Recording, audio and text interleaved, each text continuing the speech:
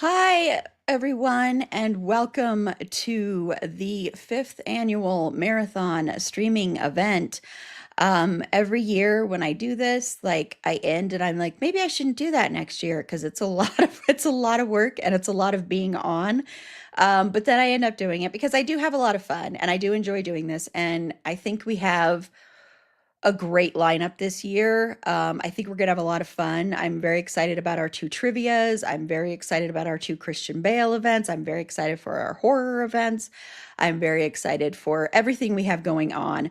And if, as you can see in the upper left-hand corner, that is just a QR code that'll take you right to our website that you will be able to view the marathon schedule. I will be putting that up periodically throughout so that if you come in later, you can still scan that. You can also go to that website, which is our website. And if you go to the Support Us tab, you can still become a Patreon supporter. I'm giving people until about 9 p.m. Mountain Standard Time. I'm being very open about that, or lenient about that, I should say. And if you become a Patreon supporter, and as long as you still are a paying member, just because I don't want people to just join and then leave instantly, and you're still a paying member by the end of June, then you will be able to potentially win some great prizes that we have that we're giving away, like that pass to the 2027 Women in Horror Festival. KJ Brantley is going to be here off and on throughout the morning and early afternoon. And that was so generously donated by her, just one pass. Of course, you have to pay for hotel, flight, but that is valued at I think it's like at 400 or just below 400. That is incredible. And so thank you again so much, KJ, for doing that. I really, really, that means so much to me. We also have that free 30 day thing for free 30-day Patreon membership for Soundtrack Your Life, donated by Ryan. We have some great, amazing podcast stickers and buttons from your favorite podcasts.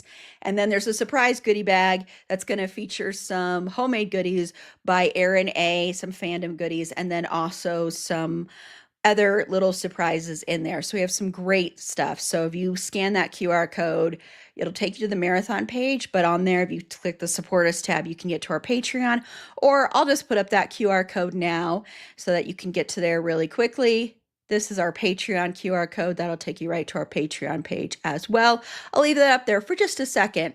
And so if you're new to our marathon streaming events, the way it works is we'll follow that program along. I have some buffer space there just in case if something runs over. If I all of a sudden am like, I have to take a quick, facilities break. I have little videos that I have that were put together last year that I'm going to play.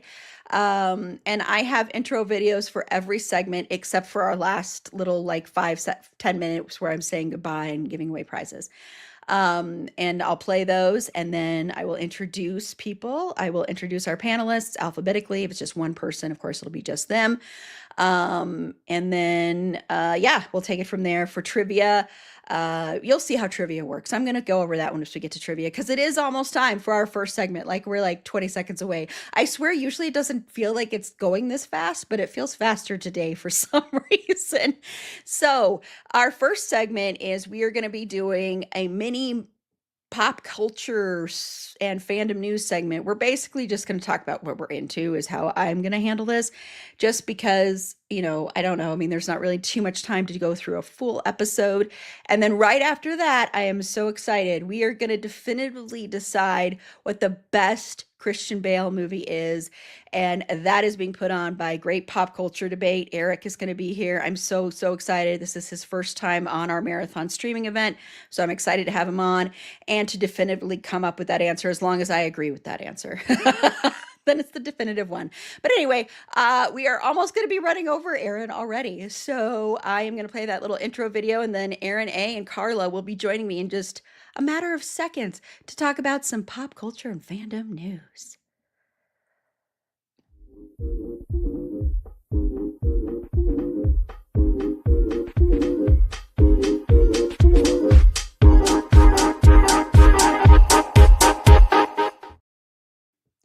See, I told you that was quick. So let me bring on first, and you will see both of these people throughout the day. And one of them, of course, I couldn't do this without because she helps with the trivia boards and so much more, putting together that little video in the beginning of the schedule and everything. So, first up, from OK Real Quick, and she has a very special reunion, a boobs reunion coming up at 12:30 with Meg. Please welcome Carla. If I can add you to the stage, there we go. Hi, Carla. Hi, good morning. Good morning, everybody. Or good, like, afternoonish, wherever you may Yeah, be. that's What do I true. know about your day? Good, whatever part of the day you are in your Yeah, time zone. if you're in the UK, it's nighttime there, I think, Yes, right? good Yeah. evening. I hope you're enjoying your tea. Yes, yes, thank you. And please continue to comment, and I will try and put up as many as I can. If my panelists and my guests see comments they want to react to that I'm missing, please feel free to do that. And then next, my producer and the person that helps keep me sane during this, and that is a huge job, Aaron A. Hello, Aaron A. Hi, I'm so excited. It's finally the day has come. I feel like we've been talking about this for weeks now. I know, and then all of a So sudden it was there, excited. though. That's the I way it know, and then goes. I'm panicking last night, like, oh my god. That's the way I am every single. I had like a whole panic thing about something else last night that maybe I'll share later. Um, I knew it was coming and I still panicked. I don't know. it's easy to do because it just sneaks up on you. I love this comment from Jen. Jen, Yes, by boobs reunion, like when I wear a push-up bra. Yeah. exactly, exactly. Meg and I like to joke that, like, we're just in different cups, and then sometimes we hang out together, and sometimes we don't. Yeah. And Jen is giving you a huge welcome, Aaron A. Yay. I saw Jen's first comment and I looked at like the username and I was like, does that say Jenna Weens? Does Jen really like Halloween? Oh no, okay, no, that makes sense now. I get it now. But Jen, Ah, now you have a an Jenna alternate Ween. name for Halloween season. there you go. There you go. Um, okay, yeah, I think we did all panic, Jen. Okay, so let's do this because everything time is really flying by all of a sudden. I say that now, and then like in a few hours, I'm gonna be like, oh my god, am I still doing this? So we are just gonna have some fun and talk about a couple of things that we're into. So Carla, give me one thing that you're into right now. I just finished a reading called Best Offer Wins. It's the reason that I read it is because, and I finally remember how I got to it. On Reddit, somebody asked for book recommendations of books about where the protagonist is a woman who is unlikable or an unreliable narrator. So basically, I just went to my Libby app and put on my massive list of books all of the books that I could find that looked interesting, and I've read a couple of them. I also read Drive Your Plow Over the Bones of the Dead, which was fabulous. But this one is the one that I just read most recently, Best Offer Wins. And yes, that title is like, what did you just say? Yes. Apparently, it's a line from a poem by a famous poet whose name I don't remember because he's famous, but not to me. But poetry and I don't get along. I'm too dense for it. Like, I'm like, what is this supposed to mean? I don't get it. I don't like it. Therefore, it's wrong. But this book, Best Offer Wins, this woman falls in love with this house. And she's like, I have to have this house. So she starts kind of like, lightly stalking the owners and then concocting a plot to get the house. And you're like, oh my God, where are you taking me on this journey? And then it takes you on a journey and you're like, oh, um, yeah, so that happened. But it's so good. It's written really well. I like the I like the fact that I don't like the protagonist, but that you still kind of understand where she's coming from and why she's doing the things she did, even though you would not agree with her methods, but you kind of get the psyche of her. Um, and at some point, I'm going to post that link to that Reddit thread that I from which I got those books, because again, unreliable or unlikable female protagonists, I think it's a great descriptor for a lot of interesting characters that I think, women don't have to be perfect. Women don't have to be nice. They don't have to be kind to be human and to be relatable even if you don't like what they do or how they go about their lives. But I've come away with a lot of really good recommendations, books that I've already read, books that I'm looking forward to reading in my 50 plus long list of things to put on hold in the future. But I very much recommend that book. Cool. Yeah, on our, if you don't know, everybody, if you're watching, you don't know, we have a Discord server. And it's so embarrassing to me because when I was a kid, I like would wake up at like 5 o'clock in the morning because I wanted to watch the news and read before school. Yes, I was such a cool elementary school kid. And so, but I don't read that much now. I don't have the time as part of it, and I need to get into audiobooks. So that book channel on our Discord server is always so busy, and I'm always like, I have nothing to contribute here. Um, so I'm trying to make a huge list, and maybe someday I'll be able to get through those things. So cool. Thank you. So Aaron A. Okay, I'm gonna be super lame. I first of all, I've been so busy with work and like dog problems, and this dog sitting next to me here in Barky has been like sick and like all kinds of things. And like the most exciting thing that I've done in at all recently is you can see I'm sitting in my sewing room. Mhm. See all the pretty fabrics. I've been getting back into sewing. I haven't sewn anything in like a really long time. Like I haven't made a quilt in like 2 years. And I'm really excited. And I have some friends that are getting married this fall, and I really want to make them a quilt for Oh, their wedding. And I like literally haven't sewn like hardly anything at all for probably 2 years. And but I'm just hoarding all of this fabric. So I'm really excited because I got a pattern that I really like, and I'm like very like excited about it again because for the longest time I was just like, ugh, so much stuff. Like I'm just surrounded by all this stuff that I don't want to do anything with it anymore. And I'm pretty excited. I've been doing embroidery, but like not any just like actual sewing. Like I used to make a lot of like clothes and stuff. And I haven't even done that in probably 10 years. I bet I haven't even made a garment. So I'm hoping that like making a real quilt will get me back like in the swing of things, and I can start buying more fabric because buying fabric and sewing is two different hobbies. Uh, so I'm just really excited about that, and I know it's like kind of boring because it's so specific, but I don't know. I'm really looking forward to it, and I ordered my pattern, and it should be here next week, and hopefully and now I get to go pick out fabric for my pattern, and it's a new one that I've never made before, so I'm a little scared, but I think it's going to be really fun. awesome. That's awesome. Yeah. And hey, you could win some of those amazing, amazing things that Aaron A makes if you become a Patreon supporter there, so I can plug that again. Yeah, yes, I've got some things, but I feel like I really want to like whoever wins tell me your fandoms, and I want to make something for you. Oh, oh, So because I see? don't want to give you something that's like, oh well, like I don't even like that. So whoever wins, we'll chat, and I'll make something specifically for you that you like, because I really wanted. I have like this pattern for like it's like Starry Night, but it's got Godzilla in it, and it's destroying the little town, but it's like Starry Night. It's really pretty, but like if you don't like Godzilla, then like why would you want that? Anyway, I digress. I will make you something just specifically for you if you win it. Oh, oh, well, that is so sweet. Well, you can join our Patreon once again until 9 p.m. Mountain Standard Time. You have that to potentially win that prize. And also, Carla, thank you for sharing in the comments section for our Discord server. You can also find that information. This is a QR code for just our website in general. So you can find the support us tab there for our Patreon. You can find the Discord server link to join on the front page of our website. You can also find like our most recent episodes and stuff.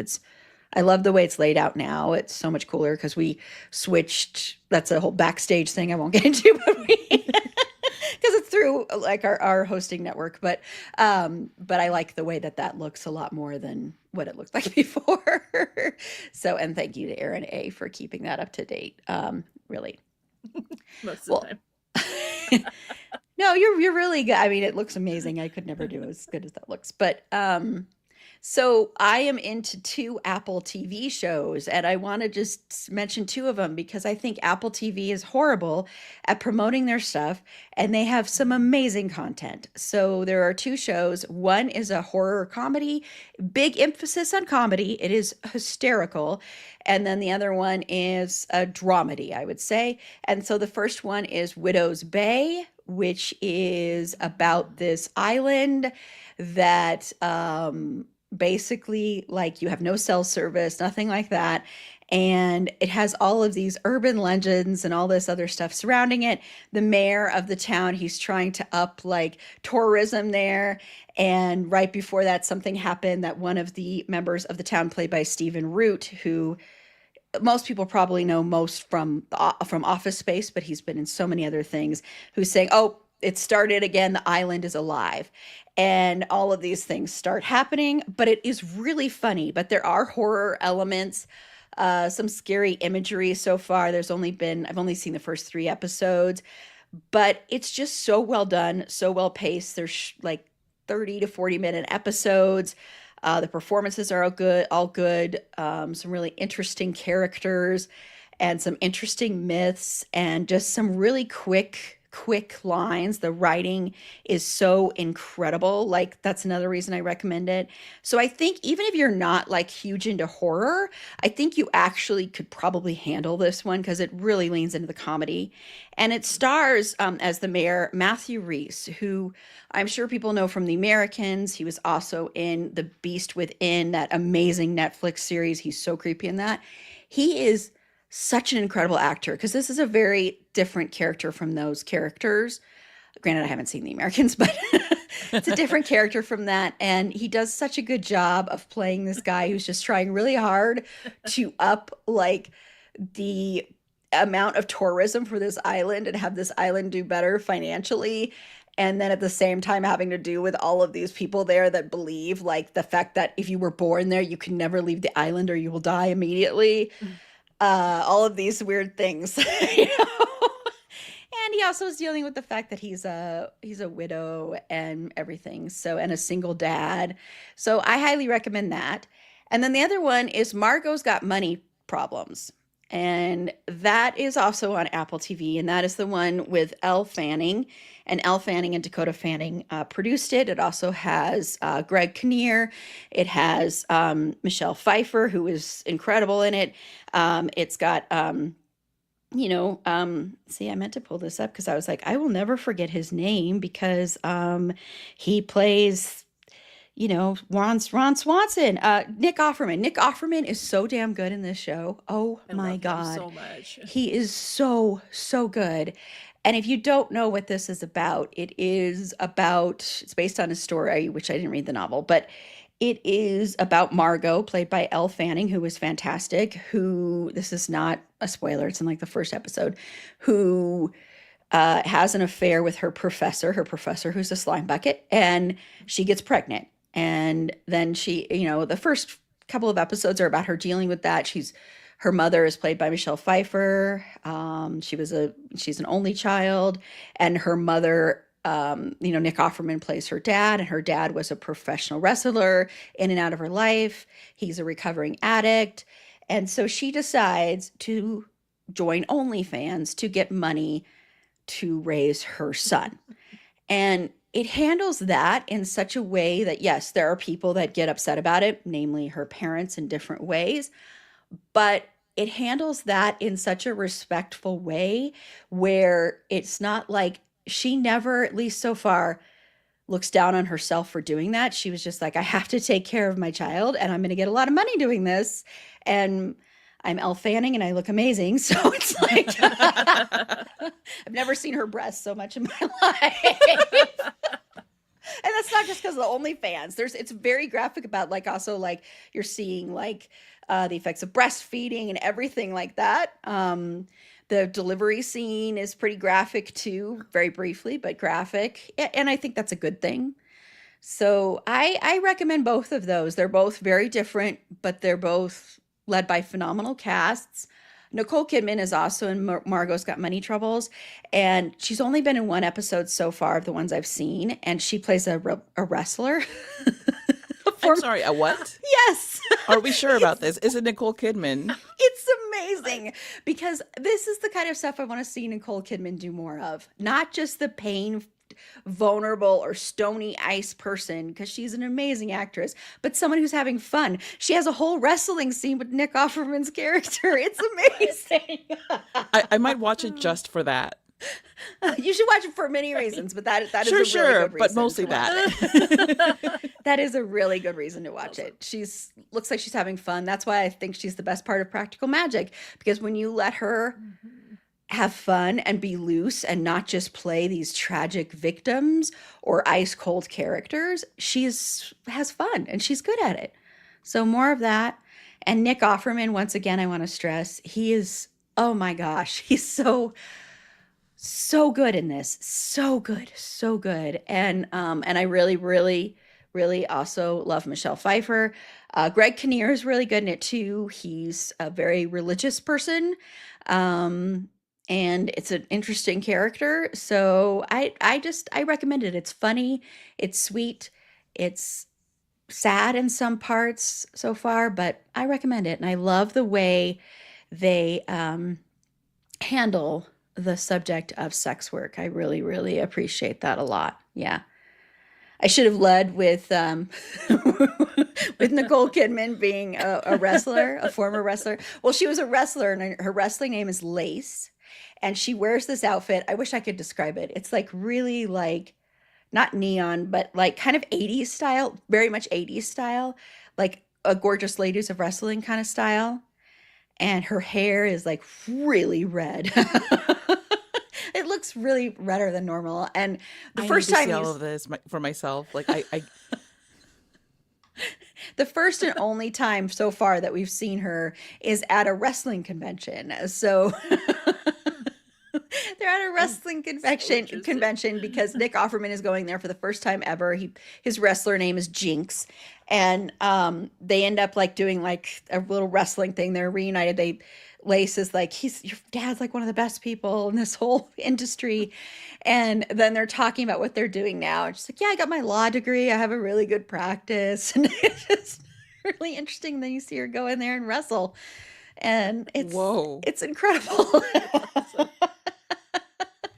Can you imagine like your attorney for your workers' comp case, like, very serious person who has been so articulate and brilliant in your defense and everything, and you turn on the TV and you're like, oh wait, what? No. But and I also like the way they handle the wrestling stuff, where you can see from the little bits we've seen of the wrestlers, is how much they all really care for each other. Like they sit there and they whisper what kind of moves they are going to do, because wrestling is staged. But they do it in such a loving way, and then they are like beating each other up, for lack of a better word. And I just like that part too. And I like that, once again, that they handle the fact that she is going to OnlyFans to get money for her child in a way where it's not like shaming her. And the shaming her part does come to her, when her mom finds out, and a little bit when her dad finds out. But it's not handled in a way where we should be feeling ashamed for her, if that makes sense. Like, it's not putting it down that she's doing it. Has to have money, and she can't get she got fired from a job, and she has to have money for her child. And so she's struggling, and she happens to figure out she can do this by what she starts with. So this is a little bit of a spoiler, but she starts with, she's like, I will tell you if you tip me a certain amount and you send me a picture of your penis, I will tell you what Pokemon character it resembles. Because she's also a writer. Genius. She's also a writer. So she writes That's like all of awesome. this. So she's I'm like sorry, but that's like describing them. extra service. That's extra. No wonder she charges extra for that, because like that is AI could never. Exactly. Awesome. Yeah, I do agree with this. Yeah. Wrestling equals soap operas meet American gladiators. Yep. because I only watched Glow, Gorgeous Letters, Ladies of Wrestling. And then, of course, there was the show on Netflix, Glow, which Hmm. I will forever be pissed because they left it on a cliffhanger. We were supposed to get one last season, and then Netflix just decided, no, we're not going to do it anymore. As Netflix See, does. this is why I'm anti cliffhanger. Don't do that to your fans because it's not your fans' fault that studios and streamers suck. I know, I know. And with that one, it was like you thought, well, it'll be okay because they've announced that we get one final season, and then they pull the rug out and decide to cancel it. It's So one of good. those like I know Tiff will be on later tonight, and I know Tiff is one of the people that's mad about that too because it's like that happens all the time. It's like Yeah. okay, we're gonna at least now I think it happens a lot more where you hear that a show will be coming back and then they decide no, or you hear like a movie's gonna come out and they decide no, which Yeah, reminds but me, like look at Alf and look at Married with Children. Like this goes back decades. Alf. Alf. You don't know about the Alf Alf had a ending? cliffhanger? No, I Oh don't my remember God, the Alf had a ending. huge cliffhanger. So, Alf, you know how Alf is from Melmac, right? And so he's been like, oh, I want to go home. I want to go home. And then finally, it is indicated to him that he will be going home. And then everybody's out in the forest, and like there's the beam, and there's a spaceship, and the family's like, oh, Alf, we'll miss you so much. And he's like, I'll miss you guys too. And, thank you for forgiving me for trying to eat your cat all the time. And then all of these like mysterious agents from a shadow organization of the government show up and take him and detain him. Oh, Elf. And that's the cliffhanger. Oh my I do God. not what? remember No. this. I That's must Yes. have blocked it traumatizing. from my No, memory. It is for children to traumatizing. watch, like Elf gets Yes. kidnapped and then that's it. Legit. Oh Kids my were like God. traumatized. They're like, oh my God. That's And, terrible. Whatever. Wow. They made a movie after Oh that to try to no. to like resolve it, and nobody watched it because whatever. Let's not go down that rabbit hole. That's I Okay. could talk about this all day. I'm like, they made a movie? Oh my God. Not a I'm big gonna have to movie, look at obviously. this. Obviously. Oh no. Well, thank you, Carla and Aaron A, for joining me to talk about some quick little recommendations that we have. Feel free to keep putting in recommendations in the comments or put in recommendations in the comments. And then yeah, I never saw I watched the first season of My Name is Earl, Jen, but I never like really like watched it like for a long time. So someday we'll have to talk about that cliffhanger. Maybe we will later. Jen and I are going to be doing a rapid fire twin it to win it later today. So yeah, like later tonight. Yeah. I'm like, when is that going on? At some point in time. What is time even? I don't know anymore. I won't for a while. And I will put up a QR code so you can find Carla's website for OK real quick and right now. But Carla, we will see you in a couple of seconds. Carla's like really not going anywhere. I'll be right here. Yeah. But if you want to tell everybody about your really quickly, like I can very quickly tell you about Okay Real Quick, which is a podcast in which I talk about whatever I want to talk about because I am a frequent guest on several podcasts and I always have more to say. So I decided, you know what? I'm going to make a space for me to say all the things that I want to say, but I'm going to do it very quickly because I don't have a lot of time. So you can listen to my quick little 10 to 15 minute episodes and be like, oh my gosh, Carla, you're so right. Or, oh my gosh, Carla, you're so wrong. Tell me all the things. And you can find that wherever you found this podcast. You can find my online presence, but look at the QR code. Look, isn't it neat? And online at OK Real Quick Pod. yeah, that was really good. I should have timed you. Maybe you should do one about the Alf cliffhanger. Oh my God, maybe I should. Can you make That's it gonna quick be like though? a Because it seems two-parter. like there's a lot to unpack there. Yeah, right? Apparently, I have a lot more to say than I thought I did about the Alf cliffhanger. I just really do not remember this. I think I blocked it from don't. my memory because it was too traumatic. Yeah, I think that must be it. I'm Carla sorry to just have reminded brought that up. us. You managed to suppress it, and I just scratched that off. And I didn't even know there was a movie. That's the other thing. I'm like, I'm gonna have to find that somewhere. I don't know if maybe it's on Tubi. Could be. Actually, yeah. That's They have probably everything. really yeah. Or they buried it because they're like, we can't let people know about this. It was so bad. Never speak of it again. Oh, ow. And Aaron A. Yeah, I'm on some socials. I am at Geek and Sew.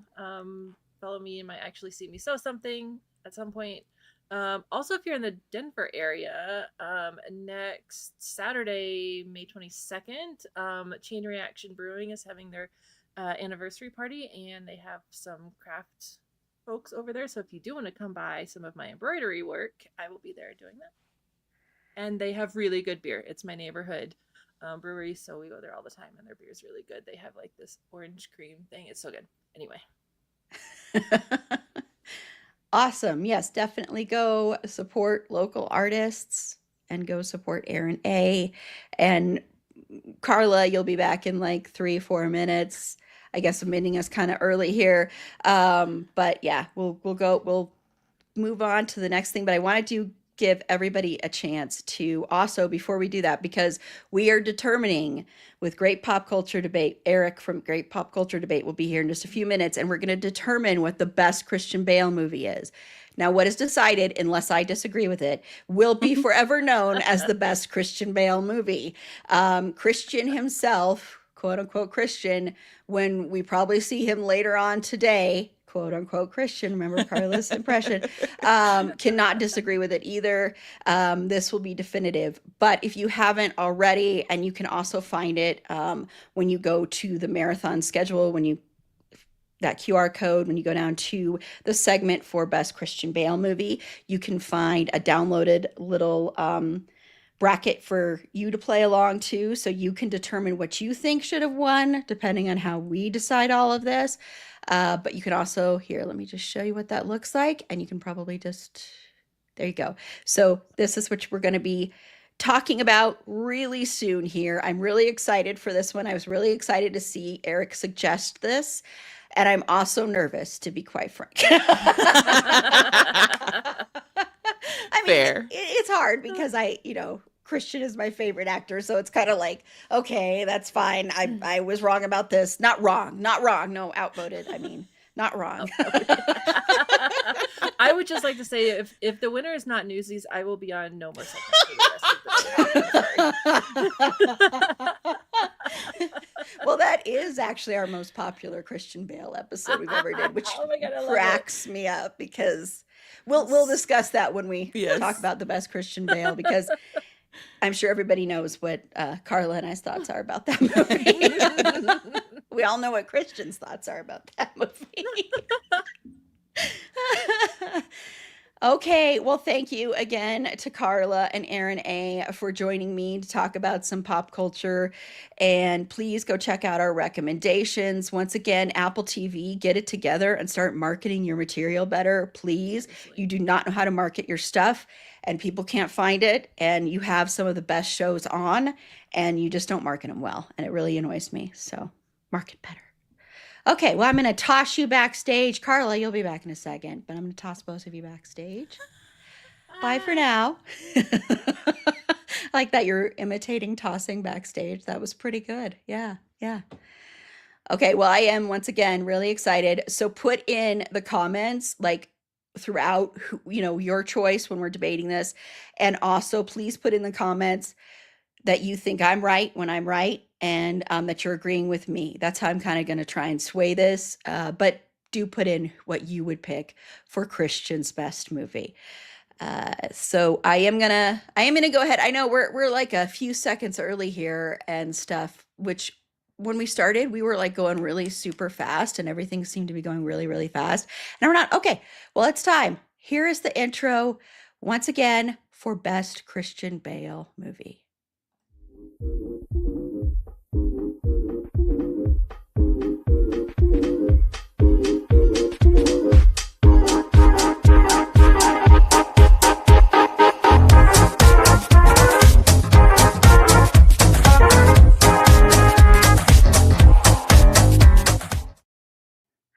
Okay, and it is time. So let me first bring up Eric from Great Pop Culture Debate. Hi, Eric. Hi, Erin. I feel like I haven't seen you in forever, so It's been a hot minute. I think the last time we did something might have been horror trivia. Does that sound right? yes, I think that's exactly what it was. Yeah. Yes, yes. But I'm so excited to have you on and to help determine what the best Christian Bale movie is. So this will be very exciting because I've never heard your thoughts on Christian Bale or any of his movies, I don't think. So Well, I think I might have misunderstood the assignment because I did a bracket of Christian movies and movies about hay bales. So is that not what we're talking about? I'm going to have to start all over again. No, I'm just kidding. movies about hay bales. Now I Hay want bales, yeah, there's so many. We could have a 32 seed bracket for that topic. Yeah. No, this would be really fun. And I'll be honest with you, there are several Christian Bale movies that I've never seen, and so I was watching them in preparation for this. And some of them, are they good movies? No. Are they worth talking about? Debatable. But we're going to talk about them. We're going to talk about them. Yeah. Awesome. Well, thank you again. And I just now I really want to do a deep dive later into hay bale movies. So Yes. So many. Yeah. yeah. And once again, you can scan the QR code there, and that's a link to Great Pop Culture Debates Linktree. You can find all their information. Please follow them on a podcast player, and you have YouTube too as well. We have right? the YouTubes. Yes. Yeah, we have the Yes. video versions of the episodes starting with, I think, our 12th season, which was the one we did last fall. So yeah, you can see our, I actually look the worst out of all my panelists, just FYI. But in terms of my audio, my video setup, one of our panelists literally said to me like, so can I be honest with you? Your video looks like shit. And I was like, thank you. Thank you so much. But it's there. So check it out. It's there. So check it out. Yep.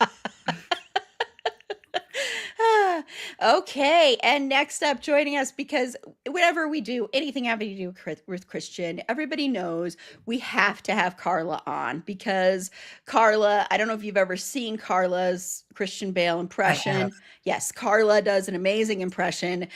Carla was there when we first came up with our Christian Bale appreciation, which was during our Girlfriends episode, believe it or not. Mm-hmm. So welcome to the stage, Carla from OK Real Quick. Hi, Carla. Hello again. Hi. Hi, Carla. I'm very excited to be representing Christianity. Yes. I was going to say, I was going to change my little headline to Sister Christian, but I feel like you guys have got that covered. And I said, this is the most Christian thing I'll do all day. So yes. I just saw that now. Eric, I can't believe I didn't see that until just now. The only Christian thing I'll do today. I love that. We should start doing that whenever we celebrate Christian Bale. So, yes. But I am going to turn it over to you, Eric, so you can guide us through this process. If you want to. Okay, I'm getting a little bit of delay. Oh, you are? Are you getting delay too? Sure. Are you there? Eric just I was getting a little bit of a delay. Yeah. Can you hear me now? I can hear you. I can hear you. Am I delayed for everybody or something? No, I think. Carla, are you getting delayed? I'm seeing you being delayed. Okay. Can you hear me now? Yeah. Yeah. Mm-hmm. Yes. Perfect. Yeah, you are a Now little you're on- delayed. now Now I you're- see it. Yeah. But I can hear you. Yeah, Oh. Eric's a little delayed, but that's okay. So weird. I'm plugged in. So if you're watching this, okay, you can hear me. That's probably better than seeing me. So we'll go with that, and maybe I'll turn off my video to save bandwidth if that. There you go. There you go.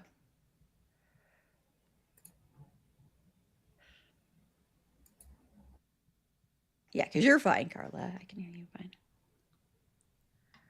Okay. Are you there, Eric? Do you guys hear me or no? Yes, I hear Yes. you now. Okay, great. I turned my video off. I'm hoping that helps. I think it does. Yeah, sometimes that, Mhm. I don't know.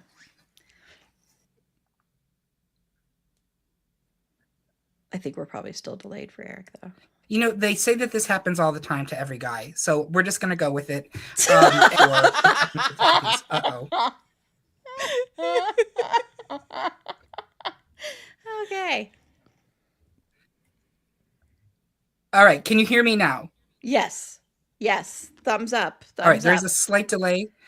Okay, I don't know what's going on, and I'm sorry for all this, but let's start this process by talking about the Christian Bale movies that did not make the bracket, all right? How's that sound to everybody? Let's Great. do it. All right, we're going to start with the earliest one, 1987, Neo in the Land of Faraway. Have either of you seen it?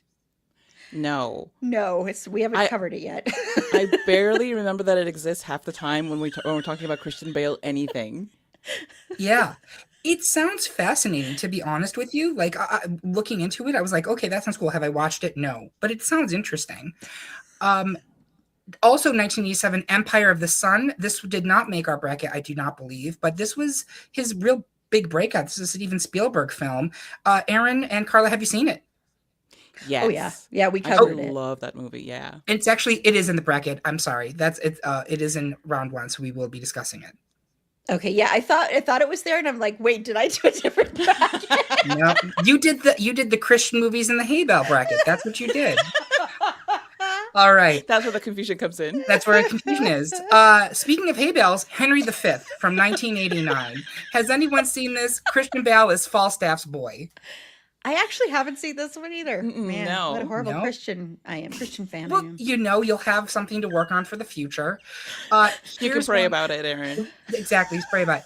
This is a movie that gets a lot of people chiming into the great pop culture debate. I've literally never watched it. Swing Kids. Have either of you watched Swing Kids? Once years ago. Yeah, once, and I'm okay with not watching it for a while. Interesting, because people seem to love this movie. Now, we're all old enough in this podcast episode to remember when swing had its resurgence, thanks to Gap in the late 90s. Yes. Mhm. This predated that by like 6 years, which is pretty impressive, honestly. Well, I think that's what it was. It's a hipster thing of like, Hipster thing. yeah, we it was did ahead of that. its time, basically. Yes, it was ahead of its time. Always a trendsetter, Mr. Bell. Prince of Jutland, 1994. Has anyone watched that? No, I didn't even know that was a thing. I don't know what Jutland is. I don't like. Does anyone know where Jutland is?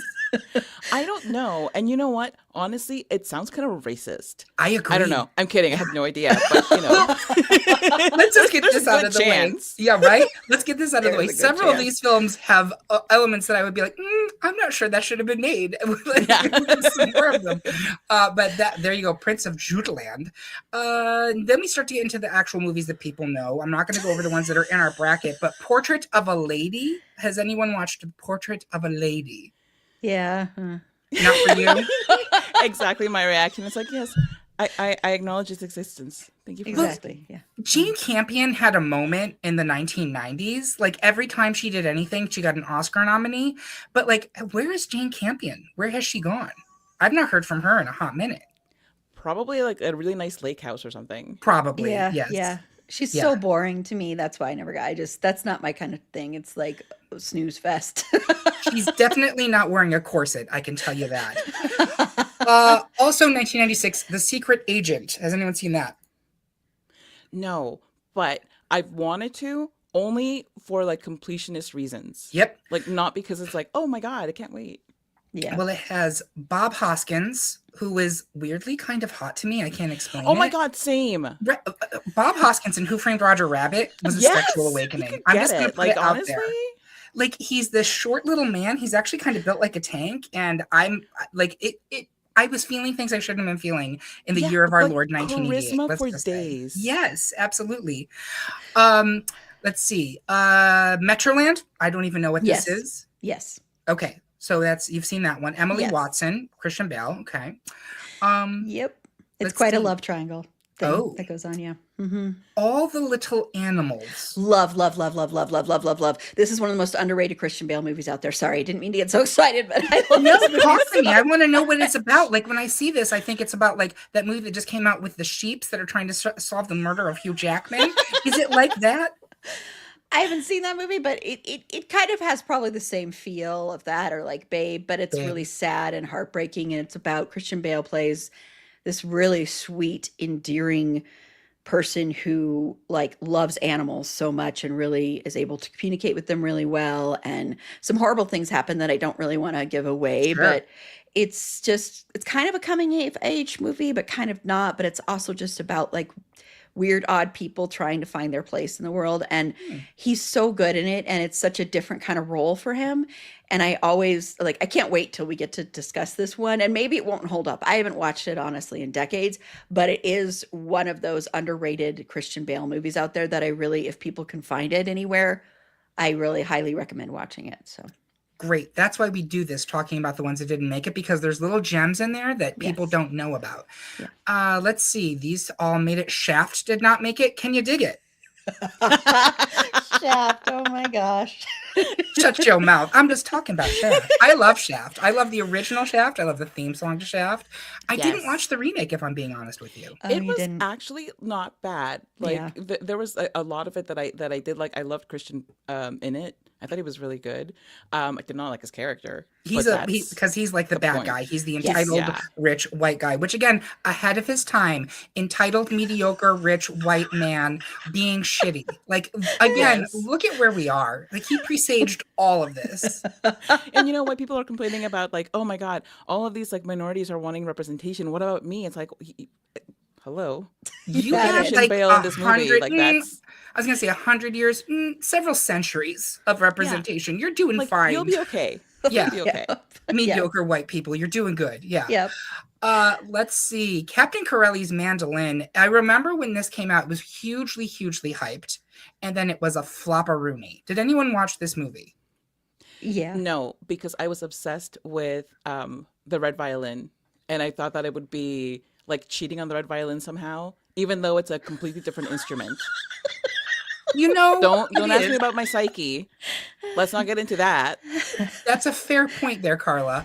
This was during the time where they were trying to explain to us that Nicolas Cage was somehow a leading man and would be Uh-oh. someone who would be Uh-oh. uh-oh, You've got someone watching that's a Uh-oh. huge, huge, huge Uh-oh. Nicolas Cage fan. Uh-oh.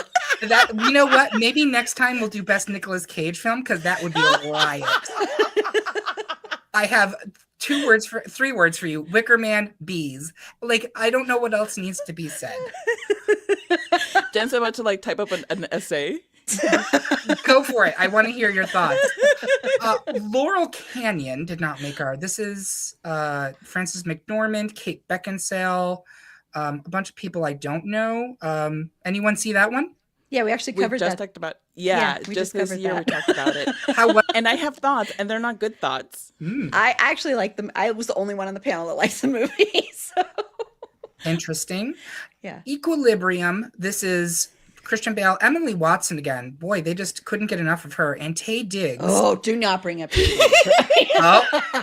Uh-oh. Look, justice for Equilibrium, but not justice for Taye Diggs. Yes. Taye yes. Diggs has done Aaron dirty, but Equilibrium is a movie that I love so much. It's one of my favorite Christian Bale movies. It is a fantastic movie, and the gun katas are amazing. I don't know, like, what was not amazing about that? Yeah. I think that's great. And again, these hidden gems that we're not talking about was Taye Diggs's assault on you the Idina Menzel of it all, or was it something else?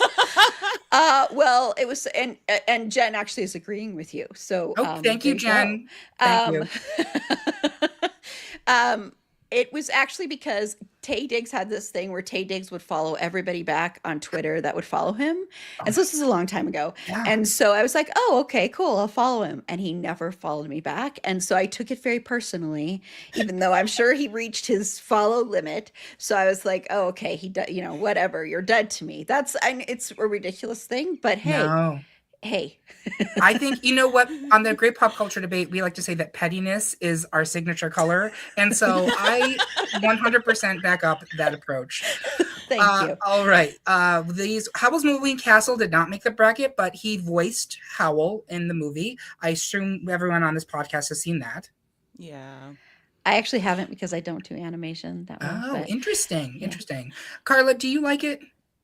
I do. I like it. I need to rewatch it because I'm trying to like screen kind of like classic in that genre type of movies for my kid. Yeah. And that's one that I'm like, oh, maybe he's at the age where he might enjoy that. Yeah, I think of all the Miyazaki films, I mean, it's bonkers. It makes no sense, but Yeah. it's beautiful. It's kind of got Wizard of Oz vibes to me. And the voice acting is not the most important thing about this movie, I'll say that, but it is a wonderful and fairly wholesome, I would say, animated film, especially from Miyazaki. The New World. Did anybody watch that one? yes. Yes, Thoughts? plus I it's got, did it's got my not. future husband in it, so hey. Wait, which future husband that's not Christian Bale? Are you a polygamist? Colin Farrell is my future husband. See, here's the thing. Oh, I love Christian Bale. Christian Bale is my favorite actor, but like I love him because of him being a great actor. Yes, I think he's attractive, but he's not like my future husband. He's got it. married. He's happily married. But no, Colin Farrell is my future husband. Okay, So respect, respect, respect. Is it a good movie? Should people watch it? it's Terrence Malick. That's all I'm gonna say. So That's all she'll say. if That's you what she's like got. Terrence Malick, then Yep. yes. If you don't, then no.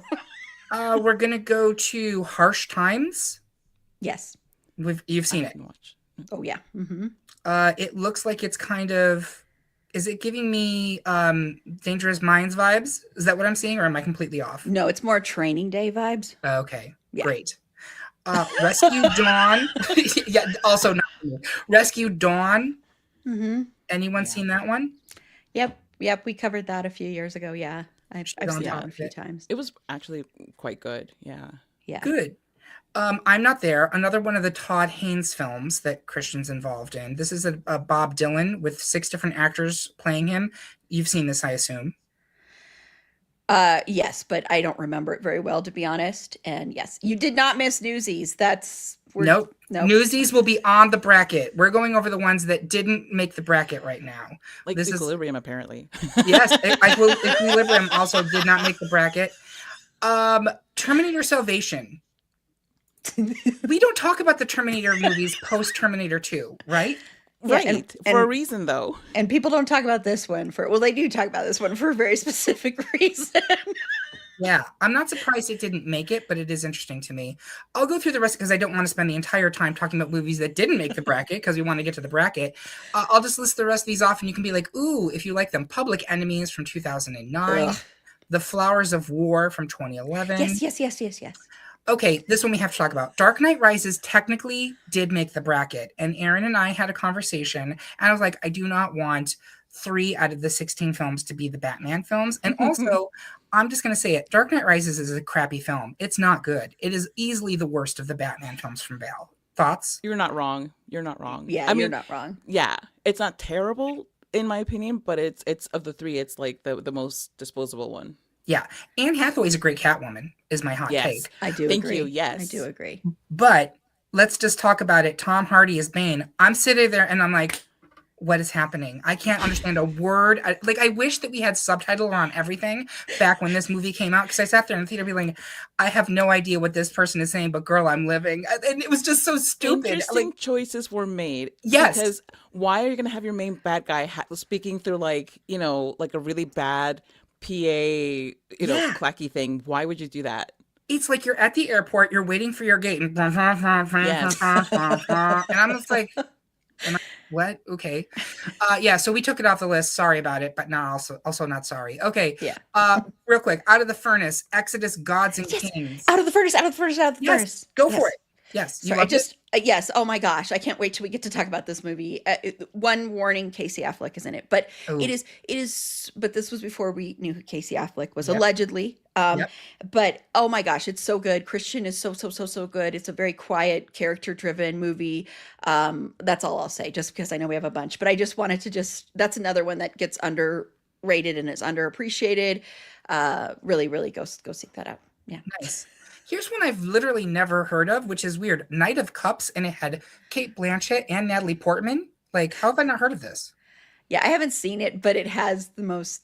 It has this one. I've seen a video of it, and it looks very much like a Chanel ad or something like that. Okay. Fascinating. Mystique Summers Madison found dead. If you don't watch RuPaul's Drag Race All Stars, you will not get that reference. That was literally just on the runway last night. Okay. Let's see. The Promise, Hostiles, Mowgli, Legend of the Jungle. Vice is not here, which surprises me. I thought for sure Vice would end up on this 16. I think Well- we're just tired of crappy politicians ruining our lives, and we're That's like, even true. fictionally, I'm good. Yeah, Yeah, that's I'm a all great set. point. Although that did lead to one of the best awards acceptance speeches in history when Christian Bale won the Golden Globe and he thanked Satan for the inspiration. So Love it. That is great. Thor Love and Thunder. So I'd like to talk about this one for a second because I have some insider hot goss on this movie. Apparently they cut like over an hour out of this film. Like there was over an hour of additional footage that was shot. it had entire arcs and entire characters that were lopped out of the film. Christian Bale had a lot more to do in it, but it was Taika Waititi wrote this script. He did not write the script for Ragnarok. They gave him full reign to do whatever he wanted on Love and Thunder. And he basically was just like, I'm going to do the Taika Waititi show. And it was just like random vignettes on all these different planets with all these different characters that had nothing to do with the central concept. And they cut it all out. And I think that's why when you watch this movie, you're like, why did you bother hiring Christian Bale for this role and give him basically nothing to do? And also, like, what is happening in this movie? There was a lot, like, and we know this to be true. This isn't just goss. Lena Headey, who was actually in this movie, she was cast, she filmed her entire part. She was suing her agent for withheld earnings. And in the roles that she was in there, Thor Love and Thunder was on there. She was in an entire arc with Tyrion, the actor, why am I blanking on his name? You know who I'm talking about, the guy who played Tyrion. Oh yeah. Oh my gosh. Right? Why am I Oh blanking my on his gosh. name? Oh my gosh. We love him. He's great, except apparently he pissed off everybody because of Snow White. Anyway, they had an entire arc on a completely different planet that they just wholesale cut from the film on top of many, many others. And so just FYI, the film that we got was not the film that was shot, just so people know. Like, you could definitely tell that Yep. that there were multiple things going on at once and none of them were congruent, because Christian Bale made a movie about Gore the God Killer, Yes. and then there was Thor, and never the twain should have met. Right. Yeah, that's exactly what it was. It's Peter Dinklage. My trivia brain had to have the modem spin up to get to it, but we got there. Amsterdam, which I actually quite liked. I don't know. People didn't like it. I enjoyed Amsterdam. The Pale Blue Eye. The Boy and the Heron. He's also a voice of that one. Have you seen Boy and the Heron? Well, you hate anime, Aaron, so not really. Animation, but Yeah. yeah, I'm not big into animation. There's only a few, yeah. But we do love the Pale Blue Eye, by the way. Okay, good. Boy and the Heron, super weird, super interesting. The Bride. Did anybody watch The Bride? Yes, we Yeah. actually like it. Okay, good. As That's opposed to great. everybody else. We did a special Patreon only episode on it. So yeah. Well, I'm glad 2 people liked it. I you know what? If in a room full of 100 people, if 2 people enjoy your film, you did something right. So kudos to We you, are Maggie the Gyllenhaal. 1 out of 9 dentists who Yes, exactly. did not recommend. Yeah. All right. With that out of the way, shall we actually get into the actual bracket and the films that did make it? Does that work for you guys? Yes. Yes, and if Do you're it. joining us, folks, I'm sorry I'm not online. My video was apparently causing issues, so I just went off. We're going to start round 1, matchup 1. It's the Prestige versus the Fighter. Now, right now, I have Aaron going for the Fighter, while Carla and I are on Prestige. Aaron, talk to us about why you like the Fighter. Well, see, this is going to be, I want to say this was so hard. This was one of the ones that was very hard for me to choose. And the reason I chose the Fighter is because I just kind of feel it's the one that won Christian the Oscar. And while David O. Russell is a alleged piece of garbage. Yes, he is. I think what Christian does in this movie is nothing less than extraordinary. How he plays Dickie from the very beginning, the little mannerisms. There was some, oh my gosh, what's that? Why am I like improv? There was some improv that he did like at the end, like that last scene with him and his brother. That was like improv. The way that he played this character that is so like struggling with addiction and also just always on and just kind of a lot to deal with. Even though he was a lot to watch, you still wanted to keep watching him. He elevated the material. He elevated everybody else's performances. That's the one thing I love about Christian is he is not a selfish actor. He is, yes, he had that one moment on Terminator, which he has apologized for and recognizes wasn't good. But from all reports, he's actually someone that's really great to work with. And he doesn't really think of himself as a great actor like we all do. And so he's not selfish. He wants to learn from other people and he wants to raise everybody up. And he does that a lot in The Fighter because you've got, Mark Wahlberg. And he even raises him up and everybody else in his scene with Amy Adams and his scenes with his mom. And that scene when he jumps out the window and is running and just everything he does, all the mannerisms, and I'm not just talking about his body because yes, he transforms his body a lot, but the way he transforms, the way he holds his body is just incredible. And while this would not have been the first thing that I would have given him the Oscar for, that's something else that we'll talk about later, but I still think he deserved that Oscar because of what he did, and he elevates everything he's in. And that's why I chose this. It was really hard though because I love The Prestige too.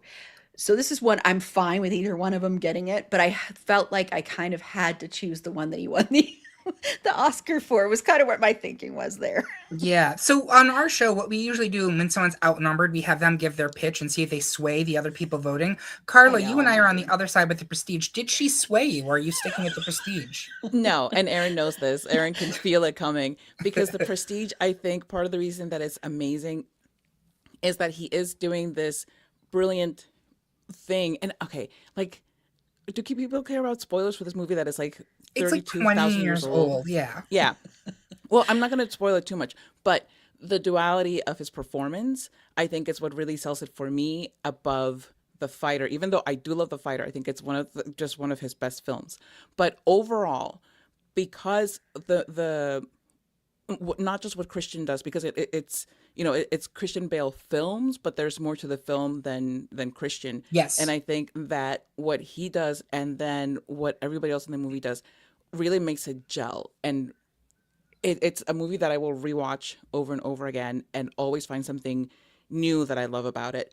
And about him specifically, again, that duality that, when you, if you suss it out in the beginning or if you learn it in the end, it still holds up. It doesn't lose anything if you figure it out as you watch the movie. Yeah. Yeah. Great. I'm going with the Prestige here. It was one of those movies that I saw in the theater and I was really floored by. And it's a film, to Carla's point, I could watch again and again and again. I never get bored with it. So I am giving it to the Prestige, but the fighter will be out next. It's Ford versus Ferrari versus Empire of the Sun. Carla, you were on the outs here. Let's talk a little bit about Empire of the Sun. Yeah, okay. So Empire of the Sun. The reason that I picked it is because first of all, I can't stand car racing movies. Like, Oh, same. what are we doing? I Like, know. okay, I get it. You've gone around a few times and you're risking your life to do that. That's what you want to do with your time? Sure. But Empire of the Sun, the reason that I love it so much, he was so young. He was a little kid just starting like the whole acting thing. But even then, you could see the intensity and the intention in his approach to acting. And this is somebody who didn't want to be an actor. This is somebody who kind of like went into it because kind of like, hey, can you help support our family? You're gonna get paid a lot of money. Hey, maybe I don't want to do this, but you kind of gotta. And even with that, he delivered such a touching performance and a performance that I think um, makes the movie when I think a lot of child actors, even if they're very good at kind of pulling us in and delivering emotion, are maybe not so great with the smaller nuances of acting. Mm-hmm. Take we just talked about recently My Girl, Mm-hmm. and Macaulay Culkin and Anna Schlumsky are fabulous in it. But Anna Schlumsky at that point was not, I think, a fantastic actress, Sure. but she was great and she was really compelling. But Christian Bale was fantastic in every aspect of performance. And the movie as a whole, I think, told a very interesting story and laid it out in a way that I thought was um, gave you a lot of sympathy for a lot of people that maybe you might not have had sympathy for, because it did kind of approach it from a very humanistic perspective. And I'm not going to get into the whole like, oh, well, they could have also done this, because no, we've already talked about that in the Mm-hmm. episode in which we cover the movie. But especially in the prison scenes,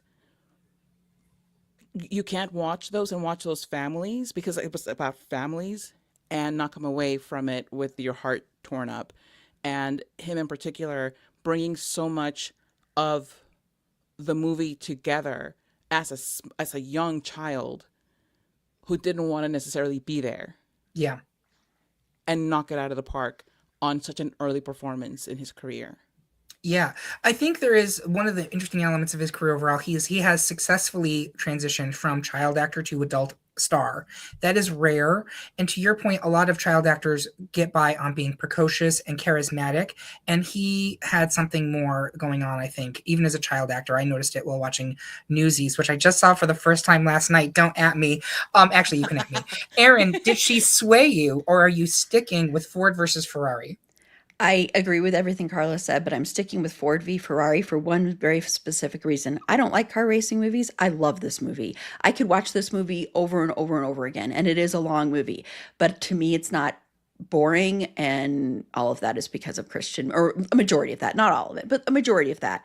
And to make a sport, I guess it's a sport, I don't know, compelling that I don't find compelling is an incredible thing to achieve. And yes, that's part on the directing and the writing, but I think a lot of that's on Christian. So I love Empire of the Sun, but I have to go with this because of the rewatchability of it is a lot higher than Empire of the Sun for me. I love Carla's argument on Empire of the Sun. I could not give less of a shit. Can we swear about Oh, yes. car racing? Literally none of it. Like, please do not talk to me about what I need to do to recycle when we have these idiots out there burning through fossil fuels to go around a track That's a true. million times. And I guess that's cool and dangerous and interesting. Like, who cares? Get a hobby. But I think in terms of like movies that I think had more impact, I'll give it to Ford versus Ferrari. So that will continue into round two. Next, it's Little Women versus American Hustle. I was on the outlier here. I just put American Hustle up there because I think it was, you know what? Actually, no, I'm swinging it back. I love Little Women. I love it. This That was is, easy. yeah, like it is Wow, what we're it so is. persuasive, Erin. Oh my god. Just some vibes. I just sent out a little. You did it. You commanded me. True story. I was working at McDonald's in high school and I came home after the closing it and Little Women was playing on HBO. And I sat there at like 1 o'clock in the morning watching this movie, openly weeping. Now, is that Aw. because of Christian Bale? No. No. It's because of Claire Danes. But he's really good in it. And this is like his teen heartthrob role, right? Yeah. And so I'm completely fine with moving Little Women into round two. Next, it's the Yay. Dark Knight versus The Machinist. I'm on the outs here again. So The Dark Knight, I mean, this is what really catapulted him from fame into superstardom. This was a beginning of the trilogy. I think, well, no, this is the second movie in the trilogy. This Second is movie, the yeah. best movie in the trilogy. So I Yeah. think you guys actually have Batman Beyond advancing, but not The Dark Knight. Is that Begins. correct? Yes. I think it's the best movie of the three. I think it is probably, if not the best Batman movie, in the top three best Batman movies.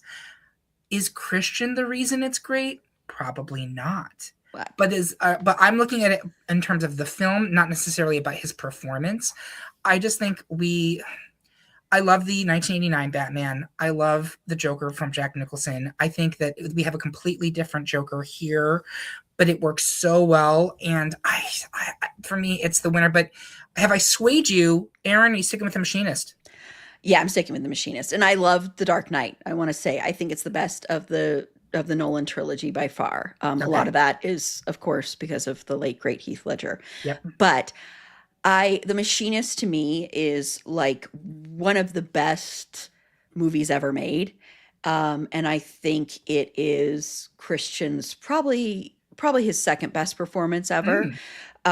And I just couldn't. That this was probably, honestly, I think this one and another one we haven't gotten to were the two hardest for me, Mm. because I think The Dark Knight is so good and I love it. But The Machinist to me, if you're looking at his filmography, and this is part of the reason I chose Batman Begins, so I would choose at least one of the Batman Yep. movies. Yep. But if you're looking at his filmography, and if you're going to narrow it down to like the top Christian Bale movies, there's no way you can't have this. Yeah, I'm like, I have to. There's no way you can't have this in there. And the twist at the end is done so well, and everything. Jennifer Jason Leigh is fabulous in this too. It's a great movie. It's one of the first ones we did for Christian Bale month, along with the Batman trilogy. But Sure. so I can't. I have to stick with The Machinist because there's no way I can't. Respect. Carla, are you sticking with The Machinist? Yeah, so The Dark Knight has a lot of pop culture impact. It has amazing performances, and it is criminally underrated as far as just genre movies in general are always like, oh, it's just whatever. Heath Yep. Ledger, I think, was recognized mostly, to be frank, because he passed away. I don't Sure. think that he would have necessarily gotten the awards clout that he did Agree. if that had not happened. That aside, The Machinist is one of the best Christian Bale movies, period. Not only that, it is one of the movies that I remember the most when I think about movies that I love Mm. in general. Everything that Aaron said, and I find it unendingly rewatchable because again, because there is a an unreliable narrator aspect to it, you can find so much, pick up on so much, and um, love him, hate him, love him, hate him over and over again. And it's a different experience every time that I watch it. Awesome. So we will be moving The Machinist into round two. Next up, we have American Psycho versus Velvet Goldmine. And Carla, you are the outlier here going for Velvet Goldmine, the glam rock film. Yeah. So, I was shocked, but also not, because I think that American Psycho has a lot of cachet because it was the first major step up for Christian Bale from, child actor, teen heartthrob to serious actor with um, an interesting take on acting. Um, and I do understand the love for the movie, but the reason that I like Velvet Goldmine more is that I think it is more culturally important.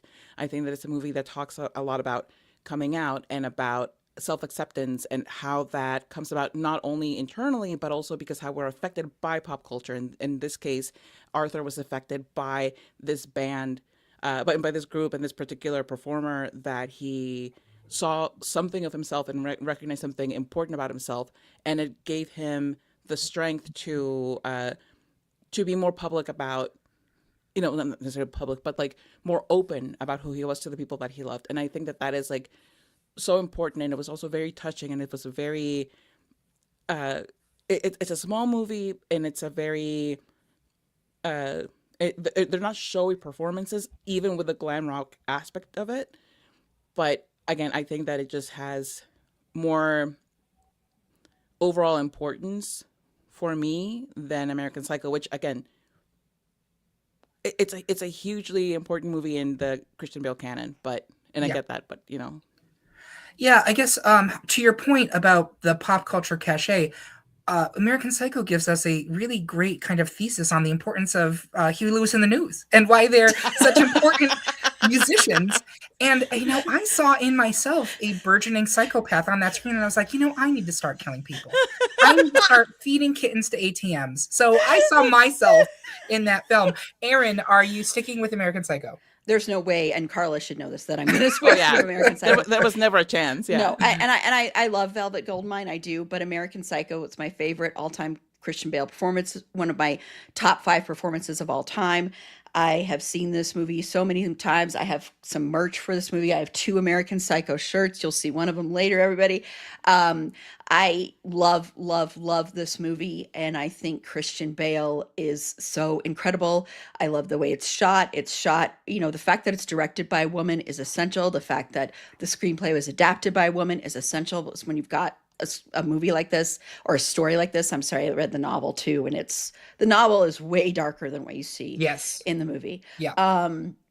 And I love that it actually is shot from the female gaze. You see more nudity on the part of Patrick Bateman than you do with the women, even though you have sex workers, everything like that. It's just, I love everything about this movie. It has an unreliable narrator again. Christian just loves to do movies like that. Yes. And I love the fact that he was determined that this movie was going to be done. I love the fact that Christian says in interviews when they've asked, what do you find redeeming about this character? And he says, there's absolutely nothing redeeming about this character. Yeah. Right. And I just love that. And I think this is what he should have won an Oscar for. I mean, it's insulting to me that he wasn't even nominated. So Yeah. there's no way. I just couldn't. There's no way. It was never a chance. No. And I'll also say this again, talking about like presaging what's going on. Patrick Bateman is basically the looks maxing alpha bros of the 2020s, set in the 1980s, and this is filmed in the 2000s. This person is everywhere right now, and that should terrify all of us. But with that being said, we're moving American Psycho into round 2. Next, I know we're running past schedule, and I'm sorry for that, Aaron. I know it's fine. We've got a little bit of a buffer, so it's okay, fine just right making sure. I'll go very quickly. It's 3:10 to Yuma versus A Midsummer's Night Dream. I'm the outlier here.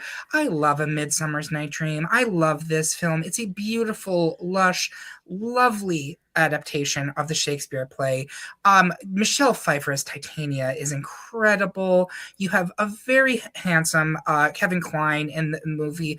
You've got Rupert. I'm forgetting Rupert's name. The whole thing. And Christian Bale's great in it, but he's not a central part of it. But if you haven't watched it and you enjoy Shakespeare, please give this movie a watch. I'm sure I haven't swayed anyone's opinions. Aaron, are you sticking with 3:10 to Yuma? Sorry, I was muted. Oh yeah, definitely. Yeah. Sorry, Eric, but there's just like No, I know. Carla, did I sway you? Or are you sticking with 3:10 to Yuma? No, 310 to Yuma is unfortunately like my number 2 favorite Christian Bale film, and in my top 3 Christian Bale performances. All right, so 3:10 to Yuma will continue to round 2. Next, it's about to get gaggy in here. I know that Aaron A was like, Newsies better win it all. Y'all, Newsies in trouble. So it's Newsies versus Batman Begins. I'm the outlier here, going with Newsies. So I have never watched Newsies until last night, and I watched it for this episode. And I'll say a couple things. Newsies is beloved by a very specific age range, primarily young women they were young women when this came out. They're probably now in their late 30s to, I would say, mid 40s, and they love this movie. And you know why? Because to your point about American Psycho and the female gaze, this movie is filmed from the female gaze, because I thought it was children singing, which is why I didn't watch it forever, because if there's one thing we hate on the Great Pop Culture Debate, it's children singing. But it's actually teen boys singing, and many of them are very hot. Like, it's distracting.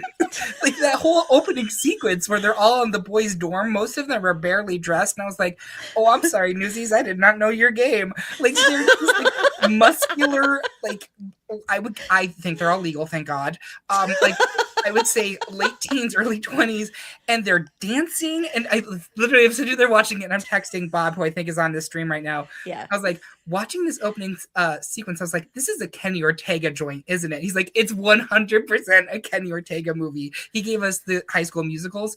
The dancing is the bomb. The singing is, well, it is. I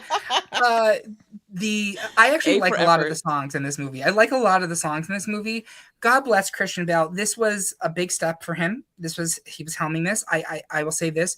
He has star quality in this movie, even though that man can't sing. And that Santa Fe song, like the fact that his career survived and he thrived after that performance, that alone is deserving of respect. But I just sat there watching this movie the whole time thinking, who is this made for? Was this made for children? Because you know what kids in the 90s loved? The 1890s and newspapers. They loved it. They couldn't get enough. Some papes. Yeah, some papes. And I was like, oh my God, please stop saying papes. It was driving me crazy. And I was just like, they also loved union busting. They were super into union busting in the 90s. They had their Tamagotchis and union busting. In the 90s and be like, I just want to, talk about union busting. Right? All the time. We were there. We were playing Pogs. We were in the mall. We were talking about the Al finale that you guys were talking about. Yeah. And we were talking about union busting. It's not a bad movie. It has many redeeming factors. The guys in it are ridiculously hot, absurdly hot. Christian Bale is very attractive in this movie, but it's up against Batman Begins. Have I swayed anyone? Aaron Marlowe. God, no. I don't not like Newsies. I'm sorry, everybody. Everybody will know because Carla and I watched it for the first time also, Eric, when we talked about it. Yeah. And I think it's a movie that if you had watched when you were a young person, it probably would have had a stronger impact. But I actually do not like this movie at all. And Christian is so painful to watch in this movie because he did not want to do this movie, and he was not into it at all, and he was not having fun. And so I'm not really like, no, there's no way I could choose Newsies over Batman Begins. There's just like not a world where that would happen. Carla, did I sway you? Are you choosing Newsies? Are you seizing the day, Carla? Oh, heavens, no. I am seizing the day to reject Newsies as an entity. Newsies, it's... I could just feel the I hate this so much, but I'm under contract vibes from Christian. And also, not for nothing, but you talked about a lot about hotness, but did not mention Bill Pullman. And I feel personally slighted. Sure. Because Bill Pullman was the one that I would have been like, oh my God. Anyway, but yeah, I think you could have put Newsies against almost anything, and I would have picked whatever you put against Newsies. Respect. When Bill Pullman shows up, I was like, "Oh my god, Bill Pullman's here!" And then Bob's like, "Yeah, well, he's gonna sing." I was like, "Oh shit!" All you have to do is mute it and just enjoy the show. But it's a good song. And then Bobby Duvall just chewing every bit of scenery as Pulitzer. Oof. And Anne Margaret being weirdly sexual with these teen boys, and I was just like, this is a very strange film. But here we are, Kenny Ortega. Good for you. That being said, we're gonna move Batman Beyond Begins into round 2. Next, one last one in round 1, Reign of Fire versus The Big Short. Oh gosh. So I had never watched Reign of Fire until I did this bracket. And is Reign of Fire a good movie? No, it's not. It's terrible. Is Christian Bale good in it? Not particularly. I think the concept is actually really fun. Like, the concept, if you haven't watched this movie, is dragons are real and they were buried under London and they got unearthed by the tube being built, which, like, make more urban planning, please. I'm just going to say that. Even if it releases the dragon, funny fact, this takes place in 2020. And I was like, I think I would have preferred the dragons to what we got in 2020. Yeah, for real. Agree. Matthew McConaughey, ripped to the tits, absolutely psychotic as the American. And Christian Bale is just sad and trying to save people in a castle. And I don't know. It's not good. They also had clearly no budget. That's the thing that's hilarious about this movie, is it had like a Buffy the Vampire Slayer episode budget for a major movie picture.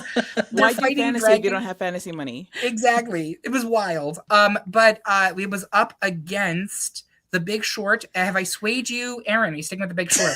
No way. I'm not. I can't not choose The Big Short.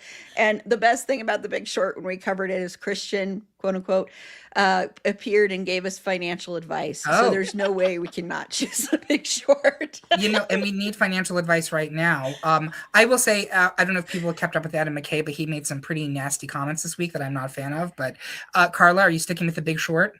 Yeah. Yeah, she says. All right, so we will be moving The Big Short into round 2. And next up, we're into round 2. It's The Prestige versus Ford versus Ferrari. I'm going to go around the horn here. We've talked about both of these films so much. Carla, is it Ford versus Ferrari or Prestige for you?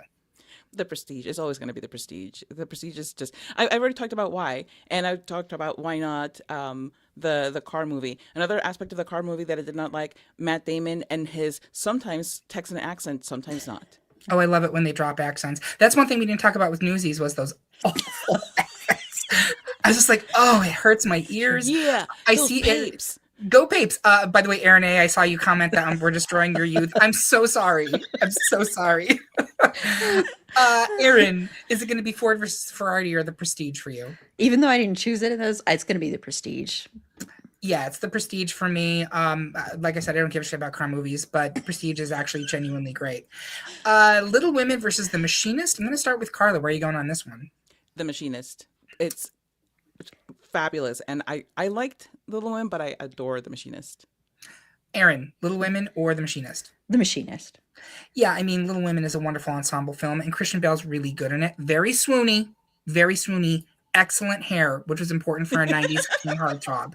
Yes, you have to have the center part, like Academy Award achievement in center parts in this film and in Newsies.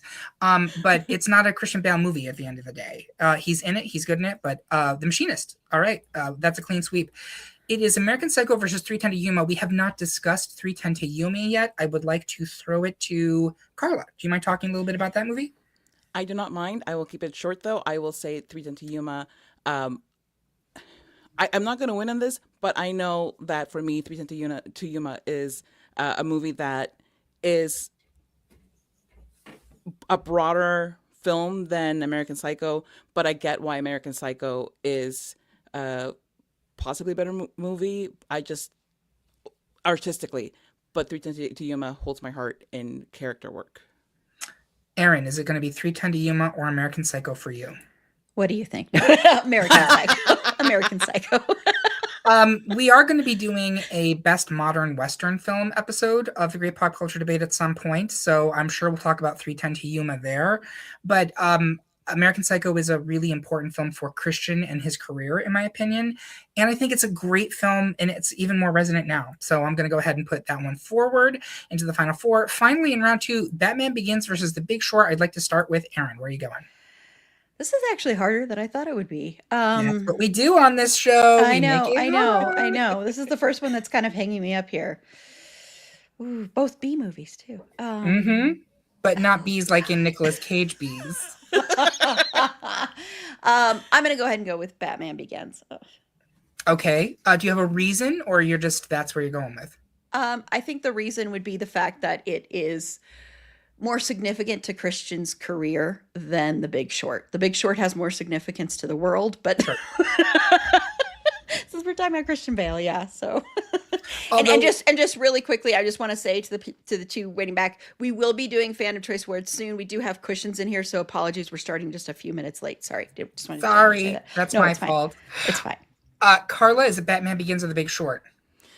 I want to say The Big Short because it has moments that I really enjoy, but thinking about it from the point of view of Christian Bale-ness in it, I think he's an important factor of The Big Short. But yeah, Batman.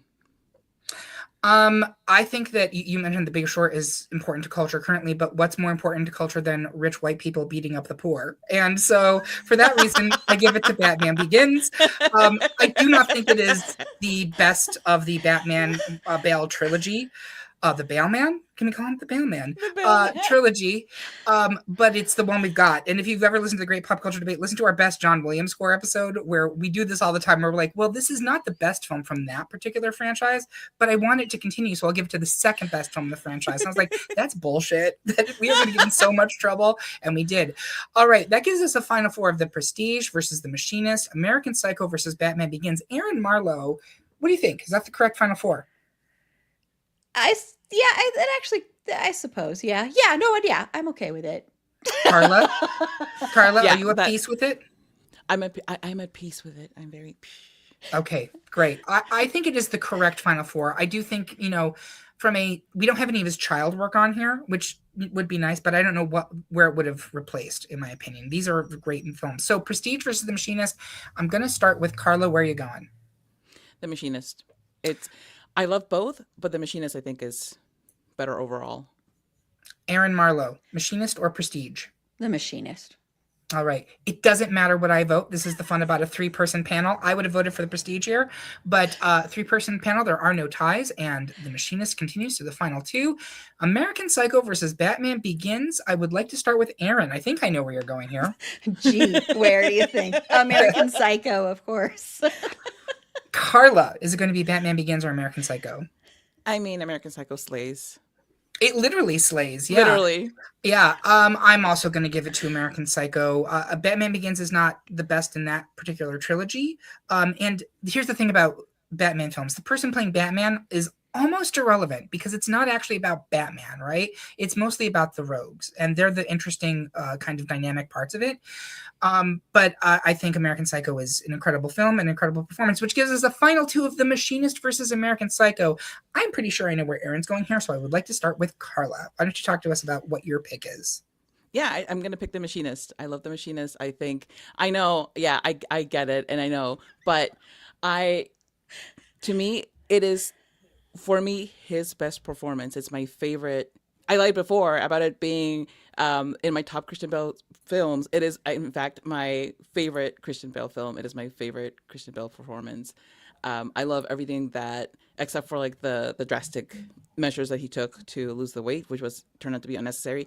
But I love his approach to the character, and I love what the movie does and what it shows us about the human psyche and the human condition. All right. Great argument. Aaron, is it American Psycho or is it The Machinist? I love The Machinist, but it has to be American Psycho. For all the reasons I stated earlier, it's my favorite Christian Bale performance, but one of the best performances, period, ever of all time. Love, love, love, love, love. I can't not. But The Machinist is a great one to have against it, I do want to say. But Yeah. American Psycho for sure. I think this is a great final two. One of these movies, he kills Jared Leto violently, and in one of them, he doesn't. And for the Leto death alone, I give it to American Psycho. I also think it is a defining role in his career. Like, without this movie, I think his entire career does not happen. And I so I think agree. it's important for his filmography. I think it's important for his career trajectory. I think it's an important film culturally. So I really do think it is the correct winner. And there you have it, folks. Our winner for the best Christian Bale film is American Psycho. Aaron Marlowe, before we even started, you said that if it wasn't what you wanted it to be, you were going to basically you were an election denier for the Christian Bale best film. Where are you now? And I know that's a sensitive topic given what's going on in Colorado this week politically. God, yeah. No, I'm very, very, very happy. I'm very happy that the right one won, but I do think The Machinist was great for second place, but the right one won. All right. I love that. And Carla, are you happy with it? Of course not, but I graciously concede. That's all I ask. That's all I ask of my prey.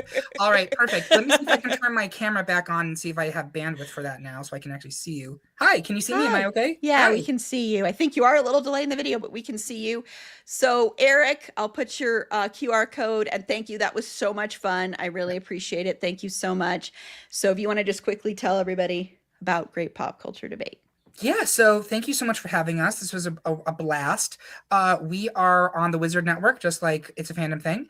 And you can find us wherever you find podcasts. You can also find us on YouTube. Please subscribe. We are putting up some YouTube originals. If you're watching Survivor 50, we will be doing a post-mortem on the finale this Wednesday. As soon as it's done, we're going to get on there and talk about our thoughts on the already unsatisfying finale that hasn't even aired yet. And we do a lot of pop culture conversations over on our website, greatpopculturedebate.com. We have blogs, polls, decide what we talk about next. Your votes on the polls determine what ends up on our bracket. And sign up for our newsletter. It tells you about what's new in movies, TVs, music every week. So yeah, please find it there on the QR code. Awesome. Well, thank you again so much, Eric. This was so much fun. And hopefully you'll be back again. Well, on the regular podcast, I'd love to have you back. But Yeah. hopefully you'll be back in October for horror trivia. You're usually on. So hopefully we'll have you back for that. But thank you. And then Carla, just for time, because you'll be on later. Yeah, it's okay. Thank you so much, Carla. And again, thank you, Eric. That was a blast. I really, really enjoyed it. Yay. Thank you, everybody. You're welcome. Okay, so I'm going to kick you both out. Okay, well, thank you again, and I'm glad I won. That's it. So we are going to move on. It is time for our Fandom Choice Awards, which we usually, of course, give away in like February, and it just didn't happen this year for reasons, of course. But I'm glad that we are going to do them now. I'm actually kind of glad it got delayed a little bit. So I think next year we'll do it during Marathon Streaming Event as well. But I have two amazing people that are going to be presenting with me. KJ Brantley and Aaron A is returning back. So first, though, enjoy the little intro for our Fandom Choice Awards, and then we'll be right back.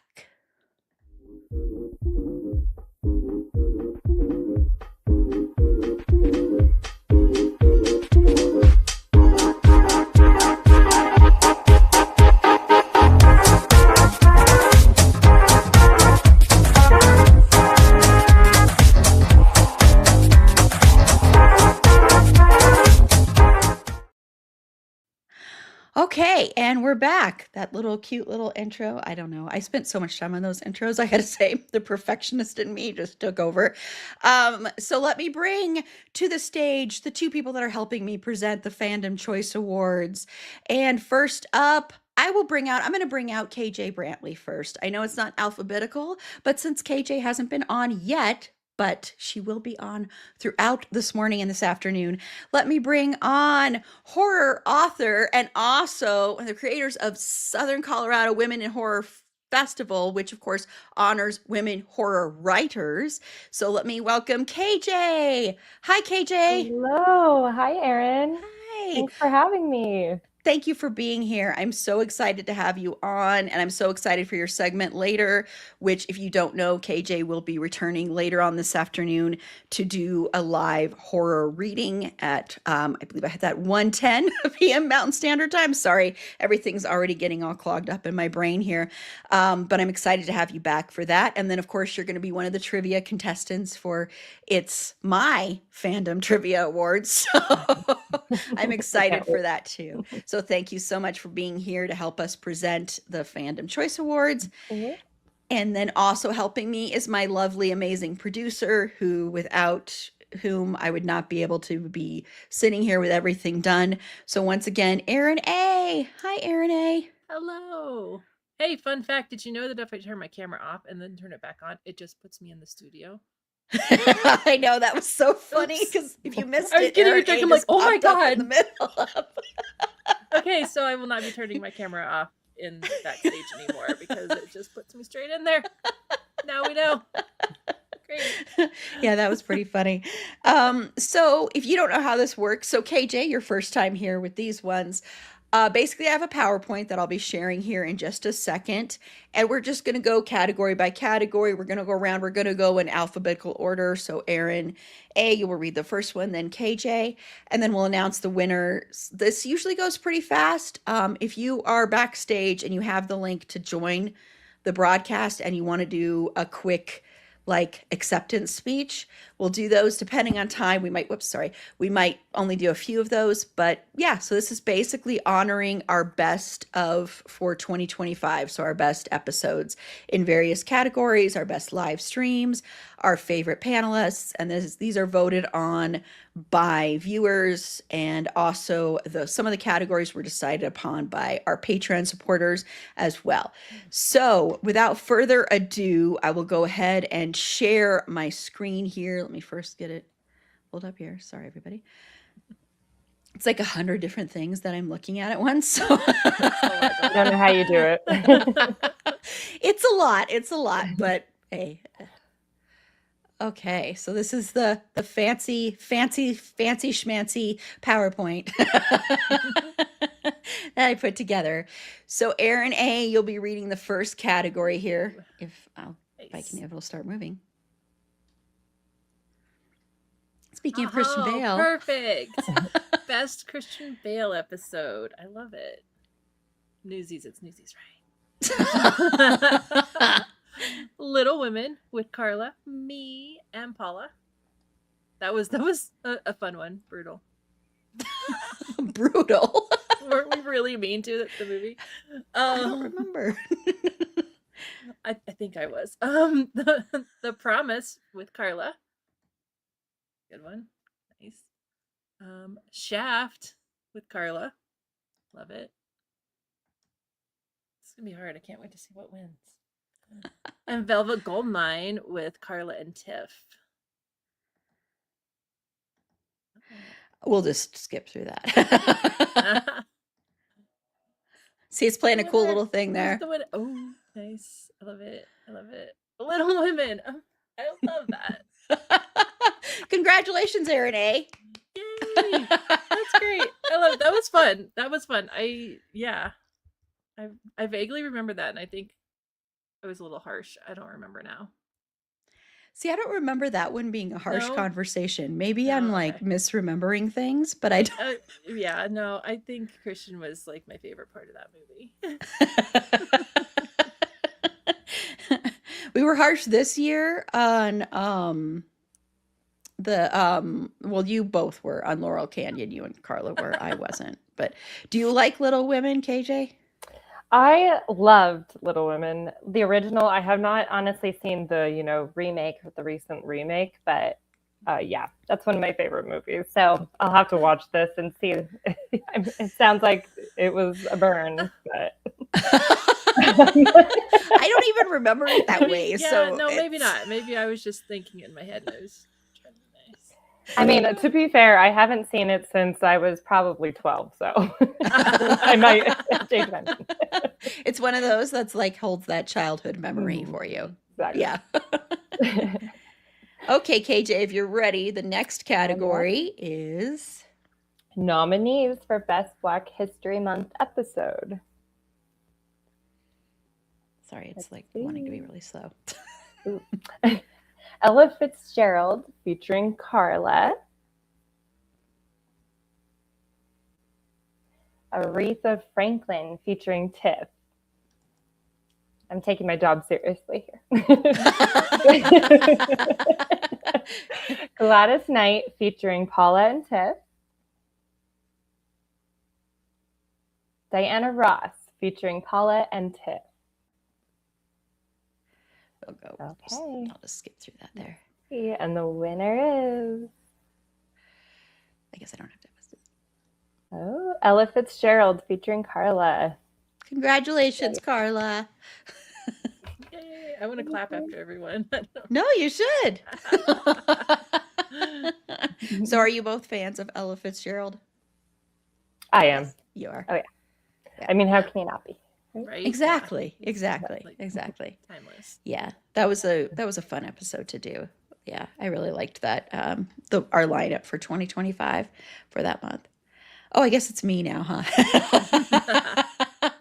Nominees for Best Comedy Month episode are 40-Year-Old Virgin featuring Tiff, Easy A featuring Bex and Carla, Revisiting the Office featuring Tanya, and Surprise Me with Your Comedy featuring Carla. If you don't know what this one was, this is kind of Carla and I came to the episode and neither one of us knew which movie we were going to be talking about. So we kind of surprised each other with a comedy movie. It replaced, we were going to talk about news radio, but because you couldn't stream all of the seasons and because we were kind of like, okay, that's too much Joe Rogan for any human being to consume, we're like, never mind, we're not going to cover that. So that's how that kind of happened. And the winner is Easy A featuring Bex and Carla. This is a category that I was like, there's no way anything's beating Easy A. I actually kind of predicted this would win. This is one of our most popular episodes right now still, so it doesn't surprise me that this won. But congratulations. See, Carla, you're just sweeping. You're just sweeping. And congratulations to Bex as well. Okay, back to you, Erin A. Oh, hey, you're announcing nominees for my month. Yes, nominees for Aaron's birthday month episodes. The best episodes. Babe featuring Tiff. Oh, See, I'm not all about the murder. I like cute little Babe as well. Babe is such a classic. I love it. Colin Farrell featuring me. That was a really fun episode. That was a special for Colin. Yes, Colin Farrell. This is, if you don't know KJ, that's my future husband. He doesn't know yet, but that's my future husband. If that was my future husband, I didn't know if you knew that. Oh, really?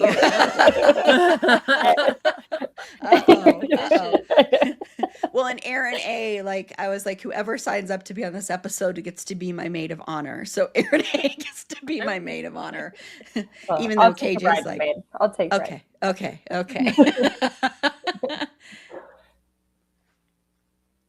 Ryan Gosling featuring Tiff. Very nice. And Odd Thomas featuring Carla. My favorite book ever. Mm-hmm. And the winner is a tie. Oh my gosh, that's great. I love it. I'm so curious. Oh, yeah, Ryan Gosling with Tiff. The anticipation. Oh, and Odd Thomas featuring Carla. I like it. I was gonna guess Colin. I like it. You were gonna guess Colin? Yeah. Yeah. I don't know why people didn't choose my future husband. Guess they don't know how to get points. But they knew he was off limits. Yeah, that's exactly what it was. Yes. But KJ, as a writer, are you a fan of Odd Thomas? You know, that's funny. I'm actually reading or listening to Dean Koontz's Intensity right now. But I have never read Dean Koontz before this. Oh, wow. And I know it's sacrilege, but I don't know why. I just thought, I don't know why. I thought he was more like thriller, you know, and then I realized, like, someone actually told me you have to read Odd Thomas, and I was like, oh yeah, and Intensity is like the scariest, most intense book ever. So yeah, Dean Koontz. Yeah, I also recommend like reading the Christopher Snow series, which is Fear Nothing and Seize the Night. He also I love him as a writer. I think he's really good. I'm of the controversial opinion that I think he's better than Stephen King. I'm not really a big Stephen King fan, to be honest. I know that's like a horrible thing to say, but I'm just not as big a fan. I like Dean Koontz better. And for people that aren't horror fans, he has written some books. One that was all about his late dog Trixie. He's a big dog person. So yeah. Yeah, I'm with you. I'm really picky about the Stephen King books that I do enjoy, but I know it's sacrilege, and he's done so much for horror, but already I do like Dean Koontz's writing style a lot better. Yay! You can still be on. No.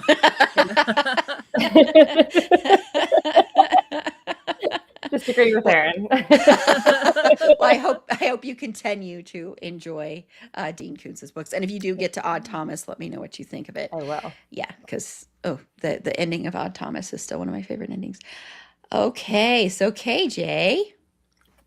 Okay, nominees for Best Gen X Month episode. Ooh, this should be fun.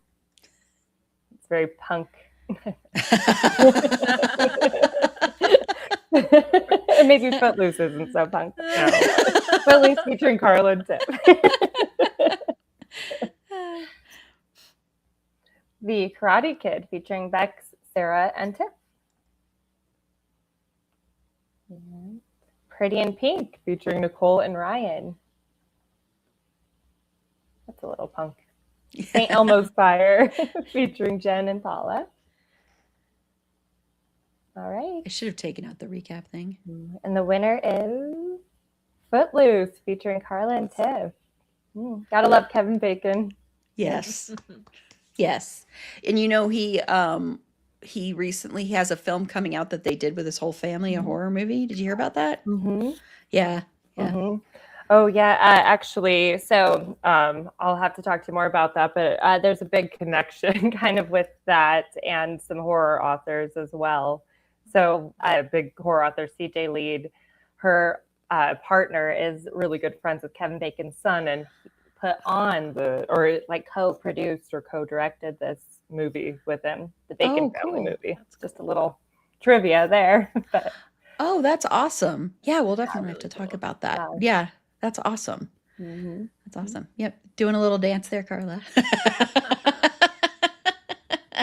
Yes, we love Kevin Bacon on this podcast. Of course, Kevin Bacon led to, we do 6 Degrees of Finn Whitrock, and of course we wouldn't have that without 6 Degrees of Kevin Bacon, which I love that Kevin Bacon ended up embracing that, because for years he didn't, and then he embraced it and turned it into a whole charity foundation. So I'm sorry that you didn't get to do this one, KJ, but nominees for Best Horror Month episode. Arachnophobia featuring Tiff. We did a little bit of more of the comedy part of this. Fright Night featuring Aaron A. and Paula, the original from the 80s, not the one with my future hubby. I thought that was so much fun. I really enjoyed recording that one. It was. Of course, Michael, Halloween featuring Carla, Kim, and Tiff, because we were able to do a bonus Horror Month episode, which we're going to do this year as well. And of course, we had to cover Halloween because, everybody should know by now how much I love Halloween. Sinners featuring Carla, Kim, and Tiff. And Tremors featuring Moth, Paula, and Tiff. And I wonder if anybody can predict what the winner is going to be here. And the winner is Sinners featuring Carla, Kim, and Tiff, which of course was a fantastic movie. I think last year we had a great lineup of horror movies, and I love the fact that Sinners got so many Oscar nominations. So, horror in general does not do well, and genre films don't do well in awards. So it was very nice to see that with Sinners. And Weapons even got a nomination, got a win there, and so and now a horror novel won a Pulitzer as well. That's really awesome. Yep. That's really, really awesome. Yeah. Yep. The year for horror. Yes. And I can't wait to see Obsession. I'm going to go see that on Monday. I'm so excited for that one. From Christian to Sinners. That talking about Christian Bale and then going to say, but Christian, yeah, that was fun. Okay. Okay. So Aaron A. Oh, my turn again. Nominees for Best Interview Episode. I love the interview episodes. Thank you. Yes, KJ was on one of those. That's how we met. Good. Paige Campbell, writer director, very cool. Come on, thing. Sue Carpenter. John Makins.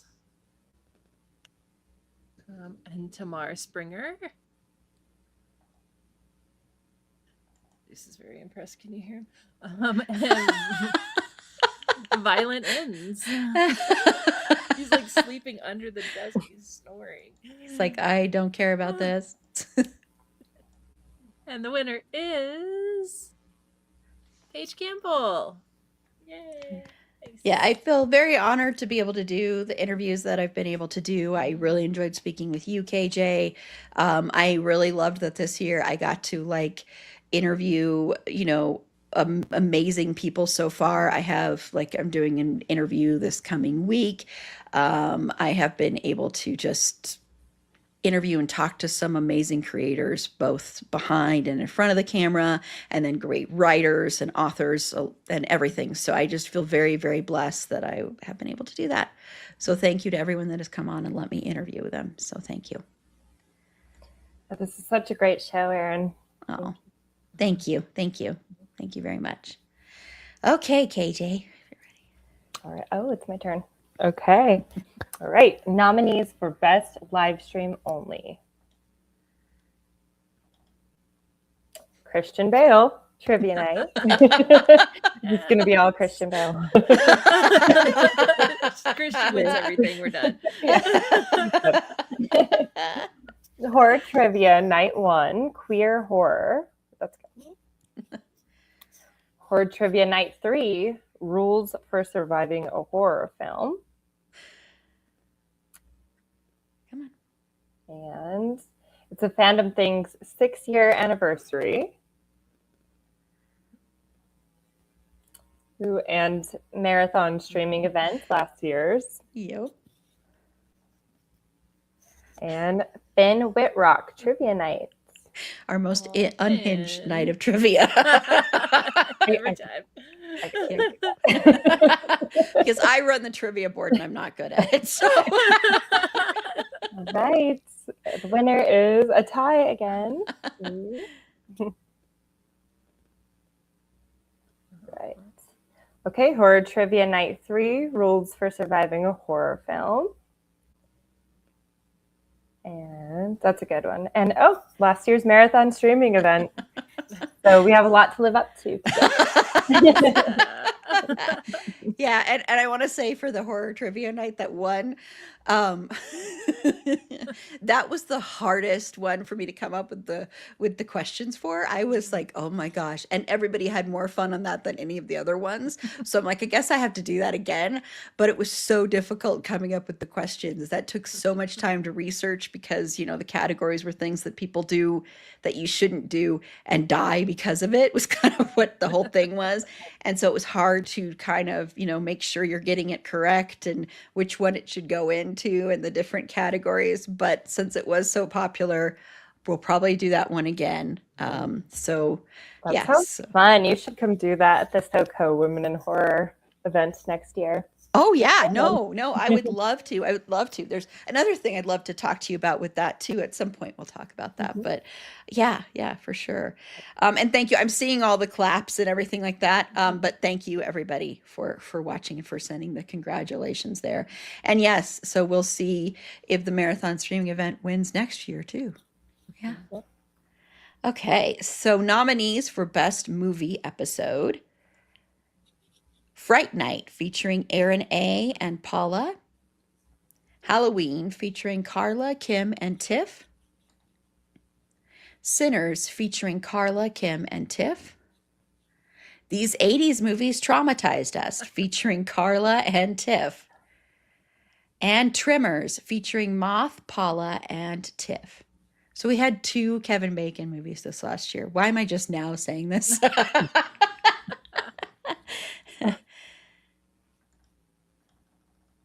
Actually, I should take that one out.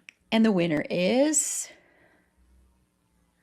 These 80s Movies Traumatized Us, featuring Carla and Tiff.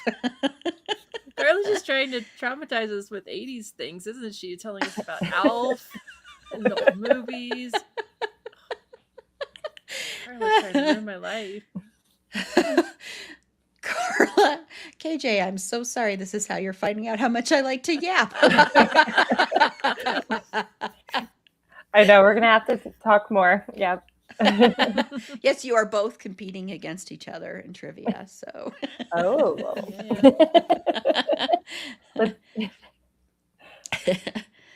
okay, Aaron A.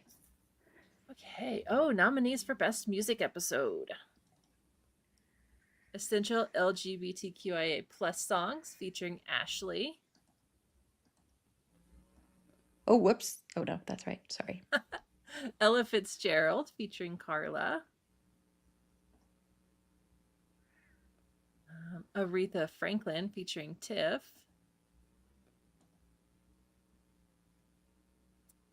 Diana Ross featuring Paula and Tiff.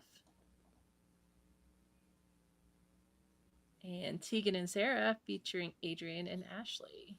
And it wasn't a typo. There are 2 Ashleys. All the Ashleys, all the Aarons.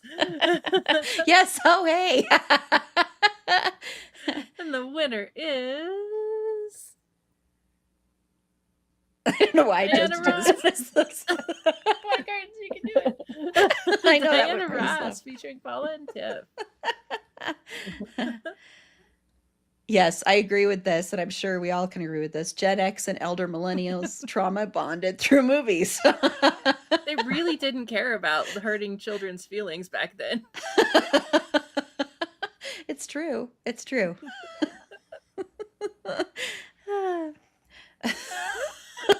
For the curtain going slow, the diva just likes to make an entrance. That's fair. She is loud. Maybe that's why I chose the curtain for that one. Okay, KJ. All right. Okay, so nominees for Best Podcast Moment Running Theme. Carla's Christian Bale She was impression. perfect. Oh no, we have to hear this. Yeah, if you haven't, you'll have to. I'll maybe I can play a clip for it too if we have some time once we're done giving out the awards here. So, whoops. Okay. Aaron's obsession with the bear. Aaron's love for Michael Myers. It's always right there. You did it, Michael. You were nominated. Pop culture and fandom news episodes. 6 Degrees of Thin Wit Rock. I didn't know there was such a thing. Yes, we play it on the show. Where?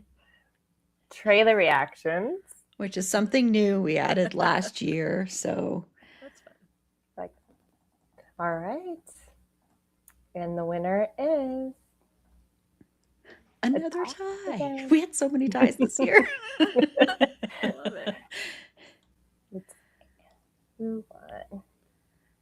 Oh, Carlos Christian Bale impression. Okay. Perfect. We definitely need a clip. 5th year in a row. Oh my I wanted to goodness. say. Okay, this must Undefeated. be real then. Yeah, I'll have to show you a little bit of it here. And if you tune in later when we celebrate Christian's birthday belatedly, he will quote unquote show up. But this is from him auditioning for his dream role. That Carla has decided his dream role is to play John Bon Jovi. Because of course. All right, and trailer reactions. Cool. Well, I'm glad people are enjoying those because I enjoy doing them. So, yes. And Christian Bale says, Chrissy B says, thanks. Chrissy B gets extra marshmallows. Yeah. Okay. Nominees for Best Pride Month episode. Oh, why did I do the curtain? Essential LGBTQIA plus songs featuring Ashley. Queer as Folk Season 2 Part 1, sorry, featuring Michelle and Ken. Sorry, I went a little bit quick there because I was trying to get through the curtain. Queer as Folk Season 2 Part 2 featuring Michelle. And of course, this year we will be doing Queer as Folk Season 3 Parts 1 and 2 because every year we revisit Queer as Folk. And Tegan and Sarah featuring Adrian and Ashley. And the winner is Essential LGBTQIA plus songs featuring Ashley. That was a fun episode to record, and we also made a playlist as well, so you can go back and listen to that. But yeah, and I did want to say I got a really nice message from someone yesterday about how they just found us because of Queer as Folk, and they're huge Queer as Folk fans and huge Brian Kinney fans. And as everybody knows, or some people might not know, KJ, you might not know, that is my all-time favorite show is Queer as Folk. So we celebrate it every year because of that. And plus it's like a really popular thing we do. So we've been doing that for like 6 years, I think now, whether we've been doing it for the whole 6, not the whole 6, but about that. So I need to go back and rewatch all of those episodes. Again, it's been like since I was 12 or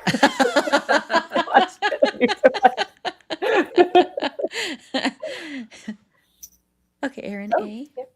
Oh, it's my turn. Nominees for Best Television Episode. The Bear featuring Jen and Sarah. Oh. Queer as Folk Season 2 Part 1 featuring Ishelle and Ken. Queer as Folk Season 2 Part 2 featuring Ishelle. Those are good episodes. Revisiting The Office featuring Tanya.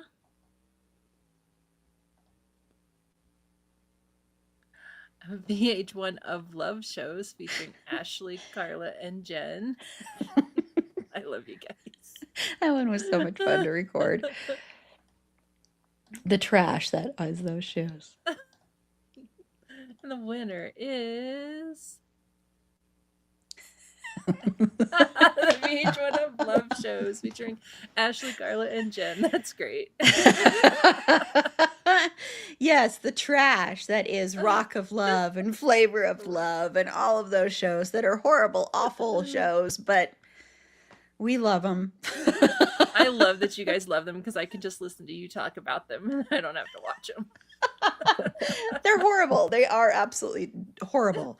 Every horrible thing you can think of, they are, but still love them. Yeah, I have a coworker who like loves all those like reality dating shows, and she'll just come in and tell us like just like the wildest stories, and then like we don't have to watch it. She'll just keep us updated. It's perfect. There's no bandana emoji because Bret Michaels is obsessed with his bandana thing. He did a whole TikTok with instructions on how to put on his bandana. It's ridiculous. Yep, you can't look away from the of loved ones, at least. Okay, so KJ. All right, nominees for Best Topic Episode. Favorite Character Deaths featuring Tiff. Fridging. I'm like, what in that? What is that? The fridging trope. Featuring Carla and Tiff. I'm like, I'm interested.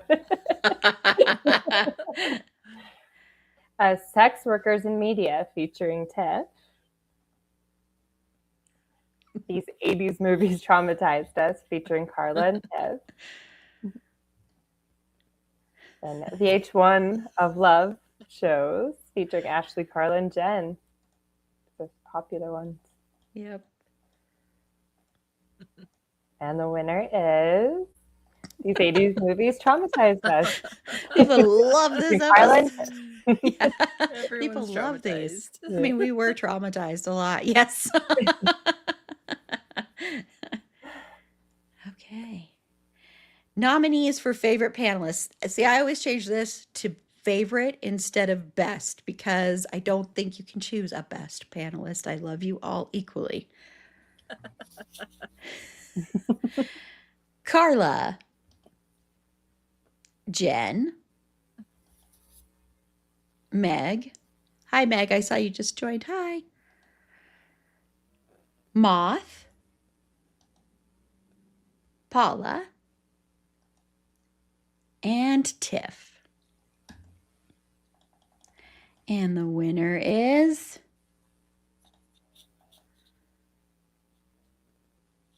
Ooh, I did that one all cool. Carla. Why am I not surprised? I think this is the fourth or I think these are actually the fourth year we've done these. So the fourth year in a row. Congratulations, Carla. Okay, and this is the last category. So Aaron A. Oh, last one. Nominees for best episode. Ooh, when we get 10. So much pressure. The Bear featuring Jen and Sarah. Soon to be coming back. Easy A featuring Bex and Carla. Essential LGBTQIA plus songs featuring Ashley. Halloween featuring Carla, Kim, and Tiff. You did it, Michael. Michael should win more things. Sex Workers in Media featuring Tiff. Shipping Revisited featuring Carla, Meg, and Tiff. Sinners featuring Carla, Kim, and Tiff. St. Elmo's Fire featuring Jen and Paula. I have to say, sorry, really quickly, it shocks me so much that this got nominated in the best episodes. It's not an insult to the episode. It just kind of shocks me because I'm the only one who liked this movie on the panel. And it was kind of just everybody bad mouthing the movie. So, Oh, I like that movie. I haven't seen it for a while. Maybe I wouldn't if I rewatched it. I like it. I understand why people don't, but yeah, I mean, it's 80s movies. These 80s movies traumatized us, featuring Carla and Tiff. The VH1 of Love shows, again, featuring Ashley, Carla, and Jen. Oh man, this is stiff competition. Okay, here it comes. The winner is... I'm going to let it play for this one. Oh, suspense. Oh my goodness. Oh, these 80s movies traumatized us, featuring Carla and Tiff. It's because we can all relate. Exactly. Yes. Yes. I feel better when we know everyone was traumatized. So congratulations. And sorry, I haven't been putting up the comments because I've been doing the PowerPoint here. So the recent ones. So congratulations to everyone nominated and everyone who won awards. And you never know, KJ, you could be nominated next year. So now that I know there's awards. Yeah, and this is kind of it. It's not like, I don't have like a statue to give you. But it's just my appreciation. This was a fun thing that Carla suggested 4 years ago, and Carla knows me. If you tell me let's do something, I will most likely say okay and add it to my ever-growing plate of stuff. It's just the way I am. But I'm glad for this one. I really love it. Misery really does love company. I'm assuming that's for these 80s movies traumatizing us and not for all of you panelists. I did want to go over a few things that were mentioned. People mentioned like the same things over and over again because on the ballot, I do leave a place there where you can talk about some of your favorite moments from pop culture and fandom news. So the ambivalence and apathy towards the Odyssey trailer was mentioned quite a few times. Because unlike most people, we are not excited about this movie. I don't know, KJ, are you excited? How mean we were to it, but I feel like it deserved it. I mean, the Odyssey is one of my favorite books of all time. So I'm actually kind of excited to see, if I enjoy it. I have to see it. I'm like, will I like their take on it? But yeah. It looks like just another Hollywood movie. I do give you that. But trailer reactions, which of course won as a tie. Tiff finally getting on the Interview with the Vampire TV train. So I'm assuming That's Tiff legit. submitted that one, maybe not. But yeah, so as I have warned people, I'm going to become insufferable in June because Same. Interview with the Vampire is coming back. It's going to be the Vampire Lestat, and then of course The Bear is also coming back in June. So my two favorite current TV shows are both going to be back at the same time. I am going to be insufferable, everybody. So it's going to be my whole personality is just those two things. Which is why I put that would be an interesting like crossover. Or just like you watching like alternating back and forth between those is going to be like really interesting for your brain. I know. Yeah, June is going to be a lot, Jen. I agree. So many good things happening in June. Yeah. What episode moment from the past year meant the most to you? Unhinged fun on Horror Trivia Night 3, which was the rules of surviving horror movie. Everybody loved that. The unhinged fun of that was on there twice. I'm sorry. I should have just put it on there once. Everybody wanted talking like a peen. Now what this is a blooper. When I had Ashley and Adrian on for Tegan and Sarah, I accidentally said, and they host Talking Like a Teen. I accidentally said talking like a peen, and it just, I don't know how it happened. It just happened, and luckily they found it humorous and funny. So yeah. Well, good, Sarah. I'm glad you're prepared for my me being insufferable. That should be your blooper award next year. Talking like a peen. Yeah. Well, bloopers usually is nominated, and it wasn't really nominated for anything this year, but yeah. And then I just love when there are tangent moments. It feels like you're having a conversation with friends. Well, thank you so much. And I'm going to now we're in this weird layout here. It goes to that whenever I switch out of there. Let me go back to this one. Nope, this one. So thank you both, Aaron A. and KJ, for helping me present those. And thank you to everybody who watched. We do have a few minutes here. So KJ, what I will do for you, since you are not familiar with the Christian Bale impression, is I do have a video of some of the best moments of that. So I will share that right now so you can watch that. And because in case you don't get to watch the Christian Bale birthday celebration later, or belated birthday, excuse me. Here, this is about 5 minutes of it. So you're going to get about 5 minutes of Christian Bale. Here we go.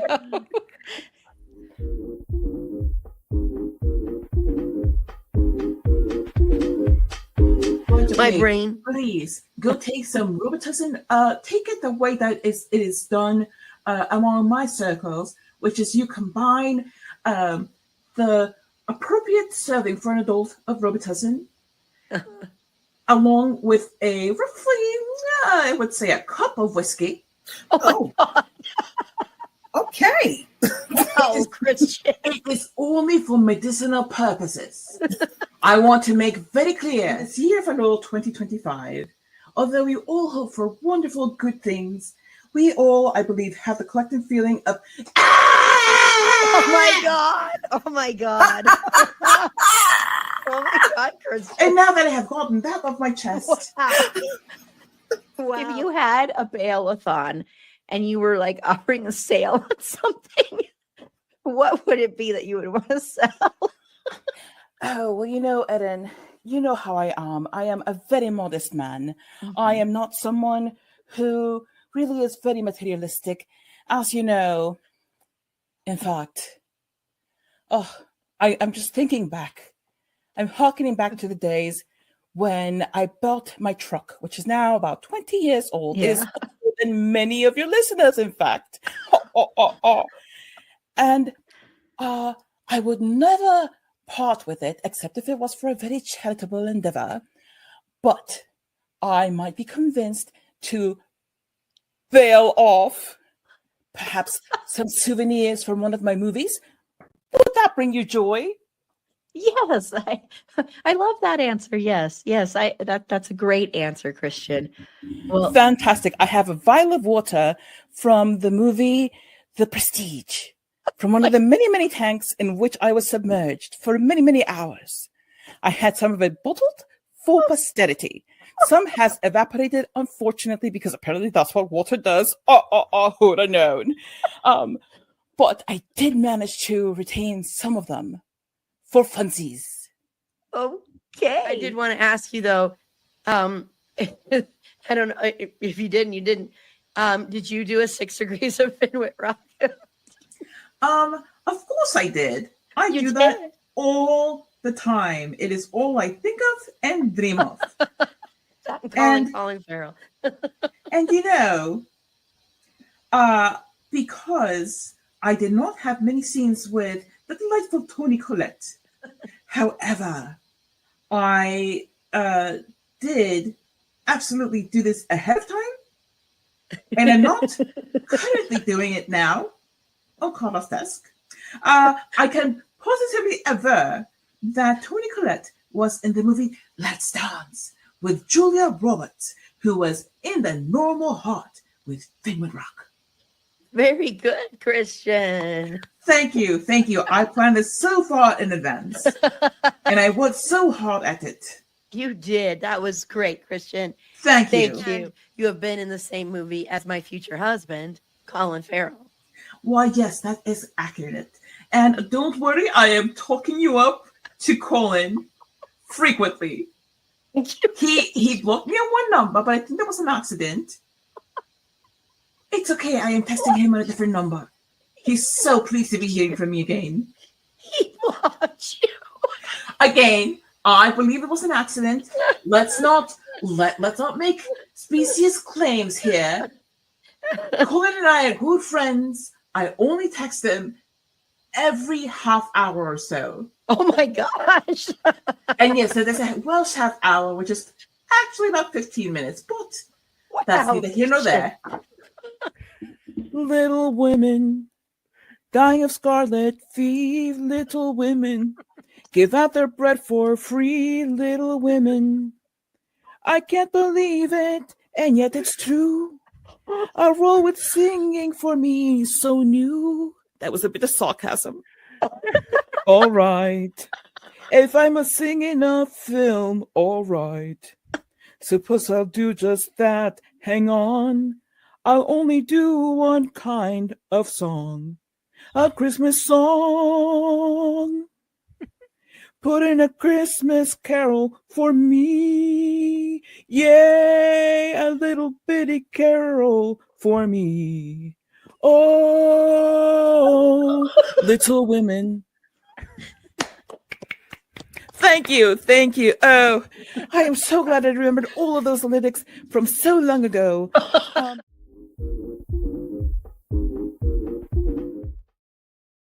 Okay, Just a taste. That's the best thing I've ever seen. I want to invite Carla Christian to my birthday party. yeah, it's so much fun because every year when we talk about Christian Bale during January, because that's like his birthday is in January, so we celebrate him every January, and like sometimes Carla will have a new like headshot she's printed out and she debuts it then, and it's just hilarious. That's right. Yeah, and Carla said Chrissy B would be honored.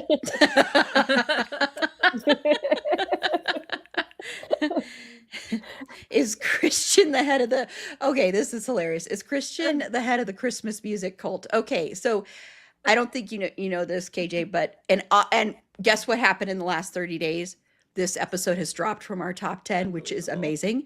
First time it's happened in like over a year. But we have this, our most popular episode ever to date. I do not understand this. Is our episode talking about Christmas music. It somehow found some audience. And we call it the Christmas music cult because it doesn't make sense to me. It's not trying to put down the episode, but of all the episodes we've done, it's not in our top 10 right now, as far as like for the month, but it's the weirdest thing. I have to watch this now, and I have to find the reason.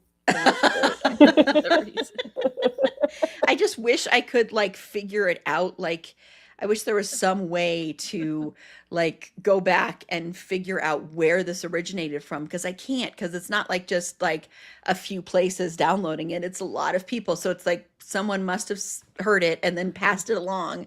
And it's just weird to me because it's like, of all of the episodes we've done. But yeah, well, thank you both so much for helping me. And KJ, since this is your first time on for today, you will be returning later on this afternoon.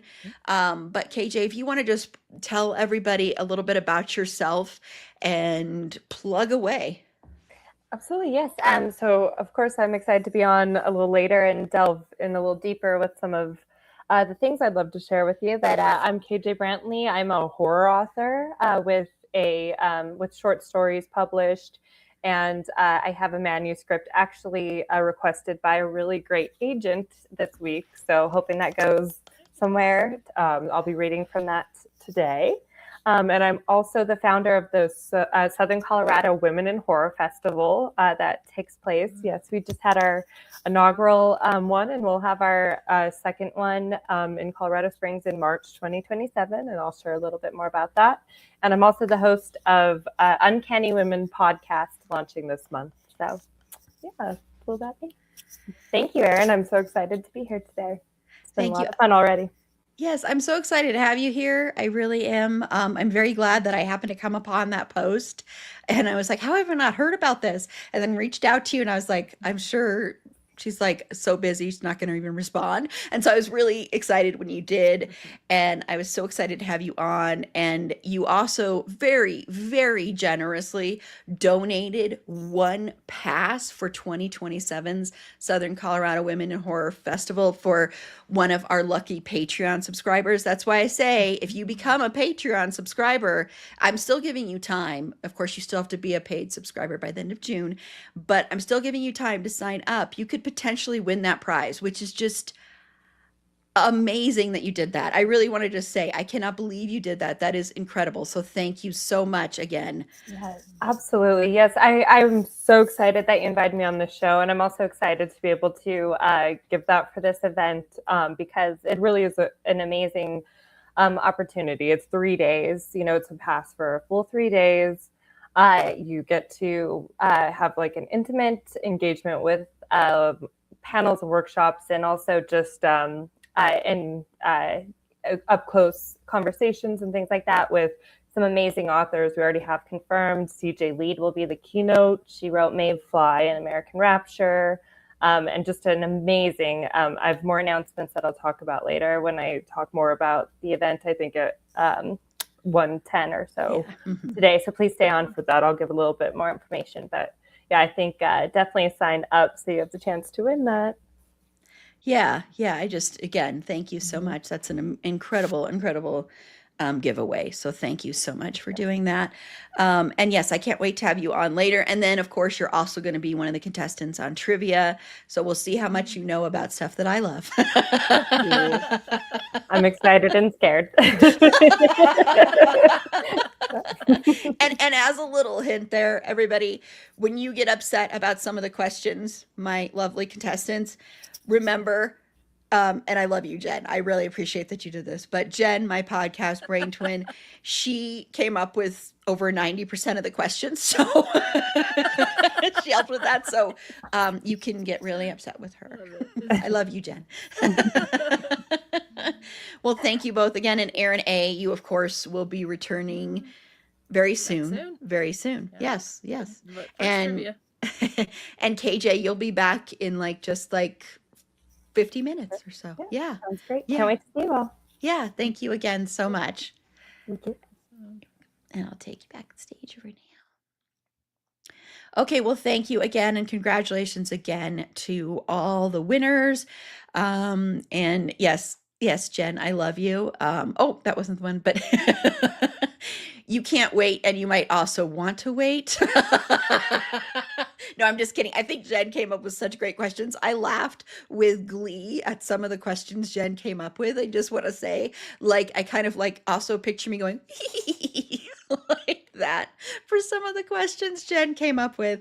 And I did one of the categories I did all the questions for on that one, but the majority of questions Jen helped me, which is like, oh my gosh, taking that amount of work off my plate. I am so, so forever grateful for that. So thank you so much for doing that, Jen. I really appreciate that. And of course, Aaron A for putting together the horror boards. It's just incredible because it used to be in the early days when we did trivia, I did all those cards. I don't know if you remember those. That was a pain in the butt and it didn't work as well. So I'm glad. I 100% did do that. Yeah. I love that you also did the yeah. So we will very soon. We are gonna have a boobs reunion coming up here in like just 5 minutes time. So the boobs, who are of course Carla and Meg, they are reuniting to talk about heated rivalry. I don't even know what 3 characters they're going to be playing with. So they're going to be deciding who they're going to bed, wed, or behead from heated rivalry. So it is their cottage reunion. I'm very excited to have both of them back. They're going to be covering for me. So after I play their intro in 5 minutes here, once that intro is over, I'm not going to be here. They're going to be here. I'm going to be grabbing something to eat. I'm actually holding up better than I thought I would be.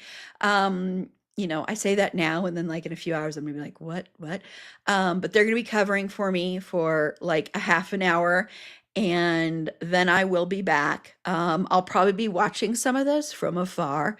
But I am gonna grab something to eat, take Fergie outside, Fergie the dog. Fergie is hating this day because she has to deal with the fact that I'm not there. And she's like, well, I'm here, but like the door's closed, so she can't come in here.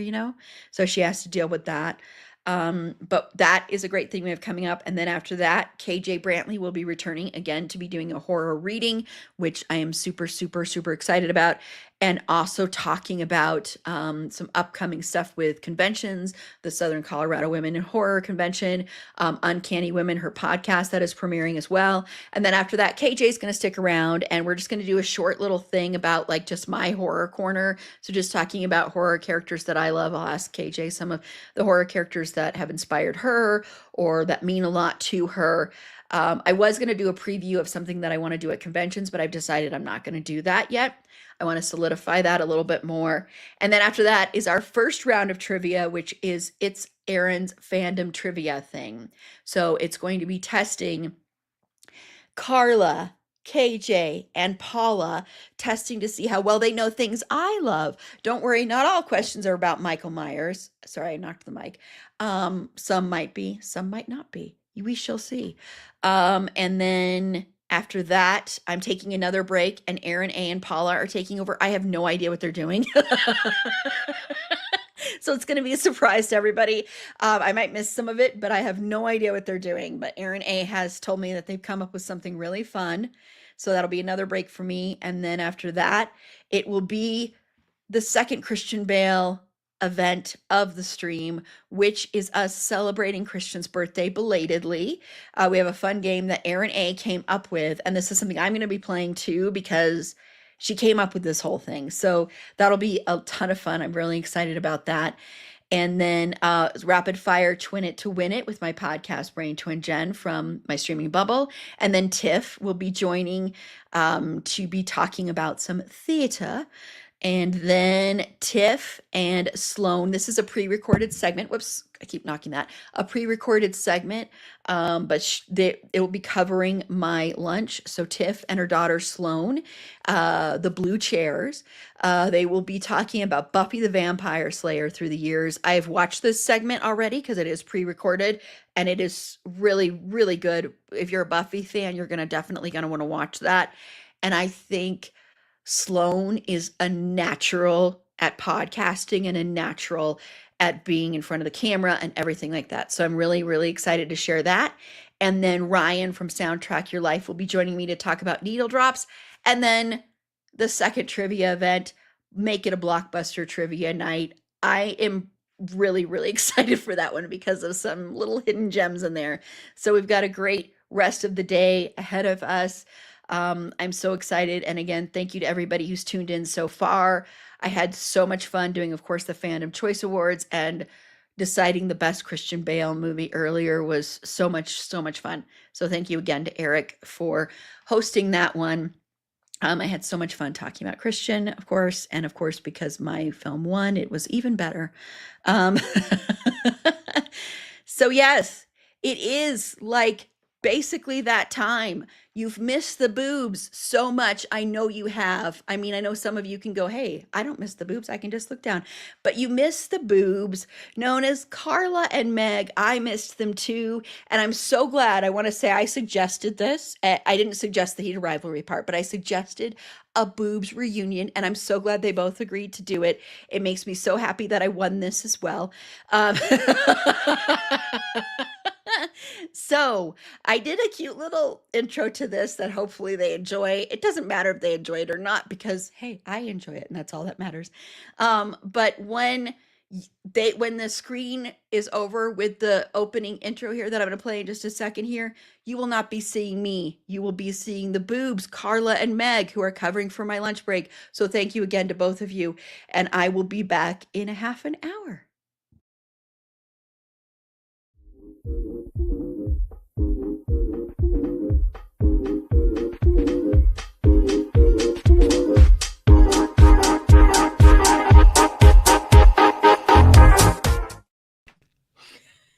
Well, hello. Hi. I love how Aaron's like, they agreed to a reunion because we're on bad terms. No. It's like a band that broke up and now are suddenly like, fine, we'll do it for the publicity because we need to sell more greatest hits albums. I need a new car, so we'll get together again. Fine. Have to pay my alimony. We haven't spoken in years. Well, hello, everybody. Yes, it is us, the boobs. It is Meg and it is Carla. And it is time for us to talk about heated rivalry. Oh my gosh. Not heated Yes. rivalry.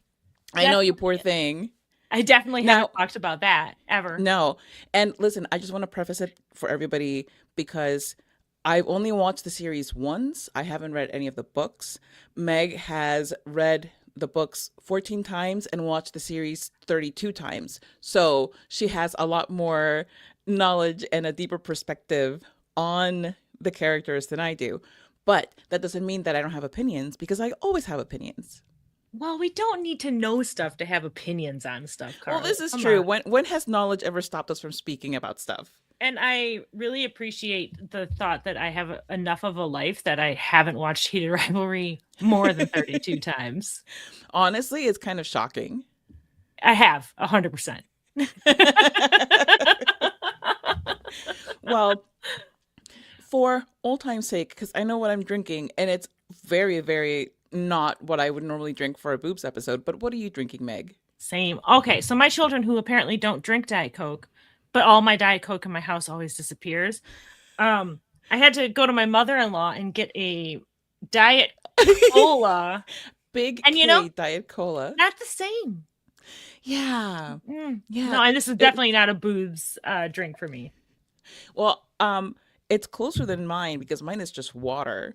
Because I was actually gonna make myself a little like mid-morning drinky just to like have fun, and then I forgot because what is brain power now?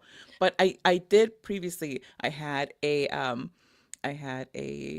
green tea and I had a sweet tea, so I'm very, very caffeinated and also partially hydrated. So this is gonna be interesting in about 10 minutes when the caffeine really kicks in. I'm excited. I can't wait.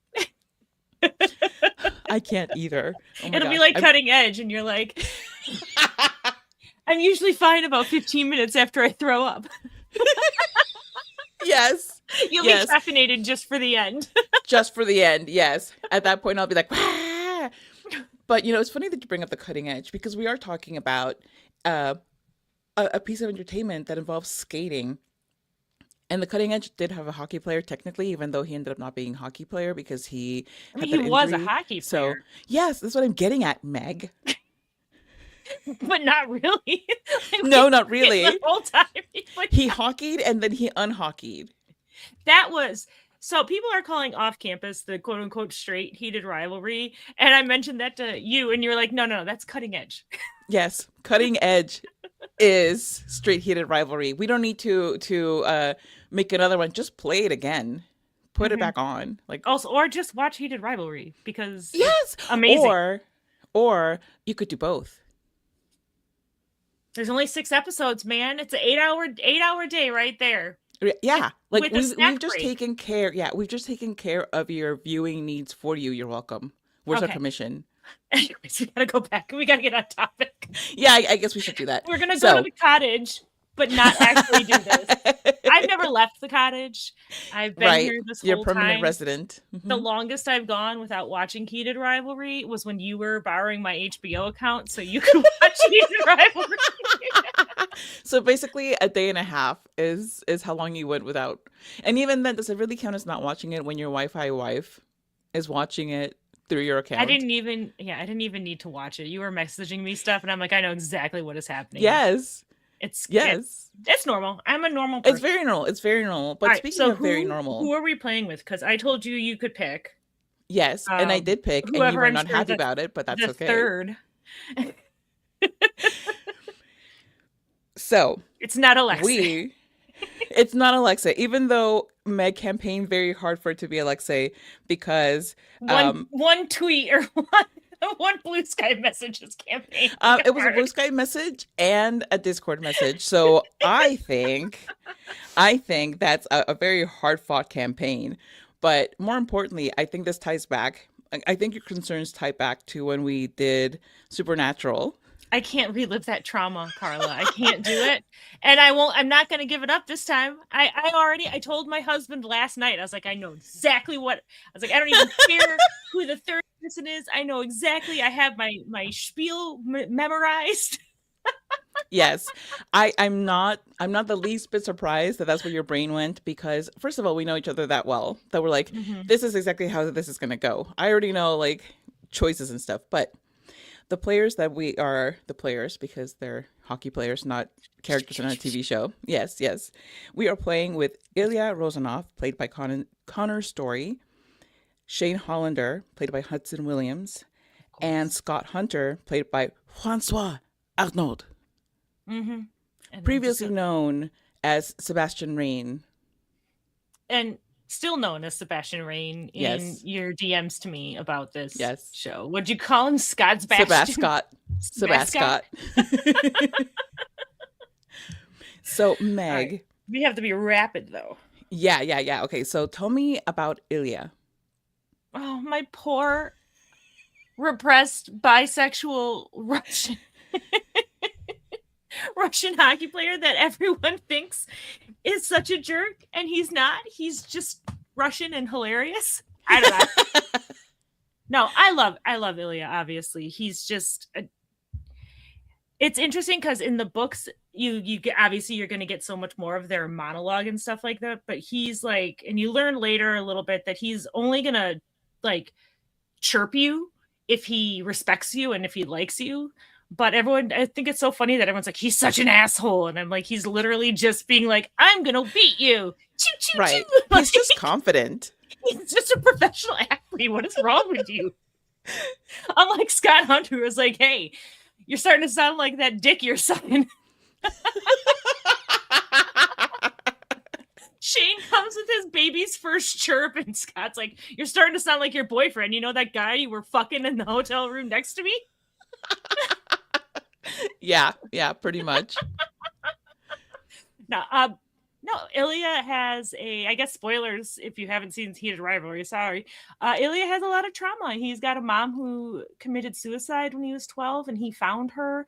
He has a piece of shit brother and father who are both police. His father is dying from dementia.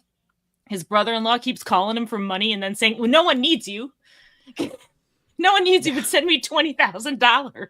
I hate you so much. Send me all your money. Yeah, like how dare you only give me your apartment and a trust to for my kid. But like he just wants a family. He just wants to be loved. And he's like Crowley. I'm kidding. He's so like soft and squishy on the inside. And I'm excited for us to see more of that. Yes. Coming up. But how about Shane? Yes. So Shane, I thought was a very interesting character. And again, this is all I know about what people say about these people characters say. is what you tell me, because I don't follow like the fandom online, and you do, and like Do not now follow the listen, fandom online. They're insane. No offense, everybody, fans of Heated Rivalry, but don't be weird. please, in general, fans of Stop anything, don't chasing be people weird. off social media. Don't be weird. Yeah, yeah. Well, for anybody watching, just know that Meg, way before I've watched anything, and she has watched something, especially something as deeply as she has gotten invested into Heated Rivalry, will tell me like all of her thoughts, feelings, and then everybody else's thoughts and feelings. And that is a fascinating thing for me to get into. With no as I'm about to context. watch, no context whatsoever, and it's hilarious, to be honest. But so from what you've told me of what people say about Shane is that, or even about Hudson Williams acting, is that he's too like reserved and not he doesn't emote Wooden. enough.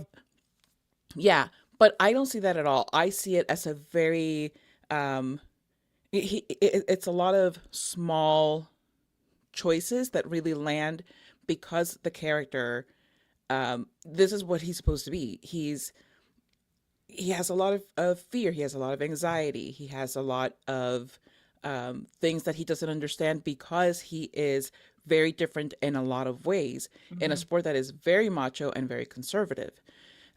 His parents are wonderful people as far as we can see, but his mom is putting a lot of pressure on him to be representative of, Asian kids well, not kids because he's a grown man, but like somebody for Asian kids to look up to in a sports, professional sports setting. And that's a lot of pressure, because he just wants to play. He just wants to get out there and play good hockey and give it 110% and put up the good fight and whatever. I don't know, sports stuff. Sport ball things. Yes, he wants to be a you know sports hockey, dude. Carla. Yes, listen, my knowledge of hockey is just that I enjoy it. The boy Rules? aquarium. What are the boy aquarium? Yes, the Also, boy Jen, aquarium. I'm not in the weird parts of fandom. I just see the weird parts of fandom. I'm not there. I don't She's go an there. observer, but I just love the fact that like you're an observer, but you're very, very like you're so annoyed by what you observe. I'm so annoyed, and it's so funny because I'm like, I got off of so much social media because of how annoyed I am at fandoms and stuff like that. But still, it always seeps And you'll in still, somehow. yep, yeah. Somehow, like I'm. What? No, but I love Shane, but he is just like, I don't like the babification. Yeah. That seems to happen, and I don't know how much of that is because he's Asian or how much of that is because he's autistic. Right. I'm sure there's a combination in there, but I'm like, y'all, he is still a 200-pound professional athlete, and he is like, right. He is your favorite hockey player's favorite hockey player. Like, he is like better than Gretzky kind of level talent in this universe and stuff like that. So it always gets so weird to me when people are like, oh, he's just such a baby girl. He's a baby. Well, and that's the thing. Just because that man wants to get thrown around. I mean, doesn't everybody? But who wouldn't want to be thrown around by Ilya? I mean, honestly, right? I was going to say, like, especially by Ilya. But that's one thing that I think happens a lot to neurodivergent characters, where if people see neurodivergence as weakness as opposed to just a facet of a person. And it happens when people identified Cass as being possibly neurodivergent or whatever. Right. Just any character that they're like, oh, protect them at all costs. It's like, okay, like, first of all, it's a character. Right. Second of all, it's an adult character. Right. You don't need to infantilize people for that. But no, because like he's bless Shane. Like but I do have these moments where I'm like, oh my God, kid, sure, you're gonna let's date a girl so we can prove that you like girls. And then it didn't happen in the show, but it did happen in the books. That club scene at the end of episode 4, which is one of my absolute favorites in the books, We find out he didn't go home with Rose in the books. We find out that he had to pull over for an hour because he couldn't see the road. He was crying so hard. Oh my god. But so sorry for a spoiler, but it's not like a big. It's, For a book that you're not going to read. Like, let's be honest. I don't know if other people watching are going to read it or not, but you're not going to read it. I've already read. I have the great Rachel read. What I'm going to do is when I go visit you is I'm going to steal your book so that I can read it. That's how I'm going to read it. I'm not going to read it before it. That's going to be my entire visit to you later on. Is watching Heated Rivalry. Watching Heated Rivalry and then sitting down and reading Heated Rivalry. Mm-hmm. That's going to be it. We're not going to talk at all. We're just going to do that. We'll trade books back and forth because Yes. I have them all notated for the great Rachel read because all the books take place kind of in the same timeline. Well, tell us a little bit about the great Rachel read so that people know what that's about. So the great Rachel read is after you've read all the books. Because they take place at the same time, there's congruent events that are happening. So someone, a wonderful person who is not me, put together.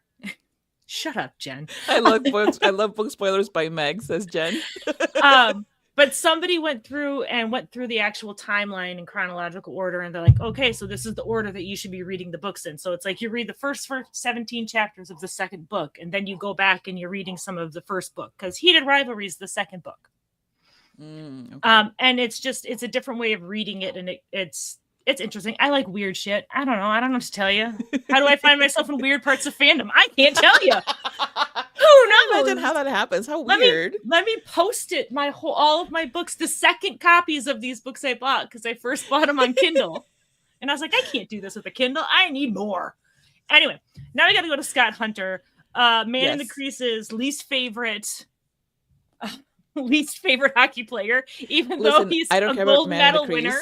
He won the gold medal at the Olympics. He's a captain of the Stanley Cup winning team, and they're like, this motherfucker can't play. Like, sure, all right. And the thing is, like, it's funny to me in a way because that happens in real life with like real athletes, where people will just dunk on a very objectively successful athlete. It's like, are we watching the same sport? And in this case, are we watching the same fictionalized version of sport? I will dunk on LeBron James all the time, anytime. Do I watch basketball? No. Do I give a shit at all about and literally basketball? Absolutely not. Fuck LeBron James. Sorry if you're a LeBron James fan. Not to get on too much of a tangent, but the awards say that people like those. But that's a different sport, Meg. Let's stay on hockey. I don't know anything about sport hockey, of no ball, except the Chuck brothers suck because they're like racists. Yeah, and pieces of shit. Yeah. Which anyway, yeah, I'm about to get into this whole thing about like the Panthers and whatever because I don't know why we were only given 30 minutes. We've never been able to do anything in 30 minutes in our lives. Not when we're at the same Not time. together. Like that's never no. But so first, I didn't really get to talk about Ilya, so I'll talk a little bit about Ilya. And Ilya, for me, I really like him. I think that he is somebody who has, at this point in the series, because again, we're only talking about this season of the TV series because that's what I watched. And like as the lowest common denominator in having consumed the content, that's where we are, and that's what we're going with. And Ilya so far he's grown a lot over the course of the season. He has a lot of growing left to do. And I think that, considering that Shane is the one who's autistic, Ilya is the one who can't read the room, which I think is kind of hilarious because he does not really seem to, love him, well-intentioned dude, but there are some times where he will just say things because he wants to say them without really watching for what the effect might be on the people to whom he's saying them. And he is like this more with people that he actually likes than with people that he does not, because he's a lot more cautious around his father and around Alexei, which I'm like, in a way, I get that because it's partly that thing of feeling safety and trust and knowing that even if you say the wrong thing, these people will still be there for you and that they will understand and accept you regardless of how you might be coming across. Whereas with these people, you have had the experience of the abuse that caused you to be more cautious around them. So I get that. And again, understanding it does not mean excusing it, because it's still Mhm. the effect is not great on the person receiving Yeah. that kind of treatment. This show is actually one of the few examples of the miscommunication thing that I don't hate. Same. I actually love it because both of them, and it's tough because each of their comfort is the other person's kind of trigger. Like Shane's comfort is in his family and being home and stuff like that. So every time he's trying to talk about, when Ilya says like I have to go back to Russia, Shane's not reading this as I have to go back to this country that is dangerous for me to be in, to a family that does not love me, who has made very clear that they hate me, and where I have to pretend for this big chunk of my life to be something that I am not. Shane is like, oh, you get to hang out with your family. That's Right. great. He doesn't like, so they, and Ilya, I think sometimes the way Ilya gets Shane, because Shane doesn't know he's autistic. That's the whole kind of point. He's just Shane, but Ilya tends to be charmed by so much of Shane's little Oh my stuff, God, let's talk like about the the burgers. folding the clothes. Her Yes. folding his They're about to clothes get it every on, and time. he's like, hang on a second, I have to Let me- crease my pants just right. And you can see Ilya's just so delighted by it, and it's I love Yes. it. But at the same time, and there's also the fact that Shane really likes clear direction, and Ilya's like, Yes. yes, I will tell you what to do. And they like that, but Ilya tries to feel stuff out or tries to read the room or keep himself safe by asking probing questions about sex. And sex is really kind of Shane's sex and his sexuality. He's not comfortable enough in any of that. And that kind of tied with some of his autism stuff where he doesn't do vague nearly as well. Like when Ilya's like, I like girls. I never hear about you with girls. And Shane's like, I'm private. Right. Or when he's like, I'm not a you know what? I chicken. hadn't really thought about that. Yeah.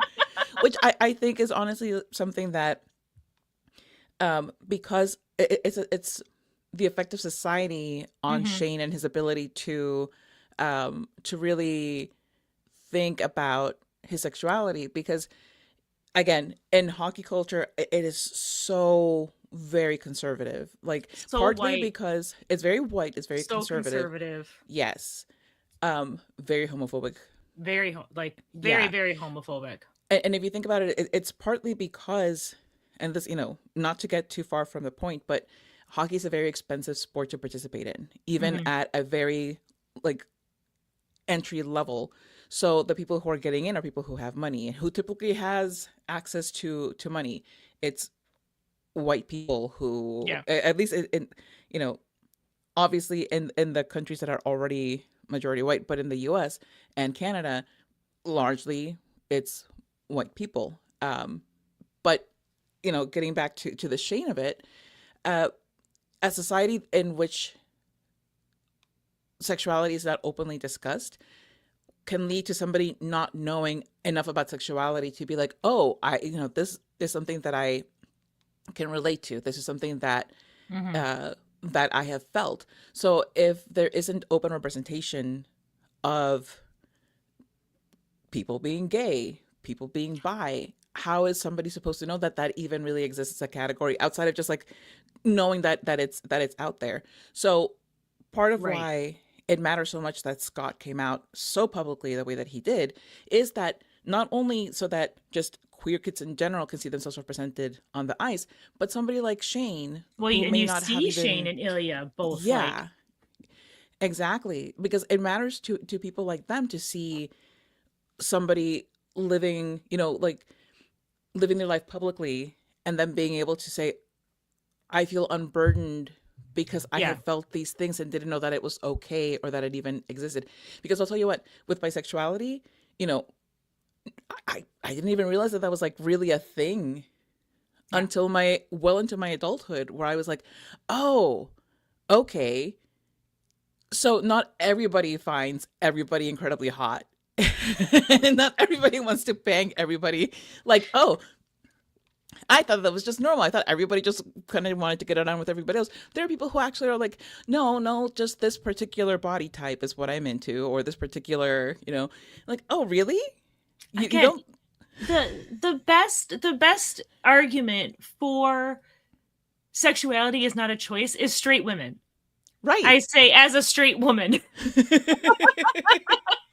Because like really, like, have you seen, especially like cis men? Have you seen cis men?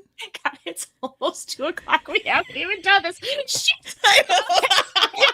We Okay, gotta go okay, back. yes. Okay, Let's we have to get in there. All right, zoom in. let's just get in there. So Meg, Yep. what What am are I doing? your what are your Okay. determinations? Okay, so I've decided I am not betting Shane because it's very clear from episode 4 that man wants nothing to do with me, and I don't like sucking dick enough to even pretend to be what he.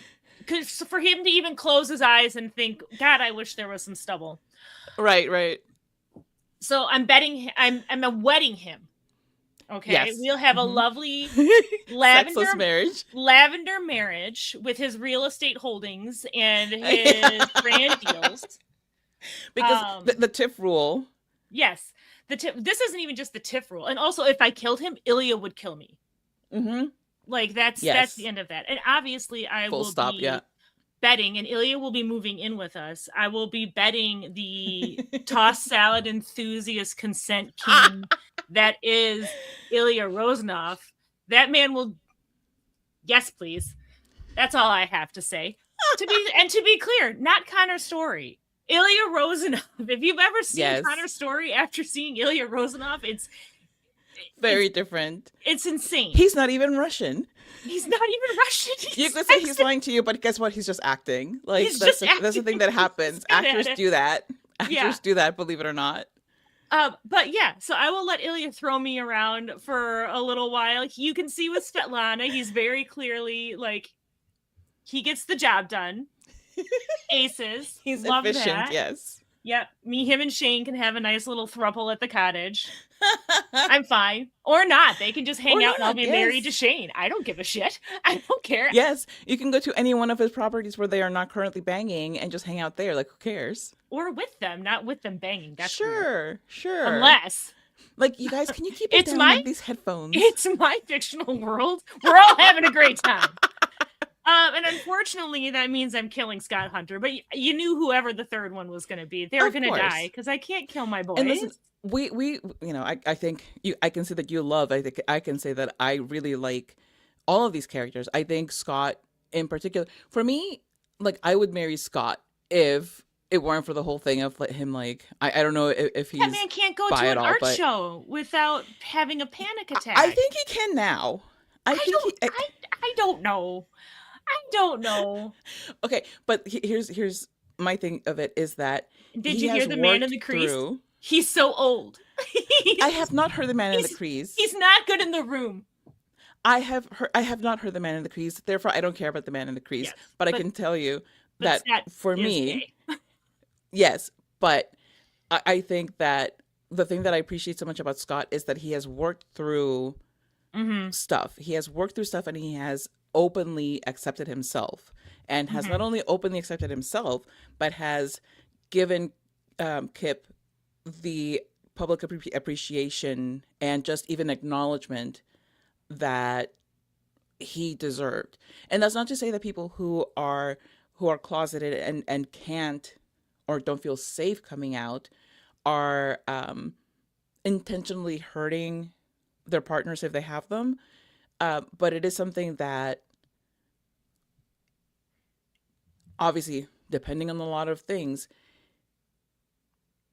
it's good and it's healthy to try to kind of work through Mm-hmm. for your sake and for your partner's sake, because nobody wants or deserves to be hidden, For sure. right? But- especially All if they right. very, very much do not want to be. Okay, yeah. Yeah, Okay, we whatever. have 2 more minutes, Carlos. I'm getting You there, were gonna Meg. marry I'm Scott. getting Or there. is that your pick? Is to marry That Scott? was yes. I was gonna marry Scott. I was going to try to bed Shane unsuccessfully, but That man just does not want anything to do with him. And no. Just Rose slept with him twice But- and was like, you know what? This isn't your thing. She was like, "Oh no, I understand now. I get it now." It's like, because have you seen me? Like, She's like, look at me. She's like, And why all are right, 80% of my boyfriends gay? right? But no, I can say that you've talked me around to your POV because, again, I don't want to part with any of these characters. I love them all. I think they're all fantastic, and they're so well developed, especially on the show. Again, I say especially on the show because I haven't read the books, so take that with that. Take that especially with a grain of salt. This show is better than the book.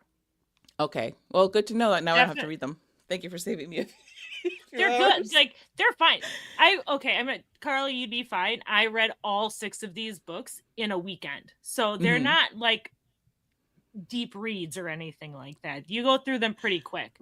But just Jacob Tierney just did such, and Connor Story and Hudson Williams and Francois and Robbie GK and like the cast and the crew, they just elevated it in a way that I was pretty surprised by.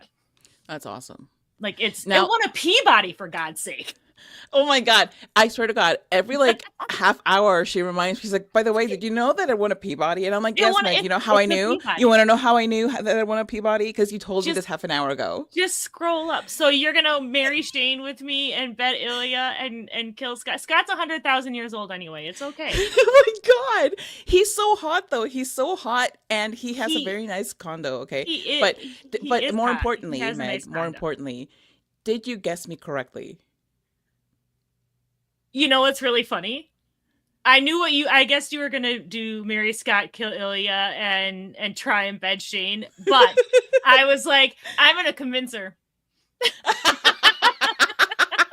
I was like, I spent too much time and energy In the cottage. in this and trying to not like harass you to watch this show for a You've been month. really good about it. Now, I kid about, well, actually, I don't kid about how much she talks to me about the show, but you haven't pushed. Mm-mm. No, I was For- like, about me I like watching this it. too much. I can't tell her to come watch it and then her hate it. And I'm like, I'm sorry, we can't be friends. This is the Gilmore Girls all over again. I'm like, if you watch it and you don't like it, then I don't know what to do. Right. But if you watch it on my constant recommendation and don't like it, then I don't know. That's a problem. Yeah. I'll And I sign did up tell all you. the rest of social media. First of all, I guessed you 100% correctly. I was like, this is exactly how it's going to go. And especially when you were like, hey, so can we like maybe throw in Alexei, just for kicks? Just And I for was like, easy. no, she just, I'm like, no, she just doesn't want me to kill Ilya. And we're not doing that. Nope. I don't want to kill Scott either because I love Yeah, Scott. no. I Okay, can we agree that we will part ways with Scott with a handshake and never see him again? Yes, we will leave him at There the we art go. show. We will leave him at the art show. That is exactly what we're gonna do. Let him drink those watery ass smoothies. I mean, I think we knew how this was gonna go when we spent a grand Yeah. total of 45 seconds talking about Scott as a character. And it's not even his fault necessarily. He gets Mhm. one episode in like 4 minutes. Well, no, No, but 6 minutes. I'm gonna tell you what though. Like his episode for me was one of my favorites. Same with my husband. It's just it's really well done. I think Mhm. that given that they had under an hour to put together and convey a very complete story, what at that point was complete, a complete story about these two guys meeting, falling in love, and the hardship that comes with one of them being closeted and a very public figure, Mhm. especially in a sport that is very unfriendly to the reason why he's closeted. Yeah. It packed in a lot and it did It it did. really, really well. I think why honestly episode 3 is my least favorite episode, not because it's a bad episode or Because anything. you hate Scott. Because I hate Scott and I want him you dead. hate French Canadians. I am French Canadian. I hate my Okay. own people. That's self-loathing, Meg. God damn it. My family were fur traders from Montreal. Also, he's in New York. Scott Also, he Sutton really is a screwed New over David, Rose, and Moira, and we He- can't ever he forgive him really for did. that. We'll never forgive him for that. Never. No, because I feel like episode 3, I mean, it is a bottle episode, but it is really important. You don't get the cottage if you don't Yes. have episode 3.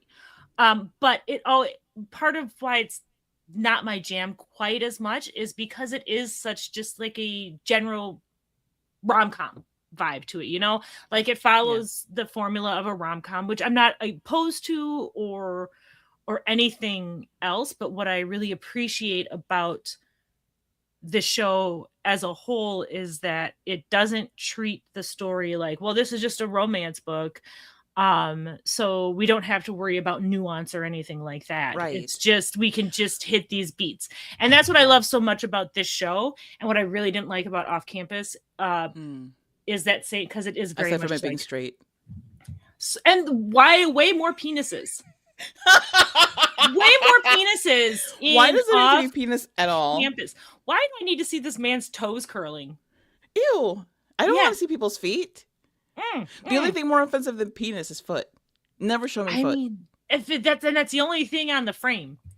No, Is I don't toe want that. curling foot in a desk No. chair. Like what is happening? First of all, I'm never watching it to begin with. No, it's okay. I think this is very important. I think people need to know this. People need People need to know this, Meg. People need to know that you sent me like your play-by-play of this awful series, and that I ended up because I watched the whole thing. I don't know why. This is just I couldn't stop it. Yeah. So now you know, Erin, to not go and watch Off Campus. You'll be very disappointed in life. Yes, I did message you both backstage that I was coming. Oh, yeah, I saw that. I saw that. I'm glad one of us unless is on the ball. Like to see random penises, like just the whole frame is just dick, and the man's toes curling in a desk chair. That's what I got out of Off Campus, and Okay. also music makes people sad. I will watch season 2. Well, I did listen to a lot of that, and you are both dead to me. So Scott is my favorite character on the show. So you are both dead to me. But that's why we're like, you know what? Let's give Erin a break. I tried to have Alexi on here so Scott would be spared, but we didn't kill him. We just gave him a nice firm handshake and Yes, let him go and left him at the art show. left him at the art show or the Kingfisher so he could stand outside the window looking sad. To be clear, I love Scott. I love Scott too. Yeah. Erin, love I Scott. truly love Scott. I just, we had to make the hard choices. Mm-hmm. yeah, It was not a hard choice. I'm so sorry. It was For the Meg. easiest Okay, choice I had to make what was hard for me the choice. for me. He's the whatever. consent. Ilya will toss your salad and ask if you're okay. What else do you need in a man? Oh man. Well, see, at least both the Aarons agree, and thank you, Erin A. I'm glad that now you can forgive me for the Newsies situation. I'm 0 for 2 with Erin A just now. I just realized this. After today, Erin A is never going to speak to me again. I was I had to backstage. produce this. Damn it! I was backstage, and I almost hopped on like 10 times when you killed them, and I'm like, never mind. I'll just let them. Nope, because then somebody would say something like, "This is not a good time."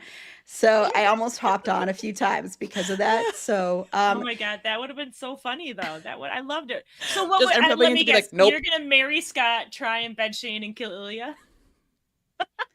no, it would probably be the opposite because Kill Shane. yes, and only because I think Ilya would be more fun in bed than Shane. We can see that. We saw Shane try and have sex with a woman. He looked like you were gonna kill him. He was looked in like physical pain. He was walking to the guillotine, going up those stairs. Yeah. I love this, Meg. You're trying to bring back the porn bots. We haven't had the porn bots in a long time. He makes a very nice Caesar salad. I don't know what to tell you guys. And you know what I just realized? I have forgotten about doing polls. I haven't done a single poll during this. I forgot we can do polls now. And I was like, I'm going to do polls constantly. I haven't done a single one yet. So I will do a quick one. So would you kill Scott? And I Yes. feel like there's a lot of this for me too No. that I can't really. I don't want to kill Scott, you guys. But somebody had to go. Someone had to die, and it wasn't going to be them. It's the ring, the fling, or the Fling, guillotine. Guillotine. We don't make the rules, except that we do. Exactly. You That's made true. the rules. You This could have time it's broken the them. ring, the fling, or a firm handshake and send you At on the your art way. show, yes. He already gets murdered by that podcast every single day. I will never listen to them. They're dead to me. Well, no one's Oh. voting in my poll, so I vote 1. I think you have to put it in the thing in the chat. Well, I don't know how what it to works. tell I you. don't know how it works. This is the first time I've ever used it. So I think if you go like, let's see. There. So I just voted 2. Look at so, that. So you put the number in the comments and you vote. So that's how you do it. So we are learning important put the number things. 2 in the comments, everybody. Or No. I'm gonna just end this poll. Or she's gonna block you. I should have said you two are not allowed to vote. Too late. Still, I have to do all of this stuff to try and connect my account so I can do this. Well, I do want to thank you both though for taking over so I could eat. I'm doing so much better than I thought I would be doing at this point, by the way. And I do want to end this poll now before anybody else votes, so that I can. I love that. That's amazing. You've got the power. Yep. I think a lot of it is because I read them in the book, and Ilya's in all of the books, and he's like the best part in all of like. Yeah. No, I get it. I Whatever. would marry Ilya if I thought Shane would even want anything to do with me. Okay, well, thank you both so much, Carla. If it's okay, I'll put up your QR code really quickly. But Carla Just will be flash it up back real quick. very shortly. Carla will be back in like an hour and 10 minutes. Meg, thank you so much. I hope you continue to watch. Love you so much. Thank you for filling in and for doing this boobs reunion. I'm glad to have both of you back, even though you are incredibly wrong with some of your decisions. We're arch enemies now. We are rivals. So Don't end up kissing now. damn it. What's the point of you coming to see me then? So thank you both so much. And I will see you soon, Carla, and love you, Meg. Thank you. Love you. Bye. Okay, thank you both so much. I watched most of that, and yes, I know I was supposed to be taking a break, but after I brought Fergie in, I watched most of it, and that was incredibly entertaining. So thank you both for doing that. I really, really appreciate it. And I bought these lights. You can't see them right now. You can see them when it gets dark in here. They're really bright. And I turned them to red because I was trying to do that because we're going to be doing horror now for like an hour. And it's not showing up. But you can see Michael. I did switch to one of my Michael shirts because I thought it was appropriate. And I am going to be bringing KJ Brantley back on. If you saw Fandom Choice Awards, she was on earlier, and she's going to be reading a segment from her novel along with other things. So let me do that intro, and then I'm going to bring KJ on, and I'm very, very excited about this segment.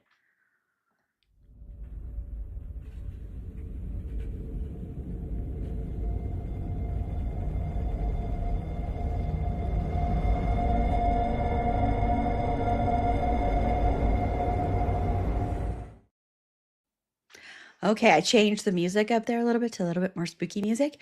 I spent so much time also on that font. I don't know. Like I told you, I spent way too much time on these intros. But I'm very excited to bring back KJ Brantley. Hello, KJ. Hello again. Yeah, I love the intro. That was Oh, nice. good. Good. That's all that matters, that you love it. So I'm very excited to have you here to be doing a reading. I am going to put you in more of a studio mode, so it's just focused on you, so people aren't looking at me, if that's okay with you, while you read the novel, if you are ready.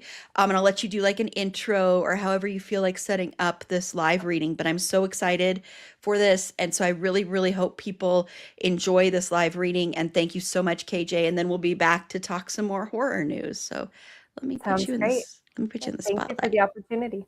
Of course. Thank you.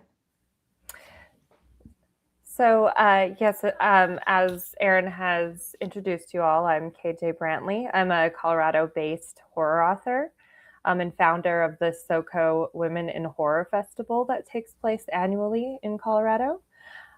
So I have a manuscript that I'm excited to read from today. It's my unpublished eco-folk horror novel titled What Grows Within. And this novel follows a mother struggling in the aftermath of a dangerous postpartum episode who's coerced into attending an exclusive retreat for mothers and infants in a refurbished, once abandoned mining town, only to discover it's a front for a cult devoted to a sentient fungal entity beneath the town and a doctor exploiting it for his own gain.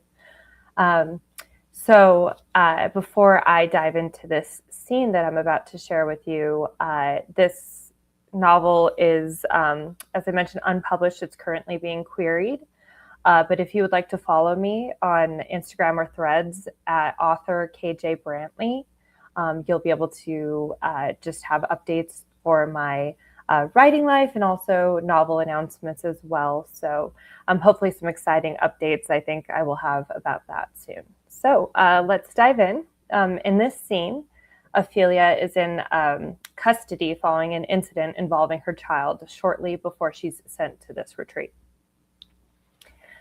When you give forth to life is when you begin to rot from the inside out. Lorelei. Lorelei is the cult leader at this retreat. Ophelia lies in a hospital bed and pulls weakly against the restraints touch fastened around her wrists. The room around her is stale and beige, the color of old bread. The only thing breaking the monotony is a steel cabinet with a metal sink inset into the top. The air is incredibly still. She cannot find a vent or a draft, yet she feels cold in her bones and warm under her skin. Her memories of 3 nights ago feel blisteringly vivid. Police cars, flashing lights without sirens, David holding Teddy. Teddy was crying so hard his little chest shook. She had not fought the officers, she had barely understood them. After one night in a solitary cell and another in a psychiatric facility, she was transported here. She no longer knows where here is. Her pajamas are gone. She wears a heavy hospital gown with no ties. The socks are rubber-bottomed, the kind given to people who could fall. She pulls the thin blanket up around her shoulders. She can swear she feels a breeze, but there's no open window, no draft under the door. The lights overhead burn through her eyelids. Her brain feels microwaved. If someone does not turn them off, she half believes her skull will split and her thoughts will splatter against the walls and give this room some color. David and Teddy would be better off without her, she surmises. Her brain matter is best suited as dressing on a wall than decaying inside her head, ruining everything in her orbit. A buzzing whir is followed by a loud pneumatic clang. She glances over to the door. Before she can see who enters, her body clenches. She curls into herself, arms folded across her stomach. Nausea rises sharply. I'm going to be, she manages before the heaving overtakes her. Bitter bile splashes onto the floor. Her vision blurs as someone places a warm, steady hand on her back. She cannot do anything but ride the spasms until her stomach empties itself. There, a man says in a calm, patronizing tone. His hand lingers too long. She sloughs it off.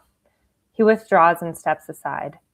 She sees his black trousers first, square-toed shoes polished to a shine. She forces herself upright, legs dangling above the floor, one hand pressed to her throbbing temple as she squints at him. He steps closer with controlled ease. His features are angular but softened by a wide, practiced smile. His salt and pepper hair is neatly styled. He cannot be more than 40. He touches her shoulder gently as if he comforts people for a living, a social worker. Good morning, Ophelia, he says, his voice deep and sweet. So it's morning. A Apologies about the lights. For your safety, I hope you are able to get some rest. She doesn't answer. A woman pushes a small cart forward. Ophelia had not noticed her in the corner. Amber hair and a ballerina bun, a pale green spa tunic instead of scrubs. Her expression is flat, unreadable. Take these, they'll help, the woman says, handing her 2 white pills in one cup and water in another. Ophelia hesitates. The cups feel too light in her hands, as if they might float away if she loosens her grip. She doesn't want to swallow anything they give her. She doesn't trust the room or the lights or the way her skin keeps heating and cooling in waves. But the buzzing behind her eyes tightens, sharp as a wire pulled too far. The nausea curls again through her stomach like a fist. Refusing to take them feels dangerous. Refusing feels like proof she can't be trusted. She forces the pills into her mouth and swallows because she needs the pressure in her head to stop, even for a moment, and because obedience feels like the only path that might lead her home.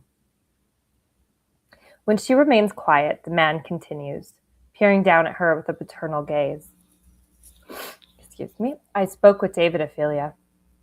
David had been worried about her since the last incident weeks before, and minor in comparison to what happened this time. Her OB had assured them nothing serious was wrong and suggested stress could be contributing, but couldn't explain the exhaustion, the pain in her neck, the strange humming she kept hearing. She'd recommended therapy, a friend, someone she could talk to. She didn't do any of that. She had David, her husband, the kind of safe that comes from years together, from shared dorm rooms turned apartments and routines built slowly. Reliability that never needed to be tested until now. Her voice scrapes out. Where am I? Who are you? I'm Dr. Harper, and this is my colleague Amelia, he says, gesturing at the woman as if presenting a prize on a stage. Amelia will take you to the shower and bring you fresh clothes. When you're finished, she'll bring you to have breakfast with me so we can talk about what comes next. He turns to leave before she can respond. The pills dull the pain behind her eyes, but fear quickly takes its place. She surprises herself with the strength in her voice. Dr. Harper. He pauses in the doorway, eyebrows lifted. Yes? Is Teddy okay? Will I get to see him? Can I go home? Her voice cracks on the last word. This is what I'd like to talk to you about, Ophelia, he says, and walks away. Amelia leads her down a corridor to a private shower. Ophelia sinks to the floor under the stream and lets the hot water pound over her scalp. She feels guilty for how good it feels. She doesn't deserve comfort. The memory of the night returns in perfect clarity. Feeding Teddy, putting him in the bassinet, the room becoming too quiet. The baby monitor crackling with electric breath. The wet gurgling. The dark green and black tubes wrapping around him, crawling over his skin, pushing into his mouth and nose. She clawed at them until her fingers throbbed. She dragged him to the bathroom and filled the tub. She dunked him under because she thought she was saving him. She thought the water would strip the thing off him. For a moment, she believed it worked. Then David's arms grabbed her, his elbow striking her face as she lunged for their son. Her screaming that Teddy could not breathe. Then Teddy afterward, no tubes, only welts, only red skin, only fear in David's eyes.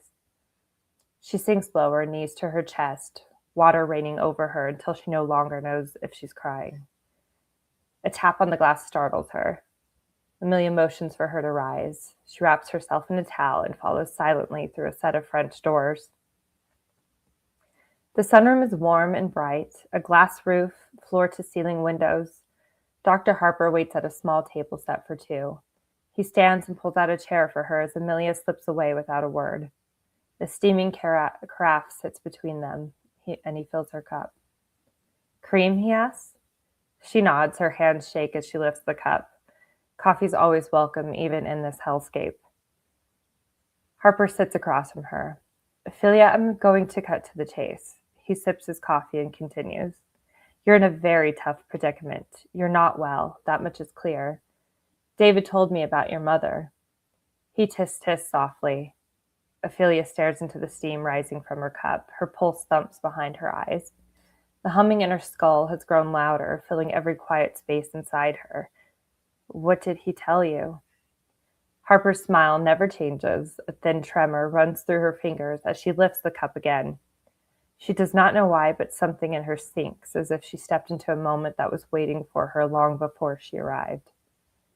He told me your mother was sick, that she killed your little brother and sister, that she tried to kill you when you were, only 8 years old? She lifts her fingers to her chest. She could almost always convince herself that what happened was just a story, until she feels the beigey pink tissue that travels from sternum to clavicle like a long drip of flesh-colored wax. She drops her hands. Being naked in front of him would feel less vulnerable than drawing too much attention to it. She picks up a muffin off her plate and begins to crumble it apart with her fingers. She can't look the doctor in the eyes. Yes, are you saying I'm like my mother? Are you keeping me here at this hospital? She looks around, unsure of what to call a place that appeared more like a mansion set into the side of a mountain rather than a hospital, and she didn't see any other patients or people for that matter. This is actually my private home and office, Ophelia. While I sometimes host small gatherings of patients needing special care, this is not a hospital, and we will not be keeping you. Not here, at least. I'm giving you a choice, Ophelia, one only that you can make. I can let you go home today, to Teddy, to David, he said before taking a sip of his coffee. Her eyes widen and she drops the mutilated muffin onto the plate. I can? Or, he cut in, I'll transport you back to the psychiatric hospital where they'll keep you for months, years. And who knows what they'll determine about your ability to see Teddy at all. No, I don't want that for you. That's why you're here and why I procured your currently temporary release.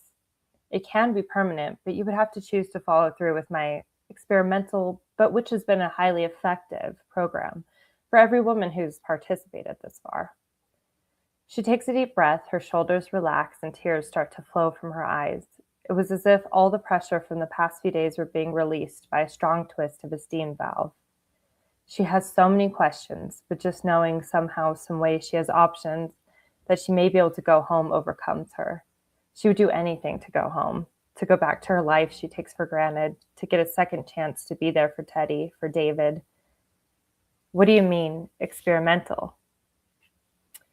So thank you all so much. That's a little excerpt from the beginning of my novel. And if you'd like to follow my work or announcements about my novel or horror author life, again, I'm on Instagram and Threads at author KJ Brantley on Instagram and Threads. And now, I'm excited to talk with Erin, diving into a little bit more of the horror event news for all of you. Oh. Yeah, and thank you so much, KJ. That was really beautiful. Really, like the imagery in there. I was trying to write some of them down and then I kept missing them. But some of the imagery you had in there, like the flesh, was it the flesh colored wax, the wax candle? Yeah, Yep. that was amazing. Carla is giving you Thank applause. you, Carla. And really, that was really beautiful. I definitely want to read the full thing, and I really, really wish you the best of luck with it. Seriously, I hope it gets picked up. I'm just sending positive vibes out there because that was really, really beautiful. So thank you so much. thank You'll you. be one of the first to know. Thank you. You as Thank well, you. Carla. I like you already. We're gonna. Yeah, and Carla said I couldn't believe it was over so fast. I was locked in. Oh, thank you. Yeah. I know it's always so hard to tell how much as well, choosing an excerpt for reading is actually a tough I bet. choice. But yeah. I bet that's got to be really tough. Yeah. So on top of that, of course, the Southern Colorado Women in Horror Festival is coming back next year. If you want to tell everybody a little bit more about that, and then we can talk about your podcast too. Yeah, that'd be great. So I had founded the SoCo Women in Horror Fest. We had our first event this last March 2026. It was a huge success. It was a one-day event. And we received an overwhelmingly positive response to it. And it's a woman-centered horror festival here in Colorado, focused on uplifting women and marginalized voices in horror, while still bringing together the larger horror community. And a huge part of it is showing just how much richer, more creative, and more interesting the genre can be. when you're centering diverse perspectives and experiences. And, it's been a boys' club for a long time in the at least literary horror space. And I think as well as, in any horror creator space from film to so on. But I'm like one of the goals of this event, as well as my podcast tied to the event, is to centralize these voices a bit more and shine just a bit more light on these authors and filmmakers. So I also, I'll dive into that, but the next year event will be a 3-day event in Colorado Springs at the Mining Exchange Hotel, it'll be March 19th through the 21st. And the Mining Exchange is kind of like, if you've never been to Colorado Springs or to this hotel, I swear it's like the Stanley Hotel, which is also in Colorado, and but it's like the Stanley in Colorado Springs. It's has actually like these underground tunnels underneath it. It's very like Art Deco. It has all these like what do you call? I can't even think. Vaults everywhere throughout it, and it's just a really cool place to have this event. But we'll be having not just it will be focusing on the literary side of horror, but we also will be having partnering with some filmmakers as well. So we'll be doing a film screening. We'll be having shorts, some horror shorts. We'll have panels, workshops, things like that, and we're still finalizing the actual outline of what our itinerary will be for next year. But we already have some amazing confirmations of horror authors, including, as I mentioned, CJ Lead. And we have Wendy Dalrymple, RJ Joseph. These are all like emerging and leading voices in horror right now. We might have we'll probably have Paulette Kennedy, Nina Veal, possibly. And so, we're still building that list as well. It's just an amazing time to like hobnob with authors, see your favorite authors and some women filmmakers as well there, and a really great way to support women in horror. That's the SoCo Women in Horror Fest. And I'd love to, if you have any questions or anything else that I could dive deeper into, I'm happy to do that as well. Congratulations first off, and for even because I do agree it's a very underrepresented as far as like how it's covered, not the fact that it doesn't exist, but the fact that people want to talk about it or shine a spotlight on it as well. So I really appreciate that. Yeah. And expanding it. So did you decide to expand it to include film because of the demand for that, or because you also wanted to explore those areas as well? Yeah, both, I'd say. I think, I think there's a very obviously strong correlation between film and literary horror. Horror fans, there's a lot of crossover there. And also, I think a lot of authors actually, are also screenwriters or also filmmakers. You'd be surprised at a lot of that. Just wanting to support the genre. I also want to attract horror fans, and build readership. So I also think if you can attract horror fans that maybe aren't reading as many horror books, this is a great way to also do that as well. Yeah. No, I agree. I remember years ago I went to, and they changed it to Renegade Film Festival, but it used to be Women in Horror Film Festival. And I actually won an award for best short screenplay for that one. Oh. Thank you. And that was so nice because it was, centered on women. But the one thing that I noticed there, and that's why I love that yours is such a success, which it should be, is I think the way that one was advertised or pushed, and it's not putting down the festival at all. It's a lot of people went, oh, it's women and it's women in horror. This isn't going to be good. And it's probably not going to be there's not going to be goriness. There's not going to be any of this or that, which is completely false. And so I'm glad that yours was such a success because it deserves to be, but also to kind of maybe counteract that myth that exists. Yeah, that's a very good point you bring up because that is true that, I maybe do fall into that a bit. I do like to write like maternal gothic horror, but I do also probably tend to go a little bit sharper as well with some of the violence. But then you have a whole range of like women authors that they will write male protagonists. It's not always female protagonists, which I do like to write about female protagonists because that needs more women writing female protagonists Yeah. rather than men. I mean, men could do a good job too on sometimes, like if they spend time on that. But there's also that belief, like, oh, all women's horror is pink horror, which I do like that subgenre as well. But there's like, if you've never read CJ Lead, again, who's going to be our keynote, she's, first of all, an awesome, coolest person ever. And right now she just lives the van life lately with her partner who helped make that movie, worked on that movie with Kevin Bacon's son, which I'm Travis Bacon. But yeah, she is so amazing. But oh my gosh, so she's speaking of American Psycho on this event. She wrote the female American Psycho, like I guess Americana or something like Americana. And that was Mayfly, and that came out I think in 2023. I have to look that up now. But if you liked American Psycho, you should read Mayfly, and it's a psychopath female protagonist essentially. But it's kind of like funny. It's in LA, and she's like this. She works at Disney as one of the essentially like Frozen princesses, but you're not the ice princess because we can't use the Disney terminology. But yeah. Anyway, I really recommend that. But she's like a prime example of that. Or R.J. Joseph. She writes. She's a Black academic. That's like what she refers to herself as well. But she's a horror scholar. But she writes the most beautiful, but literary splatterpunk, essentially.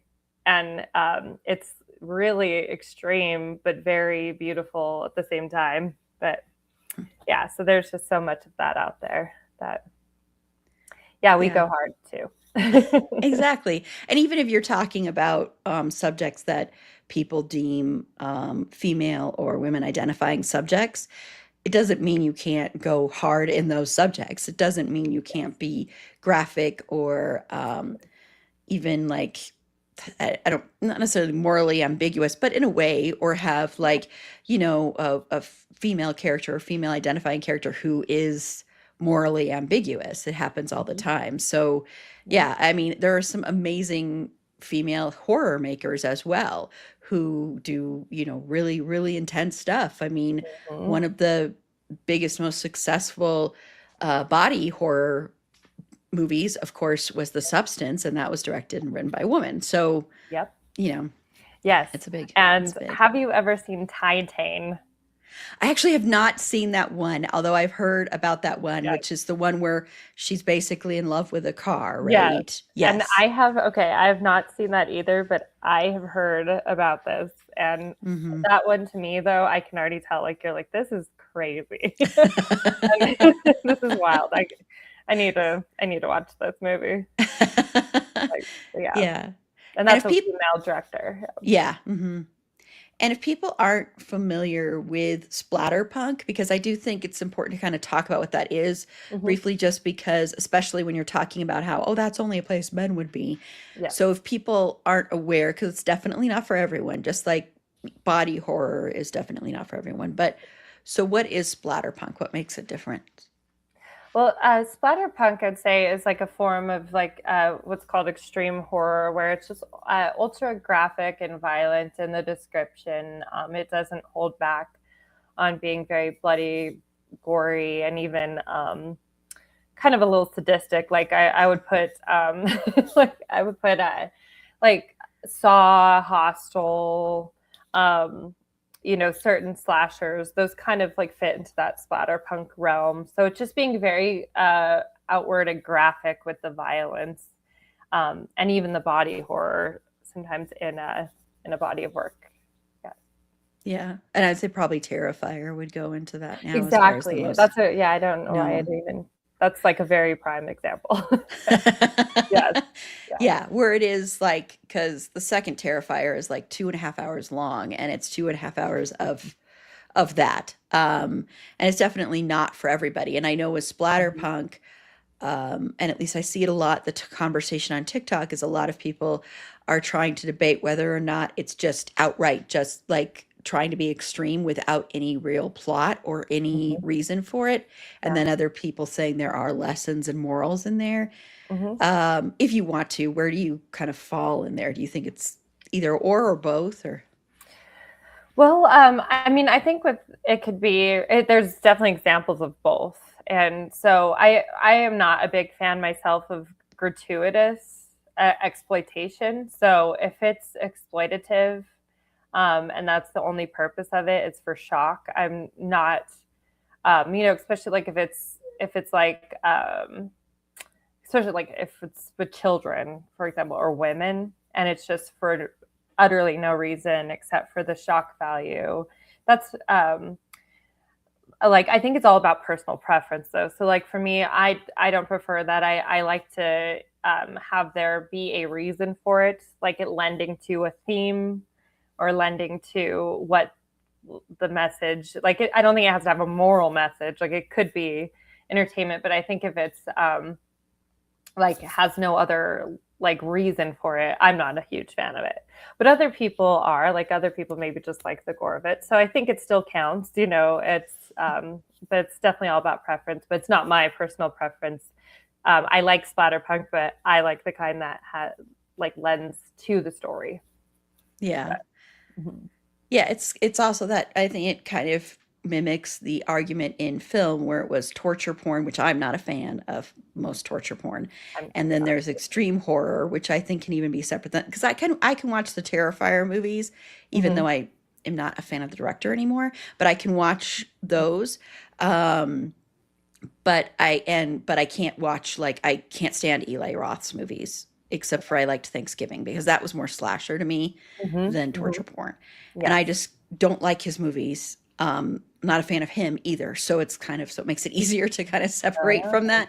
But yeah. for me, torture porn was very hard for me to Mhm. deal with when that was such a big thing, is it almost kind of it tainted horror for me for a while because I love slashers, but I think of slashers as different than torture porn because it feels more like I don't know, like when you were Mhm. talking about doing it just for the gratuitous nature, especially Mhm. when it came to women. And I understand the criticisms of slashers when it comes to that too, but I think with that genre, it was even more so like, oh, let's just see all the things we can do to women. Especially I think in the Hostel series, you really saw that, Mhm. especially in the second one, I believe it was, where it was centered on women. And even though it was centered on women, it still felt exploitative of the women. Yes. So yeah. Which is kind of one of the things too that I think is changing in the landscape of horror is like I think with more women being seen as horror creators and having more opportunity, and we've gotten away a little bit more from like everyone's done with certain tropes, like the final girl. Like we're ready for a new take on that, or just something altogether different. And I think a lot of that over sexualizing or over exploitation of that sort of, especially in the torture porn realm, I think is going away a bit more. It's kind of seen for what it is, at least. I think not that I've enjoyed some of these films, but I think it's almost like it is an archaic thing, with women's voices being more centralized. I think we're taking back some of the power and even flipping it a little bit. So there's a lot of interesting stuff going on, obviously, where now instead of the woman being exploited, maybe there's a little bit of like with Maeve Fly, it's like her, like she's a total psychopath, terrible person, but she's definitely taking the role of the, I guess, aggressor or the exploiter, I guess, if you want to call it that. But there is it's not for, no reason. Like I think that's with Mayfly, there's a reason for it, and even in that sort of it's almost like a satire in a way, actually, when you think about it like that. But yeah, Yeah, flipping that script a little bit. hmm And yeah, hmm which is always, I think, nice to do. So yeah. hmm hmm Well, I definitely want to hear about your podcast. So tell everybody about your Oh, upcoming podcast. Yeah, thank you. So my podcast is Uncanny Women Podcast, and that is also the handle on Instagram. It'll be available. I'll be launching it this next week, but I already have 12 recorded episodes I'll be putting out on a weekly basis, and it's all women in horror. So authors and filmmakers in horror, and discussing with them not only their books or their work, but also the lived experiences, their how they explore identity, and what it's like being a woman in horror. So kind of diving into some things that you may not see on other podcasts or other places, getting to kind of chat with them more about that experience of being a woman or a gender diverse person in horror. And yeah, it's just a way also to do what we're doing year round with the SoCo Women in Horror Fest, is to, rather than just one time a year, being able to also showcase these women on a year round basis. Awesome. Well, I can't wait to listen to it. It honestly sounds fantastic, because I do think that's something we need more of. And I know for me, like personally, like horror has been a really good way for me to work out some personal things. And I think it can be a very cathartic genre for a lot of people. And I think, not to be like, because I know it can for men and for people who identify as men as well, but I think there's a different kind of catharsis for women and women identifying people, because I think there's something about it. Like, I think that's why for so long The Final Girl was popular, is that power over some being or creature or person that is trying to steal your power. And so gaining that power can be very cathartic. It can also be cathartic to even see yourself, which is not, of course, we're not promoting doing anything violent, but even seeing yourself in the quote unquote villain, like movies like May and the novel you're talking about, like seeing that and having that cathartic experience as well. Yeah, the be- monstrous femme and the female Yes. rage and all of that, like the woman as the monster. I love that. I think that is a great expression of, being able to like process your trauma, process grief, explore taboo things, but then also, revenge, or a way to, have some catharsis to, even in fiction, it does feel very powerful to represent, the feminine gaining their power back, or getting revenge. And I think that's amazing. Yeah, totally agree. Well, if anyone watching out there, if those of you watching, if you have any questions, feel free also to put them in there. I meant to say that earlier. Sorry, got caught up without saying that. But if you do have any questions, please feel free to put them in there, because I know KJ will be sticking around here in a few minutes when we switch it over to kind of my horror corner, which we can just even make it an expanded conversation about because kind of my thought was just talking about some horror characters or horror themes or things that have meant a lot to us within the genre, since we're both big fans of it, which is something I always want to talk about, like, for me, what it's meant to me personally, what certain characters have meant to me, what certain storylines, certain movies. And even, there's ones that of course are fun, like, Killer Clowns from Outer Space, or, there's silly novels as well that are just like fun to just read for, you don't have to be thinking as well.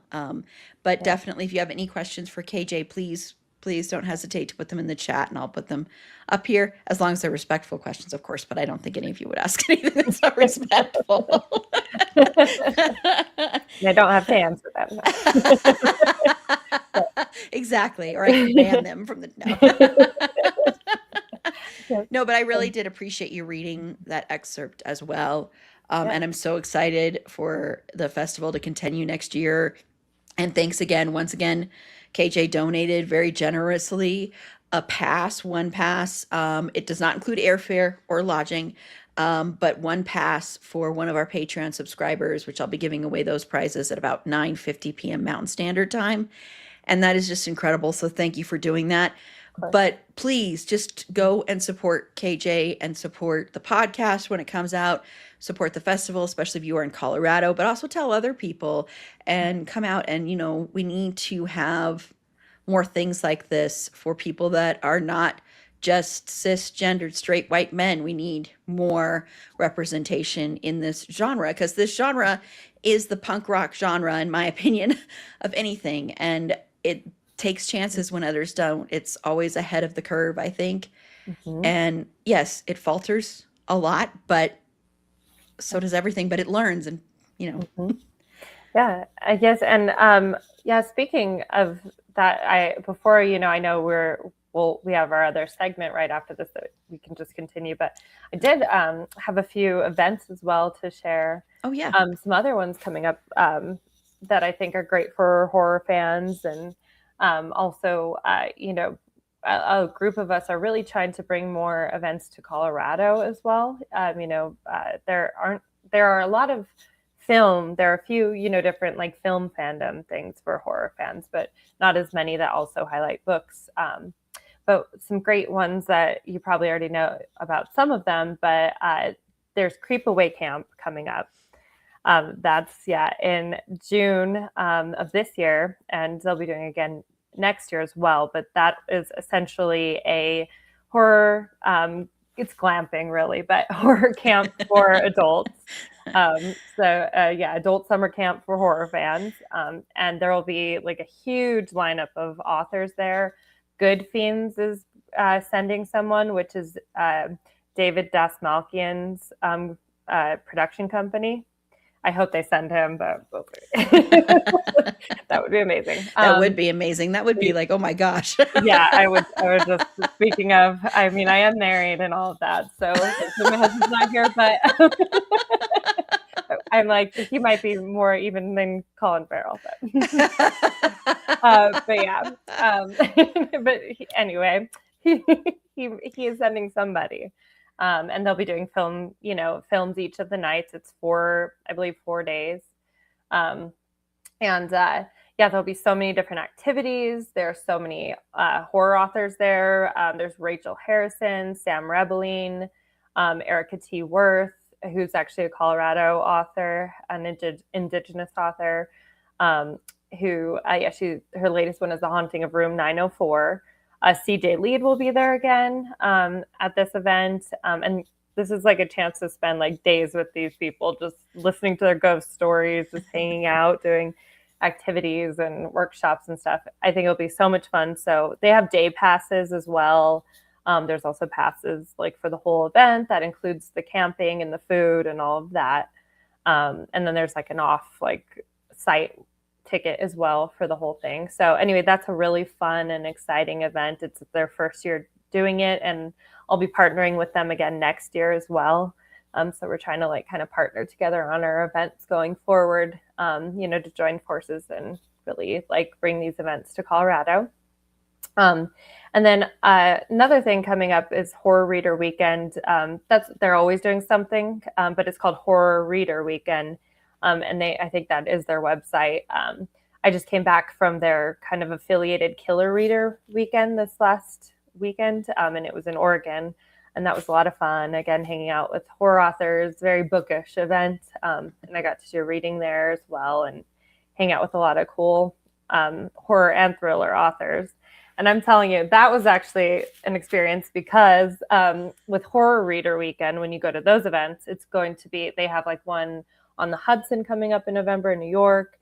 They have one in Mississippi coming up. Wow. They are going to have one in Transylvania coming up. Like they do different things like that. But this Killer Reader Weekend, it was thriller and horror. And while there is a lot of crossover sometimes, straight horror authors are so different from horror. If you can imagine like horror people and then like thriller people, they are not the same people. They were all wonderful, but I felt like the horror people were like a little quirkier, a little bit. And they were like the thriller authors are like super glam in Hollywood. Like just all put together and just like really glossy, and we're just like wearing like knife hair clips and stuff.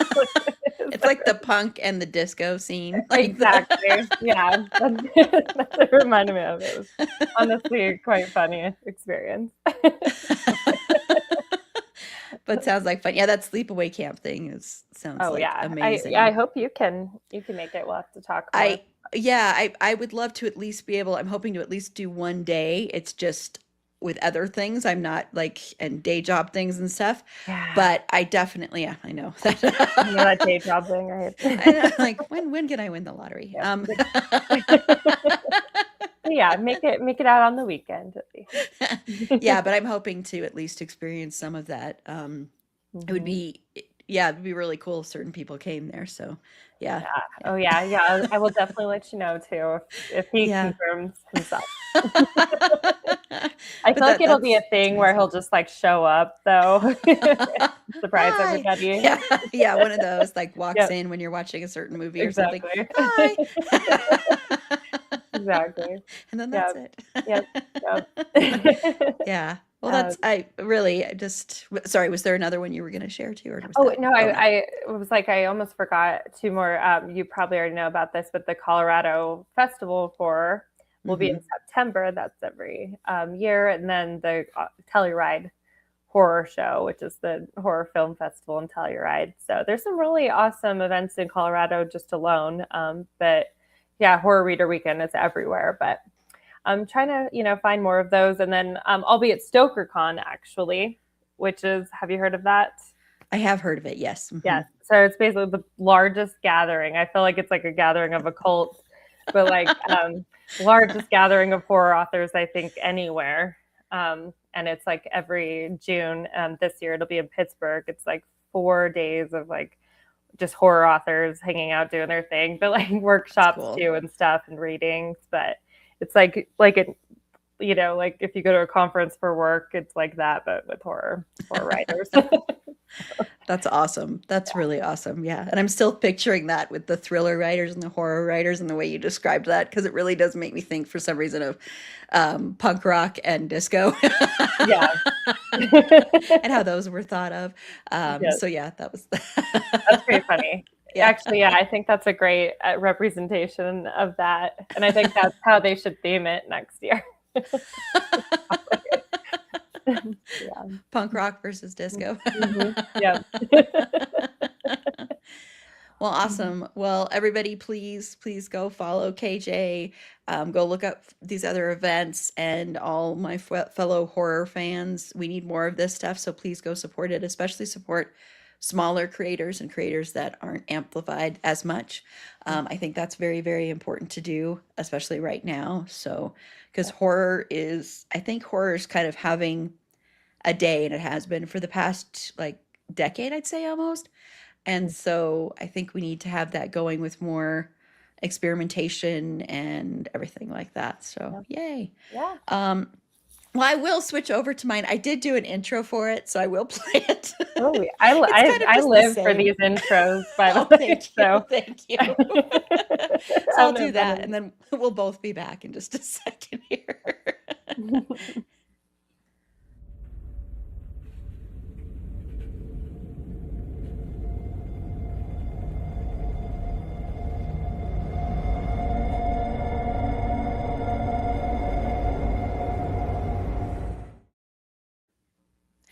So that was me back in my vampire, one of my vampire outfits. I think that was from one of our nights of trivia, like years and years ago, one of our first times.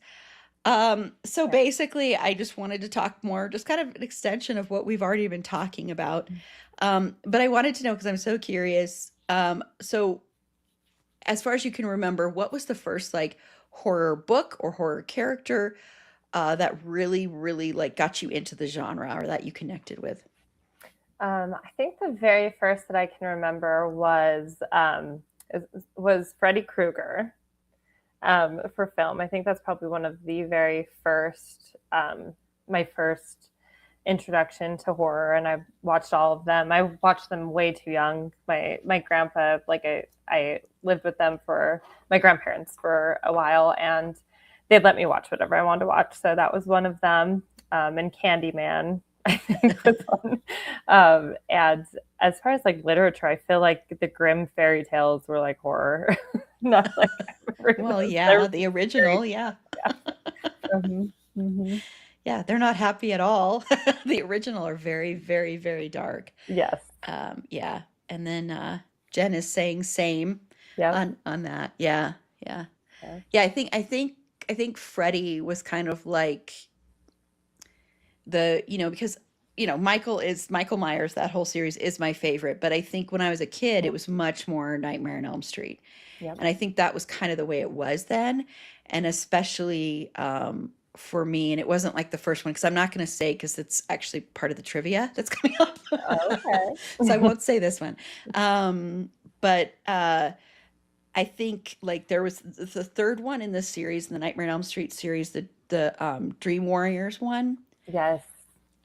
That to me was very personal, because I've been very open about the fact that, of being hospitalized when I was a teenager, and how I knew so many teenagers that were hospitalized. It was literally an epidemic. I'm not even exaggerating there. If you Yeah. were weird or different. And I think that one was like one of the first horror movies, or even movies, I remember really showing that, and showing those kids having power and taking control. I think was just a very cathartic thing to see. And I mean, of course, it has some iconic kills like the TV and Yeah, the ridiculous ones. yeah, yeah. And I think for writers, it was Christopher Pike books. Did you ever read Christopher Pike books? No, I'm like, there's a lot I need to still add to my PBR, honestly. That was a long time ago. Oh no, the confectionery conveyor has been mentioned. Back to, Yep. we don't want to And say the that- word too many. Yeah. Oh, wait. Oh, shoot. I just said it twice now. Is it the third time? Yeah, so we don't want to say it again. When we did our episode covering the confectionery conveyor man, the one thing we did, this was years ago, and we had tried to come up with different ways to say the name without saying the name. Oh my So gosh. That's a fun game. Oh, I need to bring that to Creep Away Camp. That's hilarious. Yeah, all the different ways you can describe him without actually using that name. That's so good. Yeah. So is there one character, you don't have to give reasons why if you're not comfortable with that, but is there one character in horror novels or movies or anything that you kind of relate to the most, or see yourself in any way? Yeah, that is a good question. I mean, I think as a woman, especially, well, being a younger woman when I saw it, or like a teenager, I think like Jennifer's Body has a lot of that, explores a lot of those things. Both her character, like you really realize as a woman, you're like, or a girl, you see her that she is actually victimized, and especially like exploited for her beauty. Like what's her Megan's character. Mhm. And then you also can relate to her friend as well. I think like trying to fit in, or if you're someone exploring your sexuality, that's a whole other thing, or trying to understand your identity. But yeah, I think that was one of them. And then in like books, I really felt for all the gothic characters. Not that I was ever like this victimized in a castle, or like or like in a mansion, but but I loved like seeing like okay, I was probably not like this person, but I always see myself as this, even though I'm not. It's like all of Kate Beckinsale's characters. I'm like, oh yeah, like In Hell's Underworld? or Underworld. Yeah. Yeah. Like, yeah, that's my alter ego, I guess. It's one of those, yeah, no, it's like that, that's what I mean, finding your power, or finding that way to be like, not feeling too vulnerable, or feeling like you could actually take care of yourself and you can defeat anything you want to defeat, that kind of thing. Yeah, exactly. What Definitely. about you, Erin? Did you come with yours? I have so many, older, a lot of it is like the final girls, and a lot of the reason I like slashers is because of that, of watching, even though I love the character Michael Myers, I still, with the slashers, love watching women being able to, survive in the end and not be like all of them killed. And I know there are issues with, of course, like the purity and stuff like that, Right. which I think is changing a little bit more. But I do think like you know, exploring like that of a person who feels like they are weak at first and then finding their power throughout and doing even better than like the male counterparts did.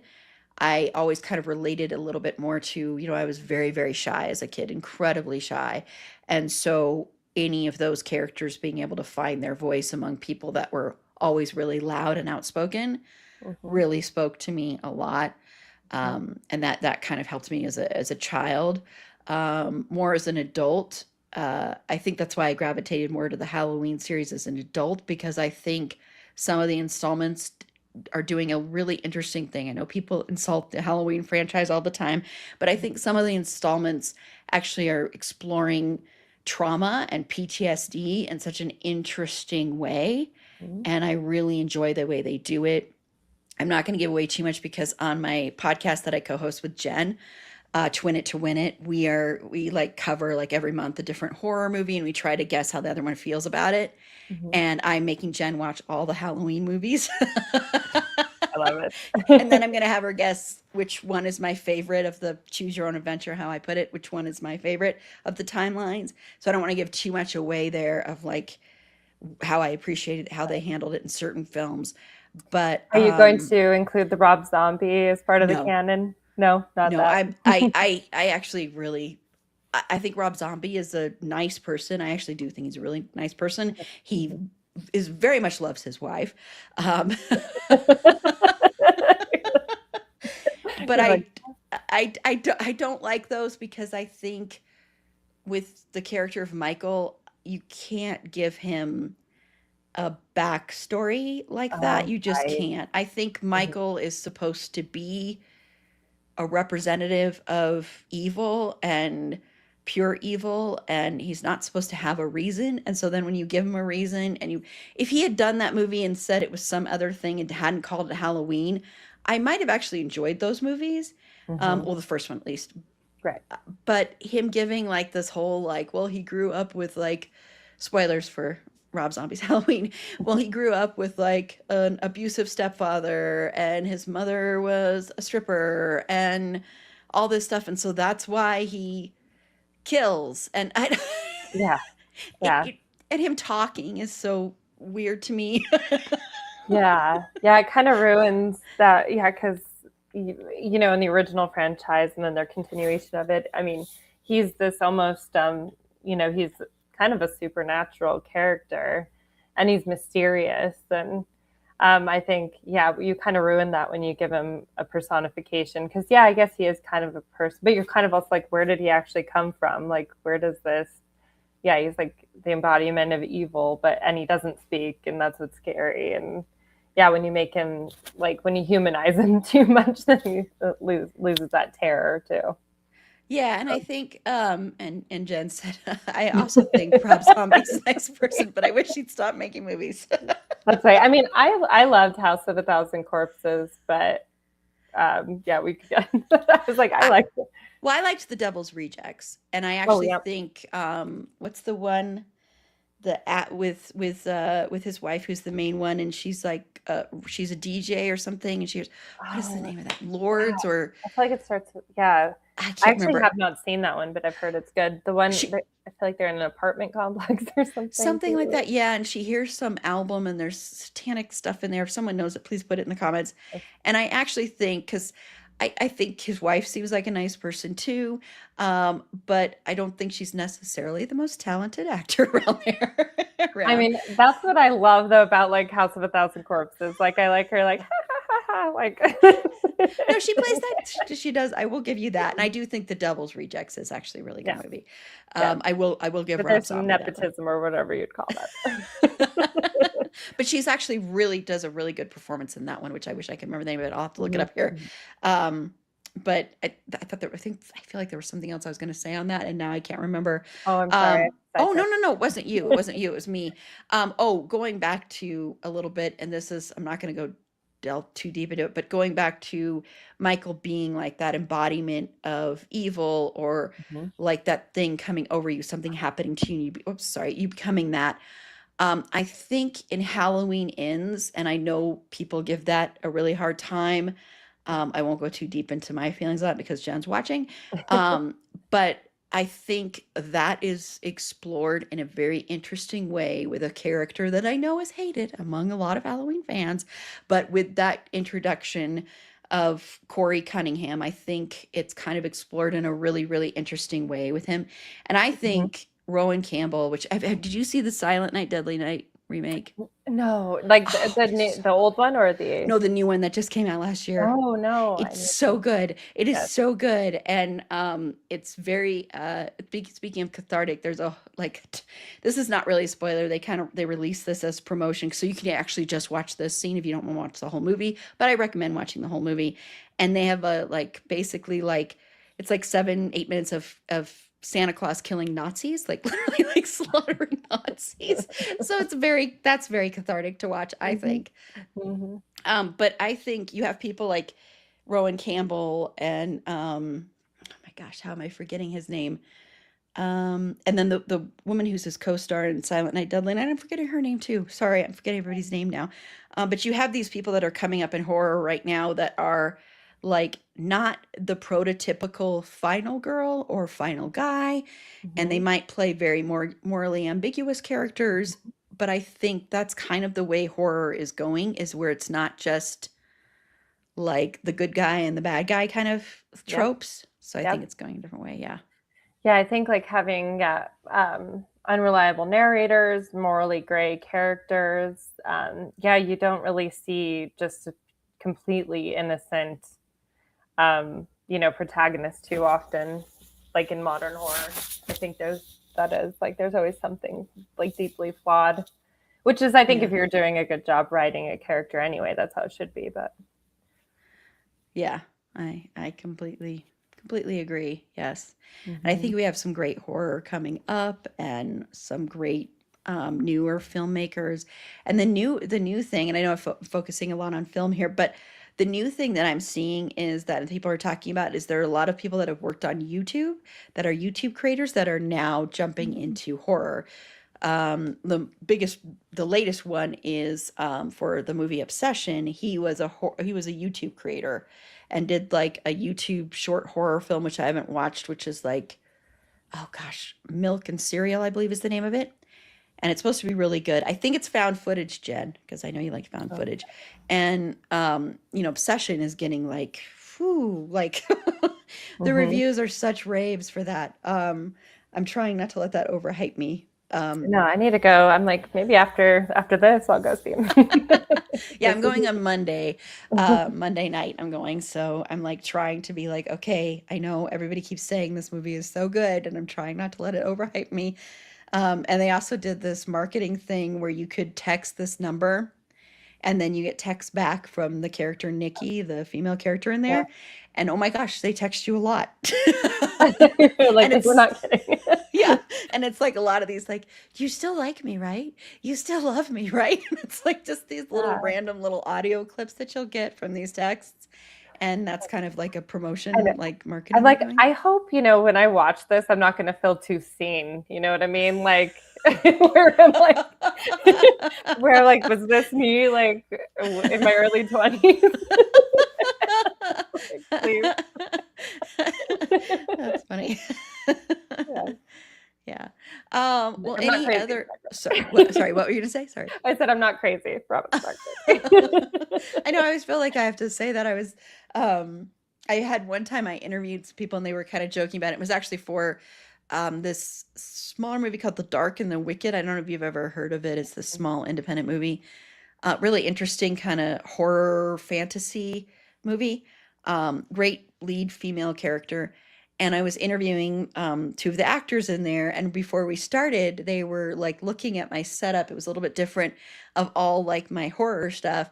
And they're like, I'm a little scared of you right now, jokingly. But they were like, But also maybe a little grain of yeah.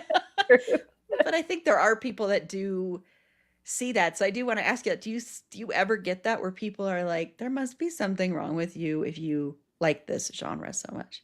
Oh, definitely. Like, people, I think that's why, to begin with, people think something's wrong with people that are really into horror. Mhm. you know, outside the mainstream, like it's always been like, oh, people like to go see, you know, like to go see horror movies and whatnot. But like, especially if you are a horror fan, I do think it's gotten a lot better though, because obviously there's a reason horror is on the rise. You know, it's having its moment again.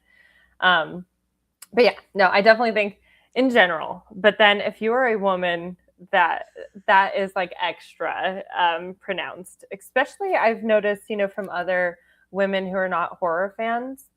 I think first of all, a guy I haven't actually. I mean, that's a whole separate thing. But a woman though will like I kind of really think something's wrong with you sometimes if they're not a horror fan.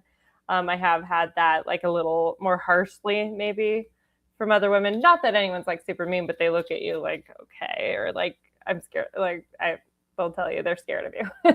but, but yeah, men and I guess like men are a little more. I mean, it just depends. I mean, I honestly, to be honest, I surround myself mostly with horror people now. I've found my community. Yeah, But yeah. I was gonna say, try to talk to somebody though. I have had funny experiences where I realize, oh, I forget this isn't for everybody. When I'll be like, you know, sitting down, like talking to them, you know, like I was at a Uh-huh. bar and I was like just telling everybody, and they're like, oh, I love horror movies, and then I'm like, oh, you do? And then I start like really going down this like whole thing, and they're like, you could tell you're like, oh no, I didn't actually mean like I'm not that into horror. I don't love them that much. Yeah, exactly. And you realize you're not a horror fan at all. Then you don't know anything. But it's true though. It's true. And Mhm.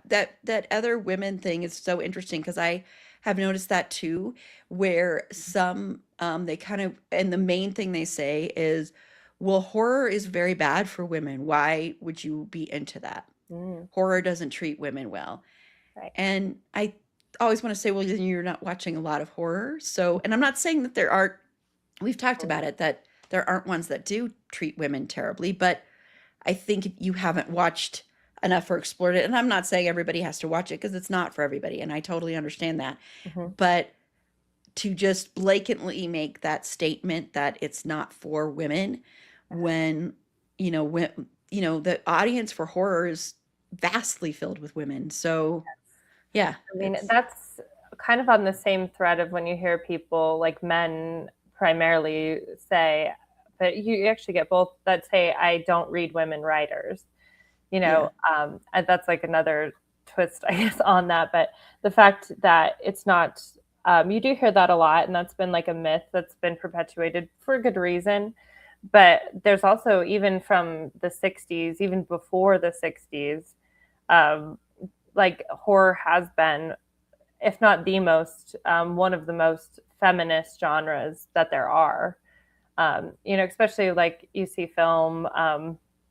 There are like so many examples of that. Like if you've seen 1,000 Women in Horror on Shudder, Hmm. that's like a good entry point into that, like Yeah. highlighting like it really actually is a really feminist. And there have been women directors of horror around forever doing like amazing things, um, and and like feminist themes of not like, you know, not this like not your grandmother's feminism for Black lives matter terms, but also like true feminism of like showing lived experiences, like of women, of being able to just process, like women processing trauma, or showing like, for example, childbirth, like what women go through, these like almost taboo subjects. Like even if you look at Carrie, I know it's Stephen King, but you know, the way he did that character, and he like brought, you know, like a woman's, you know, period, for Hmm. example, into that film. Like that's those kinds of things that are kind of in the shadows. Like people are like, I don't want to talk about this because it has to do with like anything to do with a woman's body, or anything is seen as like something hidden or Yeah. gross even, or disgusting, or not for you know, it's not to be talked about. Yeah. So the female experience in horror does that and always has been. I feel like it's unashamedly brought that to the forefront. So Yeah. I think it's Like, definitely for I think it treats women well in that way. Agree. Completely agree. Mhm. Well, thank you so much, KJ. I know you're going to be sticking Yeah. around because you have trivia. Yeah, I'm excited for that. Yes. Yes, So I'm very excited about that. But I really enjoyed talking with you. And excited again, as well.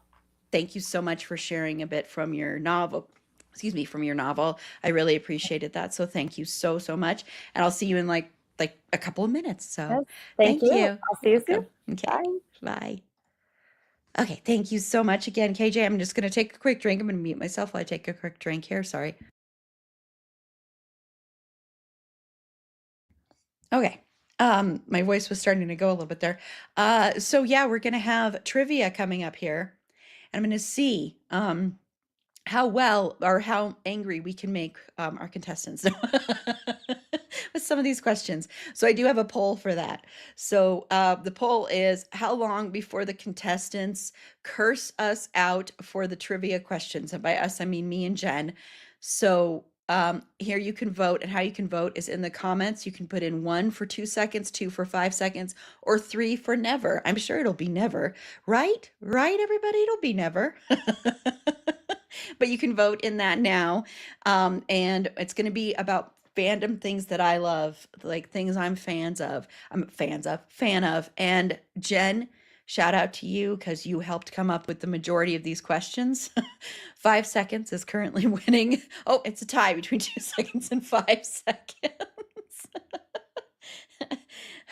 So I do have a nice little intro here that I came up with that features pictures of some of the things that I'm a fan of. So I'm going to play that and then I'll bring on my contestants for It's Erin's Fandom Trivia thing.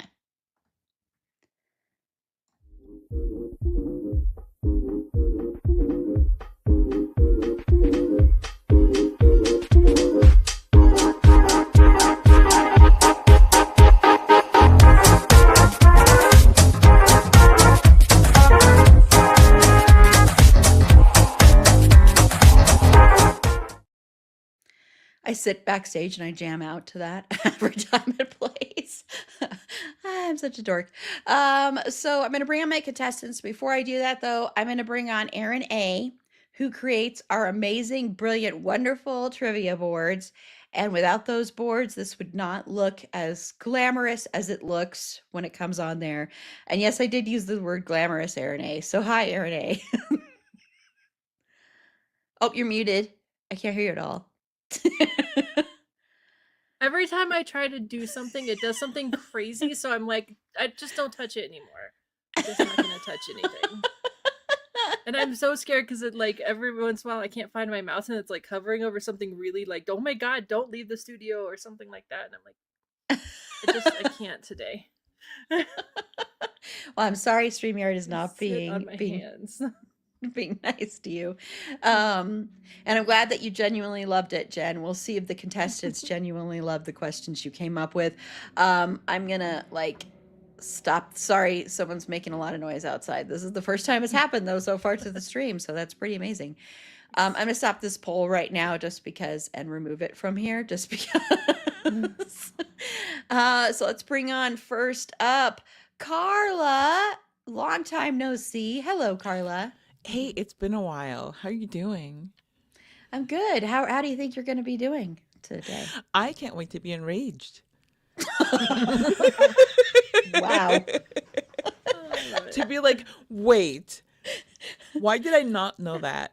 Or wait, why did I think it was the other answer? Or wait, how the hell do you think I would know that?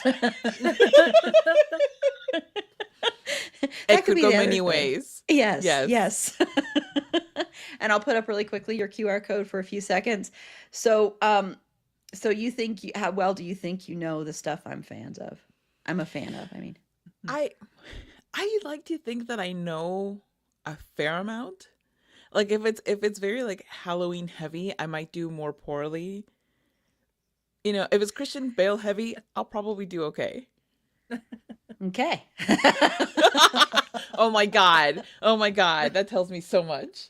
That was a non-answer. No, I didn't tell you anything. I'm just going to go ahead and read into stuff. And then coming back is KJ. Long time no see with you too. Oh, you're muted too. Oh, jeez. Hi, KJ. Hello. Hello again. So I know this will probably be the hardest thing for you to answer, but how well do you think you know the things I'm a fan of? Oh, I am going in blind, so we'll see. You're gonna be the control group in this experiment. Exactly. Or, Well, I'm or maybe excited to I'm have you. testing all of you. Oh my god. Yes, you never know. You never know. KJ could win it all. She could My be the money's one on all. streaming the Christmas music episode over and Oh over my again. We don't know. god. It's you. We finally figured it out. It's Watching not over and secretly over. Christian Bale. That's hilarious.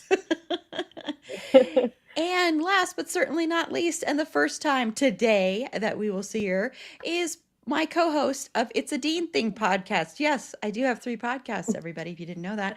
Paula. Hey, Paula. Hey. And you always play our trivia. So then, do you think that gives you a leg up? I mean, I would hope so. But I'm kind of with Team Carla here, where we're going to be enraged within like the first couple of seconds. Wow. We're just gonna be throwing things at the webcam. Like, why are you doing this to us? Just remember, you channel most of that rage towards Jen. Okay. I did come up with the categories, though, I will say that much. And one category I did do every single question for, but that's because you will probably see why. Yeah, so I'm I excited already to have my have you. theory. Wow. So KJ, you haven't met Paula yet. You've seen Aaron A. and Carla. So Paula, meet KJ. And the podcast we host is It's a Dean Thing, where we cover the Dean Winchester from Supernatural. I So love that. Yeah, nice to meet you. Hello. Nice to meet you too. Hi. okay, so Aaron A., whenever you're ready to bring on, I know this is the part you always. I know. I was like, I'm not gonna touch it early because something always happens. So now let me remember how to do this. So, and how this will go while Aaron A. is setting that up is basically, I'm going to go alphabetical. I decided I'm going to do it that way. And you'll be able to choose one question from one of the 5 categories for any point level between 10 and 40 points. And then you'll get about 30 seconds to try and answer them. And if you get it correct, you get the points. If not, then it's up for grabs with the other contestants.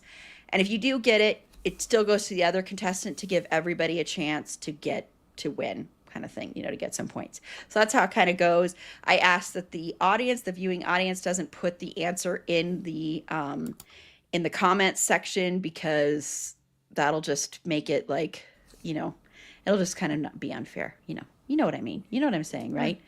Sorry, I'm trying to switch it to the one that you made. There we go. There. I knew. I was like, as soon as I hit share, is it going to go backstage or just going to go on the screen? My luck, it's just going to go on the screen. Well, it's fine. It's fine. Don't worry about it. I don't know okay. what I'm doing.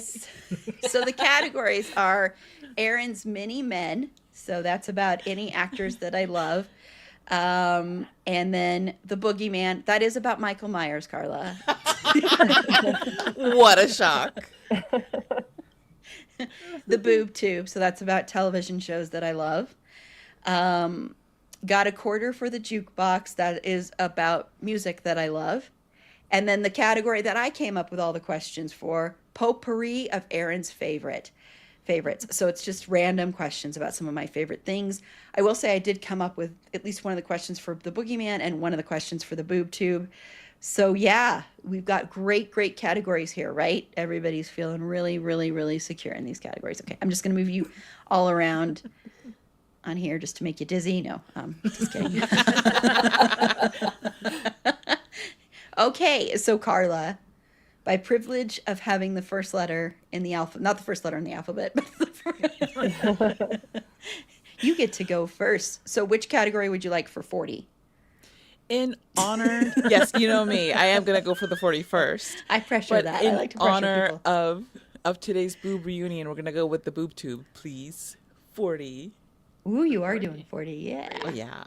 Okay. Peer this is the pressure works, scariest everybody. part for me, you guys. Like, is it gonna work? You got it. I swear, I'm gonna cry. Oh my god, you guys. Seriously? It's not gonna I work. see it. Lies. It's gonna work. Okay, wait. We Back got up. this. It's, yeah. I no. saw it pop up. I can't think of this one. Supernatural ran for 15 seasons and 327 episodes. How many of those episodes did Baby not appear in? You're lucky this is multiple choice. A, 110, B, 38, C, 17, or D, 2. I'm gonna say D. And you would be wrong.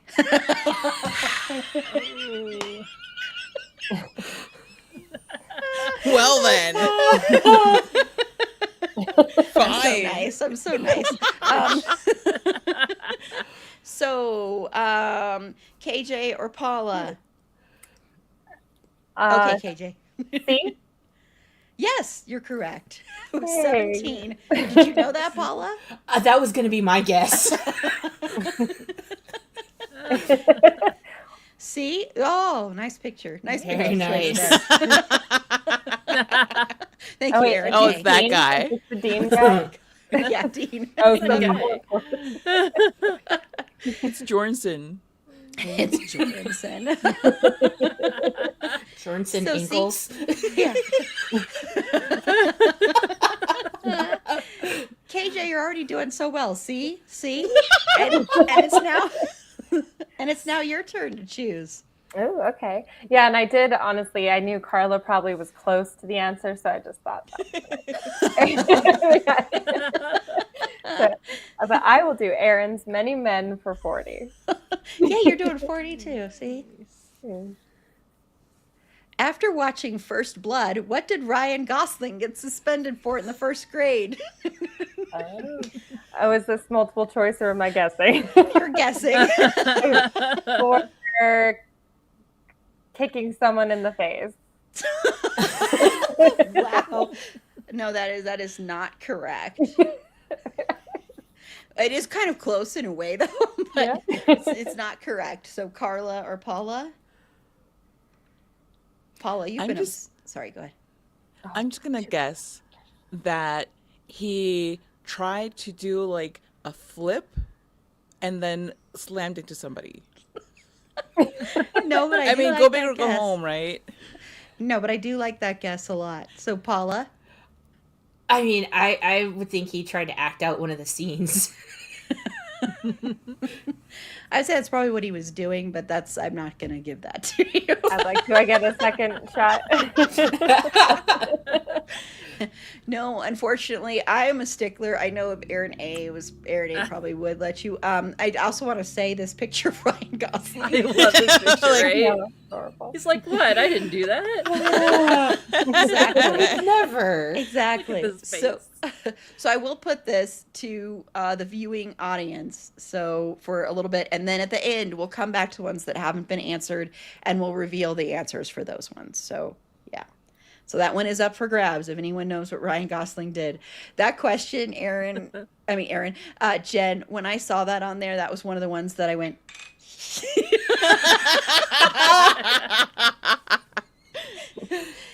So Paula, Well, I feel like I need to stick with the 40s.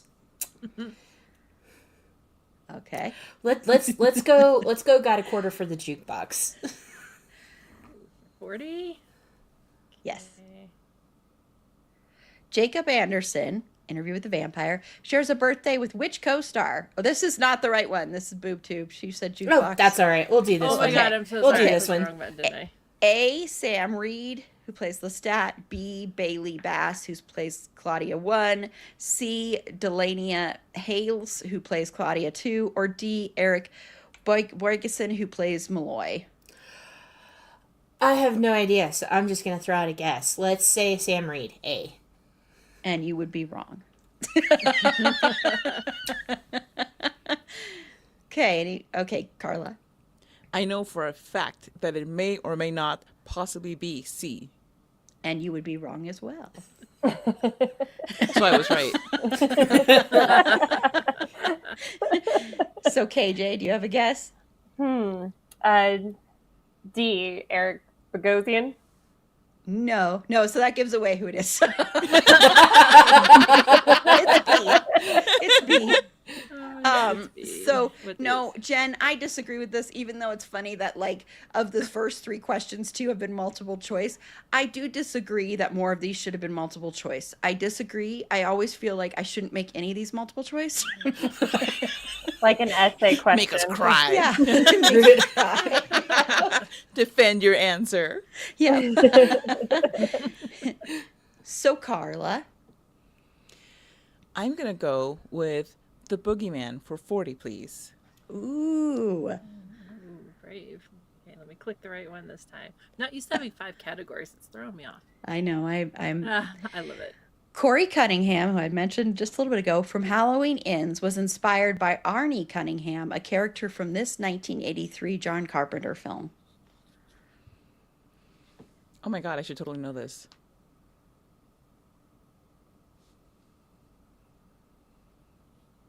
Oh my God, what's that one called? Dawn of the Dead? Nope. Okay, anyone else know? Or have a guess? I'll guess the Thing. Nope. Good guess, though. Is it that one where they see everything on the billboard? No. Just no. Sorry, I love that answer. She knew and she said no. No. So if anybody does know, though, feel free to put that in the comments. This is one of my favorite John Carpenter films, and I think one of his most underrated films. So, yeah. And then when it's revealed, I will tell you a fun fact about why I like it. So, yeah. So KJ. You know, those seem really hard, so I was going to do the Boogeyman, but I'll do Aaron's Many Men for 40 again. I mean, you guys could not pick 40s. I'm just saying. I'm the one who encourages it. I love that you were listening to me. What major city has a hot dog named after Billy Zane, or what's the name of the hot dog that's named after Billy Zane? Ooh. Is it Chicago? Yes. Yeah. And it's called, sorry, go ahead. Oh no, I was like, you tell me. I'll The Billy Zane Spartan dog. I did not know this. This is This is an actual picture of the hot dog from the place. Oh. Just so you know. So this is a hot dog with mustard? It's a hot dog with Dijon mustard. Oh, my apologies. Oh. I assume because Billy Zane's extra fancy. That's where all the grape upon went, by the way. You know who I really want to see on the bear? I really do want to see Billy Zane on the bear. I think Billy Zane would be really good on the bear. I mean, we just need more Billy Zane, period. Like that. I agree. He's one of my favorite people to follow on Instagram because he's so weird, and that's why I love him. He's just so weird. following now.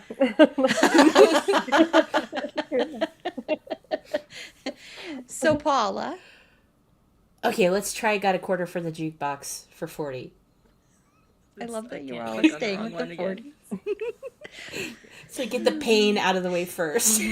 This is my favorite question, I think, on the whole thing. New Oh, Order's God. Blue Monday appears in at least 12 films. Name 2. I would have said 4, but I left it at the 2 because I'm crueler. But I I think have no clue. Can we name 2 that it doesn't appear in?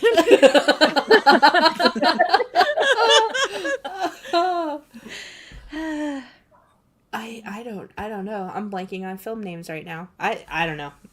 I got nothing. okay. Anyone else have any? I'm going to guess Heathers, No. which might be too early for it, so no. Okay. Do you have any, KJ? Gosh, I wish we had hints. Like, I need some audience, like lifeline. I'm being all mean. I'm like, No, suffer. I know. I love that song. So, but no, I don't.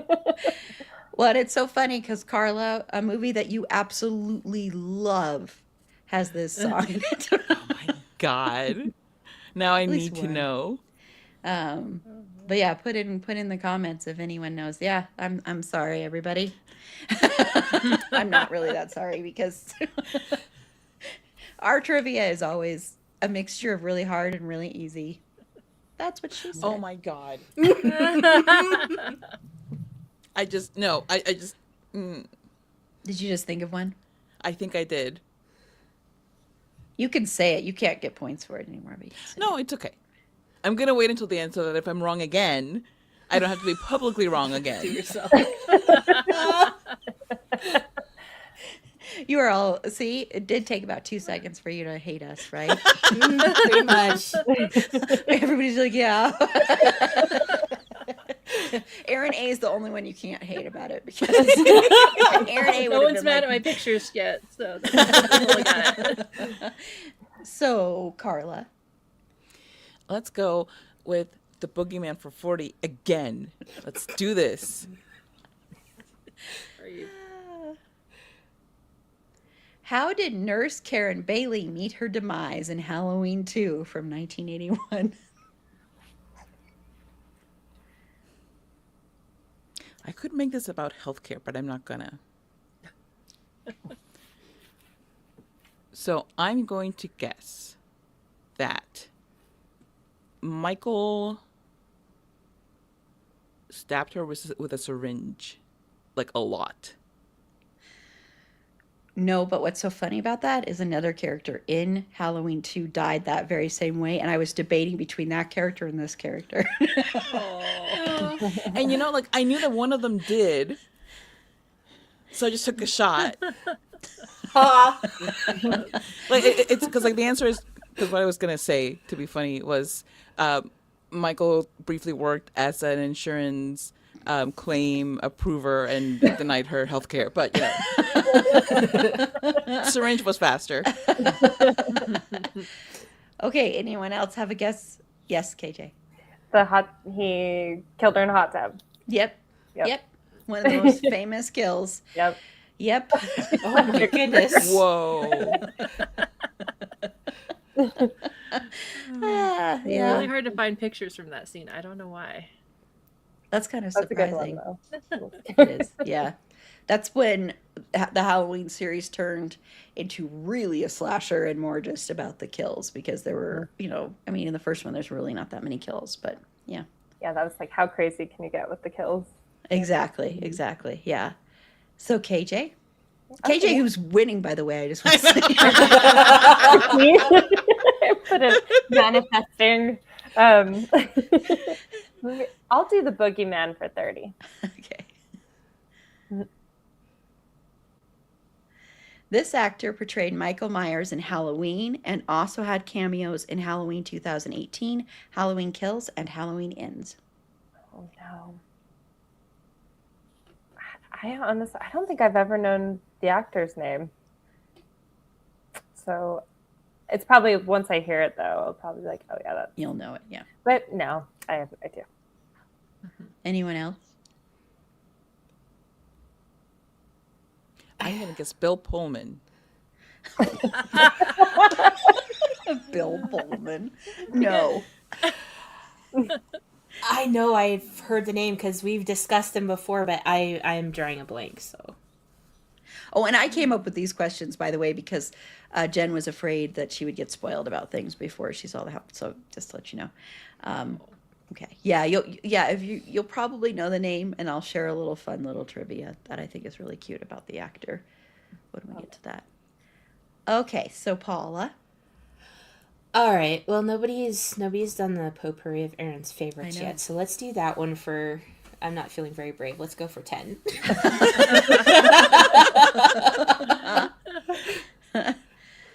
The very first horror film, oh my God, Aaron ever saw was, I just can't get over this picture, was this 80s ghostly classic that instilled in her a fear of clowns. Poltergeist. Exactly. Yes. Yeah, me too. That was the movie Same. I I didn't love that Paula got that one. I was trying to scare everyone with the clowns. Yes, thank you. Thank you. That's terrifying. Specifically, my husband is scared of clowns, and hobo clowns are the most terrifying clowns to him. Which ironically, his agree. mom thought it would be fun to dress up like that for Halloween not too many years ago. Oh. Like, what are you doing? Oh. Wow. That's what they decided to do for my 3rd birthday There's party, a lot and they were all going on. dressed Oh, like no, hobo no. clowns. It was terrifying. No. Oh my Yes. gosh. It was Oh. I just cried my whole birthday. Oh, that's horrible. Oh my goodness. So Carla. Yeah, let's go to potpourri for 40, please. While Aaron is not generally a fan of, oh man, this picture of animated films, this 1978 one about a colony of rabbits led by Hazel and Fiver that are seeking out a safe place to set up. However, I do love this one. Sorry, I must have cut off some of this question. And Fiver that are seeking out a safe place to set up a new warren is one of my favorites. So I'm not familiar with this film, but I will mention a movie from 1978, which is Grease.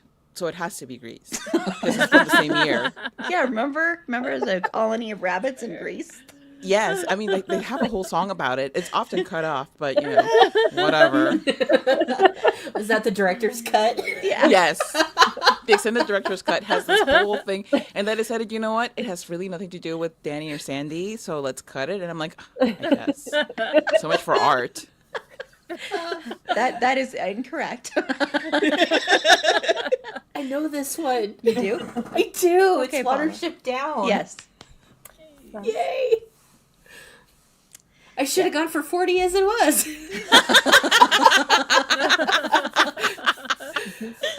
And yes, And I I used to have a bunny that was that color. That's why I picked him. Oh, see, I have this really weird. The thing is, what's funny about this is I have a really weird fear of bunnies and rabbits. I think I love animals except for I think rabbits are evil, and this comes from the bad. There are some bad rabbits in Watership Down, that are like really kind of creepy when you're really young. Frankly, that movie is not for kids. And then when I was really little, I got bit by a bunny. So I've just always had this weird little thing about rabbits. I know it makes no sense, but whatever. So that picture was like, whoa. You would think that there are so many other reasons for it, but this is actually the real reason why Erin loves Donnie Darko so much, because it portrays bunnies the way that in her mind they should be portrayed. The true nature Exactly. of rabbits. Small bit of trivia about Erin in case you wanted. Yes. It makes sense now. So KJ. Okay. Yes. Okay. I'll do Got a Quarter for the Jukebox 420. Maybe? What year did the Pixies reform? Oh. Oh. Like 2016? No. But that was a good guess. Thank you. Was it 2024? No.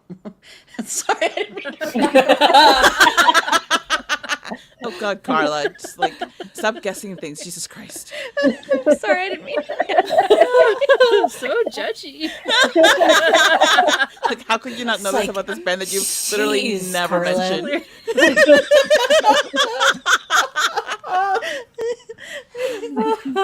I think it was because it was so recent that just kind of like Paula? I'll throw out a guess. 2008. No, but you were the closest. Oh. Oh. Remember, Jen came up with these questions, so remember that's who you're mad at. Damn you, Jen. Always there, Jen. The only ones she didn't in this one is the boogeyman and the potpourri. So just remember that. Oh, and one question in the boob tube. That's right. So that was KJ, right? Yes. Okay. So Paula. Let's go with Aaron's Many Men for 30.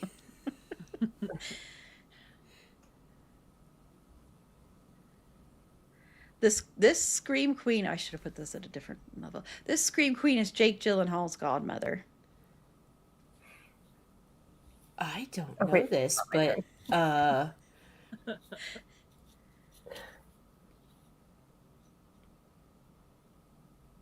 and now I'm blanking. No. I don't know. And I'm gonna kick myself when I hear it, probably. KJ was already ready to answer. I mean, I'm going to embarrass myself if this is wrong, but Jamie Lee Curtis. Yes. Okay, that's what I thought. Damn it, the one thing I knew Oh, darn. out of this whole board. I know Carla's like, I hate you, Aaron, but remember, be more mad at Jen than me. Love you, Jen. So, Carla. Yes. So the jukebox one, Whoa. for Sorry, 40 fun. as well. Also, You guys, I don't know what's happening. For 40. For 40. It's possessed. What Courtney Cox sitcom directly references her appearance in Bruce Springsteen's music video Dancing in the Dark as part of her character's past? was it Cougar Town? Yes. Yes, Okay. I'm on the board, baby. And it was, I guess, season 1, episode 23. I actually watched Such the a good entirety show. of Cougar Town, Oh, you did? which is why I know this. So Oh. you're welcome. So KJ. Okay, I'll do Aaron's Many Men for 30. Just like the I'll do Aaron's mini men. I mean, that's kind of interesting to me. I'll do his many Oh my God, this is a jump except for scare. this one, maybe. but- Yeah, he's not one of my men. Don't worry. Which of Aaron's many men? Which of Aaron's many men had a grandfather that doubled for John Wayne in 2 movies? Was it A, Ryan Gosling, B, Val Kilmer? I love how you spelled how Colin Farrell is spelled here. I don't know. C, Colin Farrell. Colin Farrell. That's his cousin. I don't know what happened Or to this D, one. Oh my god. or D, Christian Bale. Oh my god, I love it. I'll say B, Val Kilmer. Nope. Love it. No. Oh, Okay. Anyone else? Who wants Cowboy. to- I'm gonna say Ryan Gosling. Nope.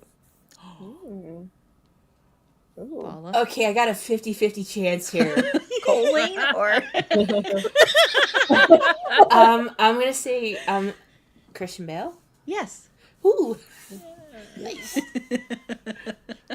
love that you put Christian, Effing Bale. in there. Okay, Paula. Oh, it's my turn. Okay. Let's do the boob tube for 30. I guess Roku TV has a Cougar Town channel, Carla. Jen saying What? in there. In the Bear, which Chicago baseball team is Richie's ride or die for? I'm gonna say the Cubs. Nope. Really? Carla? Is it then the White Sox? Yes. Oh wow. Thank God that was like. There are like so few facts that I know about baseball, and team names happens to sometimes be one of them. And plus, I'm a Cubs fan, so. Yes. Leslie, that's why I went Cubs, because like everybody, like my family was the like minority because my family was White Sox all the way, and I was like, it's got to be the Cubs because everybody's a Cubs fan. Except for Aaron and Richie. Apparently, No, I'm a Cubs fan. Oh, right. just This Richie. is what's wrong with Richie. Apologies. How dare Is he's a Richie. White Sox fan. This is the biggest problem with him. I love him. He's my It's favorite not his character. deeply ingrained trauma. It's his choice in sports. No team. excuse. No excuse. that's not a good And I did not excuse. disgrace your board with a picture of the White Sox. Thank you. I appreciate It didn't that. feel right. Thank you. I appreciate that. So Carla. Let's kill off the 40s, please. Potpourri. Boom, go away 40s. Oh man. According to director Adrian Lynn, the drug aspect of this 1990 film was inspired by the Martin A. Lee and Bruce Schlane book Acid Dreams, the CIA, LSD, and 60s Rebellion. Oh God, I.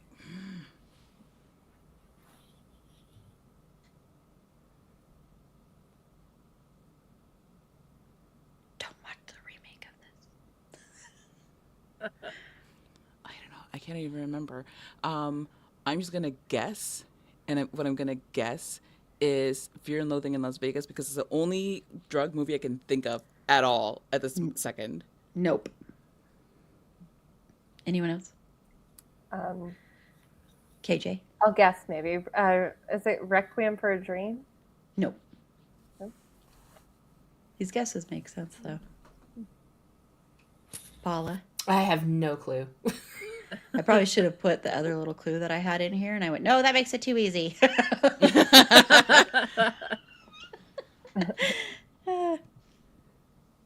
Okay, but the 40s are gone now, so I guess you can all be Yay! happier. From now on, it's easy and smooth sailing. Pressure's off. So Oh, dear. KJ. Well, I guess we'll start killing off the 30s. I'll do Potpourri of Aaron's favorites for 30.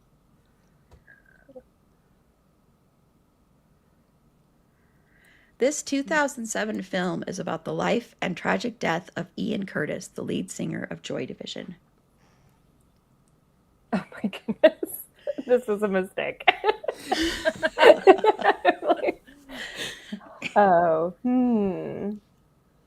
Let me think about it for 1 second before I pass. It might come to me. Not. No, I don't know. Is it a biopic? Yes. Anyone else? No. No, I can't even think of biopics right now. Like, what? It's one of the best, most underseen biopics or underrated biopics, in my opinion. And it's all in black and white, and yeah, it's really good. But if you don't know, it does deal with suicide, so just as a trigger there. But yeah, it's really good. Okay, Paula. Let's do the boob tube for 30.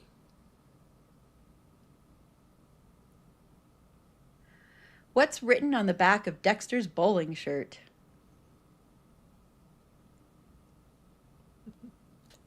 You know, it would be very helpful if I had watched Dexter. Hurry up right now. Quickly watch it. Let me tell you, as somebody who has watched Dexter. Okay, I don't feel My bad husband then. would know this. Yeah, I got nothing. I love Dexter too, but gosh, it's probably something really ironic. Really?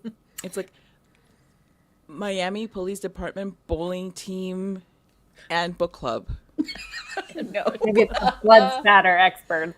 No, but that was really close. Yeah, sorry.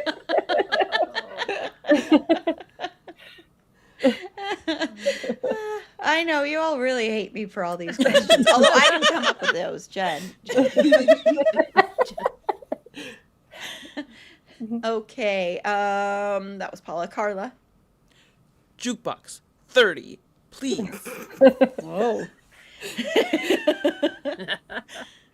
What was the original lineup of Depeche Mode? Haha, you got a Depeche Mode character question. Okay, so you kind of have to get it. Dave gone. Martin, whose last name I can't remember right now, and then there were two others. Okay? There's Martin. There's Dave. Peter and Paul. Oh my God! You did get two of them.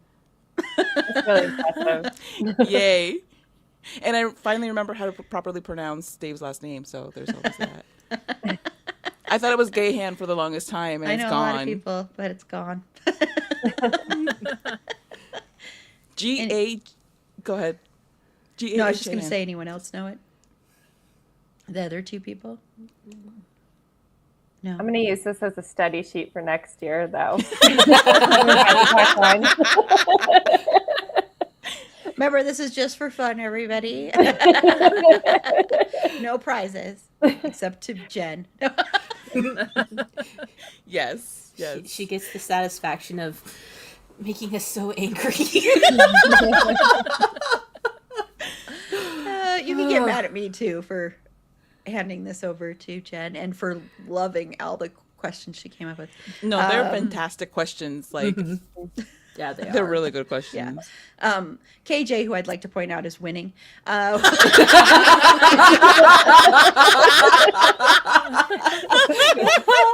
So KJ. Okay. I will do Aaron's Many Men for 20. It's my favorite category.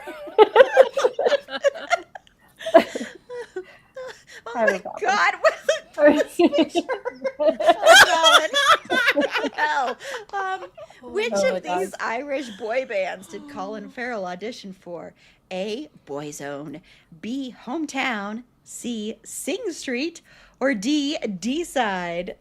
Ooh, I'm feeling like it's A or C, but I'm gonna say C. Nope.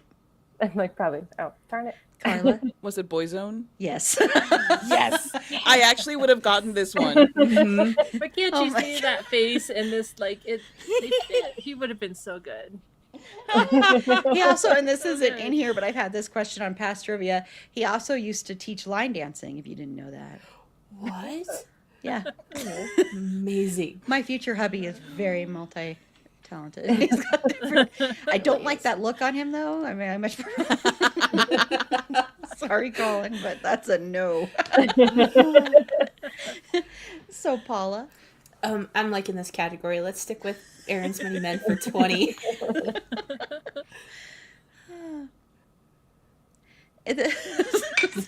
This 2003 superhero film was the first time Colin was able to use his Irish accent in an American film. These pictures you've chosen of Colin. I'm sorry. So retro. Oh, He did get this prestigious popcorn award for this. One, too. he Yeah. did, and why can I not think of? The most prestigious of all the awards. Sure, it's very important to him. I mean, it's the only one that counts, right? For sure.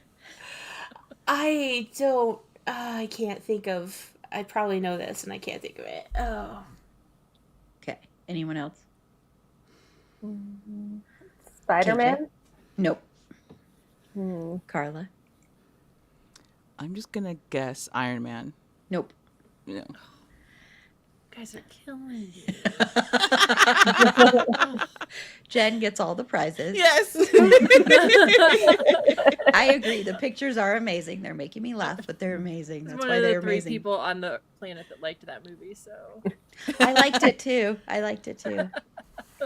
Mainly for Colin, but I did like it for I was other going to say, I'm like, well, I kind of know why. great. Okay, so that was Paula, right? Yes. Mhm, Okay, so Carla. Jukebox, please, for 30. What Journey album featured the debut of Steve Perry? Like, Paula's going to know this, but not being a journey head or whatever, journeyers, journey takers, travelers, I don't know, journey album names that I totally know. The album called Don't Stop Believing, which is probably not what it's called. Nope. Anyone else? Paula, you're a Journey head apparently.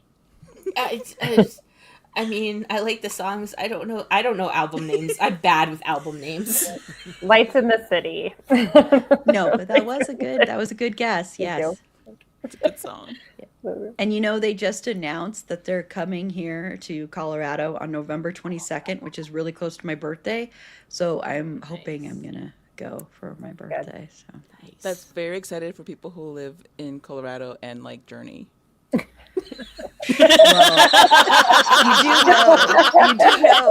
you do know that Journey is our second most popular episode we've Oh, ever I do done, know. right? Yes, I do know. So I fully expect all of the people who have listened to that episode and live in the Colorado area to be there with Erin celebrating her birthday. Just throwing that out there. Yeah, that would be Has- amazing. That would Has be a Journey lot of done a fun. Christmas album? Because you should definitely. Oh, the crossover. Super Yes, episode. the potential. Oh my god. The Journey The Christmas. Journey Christmas cult. Journey into the Christmas cult. Oh my I god. love yes. So KJ, Let's see. Can I do the boogeyman for 30? you can try. He might not like it though. Oh, now you get it. How is Jamie Lloyd related to Michael Myers? Yep. That's a question. Like, Yep. yeah. I mean, is that Dr. Lloyd? Are you trying to trick me? I feel like that's it's the doctor. No.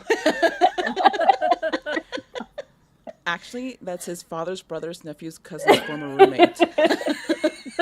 That's wrong too. Anyone?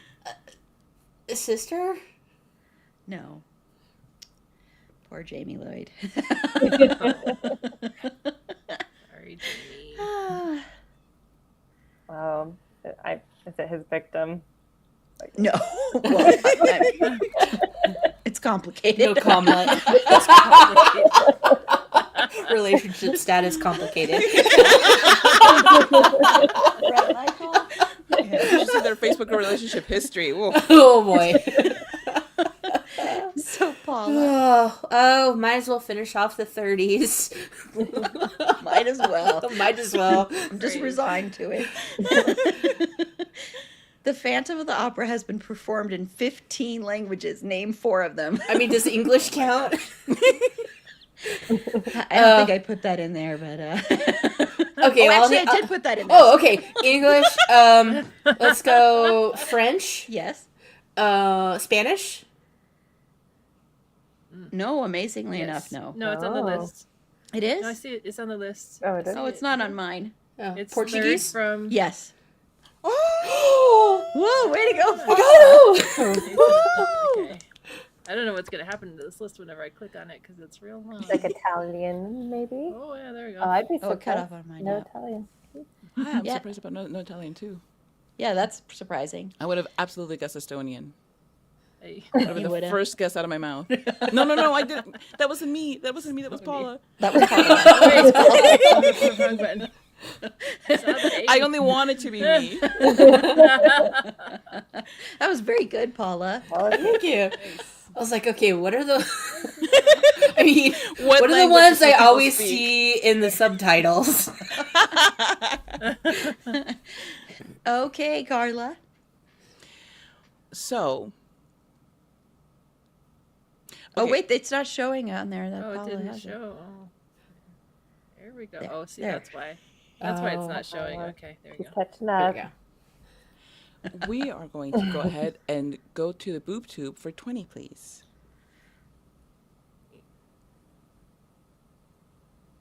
See now, I broke. Oh no!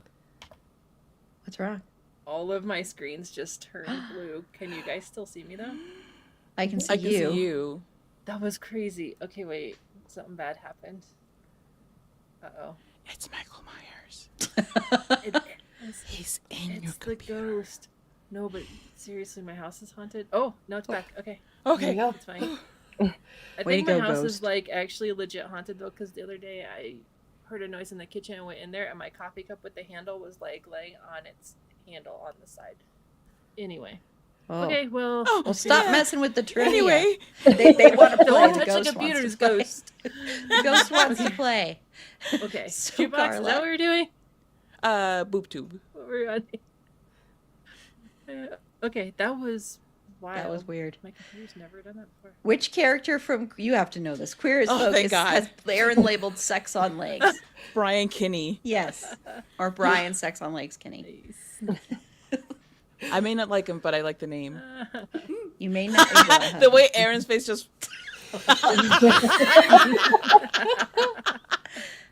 look at that sex on legs. You can actually buy it's Brian's Sometimes I have sex to on look at legs Kinney pictures. thing in our Redbubble store. Yeah. KJ. All right. Let's see. Maybe the boob tube for 20. Ooh, it's becoming a much tighter game now. Ooh. Catching up. What's the Wi-Fi password at Bates Motel in the TV series Bates Motel? One of the most underrated TV series ever. Darn. I love that show too. Yay, another Um, fan of it. Like Mommy. Oh, I think what do you think, Aaron? A? I don't know. I give it. It's really close. It's so close. Mother. That is it. So now it's been said. So close. Yes. We'll go ahead and we'll We'll feel go like ahead that's and Thank you. do that, yes. And all caps. All caps. You're yelling it. That is a very underrated TV show, though. Yeah. So Paula. Let's do.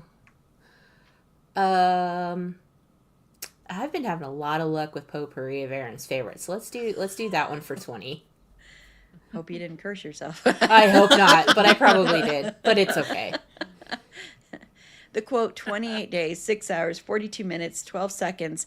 That is when the world will end is from the film that Aaron has watched more than any other film. Donnie Darko? Yes. Yes. See? There's one Donnie Darko. There's another Donnie Darko. Yep, I've watched this movie like I don't even know how many times. Has the best soundtrack. Oh, yes. Yes. An amazing soundtrack. Yeah. Yeah, you should listen to our like 2.5 hour episode we did years ago covering Donnie Darko. And since you love horror, Josh Rubin, horror director Josh Rubin, and his wife, who was also a horror director, Lauren Sick, are on there. So Oh, okay. I'm yeah, gonna it's a check good that out. episode. Yeah, Carla's on there too. Oh yeah, me too.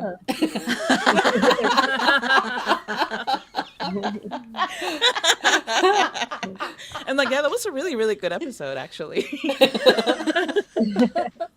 Anyway, let's talk about the jukebox for 20, please. Let's talk about that jukebox. What led to the Violent Femmes briefly disbanding in 2009? You know this. You would think, right? I probably should have put this at a different amount, but that's okay. I just... To briefly disband in Briefly. 2009. I'm going to go with them having to deal with the medical issues stemming from being too close to blisters in the sun. It was horrible. No, but that's a good guess. That was not right. It does actually. Well, never mind. I just think it's funny because that's something we. Anyone else know? Lead singer's medical issue. No. Again, blisters in the sun. They just really wanted a vacation. We just really want a vacation, man. Let's just break up for a bit. Just gonna break up the band for a little bit. We'll get back together later. It's fine. I need some time off, man. No, that's not correct either. That's And Rockstar they did get PTO. time off. That was Rockstar It's PTO. Rockstar PTO, yeah. So KJ. Oh, it's my turn. Okay. I shouldn't, but I'm gonna do the boogeyman for 20. That's right. It's very dangerous to do the boogeyman. That's a lot of bravery. What is Michael Myers credited as in the original 1978 film? The boogeyman. No, actually, he's No? not credited as the boogeyman. No, Heard it. but it was good. Is it the shape? Yes, Yes. The what? the shape. The shape. Oh, dang. Yes. And he still continues to be credited as that in some of the other films sometimes too. So I remember because we just watched a Halloween movie, and it, Yep, that's and- true. yeah, yeah, yes, I made you watch Halloween 2018. so good though. I'm keeping mum about my feelings, Jed. I enjoyed it. Is all I can say. As much as I enjoy Eurovision and Teen Witch. Yeah, Carla did clap. Actually, I can tell you that. And Carla shared a cute video of Fergie, the dog, begging for food and popping up with the Halloween theme music going on in the back. So funny. That was cute. So Paula, Let's go with the boob tube for 10.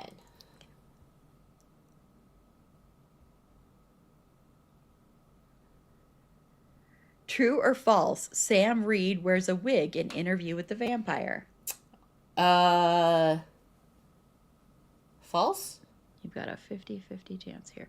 Sorry, what did you... Sorry, oh my gosh, sorry. I have these on a different thing because some of these questions I didn't even know the answer to. I said false. That's correct, yes. False is true. Some Carla people and are I just were going to blessed, fight man. for.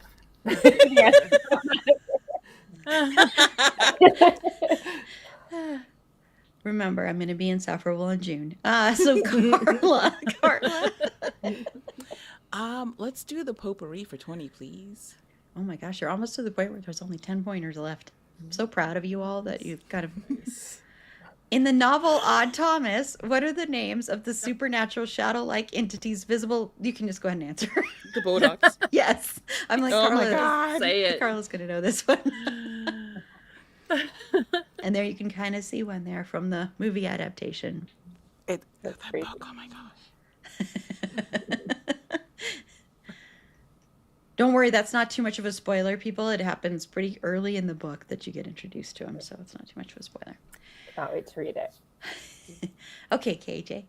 Oh, it's my turn. Okay, I'm gonna do the boogeyman again. I am having terrible luck. This is bad. But I just feel like as a horror person, I need to like dominate this. Power through it. What timeline ends with Halloween, The Curse of Michael Myers? The Blumhouse timeline or David Gordon Green trilogy? The H2O timeline or the Thorn timeline?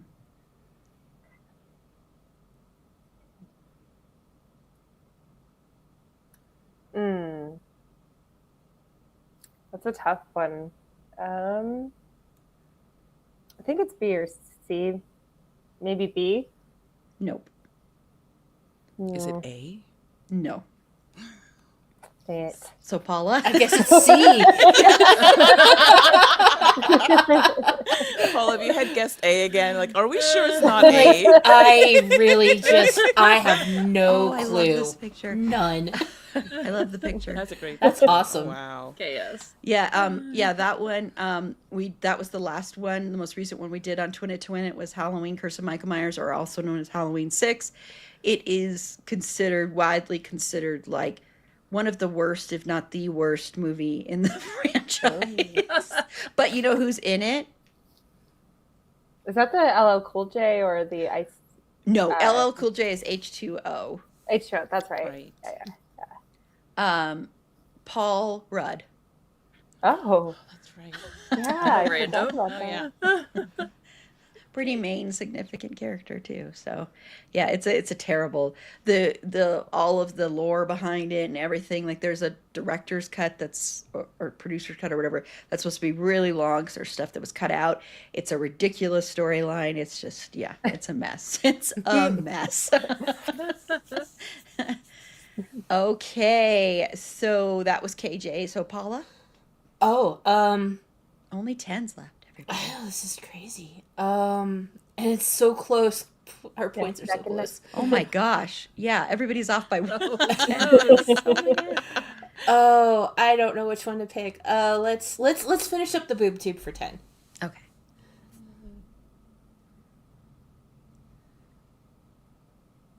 Which Winchester shares a birthday with Eric Kripke's son? Dean. No. Sam? What? Yes. That was a trick question. It could have been neither of those in a different Winchester. Yeah, that's It true. could have been John. Or Mary.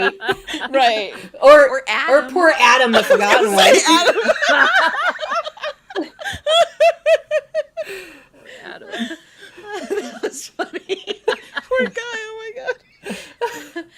So Carla. Man, this game is really tight. That's what she said. I would like the jukebox, please. I was almost going to say for how much? Duh. Let's go back True to or 40. false? True or false? Dave Gahan gave Johnny Cash permission to cover Personal Jesus.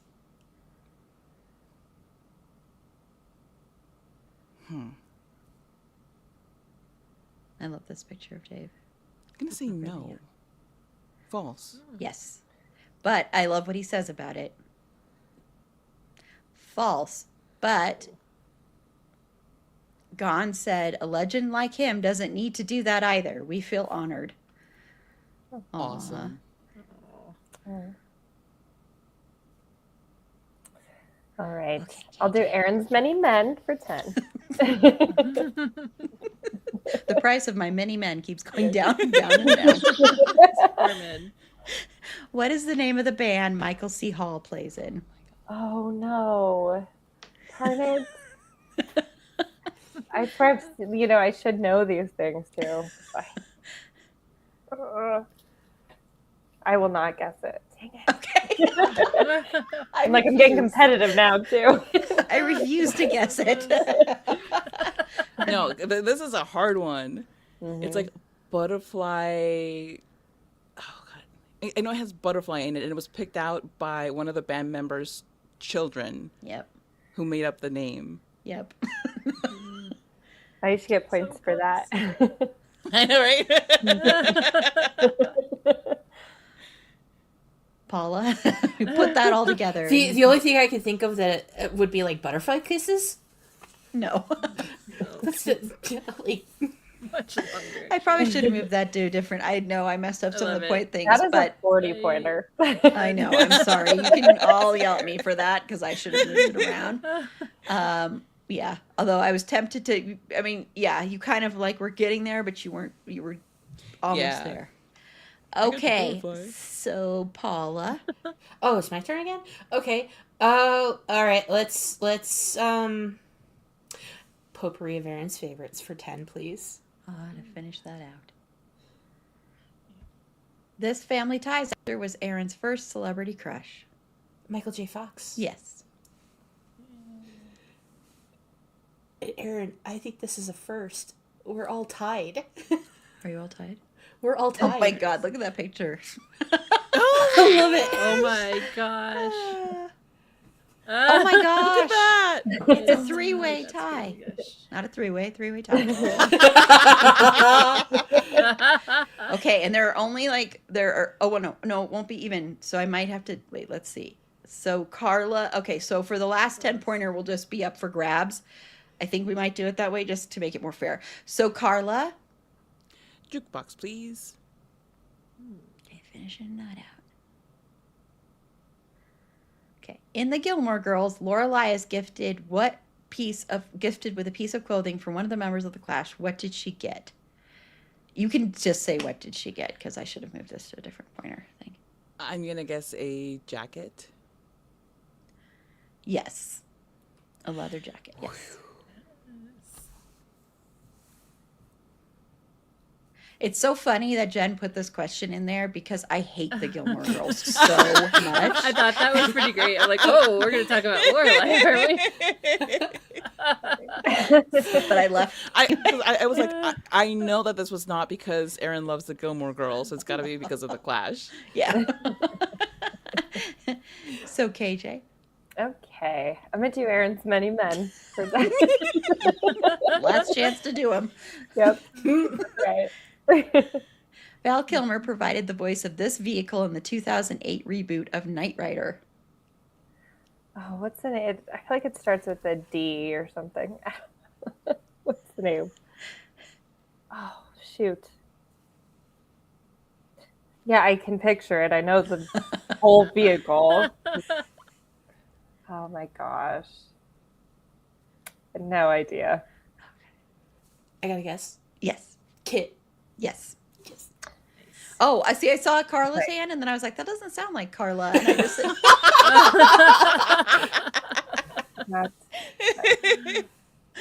oh, man. When I was a kid, I had a big wheel that was a Knight Rider big wheel. You And had it the was- Knight Rider big wheel? It was so much cooler than all the other Oh. girls that had stupid Care Bear ones and stuff, and like Barbie big like my Black Knight Riders one, and it had stickers that looked like buttons on it. It was the coolest big wheel. Oh my god. I am so jealous. It was so cool. That's amazing. I loved it. I rode it until, you know how the wheels would get like a hole in it because they were made of hard plastic. Yes. Mhm. What I'm hearing in my mind is like that sound of Hot wheels over pavement. Uh-huh.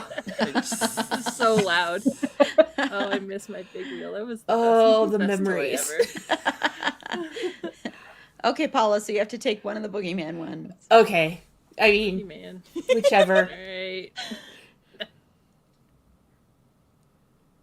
What is Michael's weapon of choice? A knife? Yeah, I'll give it to you. Butcher knife, yeah. Some people say kitchen knife. Okay, so the last one is the boogeyman, and we're just going to ask it, and then whoever raises their hand first, I'm going to try and be as good as I can at seeing. Okay. Okay. I'm scared. There better not be a tie because I didn't set up the tie slide because we've literally never used it before. Who does Michael kill as a young boy? Oh my gosh, there were like two hands up at the same time. Both KJ and Carla were up at the same time. Who do you think it was, Aaron A? I wasn't looking. I was looking at the board. Is there an instant replay button? Paula, who was it? Oh, you guys were both at the same time, man. I swear you were both at the same time. Oh my gosh. Rock, paper, scissors. Yes. I swear you were both at the same time. Okay, rock, paper, scissors it. Yes, seriously, rock, paper, scissors it. Rock, Okay, ready? rock, 2, 3. paper. Oh wait, no, that wasn't fair. That wasn't fair to me because I saw what you put out and I still did paper.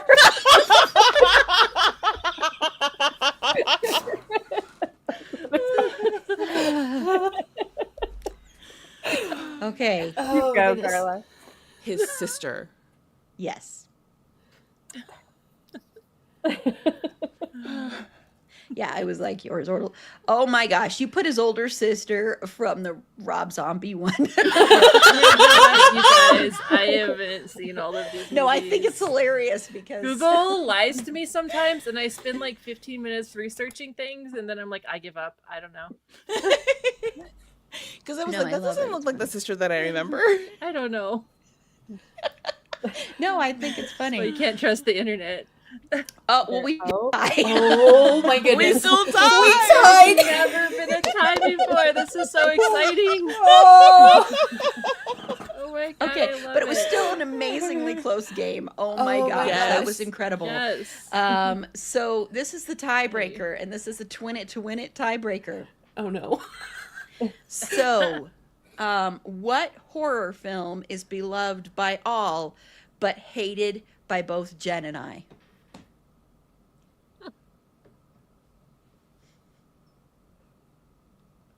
Something that we've covered on the podcast. So, I was to say, I know this. I know you've talked about this.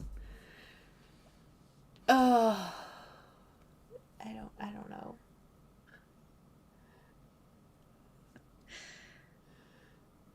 Jen must have known there was so going to be a hard. tie because Jen put this on Yeah, she there. just felt it, and then she was like, I'm going to make it hard. Is it one of the Scream movies? No. Paula, are we going to have to go to another tiebreaker? It's I like think we're gonna it's like have at the tip of my tongue because I'm like, I know you've talked about this. I know, and I can't remember it. Okay, hold please. I'm going to grab some trivia cards. So, Ooh, we're going off book and Uh-oh. on book at the same time. You're muted, so okay. All right. I can't even remember, but I desperately need to know those movies for Blue Monday because I feel like I should know at least half of them. I probably watched at least half of Like, them. honestly, looking at the list, I didn't know half of them. Like, I don't know. It was a lot of obscure It's movies. gonna end up being something obvious. I'm gonna kick myself. I'm gonna like I'm trying to figure out which one she said that you would like. There's 2 movies with the same name, which confuse me. I don't know. And Yeah, this is gonna be really interesting. by the way, it was It Follows. Oh, okay. Oh, okay. Mm. I mean, I did like that one. Our episode, we pretty much crucify the film. So I'll probably Don't change my listen to mind that after. Yeah, I was like, I'll watch it and be like, oh god, I hate this.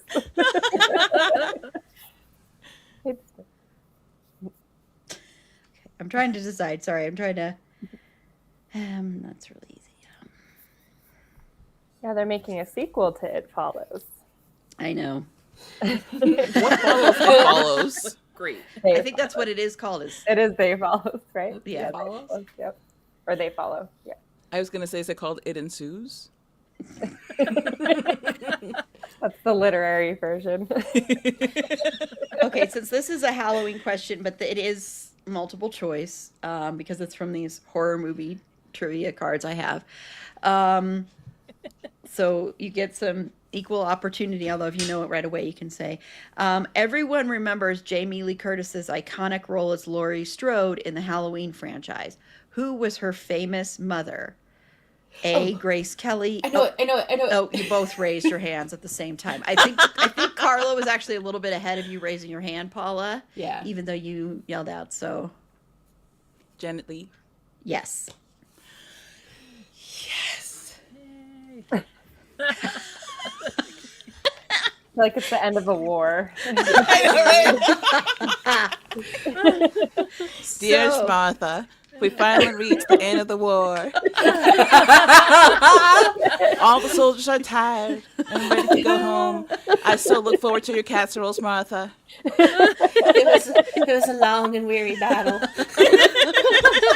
That was by far, though, the closest game of trivia we've ever Oh, played. my First goodness. time we've ever had a tie. That was amazing. Thank you, Carla, KJ, and Paula. We'll reveal the answers for the ones that were missed. So let's go to the Aaron's Mini Men ones first.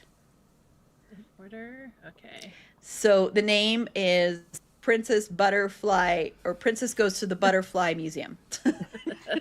Yes. So See, long and ridiculous. I was Love like, it. Oh, Princess Museum and Butterfly. It can't be all of those in the same one, right? that is silly. Oh, they're really good though. I got to go see them. Yeah. And then this was Daredevil. Oh, Come on, yeah. people. Okay, what else? This was I can't This wait was for the bringing- next picture. oh my gosh. that picture. And that picture too. Bringing knives to school and throwing them at his classmates / bullies. So he almost ended up in the news for very different reasons than what we would Oh imagine. my gosh. That was like the Okay. 90s. And this niece. She is the daughter of in that timeline, that's the Thorn timeline. That's the Thorn timeline.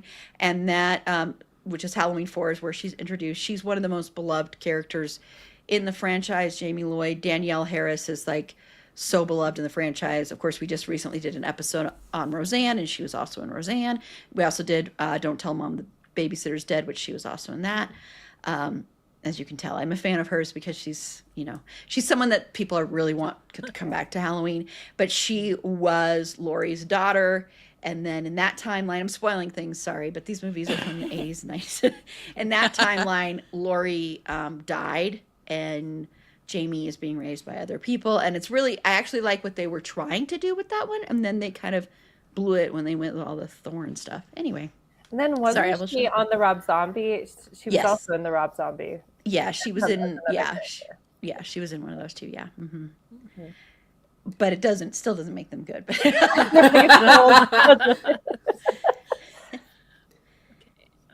And this was Nick Castle, and Nick Castle has a cat named Michael Meowerton.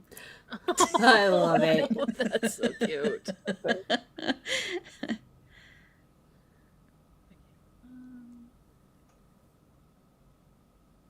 and this was Christine. So Corey Cunningham was modeled after Arnie Cunningham, and this is actually a Stephen King adaptation. But I think this movie is so good. I think it is so underrated. And when you watch Halloween Ends, you can really see, once you know that trivia, where that comparison comes from. This is Bowl Till You Bleed. Oh my gosh.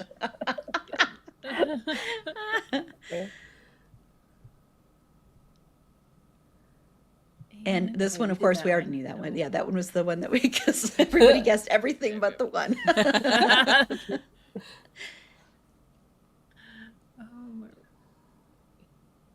Oh, Jukebox was hard. That was 2004. Ah. I actually saw the Pixies for the I was first only time. exactly 20 years off. Well, it's funny because So that's close. the year I saw the Pixies in concert. So It was close. 2024. So Oh wow. That's the year that they reformed in front of your eyes. exactly, yeah. So this is one of my favorite Great. stories involving violent femmes.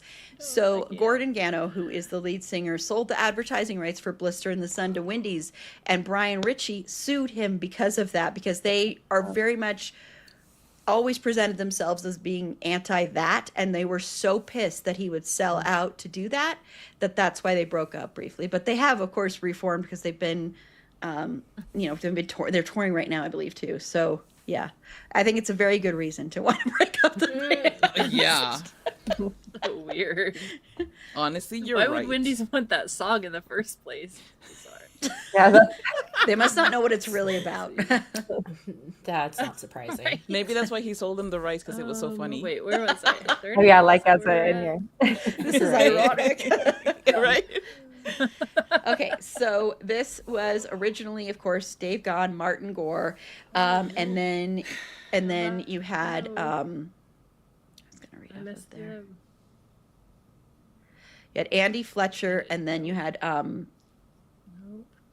who left? The other one left like really It won't close let me. I ran to. out of room. I have my There we go. list up. Vince Clark, Clark, who left yeah. pretty quickly after the first. Yeah, and a lot He of was the people. Alan John Such of Depeche Mode. Everybody knows that reference.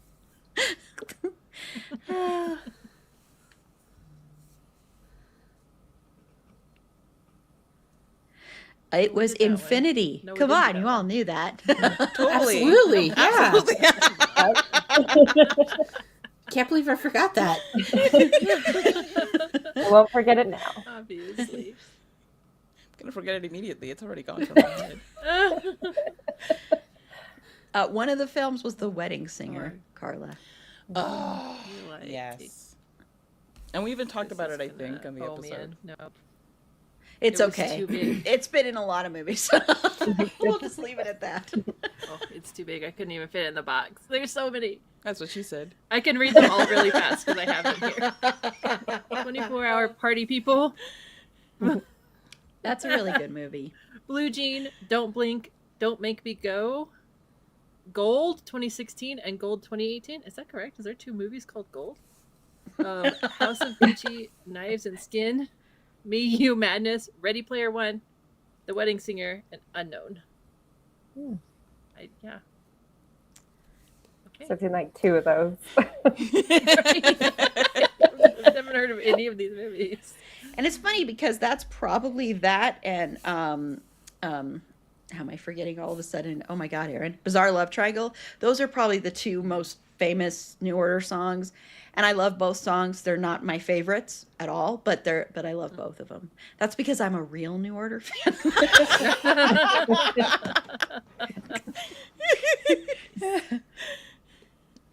Okay.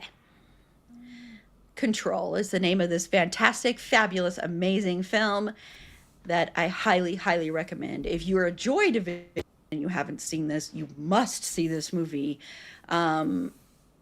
He does such an incredible job of portraying Ian Curtis. it's I mean the body movements, and if you don't know, Ian Curtis suffered from severe epilepsy, like really severe epilepsy, and that's what inspired. Like he had a really unique way of dancing, and it was inspired by his epilepsy. So I used to have a friend that said when you'd say Joy Division, they'd say something multiplied or something, Joy Division and something multiplied. Oh, misery multiplied. And this is Jacob's Ladder. Oh. Fantastic film. I'm one of the few people that thinks the ending is perfection. That's a horror film, right? Yeah. Yep. Yeah. I know. I've heard so much about that one. I need to see this. Oh, it's so good. It's been so very long since I've seen that. The remake is trash, but in my opinion. They remade it? Oh, yes. Yeah. Not too long ago, yeah. I think it's trash. That's it. Oh, that's it. Sorry, everyone. And actually, this is like, we almost made perfect timing here. Go us. Woohoo. Oh, now it's not letting, I have to switch it back. Sorry, everybody. Okay, there we go. Well, thank you all so much. So, KJ, that was your first experience doing trivia. You did so well. That was such an incredibly tight, close game. Woo, bravo to all of you. Seriously. Wow. All of you did and so well. And thank you, Jen, for breaking our brains. Yes. Yes, thank you, Jen. We still love you. Had so much fun. And thank you, Aaron A. And thank you to Carla, KJ, and Paula for playing that very easy game of trivia. I appreciate it so much. Michael is disappointed in you all, but that's okay. Watch my back. It's called The Shape. I'm not that scared. But thank you so much. And Carla and Paula will be back this evening to play Make It a Blockbuster Night trivia. So that's our second round of trivia. And hopefully KJ will be back in October for our horror trivia event as well. And so this does actually, I'm going to let KJ close out first because I know, KJ, this is the last we will be seeing of you today. But thank you so much for being here. I had so much fun talking with you. So if you want to just, again, tell everybody where they can find you. Absolutely. Thank you. It was so nice meeting all of you here in trivia, and all of you out there. You can follow me if you want to catch up on my work, if you want to know about the event. I'm on Instagram and Threads right now, and I will be launching a website. But for now, it's at author KJ Brantley and at Women in Horror Festival Co. So yeah, thank you so much. This was an honor, and I look forward to October and talking to you. Yes, thank you so much, KJ. Yep, I will be in touch. Yes, because I have another thing I want to talk to you about. Okay, yeah, follow up with me.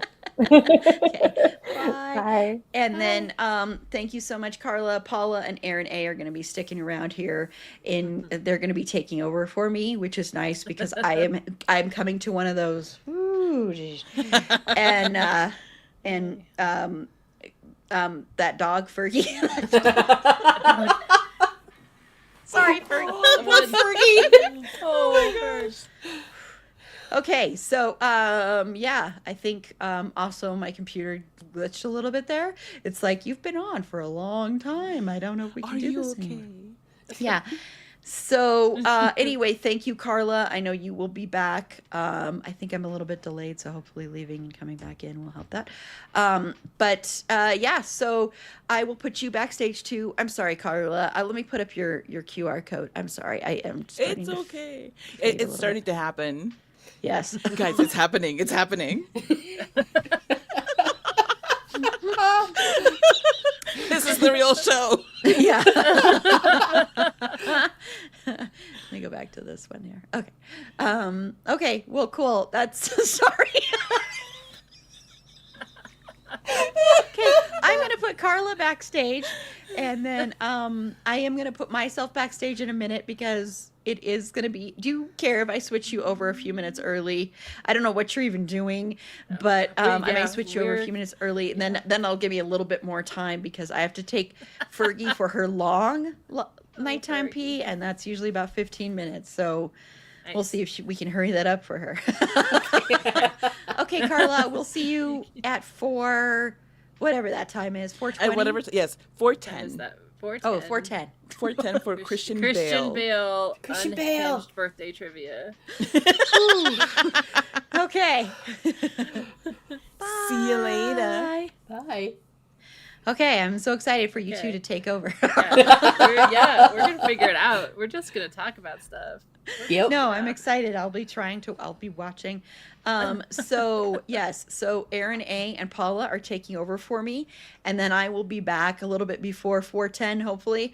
Unless I just decide to do the day. I keep glitching a little bit. I don't know if maybe my computer's like, I've had it with you. Need a break. Yeah. Could be. So let me do your little intro, which I think is funny, and then by the time that's over, you will not see me. You will see Aaron A and Paula. Can you both still hear me? I just want to make sure. Yes. Okay, good. Okay. Where's that intro? I'm sorry. I'm trying to find it. Oh, there it is. Oh my God, Aaron. Hey, the intro.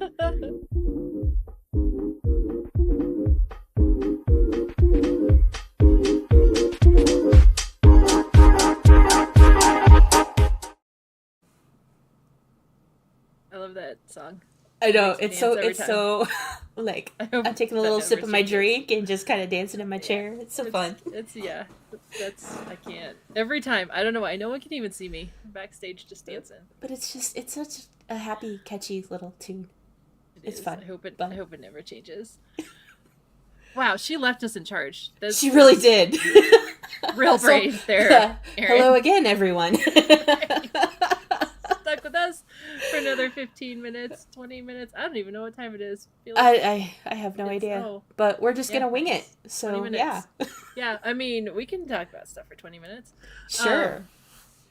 I think we can just do our own little like mini pop culture episode, right? Like what we're Sure.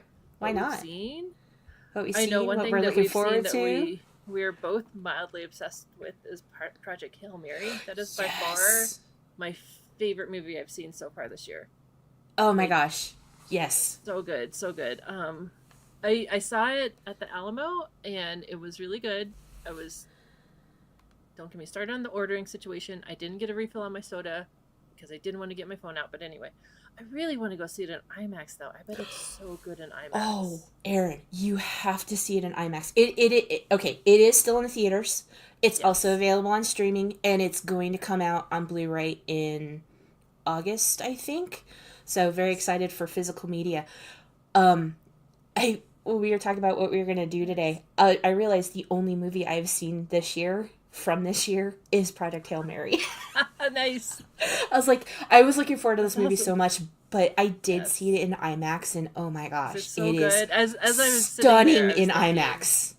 Yeah, as I was in the theater, I'm like, this would be so good in like a giant screen with like really loud sound.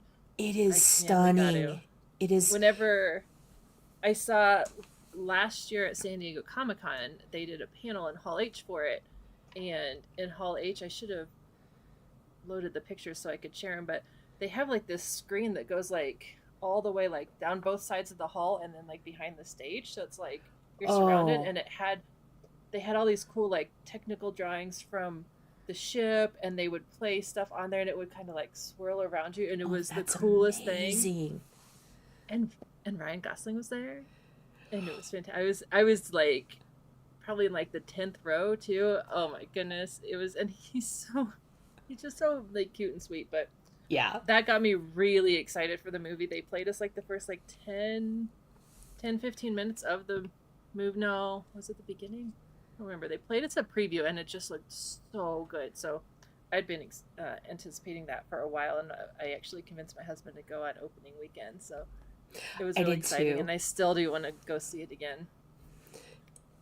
If you Right. have the chance to see it in IMAX, I highly recommend it. I had actually listened to the audiobook, which also highly recommend. Ray Porter is the narrator, did a fantastic job.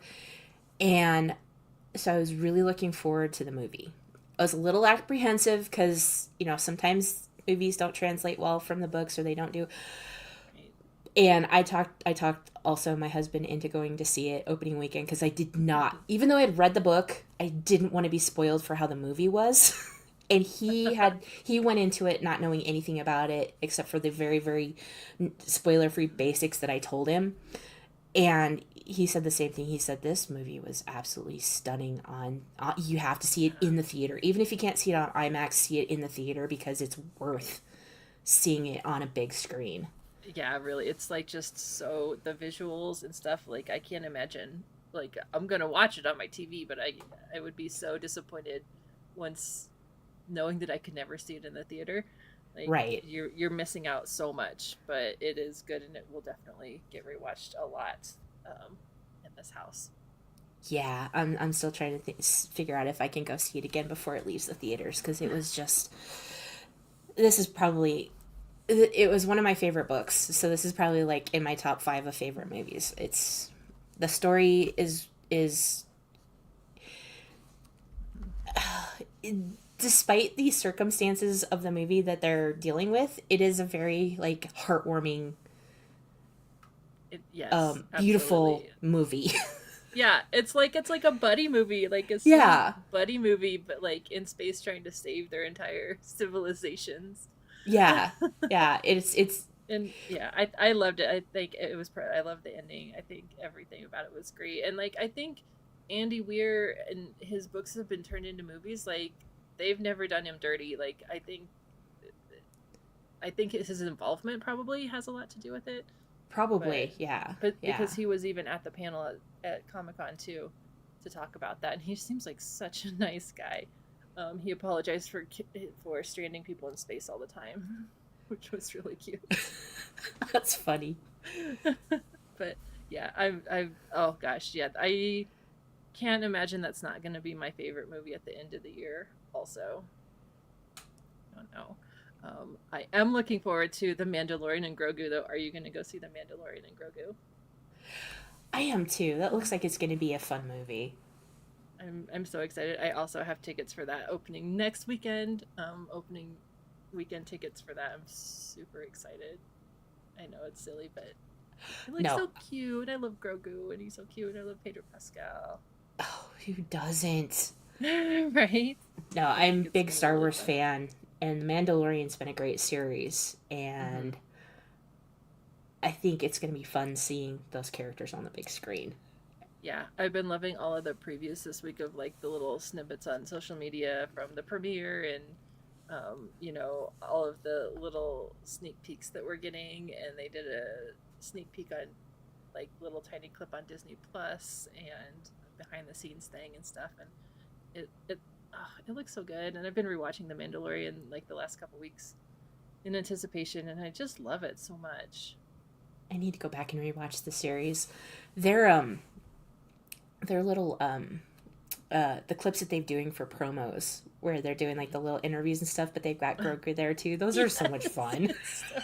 I love it.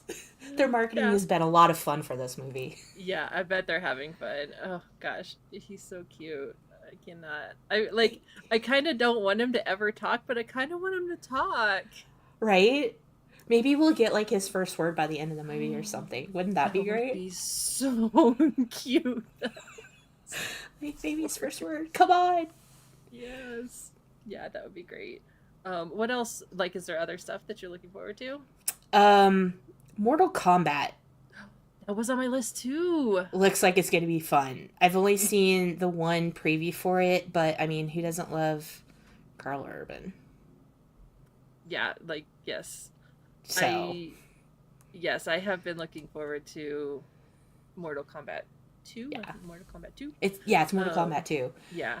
It's crazy that it's been so long since like the first one, like did the like what was that, a spin-off one a couple years ago or something, but like Was there? I don't between remember. 1 and 2, was there, I feel like I there was only- something. I only remember Not the part of first the one, and main that was timeline. yeah, because I only remember the first one. Wasn't that one back in the 90s? Yeah, I feel see, like I was in high school. Yeah, right. Yeah, it's a long time ago. And the Mortal Kombat soundtrack is like a solid soundtrack. I Like, have that I'll soundtrack. still listen to that. Yeah, That's so good. Yeah, this one's probably, it's got to be good too. But I swear there was some sort of spin-off one not There too might long have ago been. in between. But yeah, I'm actually looking forward to that. That was one of the few video games that I used to play, and I've been the sucker for the movies since then. I swear, we should Google that. It looks like there was one. It was a reboot in 2021. Okay, yeah, yes, I knew there was another one. I remember it getting like not great reviews, but like I'm a sucker for Mortal Kombat. I can't. Yeah. Yes, Like it. Mortal Kombat and Street Fighter were staple video games when I was, yeah. Because we had, I can't remember which one we had. My first job, I worked at a car wash, and we had a couple of video games in the break room. Nice. And I can't remember if it was Mortal Kombat or Street Fighter, but one of those was in the break room where we would play it all the time. It was so much fun. So yeah, I love those kind of movies. That's awesome. So that one's going to be, and like I said, again, who doesn't love Carl Urban? Right? The man doesn't age, right? He He like looks the same all the doesn't. time. It's not fair. Right? It's Right? not fair. Yes, no, I love him. What else do I have on my list? Also, Practical Magic is coming out this Oh, year nice. too. Finally, well, Practical Magic 2, I think they're calling it. That looks really, really good as well. And Supergirl. Supergirl. I'm such a sucker for Crypto. Oh, It's like she has to go save Crypto, and I love Crypto. He looks like my old dog, so like, and he's so cute, and he acts like my old dog. He's just adorable. So Supergirl's another one that's on my list. I'll probably have to go see. Crypto. Nothing bad better happen to Crypto. I doubt it will, but no, don't because think- people will riot. right, yes, I don't think James Gunn would do that to us. He better not. He should know better. Right, yeah, he should. He should. Yeah, well. Like, don't disappoint the fans. Right, exactly. You're here to please us. Exactly. Let's see, what else is coming up this year that we're excited about? I'm looking forward to Hunger Games: Sunrise on the Reaping. Oh, okay. That one's gonna be devastating, but Yeah. it's also gonna be just so very good. The book was devastating and heartbreaking. Oh no. Oh, I'm yeah, scared. It's Hamish's backstory, and Okay, yeah. and you understand why Hamish is the way he is now, and it hurts so good. I mean, it's the book is painful in the best of ways. It's very well done, and I'm very much looking forward to the movie absolutely destroying me too. So there's that. Oh no, I haven't read any of the books. I have seen the movies, and I enjoy them. Yeah. I'm just, I'm unprepared for that, I guess. Yeah. Should be interesting. Oh, Carla had a question. If we were Oh. stranded in space, what sci-fi book or movie would you want to be stuck with?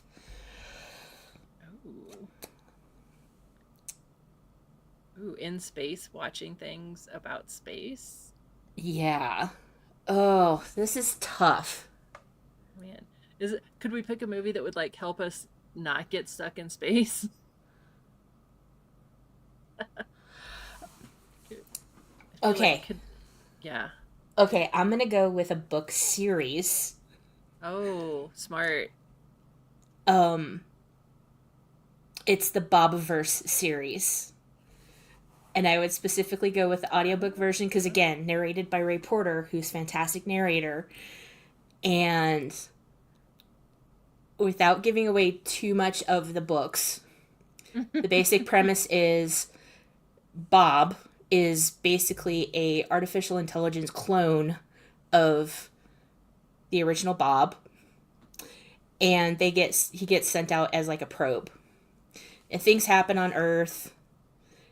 And he's like recreating himself. So there's like multiple Bobs, but they like rename themselves. So some of them kind of go the Star Trek route. Some of them kind of go the Star Wars route, or, different fandoms. Cause they're also, very much in the nerd fandoms, and they are basically exploring space, and they come upon alien species, and all kinds of shenanigans happen, and it's a great series, and it's not done yet.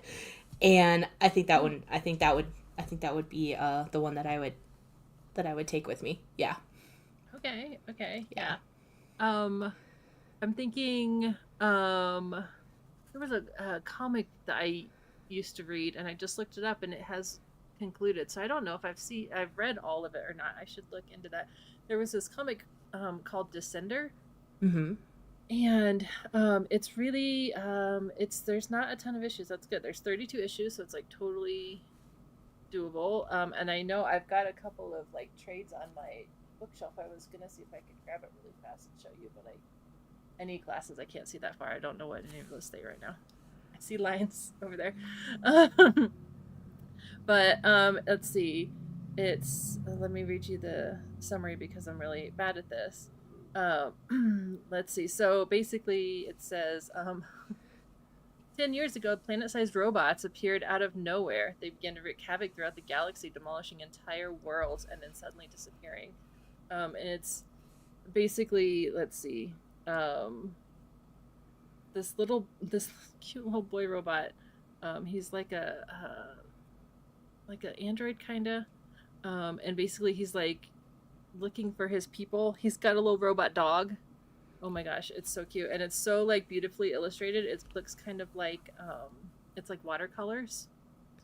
It's so pretty. It got optioned for a movie, but I think that was in the 2020 fiasco of COVID, and I think everything got canceled. Yeah, that's unfortunate. Which kills me. Yeah, it's a bummer. But it's like so beautiful. This is why I love comics and graphic novels, because the illustrations were just so pretty, and it's like spacey, but it's like this, you're following this little boy that's he's one of the last robots in existence, and he's just like looking for somewhere that like he can exist, and where can he fit in. But I think that would be fun. That would be interesting. Yeah. It would keep me occupied for a while. Like 32 issues would be good to be stuck with. Probably make you feel like you're not so alone in space. Right. But I feel like if we got like Interstellar, that might help us like get home though, right? Maybe. Yeah. Yeah. We could Probably. figure it out. We could figure out time. Maybe. Maybe. Spacey. Let's see. What else do I have on the list? Man, I've got a whole list of TV shows too. We haven't even talked about TV shows yet. Oh my goodness. I'm trying All to about play movies. catch up on all the shows that have already come out. I'm behind on Fallout, Last of Us. Oh, just don't do it to yourself with The Last of Us. Really? Just don't. I've watched the first season.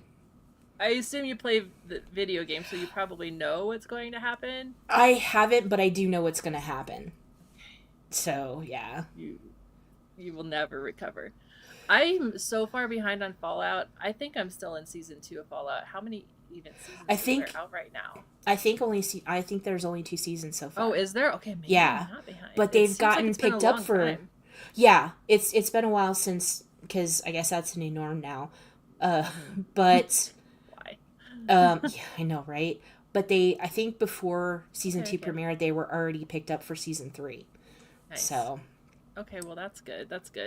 Yeah, that's the thing now. It's just like to have like 3 years between seasons, and it's just like ruining everything. Yeah, because I loved the first season. My husband played the video game, so I didn't play it, but I watched him play it. So, already familiar with that world. And I thought they did a fantastic job adapting it.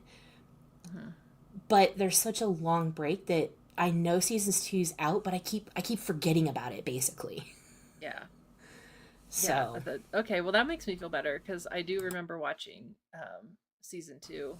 Gosh, that was so long ago. My goodness. Yeah, I mean, speaking of long times between seasons, though, Ted Lasso is finally coming out with the season 4. Nice. So that's exciting. I think that's in August. Can't find out my list. My list is too long now. I'm pretty sure it's in August that Ted Lasso is coming out. I can't read. I don't know. It was somewhere. There's a lot of really good like new seasons coming up over the summer too, which is really exciting. Um, the Vampire Lestat is gonna be so good. Do you watch Interview with the Vampire? No, I haven't watched Oh, any of it. oh man. Oh, it's so good. I'm so excited. Um, the the first episode is this is me gonna be I'm gonna be full nerd for you for a second. Oh, go for it. Season premieres on June 7th, right? They're gonna have weekly episodes. It's on AMC/AMC Plus, right? So they're gonna have weekly episodes, which means the finale is gonna be like a week before San Diego Comic-Con. Oh, wow. Like, I'm so excited because last year they didn't even have a new season and they had so much Vampire Lestat stuff. So I can't imagine they're not gonna like just go big. Like they had like whole hotels wrapped and stuff. Oh, that's awesome. It was so good. So I'm like so hoping that maybe we can get like a concert, like a Vampire Lestat concert because they're doing. Oh, that would in be June. amazing. They're doing that in June, like one night only, in New York City. That they did like random drawing for tickets to go to it. So like, how cool would that be? That would be awesome. But the Vampire Lestat, oh, the season's gonna be so good, so good. I hope that just goes forever. I know it will not, but I could watch that show over and over again. It's one of those ones that I could just keep watching over and over. Oh, here's my list. It's Ted Lasso, August 5th. That's it. Speaking of, yes, Apple TV seems to spend all of its money promoting like 4 shows, Ted Lasso being one of them. Sugar season 2 is coming out on Apple TV. What is that? Oh my think I've- goodness! See, I don't think they I've even don't heard tell of that anybody. one. It has our very good friend Colin Farrell in it. It's so good. It's like this like crime noir. He's like a private investigator in LA, and it's like some of it's in black and white. I don't think it's all in black and white. Like he's like he loves like old like crime movies and stuff, and so he has these like flashbacks in his head. They're in black and white. It's so cool. That's cool. It is. It's really, really good. And then there's like a mystery because he's like he's like a private investigator and stuff. And then there's like this just, I don't want to tell you because if you're going to watch it, like, I don't want to ruin it for you. But it wrapped up the season really nicely. And I didn't think there was going to be a second season because like it's Colin Farrell. He's a busy guy. He's in like everything in the world. And it's been like 2 years, and then I saw that there's going to be a season 2 because they like left it open, but it wasn't a cliffhanger, but they like left it open for like, oh well, he's going to go save more people and do more things. So yes, highly recommend watching that. It's so good. It's so like nobody talks about it, and I'm really happy that it got a second season considering they haven't advertised it at all. It's something they could very easily advertise at Comic-Con. Sorry. I'm talking I'm about sorry. your I didn't husband. mean to like, I was just like, this is a good, oh, whoops. And then, so yeah. And I actually have not watched the show, so I am not a good wife to be. Gonna have to get on that. Everyone has to go watch it. Somebody needs to talk to me about this. I'm and just I don't a bad want to wife spoil to be. I don't want to spoil the ending. Nobody will watch it. I'm a bad wife to be, man. You are. Oh, Erin. Anyway, Sugar Well, on Apple TV. Please, someone go watch this. Well, I missed most of that because I was, walking Fergie, and it was her, not to be too graphic or anything, but it was her night poop time walk. So it's a little bit longer. So, Good job. and then she just, she has to take forever. So, and she's also like, well, you've been leaving me alone all day. So I realized I forgot to change the banner. I'm sorry because did you talk about Ryan Gosling? We did. We did. Yes, we did. Okay, good. Don't Because worry. I'm like, I feel bad. I forgot to change that back. Oh no, because we had definitely to. started with Ryan and then kind of. Yeah, we had to Okay. talk about Project Hail Mary. Yeah. Okay, because I was like, oh no, I'm sorry, I messed that up. Well, thank you both so much. You're both on the next thing, you. right? Mm-hmm. Yes, so you're both still Yes. here. Woo! So Yep. I'm not even gonna Christian bother kicking you out. Christian party. I've been doing that, but I'm like, oh, I'll just leave people in. Uh, I didn't even get a chance to stand in front of the AC, so I'm a little bit woo. Oh no. It's okay. We're at the halfway point, everybody. Halfway, a little bit less than halfway. I was like, oh, I've only got a few more hours to go. Just No. a couple. Just a couple. It's fine. It's all good. And I am It's wearing fine. my Christian Bale shirt. It's Oh, a new one nice. I Oh, got that's at cute. Horrid. Nice. At Horrid, so the local horror store here in Very nice. Colorado, in Denver. Yes, so that is what we're doing next. It's our belated Christian Bale birthday celebration. This one and another one that we haven't shown yet are probably my favorite intros I've done for this whole marathon streaming event, just because I am a little bit too amused by my own cleverness. So everybody else will probably be like, I don't know what you're talking about, Aaron. These aren't that good.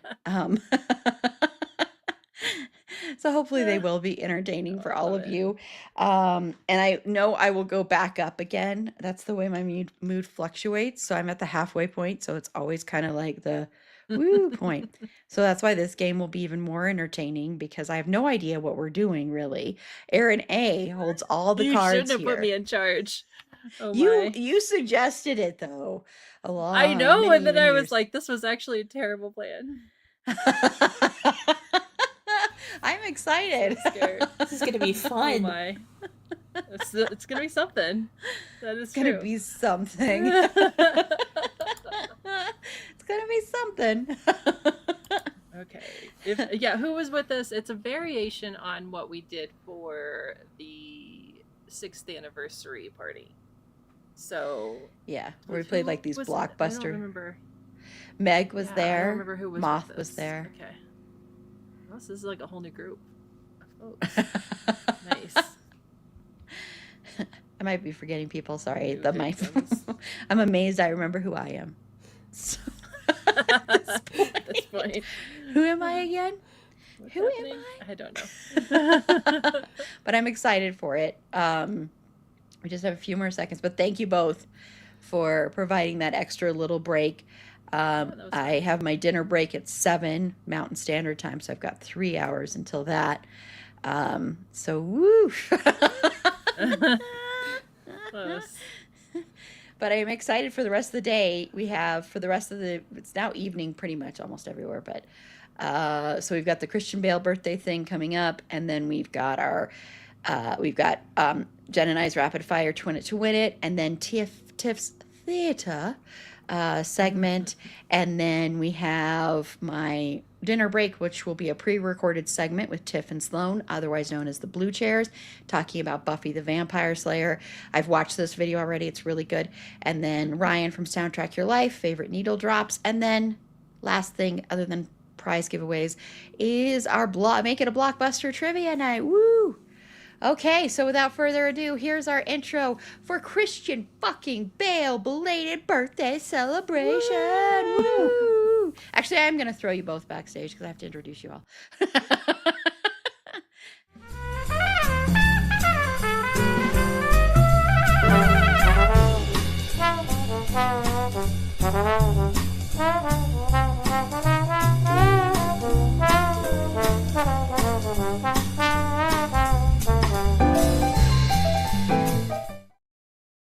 Okay, I am so proud of that one, mainly because I had him all of a sudden have the birthday hats on, and then he had the little party blower things, and I don't know. I thought it was cute, and I gave him jazzy music, which I don't know why I decided to do that. It just seemed fitting. That was supposed to be a rendition of Happy Birthday. I didn't really hear that, but other people are nodding backstage, so maybe I'm just dumb. But anyway, yes, happy belated birthday to Mr. Christian fucking Bale. Let me bring on my panel of guests. We're playing a game that Aaron A came up with, so I don't even know what's happening. I sort of do, but sort of don't. So first up, we can never do Christian fucking Bale stuff without her. She is amazing. So please welcome from OK Real Quick, Carla. Hello again, Carla. Oh, hello, Erin. Are you ready to party? I'm ready to party, and so is Christian. Always. As you can see, I have my traditional Christian Bale party hat on. I know. I love it. I love it. I don't know where mine went to. I lost it a long time ago, and I'm so mad at myself for that. But because Erin A created it, and it's amazing. And I'm going to bring Erin A on last since she's going to be running the board. I'm doing it a little bit differently than I did the other trivia. But thank you for being on, Carla. Let me put your little widget up really quickly. So go find OK real quick there. That's what it's called as a widget in here. This is a QR code, Erin. So just this is where widget. Sorry, I'm going to shut up now. Okay.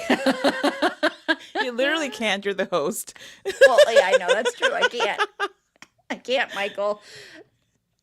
Can't be you, Michael.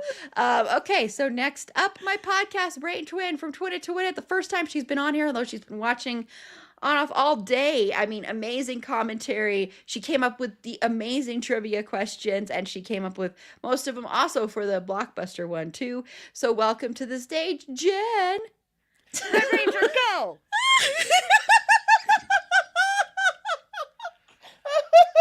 I don't have birthday party hats. I only have birthday party masks. And we all know that that is Christian's favorite Power Ranger. Absolutely. I mean, Oh my God, that was amazing. Oh, wow, I wasn't expecting that. So welcome, It's a good Jen. birthday surprise. Welcome for your first time live on the stream. You've been in the backstage, not the backstage, the comment section. So yes. Thank you so much for everything you do in the world. You've done so much for the world. Thank you. I do all the things for the world. So you are very welcome. Jen is, in fact, every woman. That song is about her. It is. Whitney Ass is like, absolutely. I would be honored.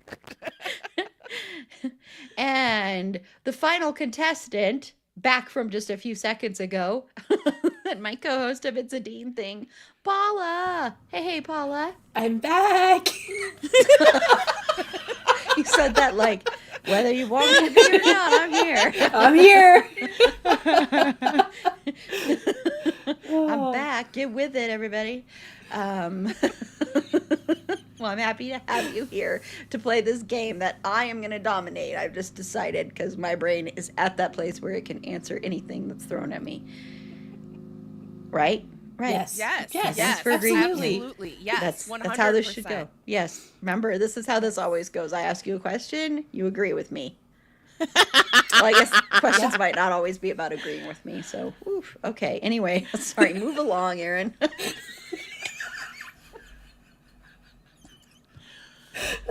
It begins. The loopiness begins. Okay, so last but not least, Erin A. Let's get ready to rumble. I wonder why it put you here when you were like the last one entered. This is my luck today. Everything's weird. It just likes to cluster the errands, I think is what happens. Everything's That makes weird. sense. I don't know. Because it's not even that I it's know. doing it alphabetically, because that is not the alphabet. That's super weird. No, it is not. Thanks, Jen. Okay, so Erin A has devised an incredible game that I will win. So I mean, I have Right? made something that resembles a game. That is, that I will win. yes, 100%. Erin is going to win because I am in charge of the scoring. So, Yep, and she Um, knows who to give the score to. great. I don't know what that. I I don't know why I did that. I love it. Sorry. Shut Great. up. Oh, I Okay, also Erin have A. a hat, but I don't have a chin thing for it. But imagine that I'm wearing a hat. Oh, Yay! We're Can't matching. get it on though. that's okay. And Zeus has his hat as well, but he's asleep, so he will Oh not my be putting it on. goodness. Aww. Okay. So I think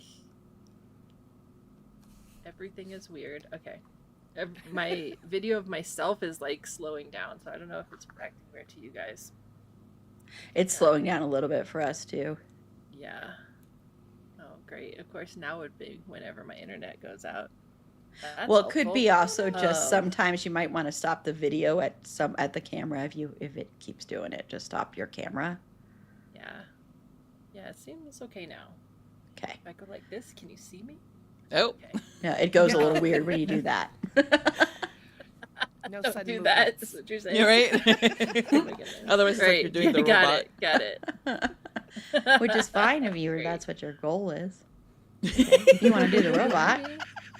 It could be because I have this other. I have the Christian Bale letterboxd page open, so it could be because it doesn't like how much bandwidth all Oh. of Christian's movies are taking up to show me. Christian. So Christian, rude. Christian why are you in so fucking many Bale. movies? Why are you so really? rude?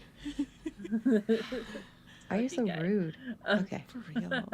Okay, so I apologize in advance for this game that I'm about to show you guys because I don't know if this is gonna work. So we're all gonna figure it out as we go. I'm if excited, any- Erin. if- I think it's gonna be the right. best. I don't know how we're gonna score it. We're gonna have to decide on consensus if we get the points. Aaron's like, I volunteer to be the scorekeeper. Right? Erin is the decision maker. She is the decider. Yep. So what we're gonna do, if you were on the anniversary live stream party, we played a game that Erin had that basically says like a theme that a movie could be, and then we go around in a circle and say movies that fit that theme. The caveat is these are going to be Christian Bale movies that have to fit the theme. Jen. So I don't know if we want to be nice, since Erin is the decider. If we want to be nice and let everybody open up Letterboxd and look at Christian's movies, because it's not about the titles of the movies, it's about the content of the movies. So if you don't know what these movies are about, it's not going to help you This is- at this is all. not an open note test. No open book test. So this is really about the content of the Christian movies now. Christian movie. God. Oh, great God. Jesus. Jesus. So scared. And that's it. I'm done. The Good night, Passion of everybody. the Christ. Done, right? There Last was- Temptation of Jesus Christ. Last Temptation of Weirdly, Christ. there's that's now what a new movie on his letterbox. Have you seen this? The Resurrection of Christ 2026? What? What? It's saying that Christian is a movie this year called The Resurrection of Christ, and I don't know what this means. I you don't gonna think tell me that's on about his this? IMDb because that's not a thing. Right. I don't know. It's on his letterbox, which it wasn't there a couple weeks ago when I looked, which is super weird, right? But he already did a Jesus I- movie, and Jesus famously does not yet have a sequel. I mean, and if anybody deserves one. No, he's not. He's in something called. He has something in development called the Church of Living Dangerously. That's weird. That might And be he it though. too- I And they don't might just know. have like changed the title. There is Yeah, another maybe it's really a weird working title. movie on. There is another weird movie on Christian's Letterboxd page, and I clicked on it, and all the reviews are. It says Christian Bale was in this, so I watched it, but this movie is garbage. Like every review. Wow. And apparently he's not actually in it, so someone is So trolling. Letterbox Letterboxd, I is think. messed up. They got I don't know. I Bale closed my fished. IMDb. I big bale fished. I closed my IMDb. I promise. So. I did too. Has everyone studied? Then everyone's ready. Yeah, I studied all night. Yep. Yep. Okay. Studied Yeah, all week, So there's all only year. totally. There's 10 categories, so we're just gonna do 10 rounds. Whoop, Let me whoop. see if I can share this board with you. And Aaron wins. I remember how to present things. Aaron, 100 points. I mean, let's be real. I'm not disputing anything at this point. Thank you, Jen. I'm gonna Jen's put on my this- We side. haven't even started. No. Okay. Okay. Jen wants points too, doesn't she? Oh my gosh! Whoa! Oh my amazing. god, I love that. That's That is amazing. awesome. That's amazing. Oh, and you grabbed some of the same pictures that I did, so it's like amazing. Love it. I love that. Okay, I don't know how to rearrange everything because last time I tried to do that, I broke it as usual. So I know there's a different layout, but I don't know if it's going to help us. I like this layout. Okay, are we good? Are we good? I feel like I should at least put myself at the bottom. I don't know. Okay, I'm really scared that this isn't going to work, you guys. My apologies. I have faith in you. Okay. I'm gonna make it a little... So does Jesus. See, it's so does Jesus. Apparently Christian Bale also. Okay. Okay, so we know what we're doing here. We're gonna start. Should we go? See, I should put myself at the bottom though, because how do I go to the I'm doing bottom? it. I'm Oh, doing you're it. doing it. Okay, okay. I'm not gonna touch it then. Don't touch anything. Okay, okay. There we go. Should we go in order then? I'm gonna go in order of the screen, or else I'm gonna. Okay. That's why I'm not in charge of trivia, because I'm gonna forget what order we're going in. We'll go. Erin- We'll go. I'll go first every time. Yes, you get to go first. Okay, every time. Every Love time. it. Nice. Okay, so the first category is gonna be Christian Bale movies that have singing or dancing. Newsies. And see, and you say you don't like that. Okay, so we're gonna go with the 10 points for No, you. why 10? Why anything? Would you like one? No, I'd like 40, please. No, I'm just kidding. It's fine. We're just naming one, We'll go- right? And then going Right, around. and now Okay. and then we're gonna go in a row. So then Carla Okay. gets to name one until we run out. So if it loops back around, if Paula names one, then it can loop back around, and Erin, you can say another one. So then you have Okay. opportunity to get 20 points this round if we can keep it going. And then whoever can't name one, the person after that gets to first chance at the next category. I'm gonna say The Bride. Yeah, I like it. Yes. Or That was- The Bride, because exclamation point. Yeah. Yeah, Carla, get more excited Beautiful. I feel so sad that not more people like that movie. there. I know. It's okay. I It's love not it. okay. Sorry. But it's Nothing's okay for okay. now. It is what it Singing is. and or dancing. I'm gonna go Little Women because don't they go a wassailing? Oh, They do, as a matter of fact. So is that what they say? They whistle their tails off. Let's go wassailing. Love it. Next time I go clubbing, which I haven't been clubbing in forever, I'm going to say, let's go wassailing, everybody. Wassailing. Let's go clubbing.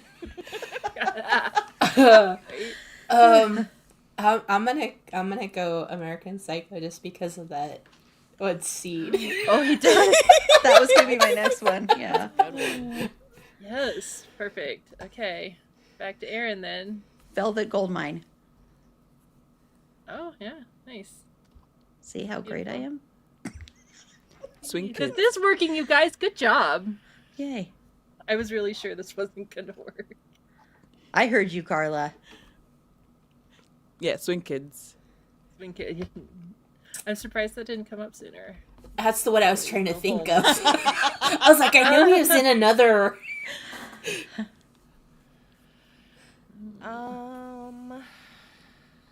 He probably dances in one of the Batman movies as like Bruce. Oh, yeah. Can- He does, actually. Yeah, you're right. Is He he? does. Yeah. Yeah. Yeah. Wow. like at Yeah. one point, like doesn't he dance with like? Yeah, because they're at like Yeah. fundraisers and Different stuff, things. right? Yeah. Yep. Yeah, Mm. Yeah. that's true. Wow. All right. I don't know why I said Yeah, wow. We'll accept it. Nice. I'm so impressed. I mean, I agree, but like, damn. Ah. My breath, that was for a different reason. I'm surprised. That was so- I just switched the layout. Sorry.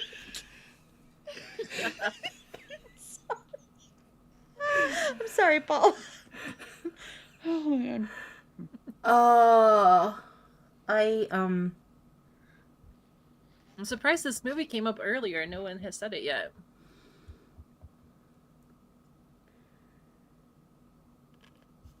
I am drawing a blank.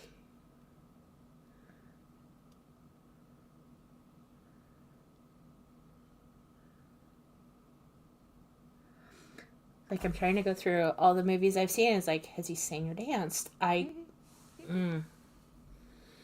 Apparently, I haven't seen enough of his movies because I can't think of another one. Nope. Okay. Last call. Anybody else? And that's the end of this. No, category. hey, yo. It's my last call. I raised Anybody my else? hand. I went, Oh, okay. Sorry. You're more polite. I was just gonna say shut up. Laurel Canyon. Oh, nice. Yes, that is one. Correct. And the one I'm thinking of, still no one has said. Shit. Okay. Are we going in order, Carla? Mm-hmm. Paula's out. You're out, Paula. Paula's out. Sorry. Bye.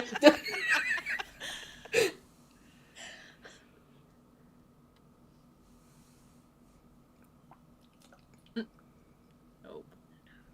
I'm thinking.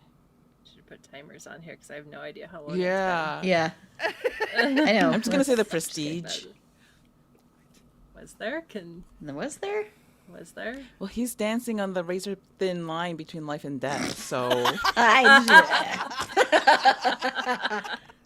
I don't know about that. Metaphorical I like it. dancing. Existential dancing. yes. I think it's not real dancing. Okay, Jen, you're it. You're it. I don't know. And like, the streaming event started with Eric just naming like every single Christian Right. Bale movie. Yeah. And I didn't take notes. That's So exactly much what I'm doing. I'm stuff. in my brain, like trying to go back to like that section of the live stream, being like, wait, what else? Rewind. I don't know. I know. I'm gonna kick myself. Oh, Well, I was gonna say The Prestige because I know that one. Well, not enough to know if there was actually dancing. I was just gonna say it because I know the name of it. Well, what else is? Let's see. Doubtful, but this is the only one I could think of. Is 310 to Yuma? Was there like a saloon dance off? that would be so good if there was dancing. Oh my Shootout God. at high noon. They have just Oh my God. Choreographed. He goes out and dances Like with the a livestock musical. He dances with the livestock. to boost livestock morale. yeah. You never heard about that? I love it. That would be such a great musical. That's fantastic. Okay, good effort. All right, no one said Amsterdam. Oh, that's because I didn't see Amsterdam. I haven't watched that one. That's I yeah. refuse know to that was watch a movie. Amsterdam. Yeah. It's like literally Sorry, a musical.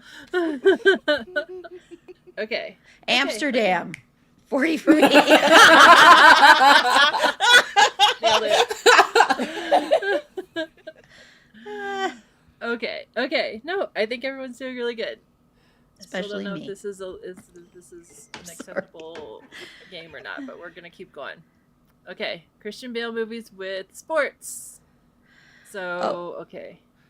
Who went last? Who got the last one correct? Wait, Carla. I got the last one correct. Aaron You got the got last that. one correct. Okay. Yeah. Okay. So am I going or is Carla going? I think so. I don't know, man. Okay, I'll go. Yes. Okay. I've decided. The fighter. Go for it. Damn. Fighter. Love it. Okay. Well, it's gonna have to be the Ford v Ferrari, because apparently, like, car racing is a sport. Motorsports. Nice. I mean, yeah, debatable, but people think it's sports, so yes. I guess we'll accept that.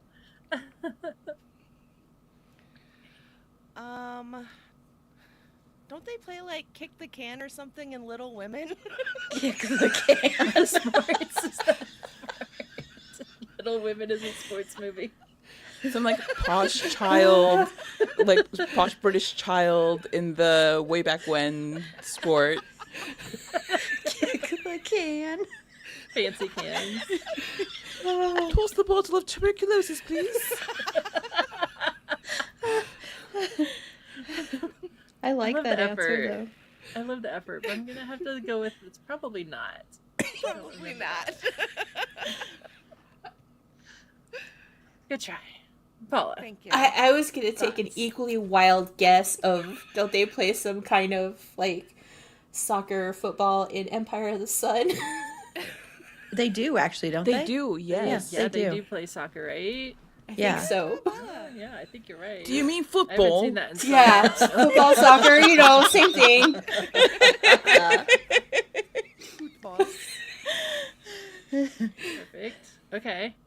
There is Erin, this. do you have more? I had to Yeah. close my lettered box because that was what was freezing my computer, so I can't look. There's a sports game in Dark Knight Rises. Oh, yeah, Yes. there it is. Oh. It's football. Oh yeah, football. Sports ball. Sports ball. I feel like this It's is not the even a wrong group ball, of people to talk it's to about egg-shaped. sports. I don't know. There's people, they hit each other. I don't know. Okay. Carla? Anything? Yes, that is my name. I know that Carla, wow us with your You got it extensive right. sports knowledge. one. With my sports knowledge, eh?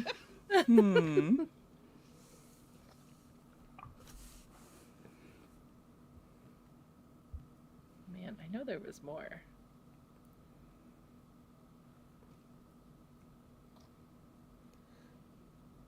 Yeah.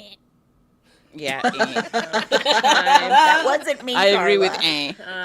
eh. All right. Okay. It's a very little known Christian Bale movie, eh? Okay. It's set in It's- Montreal. You may not I have was heard gonna of it. say it's Canadian. It's an independent Canadian film. Canadian sports.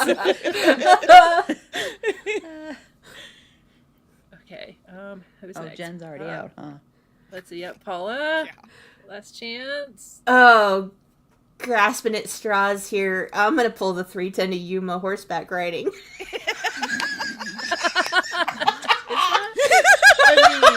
I mean, equestrianism. Yeah, but they're not I mean- playing it for sport. I mean, there's Sure, they're writing it for there- they're writing for transportation. maybe, Is it yeah. rappers? Yeah. I told you I was grasping at straws. It's a good guess. No, I got nothing. Nope, nothing. All right, No. Aaron, last chance. I can't think of I anything. know else there in was more sports movies. I can't find them though. Gun kata in Equilibrium. I was actually gonna say that for dance. Oh, for dance. Martial that arts would've is a been legitimate good- sport, though. It So is. competitive martial arts is a legitimate sport. And what is more competitive than trying to not get killed? Mm-hmm. What's more competitive? The sport. I mean, it's the ultimate I mean, I feel that sport. for that, if we're gonna like dancing on the edge of life and death, would have also, but whatever. No, I don't think I get points for that.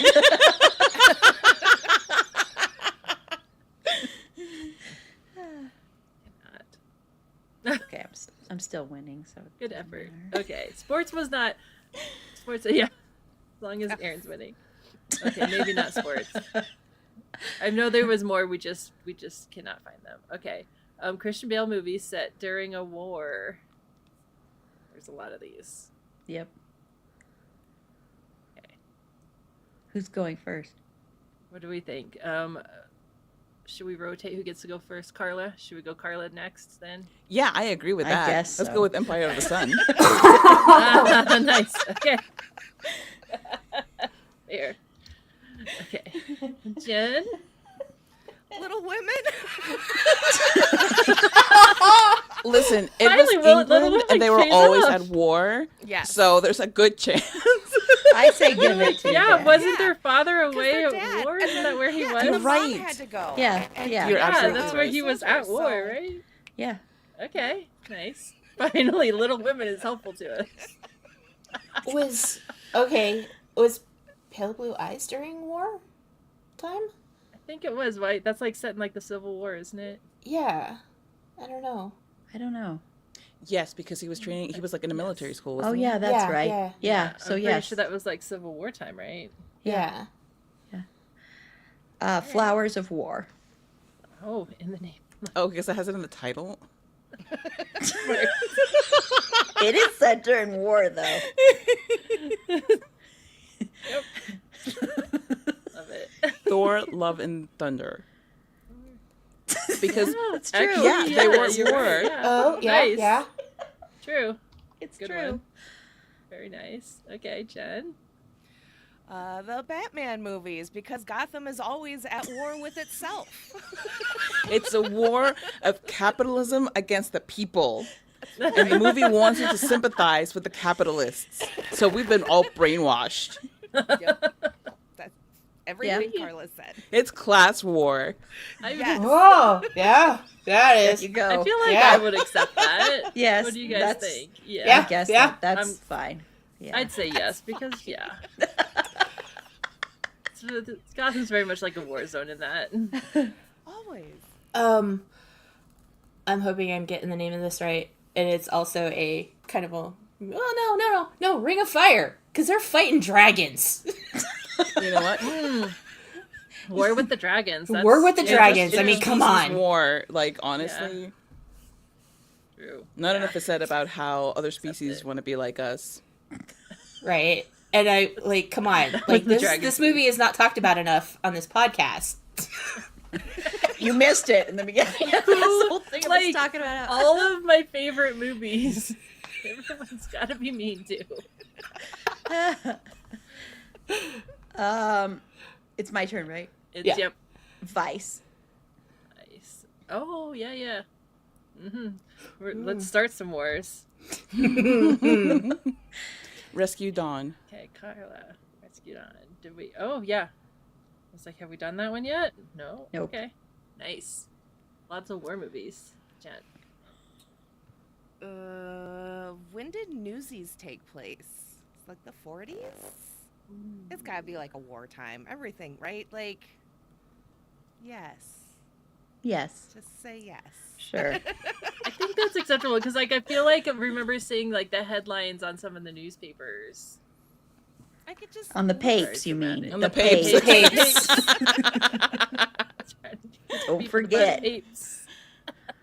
I'm watching that tonight. I'm sorry. I'm gonna find it. It's probably not streaming. It's terrible. I actually think it's on Disney Plus. Honestly, I'm watching that tonight as soon as this is over. That's revenge. Out of spite. gonna spite watch Newsies. I love that. I'll, Nope, I'm out. That was, man, you just gave up. I did. I was just like, That was funny. nope. I can't do this anymore. I'm out. I give up on Take all me out, of you. coach. The Promise.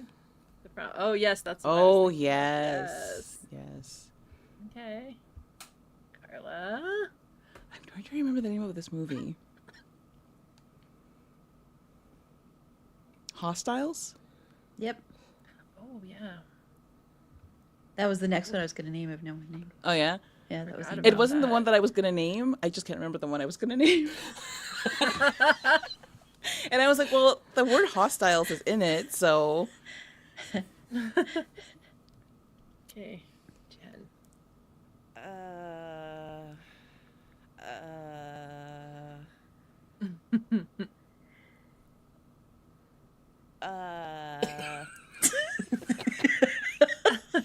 I'm gonna go. I don't know why, but I'm gonna go with The Big Short. Yep. Because again, like classism and stuff. Well, and also there was a war going on. Oh yeah. Okay. Yeah. I'm really bad is there a at movie about history, real even if estate I and then lived we can through make it about a bidding war?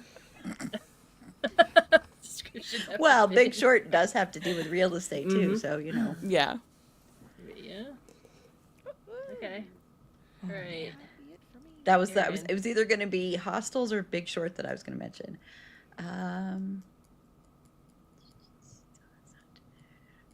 I think doesn't Captain Captain whatever Oh. Rylan Corelli's. Moran whatever Captain Coralie's Captain Nicolas Cage's Oh. mandolin.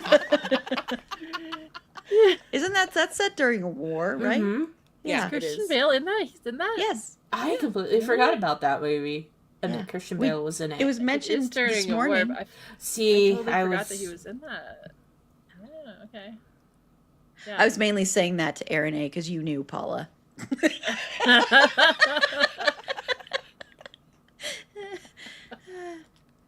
Okay. Carla? Yes, thank you.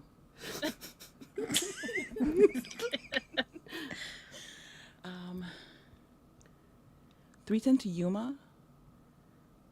Did we do that one? Or was that a different one? No. Is that a war? I haven't seen that since I it was can't- like in the movie theaters. Like the Wild West is just kind of wild. Like a war is Everybody's wild. constantly at war, man. Yeah. Outlaws and Unfortunately, I don't think so. I Cowboys. think it was, you know what I'm thinking? Because he's a veteran of a war. Yeah, so it's So not that's what the I'm thinking. war's not happening. And for that reason, I am out.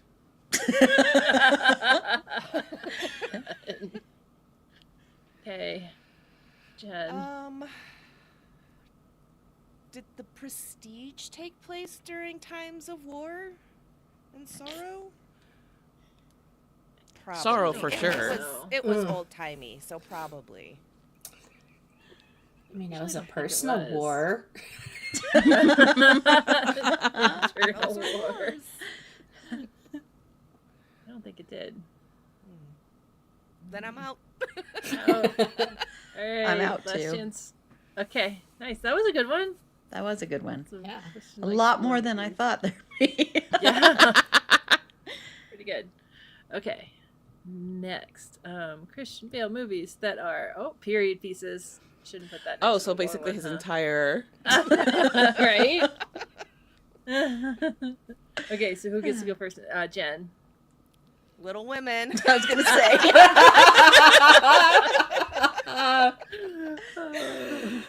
uh, 310 to Yuma. Love it. Portrait of a Lady. Oh, The pale okay. blue eye. New one. Okay. This is good. Like rapid fire. And then there's Jen. And Jen. Newsies. Yeah. Yes. The Bride. I love it. Yeah. Oh, you're right. Oops. No, wait. I did it. Oh, wrong button. All right. Nice. Swing Kids. Yes.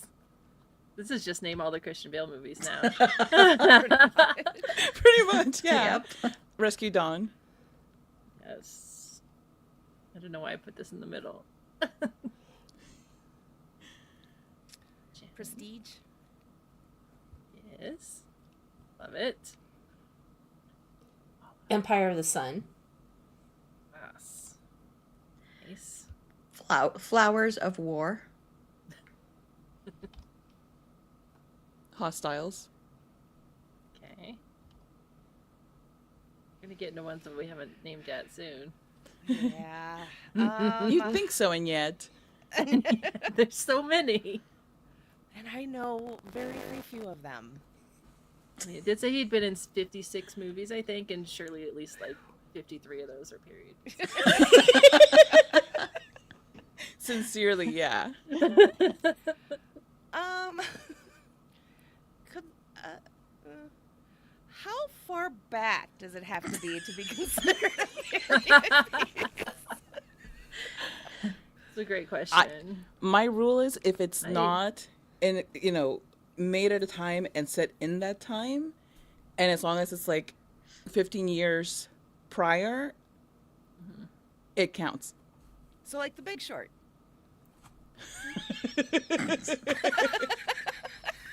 Well, that didn't come out that much after the time that it was set, though, did it? It was close to it. Yeah. Okay. Sorry, Jen. Okay. I think it was might like be out. 10 years. Oh, I don't know if darn. there was even that, was it? Probably not. I don't like this kind of.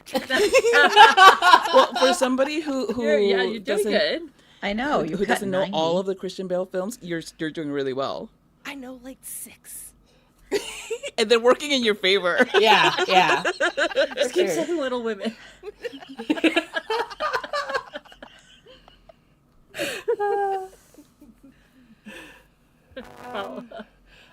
Ford v Ferrari. Is that? I mean, Yeah, set it's in the period. 60s. That's the set. Yeah, Yes. that's Yeah. that's period. Oh, yeah, the 60s. I don't know why I was thinking of some the other one. Okay, Aaron. The Promise.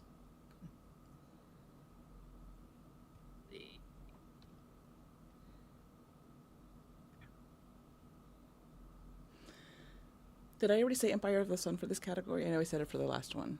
I did. You did? Yeah. Okay, well then never mind. In that case, American Psycho was set in the 80s and it came out in 2000? Yeah. Yeah. Oh.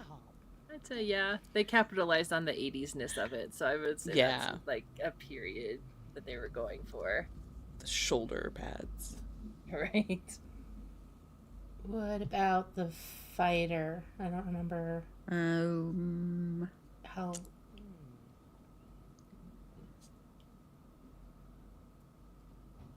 I don't know if that was. When was that set? That's a great question. Was that in the 80s? I don't think so. Anybody? 80s or 90s? No, it wasn't in the 80s. think it was I don't think. 90s. 90s. Okay. Like the 90s. Yeah. Okay. I think that wasn't that long after when they made it as to when it was set. Yeah, we're gonna get. I don't think so. Okay. The New World. Okay.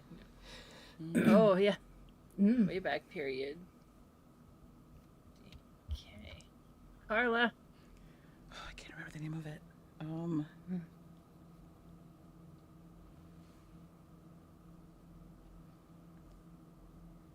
It's the Jesus movie. Jesus. Jesus the movie. Jesus Son of God, I think it's called. Yeah, Jesus the movie. Jesus, the movie. Jesus, the movie, the musical. Jesus with an exclamation point. Coming to a theater near you. Yeah, I can't remember the name. That's gonna be my last one that I can think of. I mean, like, that's like as period as it gets. I just don't remember the name of the actual title. I don't know either. Okay, Aaron. Velvet It's Gold you. Mine. Oh, yep. Yeah. Okay. All right, I think you won that round. You're definitely Well, beating duh. everybody. So this is going pretty good for me.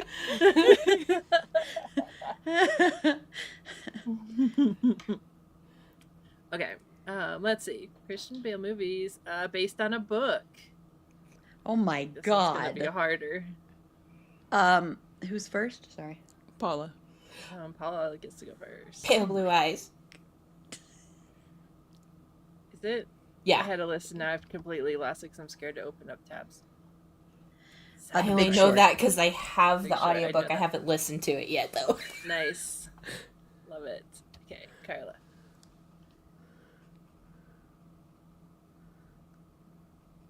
Oh God. Vice. Yes. Okay. Jen. You got to do it. You Jen. got to do it.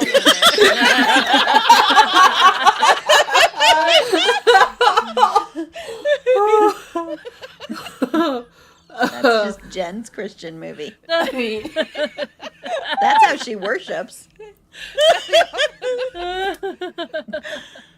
with technically the bride. Yeah. Yeah. Well, yeah.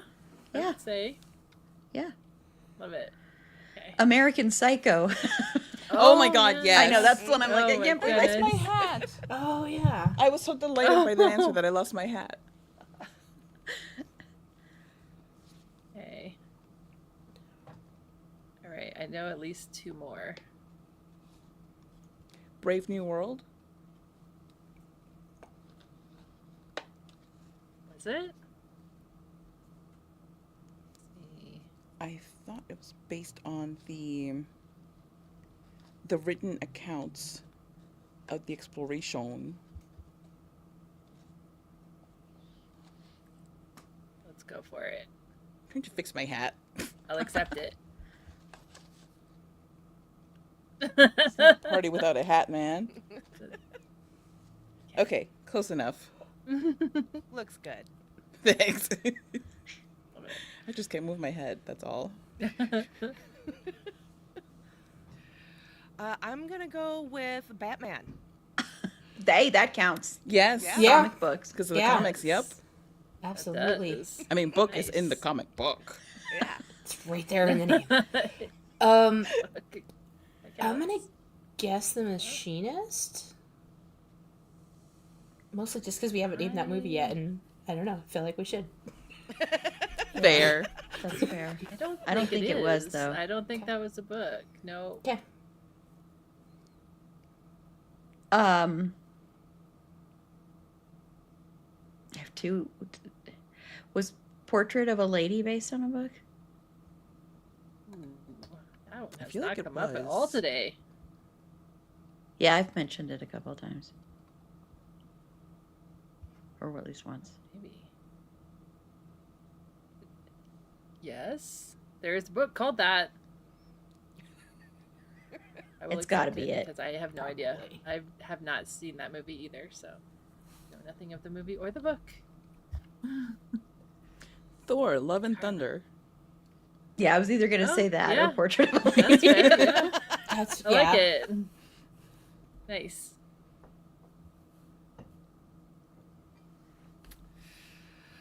Um,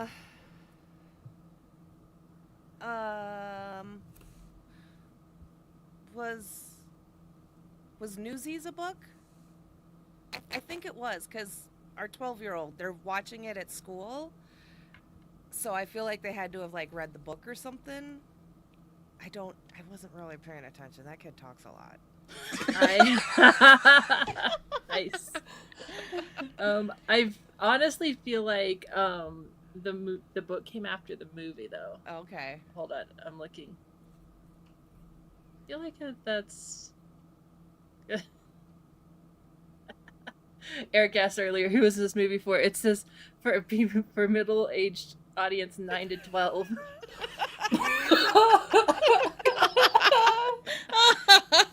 That's solid. I was 10 years old whenever that movie came out, so that makes sense now. Okay. Yeah, yes, it was published in 1992 by Disney Press, so it came out after the movie because I'm pretty sure I had that book. It's in the middle of it. It's got a bunch of pictures from the movie in it. I like Newsies a normal amount, okay? Okay. All right. Paula, is it your turn? Oh, I'm out. Getting all flustered by Newsies now. Aaron. Was that a book? I know that one wasn't, but was Flowers of War a book? I can't think of any other ones. If it wasn't, I'm out. So. Actually, yes, correct. See, that's been my favorite movie to choose. It seems. Yes. December 1930. Yes, there you go. Like. And I've That's a never really good seen that movie. actually. It's really good. Was Captain Corelli's Mandolin a book? I feel like it was. Sounds bookish. It is a novel. Somebody's sounding very French. Not even going to attempt to say it for you. Oh, Monsieur- the author. I thought you meant one of us was sounding French. Aaron.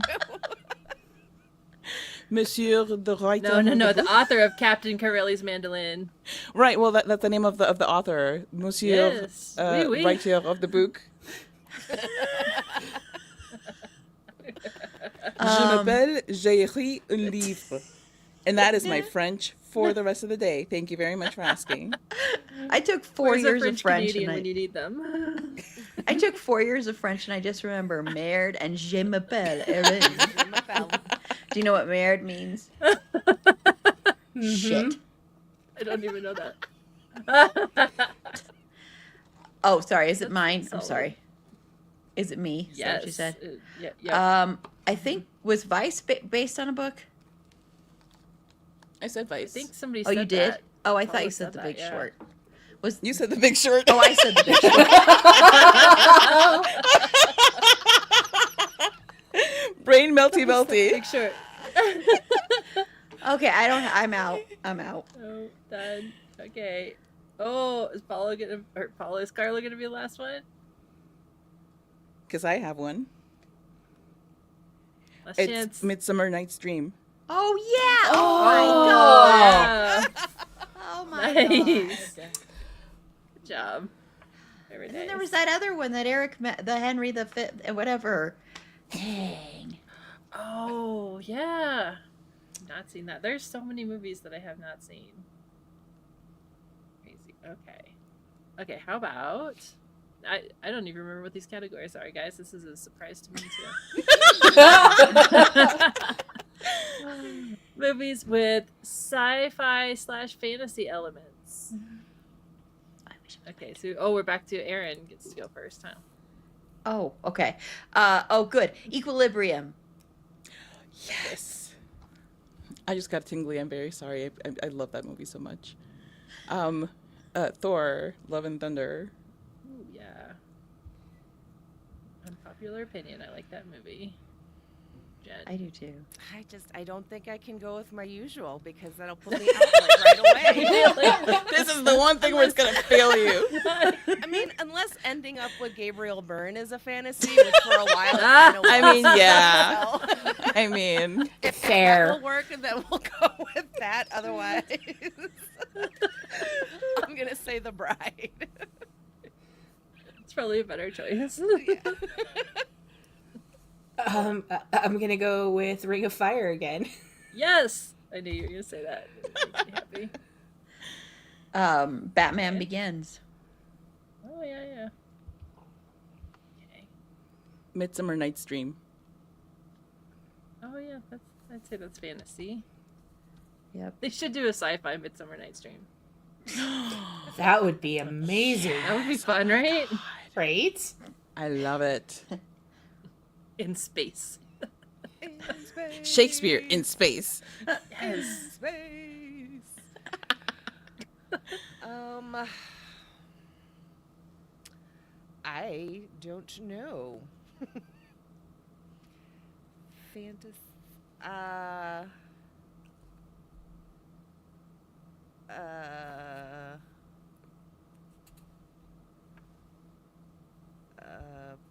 Oops. No. Prestige. Yep. Yeah. Oh yeah. Oh yes. It's a big sci-fi thingy. Thingy. Like it. Yeah. Dark Knight Rises. We're going specific. We're just gonna name them. Well, I went specific. That's why I went specific. Yeah. Yeah. Instead Okay, of naming the entire true. trilogy. All right, I like it. Yeah. Okay. The Dark Knight. Okay.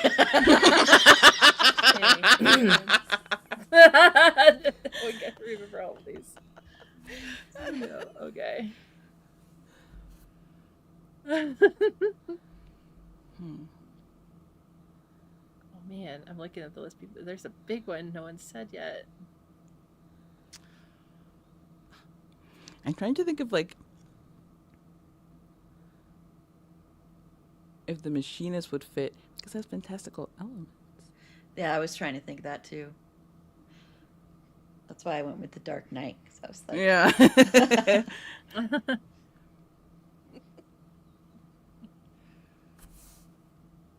Yeah, I don't know. She is more like psychological, right?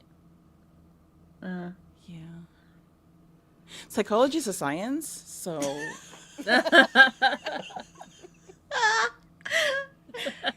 I like that reasoning.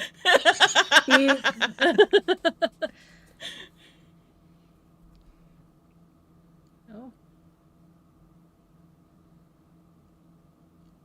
Jen's turn. Oh, Moving on. okay. Sorry. I'm gonna go with Newsies because I just think musicals are their own kind of sci-fi thing. Like, why is everyone singing and dancing in unison? That's weird. And I think I should get points for that. I feel like that's a fair argument. Like, that's for sure someone's fantasy, right? It's like not reality. It's the opposite And honestly, of reality. if you think about it, swing kids, they're throwing each other up in the air, defying the laws of gravity. Sci-fi.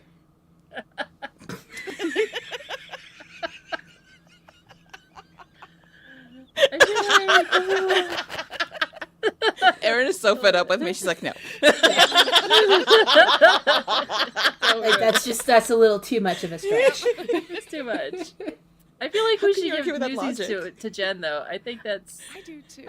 I agree with that one. I think that's fair. Musical Boo. scene. Don't make that fantasy. Because honestly, if It's she a good hadn't said argument. it, if she hadn't said it, I was gonna go for it too. Wait, where's my noise I need? Where's that noise I need?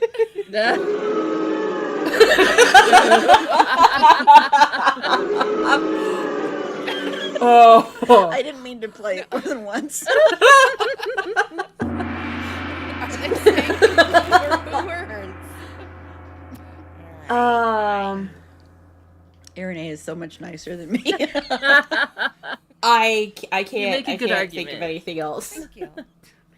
Okay, done. Okay, Aaron. Yeah. I Was can't the- believe there's more. Was the bride already mentioned? Yeah. Yeah. I know I'm gonna kick myself whenever anything else is. Oh, Terminator. Oh, I'm shocked that no one has said that. Oh my I'm sorry gosh, that I I can't yelled it. I'm remember. sorry. I can't believe I didn't remember Nice. that one. Is it Carly's turn?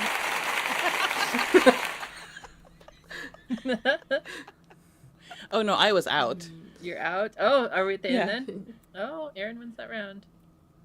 Nice. Okay. No, Jen, because you gave her that Jen- Newsies one. Oh yeah, Jen gets to go.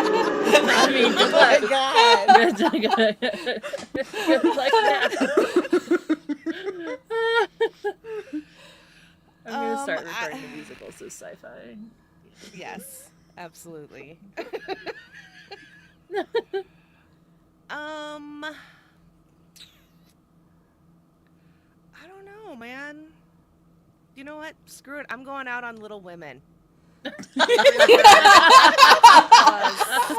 else, and that's the story. That's my story, and I'm sticking to it. It was all a dream. Oh my goodness. Nice. Hey, women writers back in that time—that's a fantasy. That's science fiction.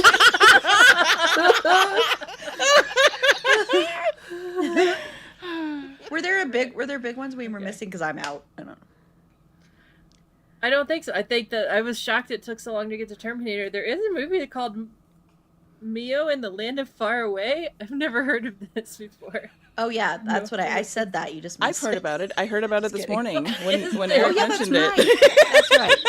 It's from 1987. I've never heard of this movie. Okay then. Good to know. Okay. Ooh. I just remembered that I have these sounds. Awesome. Oh, I love it. I'm glad you found those in the second half of the live stream.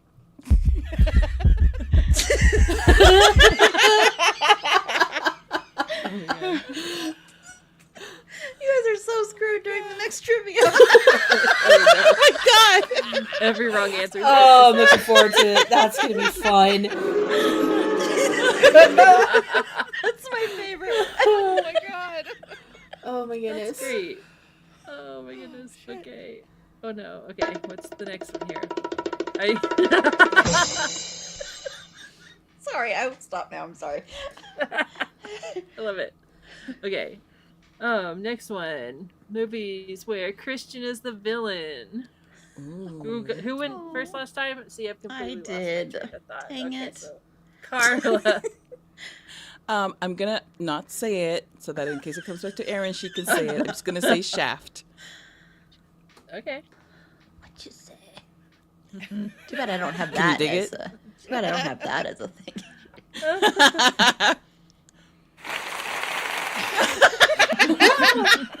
The one that you can go ahead and save it should be shut your mouth. Yeah, I know.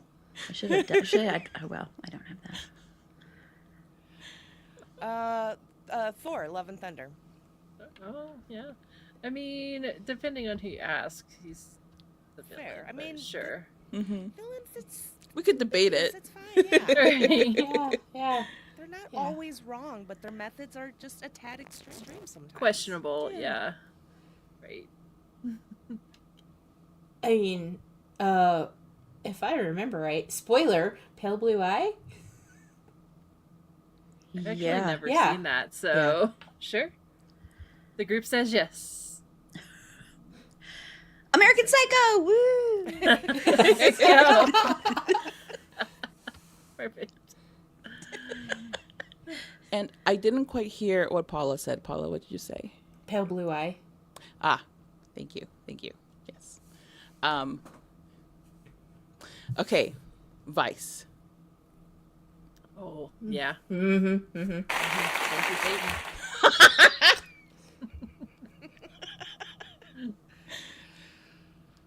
Like, I've been sitting here all day in this chair, like not knowing what to do with my hands, and it's because my arms on this chair are not down. Sorry. Look, the arms on the chair. I could put my arms somewhere. Okay. Felt. Sorry. Felt that. Yeah. Like, why does this chair feel weird?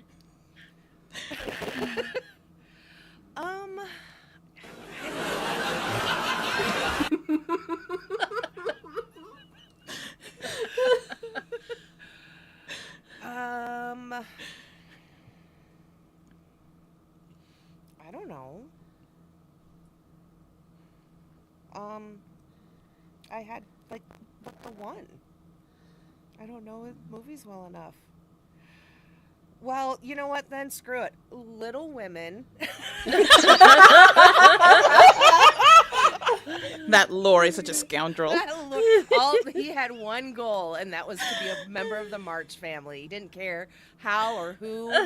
So That's he a fair point, settled actually. For the younger Yeah. sister. You know, that is kind of stalkerish behavior. That is kind of creepy, yeah. Yeah. Prequel to American Psycho. Yeah.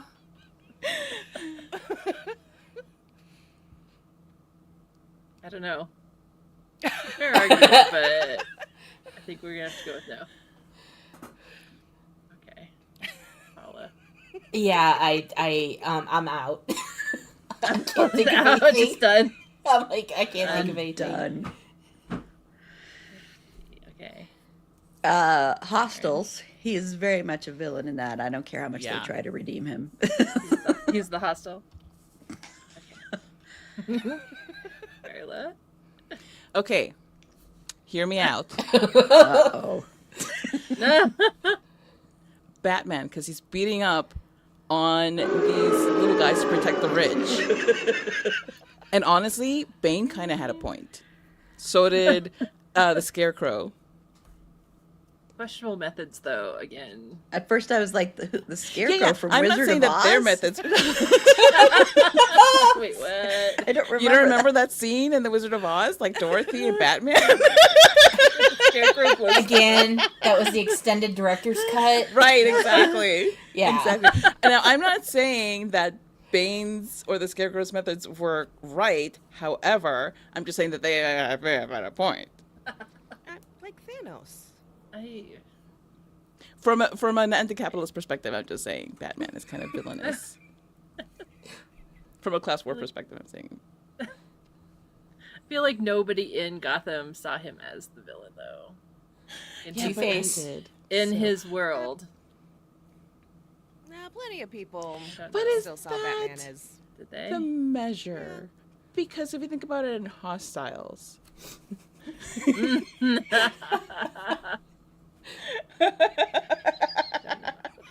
Should we give it? I mean, it's a fair argument, I guess. Yeah. Are you anti-capitalist or not?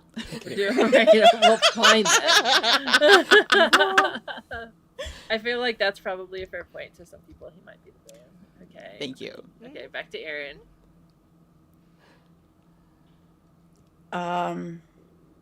Sorry, I'm just trying to comprehend what just happened.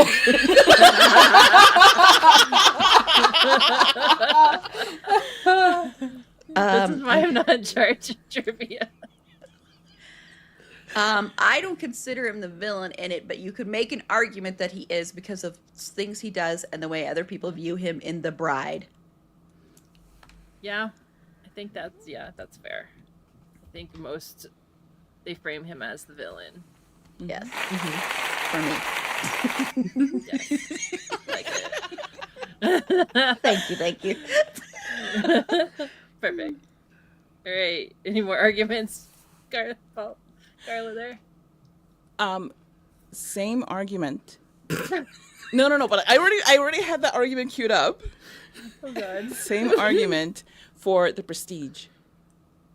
I agree with that. a Oh lot. yeah, Definitely. Oh yeah. yeah. Think about that. Okay. And now I'm mad at myself that I didn't think of that. Same. But which one of them was the villain? Both. Okay. Yeah. Ask the ladies. Yeah. So I don't know why I laughed at that. I don't know why I laughed at that because it's not funny. But it is funny. Sorry. No. Aaron, do you have any more? Oh, do you yes, have an argument I to do. make? I do have another one. I had it right in my head, and all of a sudden, is it escaping me? I'm going to be so fucking pissed if this escapes me because I think it. Oh, and it's because of the twist in the end. I think you could make the argument that he is a villain in a way. It's a complicated character in The Machinist. Absolutely. Yes, I was thinking that too. Yeah. Mm-hmm. Yeah, that's fair. Oh, I'm in the wrong thing to type. Okay. Good. All right.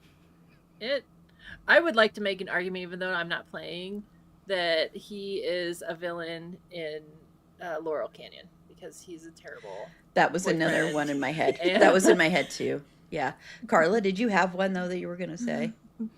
I was thinking Brave New World because colonization and settler I feel like Yeah. that's fair. violence. Yeah. Yeah. It's actually the New World, but I keep saying Brave New World. Sorry. That's a whole different kind I'm of villain. brave. I'm brave for making I'm the the villain, argument yes. for. That's Captain America. That's the new Captain America, Brave New World. Right. Ugh, Right. Captain America. This is Captain America gets the. I could make an argument that Captain Anthony America is a Mackie's villain. Captain. Yeah, you could. Yeah, definitely.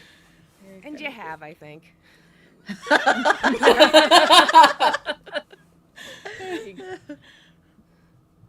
Okay, are we done? I think we're at the end of this, are I we? think so. Just come to the conclusion. I'm looking. I don't see any more on the list. Okay. Ooh, just a couple more. Aaron is ahead. Okay. Where Christian is in a romance. I don't remember who Ooh. went first last time. I went first. Whose turn is it? Is it? Oh, okay. Jen, it is your turn. It sure is, Should little write this down. I love this for you. I think what we're learning is Little Women fits into every category. Pretty much. I'm pretty sure they played like soccer or something in Little Women, but it's been a really long time since Well, I there watched was it. a snowball fight. That's a sport. More than racing. You should go back and It's a give me sport. some points. It's literally the only category you can get points in because of Little Women.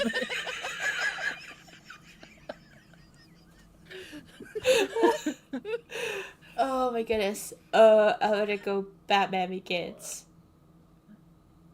Oh yeah, okay. Yeah. Yep. Nice. The Bride. Aaron. Big time. Yes, literally. Well, it's only once. It's just the dad, little Frank, wants a wife. 310 to Yuma. Okay. I haven't seen that. Just a man who should loved watch- his wife. I should watch that too, actually. Oh Yeah. I mean, I've seen it. I saw the movie theater, but I haven't seen it since. I'm gonna go with American Psycho because he's in love with himself. Ooh. I feel like that's a pretty fair argument. Egotist love. Can't Yeah. beat that. I mean, yeah. I'm gonna give it. Yeah, I'm gonna say yes. That's fair. I'm definitely gonna go down the cheesy route here. Dark Knight. Nice. Okay. Love it. Metroland. Cool. I'll take your word for it. Carla? Does it count if the partner is dead? Like, Where this is going. if he has a lot of love, So but the concerned. partner is dead. I mean, it's not. Is it romance on the screen? Because that's concerning. Okay, that's fair. All right. So I'm going to go with the Prestige instead. Oh yeah, that's good. Okay, it's probably a better choice.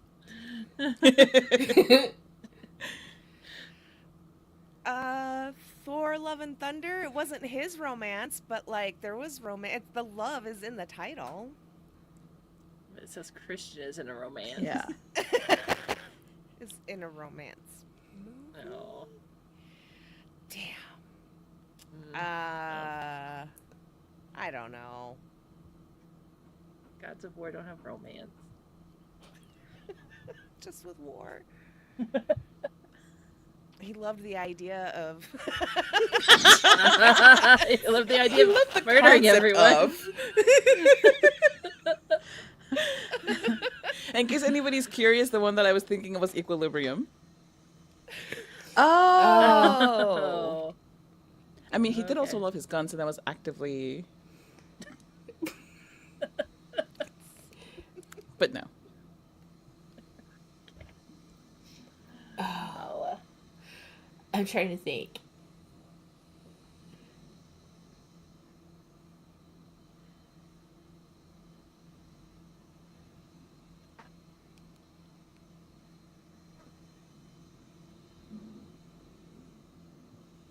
And the only reason I'm not saying the next Batman movie is because I haven't actually seen it, so I don't know.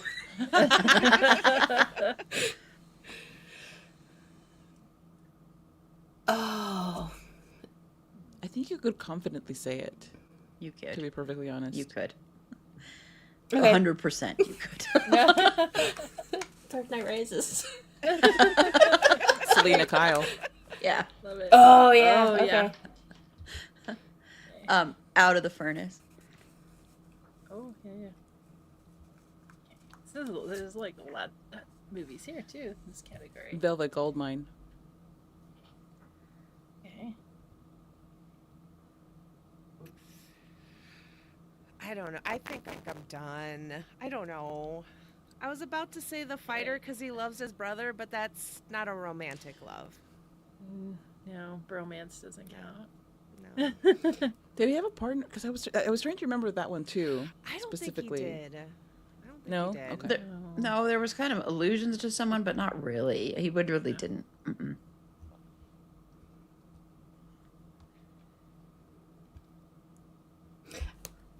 I got nothing. I can't think of anything else. The I mean, prom. Oh, sorry. I know that there are, but I can't think of anything else. The Promise. Okay. Laurel Canyon. All right. I love the way you Hardest said movie that. of his to pronounce. Kinda. Like, it has like all of these letters that are hard for my mouth. Okay. No, I that's why I liked it. Laurel Canyon. It also seemed very sarcastic. Yes, it was. It was deeply I mean, sarcastic. yeah. I'm like, Yeah. I guess you can call that a romance if you want. Romance that nobody wants. Exactly. It's a bad romance. Thank you, Lady Gaga. Romance. There. Knight of Cups. Okay. If you say so. If you say so. You said it with such confidence, so.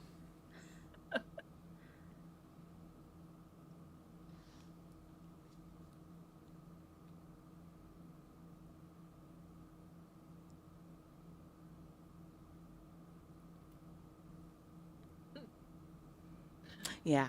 Yeah. I No. might be out. Oh. Okay. Let's call Aaron. Flowers of War. Romance?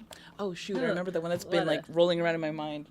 A lot of period romances. Well, I mean, like it's kind of hard to pick a Christian Bale movie that is not a period movie. Period. Right? Look at our period pieces catalog Right? category. Impressive. Okay. 2 left. And how come no one said Newsies? Guys. That's he another was one that in I a was gonna rom- say. Oh, I forgot he was in a That's a- romance in that. Baby just remember- bopper romance. Yeah, the Papes is all I remember. The Papes. He's in love with the Papes. That's the romance. Okay. With an Um, inanimate object. a movie where someone is murdered. I have no recollection of writing these, you guys. This is fun. Okay. Let's see, Paula. I think it's Paula's turn, right? Pale blue eye. it. It's My Little Women, okay? Go-to movie. It covers everything. Almost. Almost. American Psycho. Yes. Nice. I mean, Okay. Someone. Thor, Love and Thunder. So Yeah. many murders. So many. I'm We're gonna all have to thinking. go- Is anyone? I'm gonna go with like a Batman, because, like, I mean, people are murdered in Gotham like all the time. That's Sure. what Yeah. he Constantly. exists. Yeah. Right. Which one? We got to be specific because that's what we're doing. Sure. The Dark Knight Rises one. Done. Paula. 310 to Yuma. Lots of murders. So murder. Murder. Equilibrium. Dang it! Oh, sorry. I think he is in a lot. The Prestige. Yep. Okay. Jen.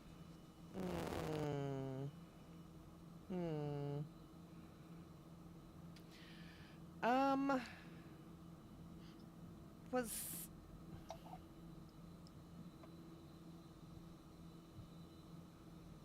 I'm trying to think if anyone. I don't know. Murder, where someone is murdered, just like anybody. Was someone murdered in The Fighter? I feel like someone died, but I don't remember if it was murdered. No? No.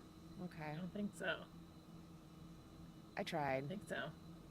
Little Women Good effort. definitely doesn't fit. 'Cause I'm pretty sure no one was murdered. That'd also be an interesting plot twist. Paula. Oh god, I had one and I forgot the name of it. So I'm gonna go with Dark Knight Rises. Or wait, was that the one you No, already that's the said? one Jen said. Batman Begins. No, she just said The Dark Knight. She said just The Dark Knight. Okay, Oh, okay. Dark Knight Rises. Perfect. She said Hostels. Batman movies Done are that. excluded. Okay. Oh, yeah. Shaft. Oh, yeah, nice. It's been a while since we Man. talked about Shaft. And I remember the one I was thinking of, Empire of the Sun. Because I'm gonna argue yeah. that war is murder. Yeah, Yes. lots of murders. Yes. Don't give her 10 more additional because she just. What? won. Oh, did I do wait, it was, wrong? was Oh, Carla? Carla wasn't out, so. Wait, oh, my off one. Wait, what's happening right now? No, I So you're skipped Jen. saying that one No, because instead of Paula the Batman started one? in the category, so Oh, wait, what that's did I right. do here? So Paula would be Yeah. at Yeah. 40. I'm not crazy. And then it's back to Aaron. Right. No, I just went. Oh, you is what I did? was, yeah, I said the promise, and then No, Paula Carla said, no. Carla said Shaft. Yeah. "Oh, okay, never mind. I'm Right. sorry. I forgot She said Jen. it, I'm she sorry. said it in a fancy Never way. mind, Jen. I I did. forgot I Jen said, was out. I'm "Shaft." sorry. I'm sorry. I'm sorry. Um, the 5 new more world. hours to go. The Oh, new yeah. world. Did you say 5 murders to go? I said 5 more hours. Oh. All for that. Yes. I don't know. 5 murders to go, everybody. Whoa. Whoa. Murder movies. Murder movies. Murder movies. Movies movies. with murder. I think Aaron might be contagious.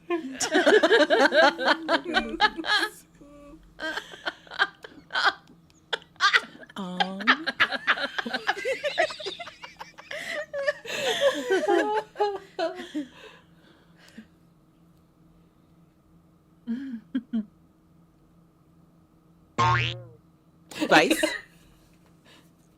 Yeah, yeah. that Yeah, we counts haven't done about a that one. bazillion Nice. times. Yeah. So much murder. I'm gonna go with the Terminator movie. Yeah. Yeah. Nice. Yeah. Rescue Dawn. Oh yeah. I almost wanted to sing Delta Dawn.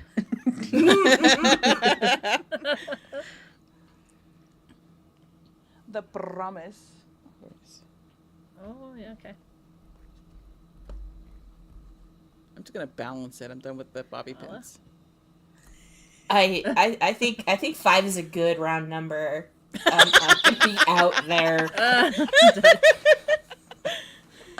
I thought you were trying to say we can't. No one else can go. We're done. You're done. No, You're off. I'm done. I can't think of. Like okay. Aaron? Flowers of War. That's my go-to in this. It's your little women. We've all got our little women.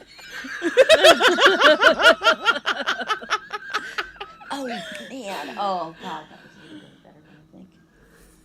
Captain Corelli's mandolin. Oh, yep. Oh, many more movies. Okay. Aaron. Oh god. Oh my god.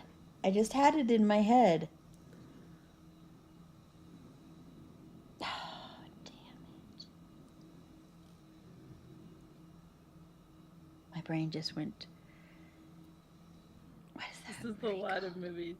What is that movie called? So many movies. Did we already say 310 to Yuma? Yeah. Yeah. Yes. See, I can't remember what we said. Yeah, it's all kind of blending together now. God, what the hell is the name of that movie? I can't remember the name of that movie. I'm out. Swing Kids because they slayed it. Newsies. They were killing those papes. They were killing the newspaper industry. Yes. I like it. Okay. Did nobody say The Bride? I feel like My Yeah. God. Did somebody say it? Didn't Yeah. somebody say it for Okay. that round. Yeah. Okay. Someone Oof. better have. I thought you did, Aaron. Oh, maybe I did. That was a big round. I don't remember. That was a lot. Okay, last one. I have no idea what this is. It better be good. Okay. Remakes. So, movies that are reboots of movies. Oh, well. I don't know why I put this one. Yeah. It's my turn to go first, right? I think it's you. I think it's your turn. I'm not going to say that one because I'm going to leave it. Midsummer Night's Dream. Yeah, that's fair. Yep. Like it. Batman Begins. Yes. A remake of Batman Starts. Batman. Which itself is a remake of Batman Batman again. Commences.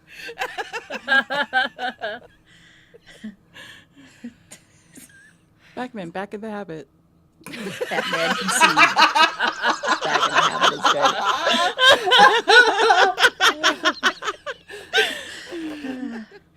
Two Batman. Two whatever, that one didn't work. Was there a Little Women before the 90s Little Women? There had to have been. Yes. Yeah, Yes. there definitely was. Yes, Jen. Definitely was. Yes. Yes. Nice. Oh. 310 to Yuma. Oh yeah, I always Yeah. forget that's a remake. Yeah. Yeah. I mean, The Bride is technically a remake. I think it is. I think Yeah. It is. Yeah. Yeah. I would definitely count that one. Listen, my brain is gone, so Mm-hmm. I don't think I have any other movies left in it.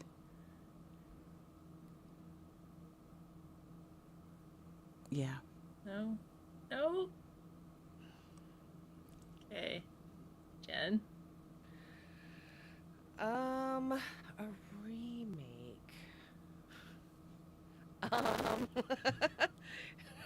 Does The Big Short count? Because like they kind of remade just like the terribleness.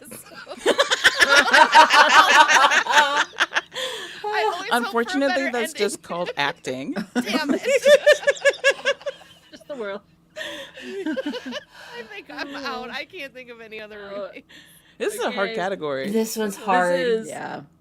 because I can't really think of anything either. Yeah, I can't either. You got Shaft. Oh my god! Duh, and I said it like 14 times. Oh, Embarrassing. oh my goodness! I am very embarrassed. I think that was the last one, though. I think you guys got all the others.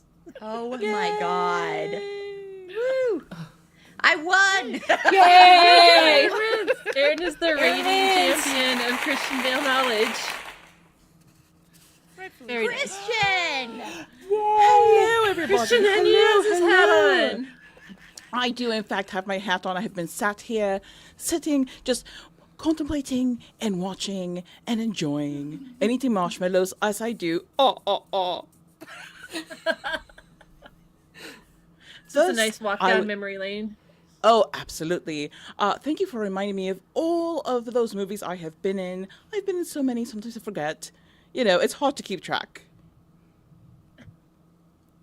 I want to take a moment to thank everybody here for being at this little birthday party. So, Christian, sorry, I keep meaning to want to, but I keep putting pretzels in my mouth. Oh, it is all right. what she said. I fully understand, human needs and biology and wanting to eat, blah, blah, blah.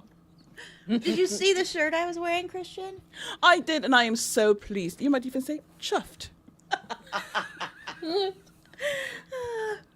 I also wanted to accept and thank the voters for earlier with the whole prize thing and the fandom awards stuff. And yeah, thank you all for voting, and for those of you who are Patreon members, those of you who are considering being Patreon members. I am a big-time Hollywood actor. I really shouldn't be doing this. However, I must gently encourage you to become a Patreon member if you choose to do so. No pressure. Thank you, Christian. Thank you. That endorsement means more than any other endorsement could ever possibly mean to me. Oh, and I know, and I appreciate that. So, Christian, was there any movie that we missed that you're really pissed nobody mentioned? I do believe that you mentioned most of my cinematography. I did do a bit of voice work, and I am surprised that those roles did not come up. But, who am I to pick?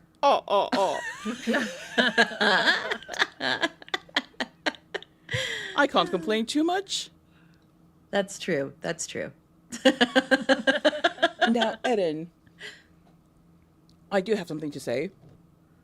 Aaron, me?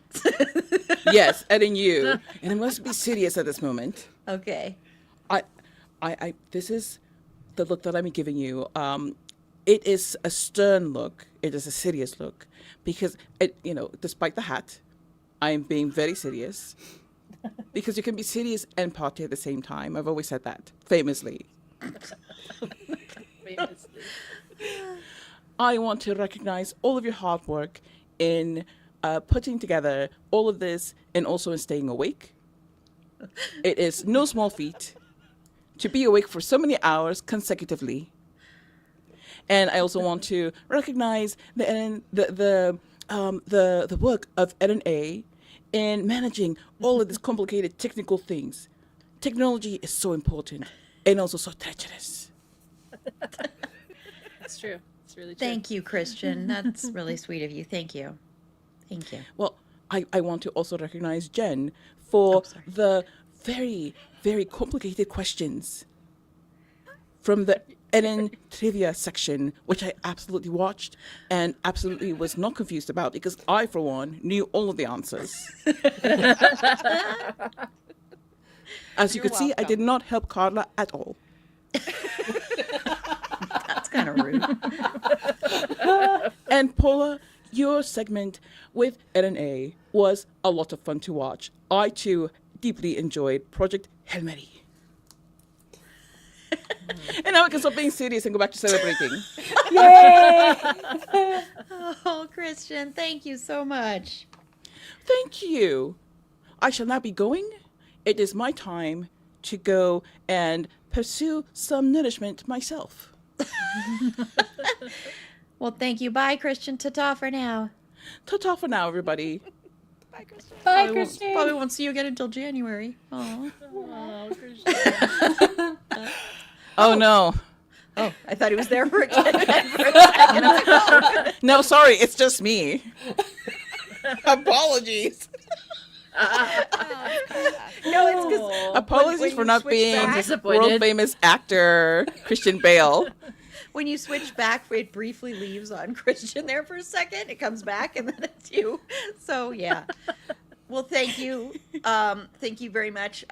We are coming up to the next segment, and it's going to be real fun with the mood, with the way I am. Jen and I are going to be playing our rapid fire Twin It to Win It. But thank you, Carla from OK Real Quick.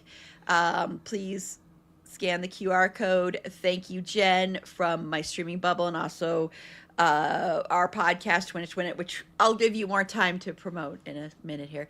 Aaron A, of course, for coming up with that game. I thought that was so much fun. Yeah, that so worked thank out you. really good. Thank you Thank guys you. for It was experimenting. a blast. It Thank was a you. blast, yeah. And it was fun to be able to participate, so thank you. I just want to be able to win or whatever.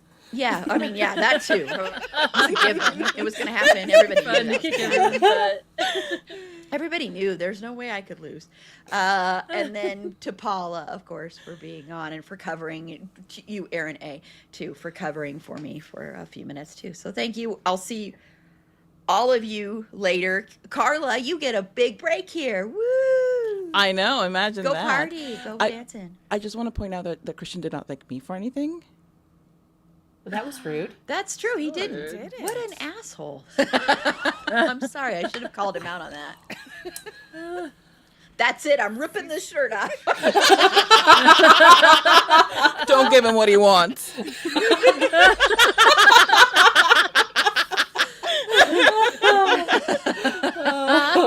Oh man, I don't think there's anything for the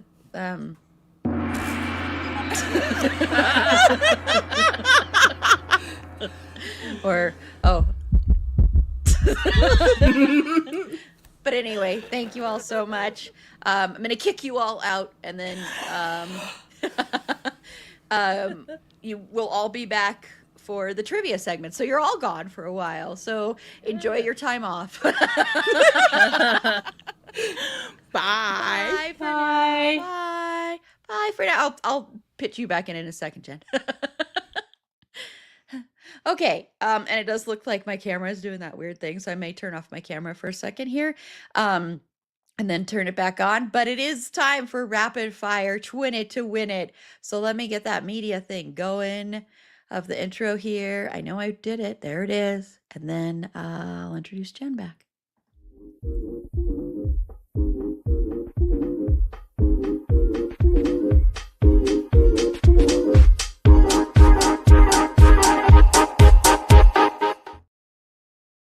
See, I'm dancing again. So Jen and I are going to play a rapid game of Twin It to Win It. So let me introduce my podcast brain twin, the beautiful, amazing from my streaming, the beautiful, amazing from my streaming bubble. That sounded weird. The beautiful, amazing Jen from my streaming bubble. Oh, hello. Sorry. Hi. No, it's Hi. fine. So, do you want to tell everybody how we're doing this? So for the folks that may not know, we host a monthly podcast together, and it's aptly called Twin It to Win It, and that's where we have to try and guess how the other one feels about different horror movies. So for this rapid fire, what we're going to do is exactly that, and we are going to try and guess for each other for a lot of these movies.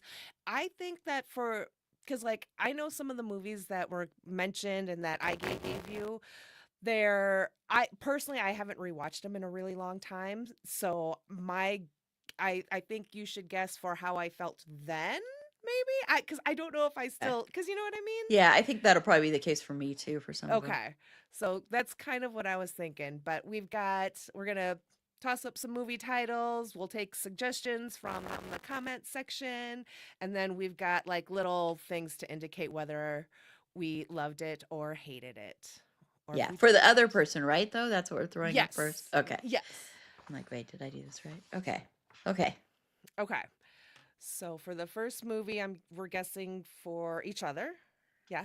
Yeah. That's how we're doing it. Yeah. This is exactly how the podcast goes too. We're It's just true. Like, huh? It's true. Okay. All right. What's the first one? Oh, I'm like, Oh, do you want me to? no, I could go with the Okay. ones that were thrown in the so we'll do the night a night at the Roxbury. Okay. Ready? 3, 2, 1. Yes. I mean, actually, it's not as bad as I thought it was going to be. I'm Yeah. sorry, Carla. I'm sorry, Carla. I know how much Carla loves this movie. So it was better than I expected. So I would give it a mild, like, in between is what I would give it. Mhm. And was I right? It's kind of, it's like right in the middle. Like I don't hate it. Like I'd probably give it like a 5.8. Like it's just kind of in the middle there. Okay. So it's kind of like, it's all right. It's not a big rewatcher for me. So Okay. yeah. I should have folded mine like you folded yours, but that's okay. Oh, Okay. I cut it. Yeah. Okay. It's all right. Okay. What was some of the other ones in them? It was only one other one. Wait, there's some in no, they're not in comments yet, but except for it's probably mad at me now. We're not doing it, Carla. We're playing a game. I'm sorry. I've clearly lost it. Yes. And there's so much time left.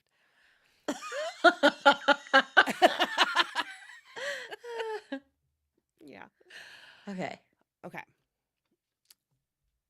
What movie Oh. next? Well, the other one in the comments was Dodgeball. Oh, that's right. Okay. And 3. yes, 3, 2, 1. Yeah. I enjoyed it. We You can twinned dodge it. a ball. If you can dodge a ball, you can dodge a wrench. Or if you can dodge a wrench, you can dodge a ball. Yeah. And you can put ones in the comments too, everybody. But I know you came up with a whole list. That's why I'd paused before. Oh, yeah. All right. So next up, let's go with Man on the Moon. And that's the one with Jim Carrey plays Andy Kaufman. I was thinking of a different man in the moon. Oh, were you thinking of like the Reese Witherspoon one? Yeah. Oh, yeah. Maybe mine's Man on the Moon, in the Moon. Of the I think Moon? they're the I don't same remember. title. I think they're the same Okay. title, but yeah. Okay. But I've seen both Well, of them, so yeah. I've seen both. We can do both. You want to Okay. do the Jim Carrey one first? Yeah, let's do the Okay. Jim Carrey one first. 3, 2, 1. Yeah. Yes. Okay. I absolutely loved that movie. I think that was one of the first ones where I saw Jim Carrey in a dramatic role, and the bits that I knew about Andy Kaufman, I thought he did a fantastic job. Yeah, he's a like we said before, comedians are really, really good actors. He's really Mhm. good. Most of them are. I mean, not all of them. Yeah. Okay, so the other man, and then we'll get to the one that Carla just put in there. Okay. So 3, 2, 1. Yes. Yep. I mean, little Reese Witherspoon and the London Brother. Come on. Yeah, I actually cry at that movie Me too. every time I've watched it. I haven't watched that one in years either, but yeah. Same. Okay, so Carla said, oops, whoops, sorry, not that one. This one first. Carla said The House Bunny. Okay. Did you see that one? I have seen that one. Okay. All right. So Wait, sorry, I'm trying to. Oh wait, I'll leave it there while I'm doing this. Okay. I think I'm ready. Okay. Okay. 3, 2, 1. You're wrong. I'm this. Are ya? Again, Am I that's one right? of those. It's again right in the middle. I don't really like love it or hate it. I think I watched it once. I think Yeah. I laughed maybe like twice. I do like Anna Faris and Tommy Lee Jones. It's that one, right? Is he in that one? That's how I don't even remember him being in that. I remember her being the house bunny. Yeah. Okay. Then maybe I'm thinking of a different one. Cause what was the one where he was like in charge of a sorority? But I'm pretty sure I've seen the one with Anna Faris as well. That was kind of And Emma Stone's in it and Colin Hanks is in it. Yeah, he's not in it. okay. So I was thinking of a completely different Maybe you were movie. thinking of Hugh Hefner.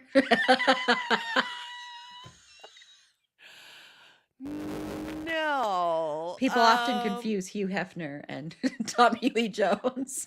That's weird. That's Just kidding. weird. I mean, they probably do. Yeah. So, well, all right, we didn't twin it. No. Okay. Here's another one from Carla, and then we can go to the list. I have not seen Jesus Christ Superstar. I've only seen it on stage. So I'm sorry, Carla. We failed on this. We thumbs down for both of us. Just kidding. I loved the stage production though. So okay. Oh, all right. The movie Toys with Robin Williams from I forgot what year. I didn't have it written down. I actually didn't see that one, so I'm Okay. sorry. I forgot to tell you that. Nope. That's all right. So, but I'll guess that you give it a thumbs up. I do give it a thumbs up. It's weird and it's kind of creepy. Joan Cusack's in it as well, but there was just something kind of appealing about the creepiness of it. And like Robin Williams. So I just have a soft spot for him. And I remember watching that movie quite a few times when I was a kid. Yeah, Joan Cusack's kind of creepy because I think she's like a doll or something. It's weird. All right, let's see. How about the talented Mr. Ripley? Okay. All right. 3, 2, 1. You're correct for me. You are incorrect for me. Yeah. I did not care for that movie.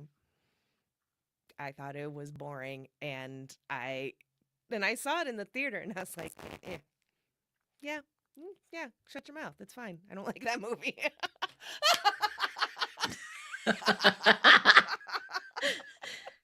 Sorry. Right. That's why you said the whole like I might have to shut my camera off because it's doing weird stuff. I see what you're doing there. I see what's going on. All right. All right. You didn't even like Jude Law in it? No. I've never been like I don't have anything against Jude Law, but I've never been like, over him like a lot of other people are. I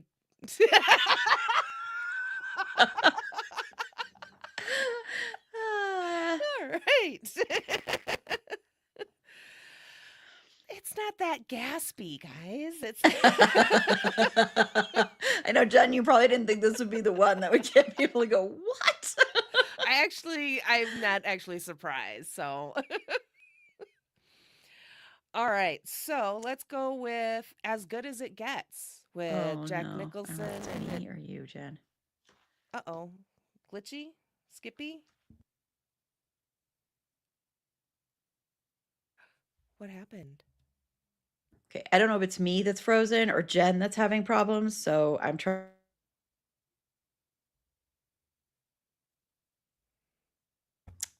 Nope. Are we both back? I'm back. I think we're back. Yeah, mine kind of Okay.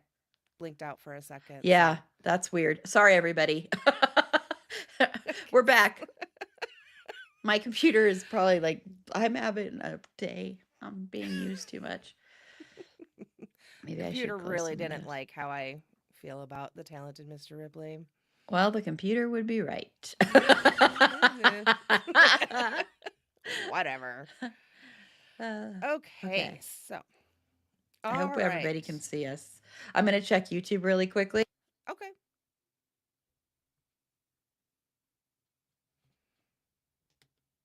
Yeah, they can. Okay, good. All right, Okay. so the next one is As Good as It Gets with Jack Nicholson and now I Helen can't Hunt. remember her name. Helen Yes, Hunt. Yeah. Helen Hunt. So, Okay. all right, 3, 2, 1. You're wrong. Am I right? You are right. But you're still wrong. I figured. I just kind of took a chance on that one. I was like, she probably likes it, but like, what if she doesn't? So I can understand not 50-50. liking that movie though. I haven't seen it in years, so I Yeah. could be totally have a different opinion on it, but I liked it when it was out. And it's like I mean, I didn't hate it, but when it ended, I was like, all right. Like I thought the performances were great, but it was just not something that I have rewatched or will have ever wanted to rewatch. So, oh well. Oh well. Oh well. All right. How about Vanilla Sky with Tom Cruise and something I can't remember her name now. Cameron Diaz, and then also yeah. Paz, was it like Paz Vega or something like that? it's Penelope Cruz. Oh, Penelope Cruz. Okay, sorry. Anyway. Okay. All right. 3, 2, 1.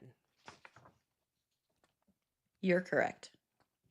You are incorrect. I fucking love that movie. Oh, I'm incorrect? You are incorrect.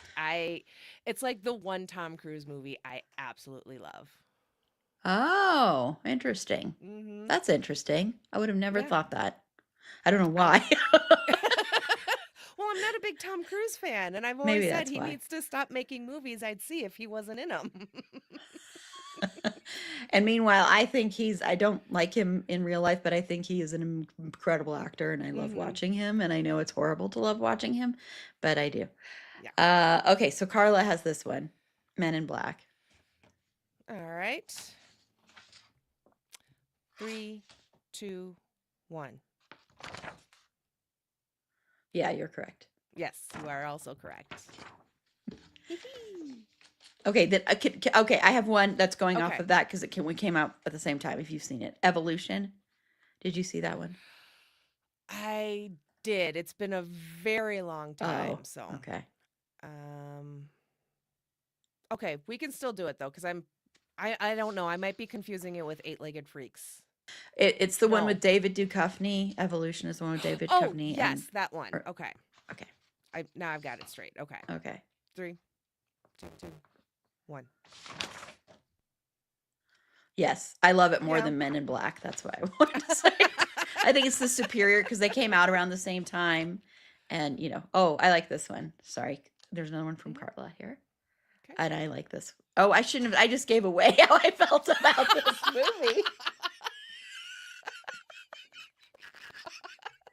So is it this?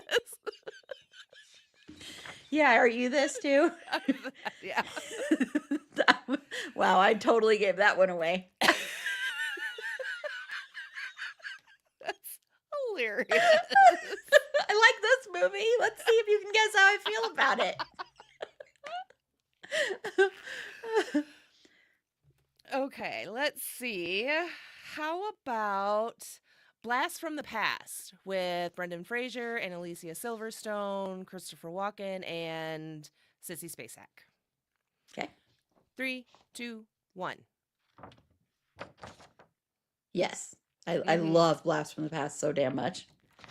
So, Blast from the Past was one of those movies where the first time I watched it, I was like, oh, this is so dumb. And then the second time I watched it, I was like, okay, it's not as dumb. And then, like, the third time I watched it, I'm like, you know what? It's actually kind of cute. And then the fourth time I watched it, I was like, I might actually like this movie.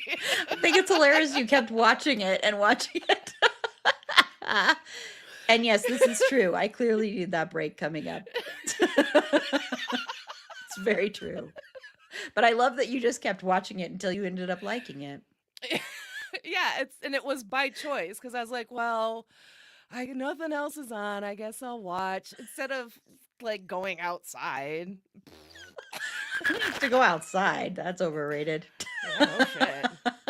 Brendan Fraser's not outside, so that's all I'm saying. That was also part of the big swing resurgence. That's right. I forgot about that. Yep, swing and like the big bands, the Yep. zoot suits and everything. Suit riot. Do-do-do-do-do-do. Okay, what about the movie Michael with the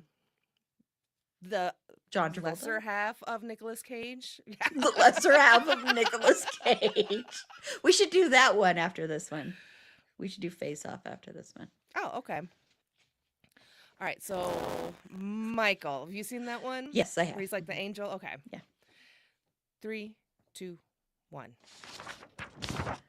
I love that movie so fucking Do much. you? Yes. Damn. Did I get it right? You did get it right. Okay. I like the one dance scene in the bar, and like that's it. Well, see, here's the thing. What people might not know, I went through a John Travolta phase, and this was after, it was because of Pulp Fiction. And so I went through this, even though I love Grease too, but I went through this whole thing of like, just like, I was all about John Travolta. I loved watching him. He was like, became like one of my favorite actors for a very brief moment in time. So that's probably why I was during that moment. Okay, so Fair enough. yeah, Carla has. Office Space? Yes. Have you All seen right. Office Space? I have seen Office Space. Okay. 3, 2, 1. Yes, you're right. You are also correct. Damn, it feels good to be a gangster.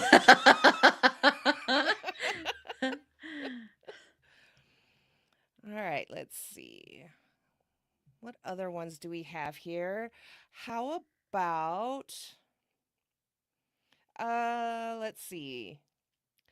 Okay, John Travolta, Broken Arrow. John Travolta and Christian Slater. Okay. 3, 2, 1. You're incorrect. I hate that movie. Am I correct? No, I do Oh. enjoy that movie. Oh, I okay. haven't seen it in a very long time, but like again, I didn't necessarily go through like a John Travolta thing, but he had his moment in the sun, as did Christian Slater. So why am I not watching this movie with them both in it? So Well, Carla, you can't always have good taste. That's okay. I would agree. That's the most disappointing thing I've ever heard Carla say or read, whatever. Okay, did you want to do Face Off? Oh yeah, I forgot about that. I'm sorry. Shit. Okay. All right. 3, 2, 1. Yes. Yes. That's movie is an insane premise, and I fucking love the shit out of it. And Nicolas Cage is so unhinged. It's amazing. Like, like when they unwrap, like after the surgery, and he like unwraps and he sees his face and everything, and like there's no swelling, totally fine. Yeah, I would have been shocked if you said boo on that one for you. I would have I- been like floored. I would have been shocked as well. So That was also during my John Travolta phase. yeah, So weird that I had a John Travolta phase. that is. I mean, I don't judge, so I mean a little bit. It's fine. All right, let's see. Where are we on the list? What about did you ever see the movie Mr. Wrong with Ellen DeGeneres Yeah. and who is that? Bill Pullman? Okay. Yeah, I did. All right. 3, 2, 1. You're correct. You are correct. I hate that movie Movie's so so much. fucking dumb. It's so stupid. It's so cringy. I literally watched it once and I was like, that was not a good time. I haven't seen 300, so I can't do that one. Have you seen 300? I have seen 300. I haven't. I know the Spart or whatever Mm-hmm. scene from it, but We are Sparta. yeah. Heavenly Creatures with people. I don't Kate remember now. Winslet and Yes. what's her name? Oh my God. Oh my. that Melanie is- Linsky. Yes. God, I'm like, that is so annoying that I couldn't remember her name. Okay. All right. 3, 2, 1. You're Yes. wrong. I hate this movie. Really? Hate this movie so much. No. Yeah. I hate it. I hate it.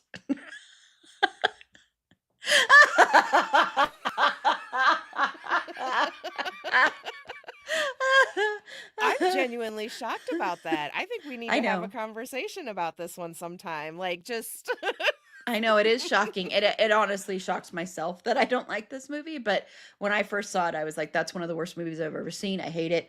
It pissed me. It literally pissed me off. oh I'm no. sorry. I'm sorry. I know. I'm sorry. I'm sorry. Damn. If I had to guess a rating for you, I would have been, I mean, not just to be like, oh yeah, you like it. I would have guessed like a high 8. No, I would give Cool. it like a 1 or a 2. I'm sorry. I'm sorry. I know it's not a popular opinion, and I love both of the actors. That's I'm sorry. wild to me. I know. I'm sorry. All right. Is the next segment ready yet? Or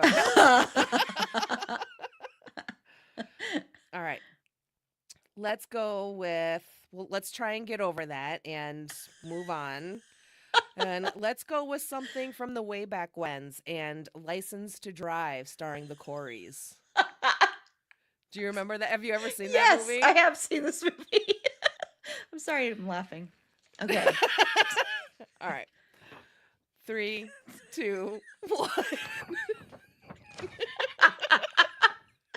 You're actually correct. I used to have that on VHS.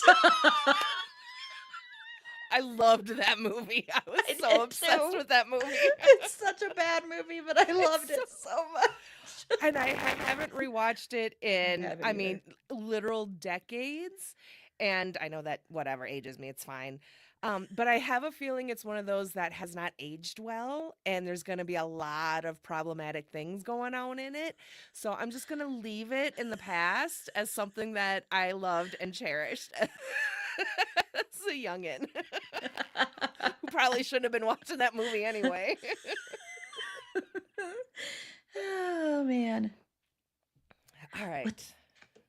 What's that one? Lover Boy, the one with where Patrick Oh. Dempsey is the pizza Mhm. delivery. Yeah. The pizza. Eh. The pizza delivery guy. And he ends up becoming like a Like gigolo, extra yeah, mhm. anchovies, and Kirstie Alley's in it. yeah.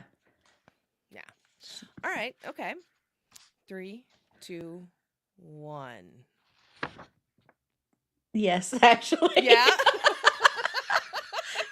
I don't know why I associated it with License to Drive, but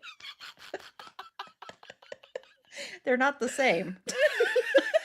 But they're in the same realm, that, Yeah, I understand.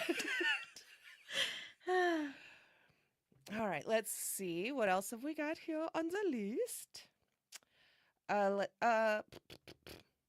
Radio Flyer. With little Elijah Wood and Tom Hanks. He's like narrating about his childhood. Lorraine Bracco's in it. I don't think I saw this one. Okay. I'm sorry. That's okay.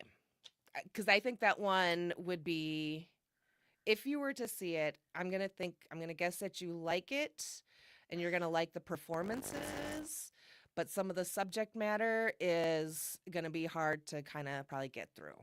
Okay. That's good to know. That's good to know. So, all right. Oh, this one's going to be a real toughie. Dude, where's my car?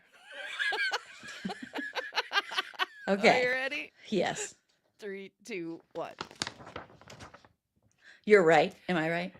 You are not right. I don't like that movie. Oh, okay. Even as like a dumb, stupid movie to watch on like a hungover Sunday afternoon, it still just, it wasn't. No. Oh, no. okay. Because I thought maybe this kind of stoner aspect to it might have been like I don't know. Carla loves. Dude, where's my car? Oh, that's more horror. Never mind. I'm not going to say that. More horror. I keep forgetting I'm not doing horror. I know. And I kept love coming it up with, sober. horror. Damn. That's a lot of. Are you sure you're sober when you're watching it? Are you? And it's all in caps too. Yep. I love it sober. This could be taken if someone joined right now and I love it sober. This could be taken in so many different ways. That's what she said. Yeah. Oh man. All right. What else? Because I had another Ashton Kutcher film that popped in my head, but that's more. I was going to say Butterfly Effect, but that's more horror adjacent and related. Let's see. I think we're almost through the list. There was, A Wrinkle in Time. So kind of like that remake. I think it was on Netflix. Michelle Pfeiffer was in it. Oprah. I didn't see it. Okay. Sorry. And I actually have not seen Mulholland Drive, which is, I know mine, that I've not seen that movie. But it's one of those that's on this list of movies that I cannot believe I haven't seen. So can't do that one. Sorry. I can't believe that. Have you seen it? Yes. Okay. Yeah, I know it's really weird that I haven't seen that. I don't know why I haven't. Bring It On.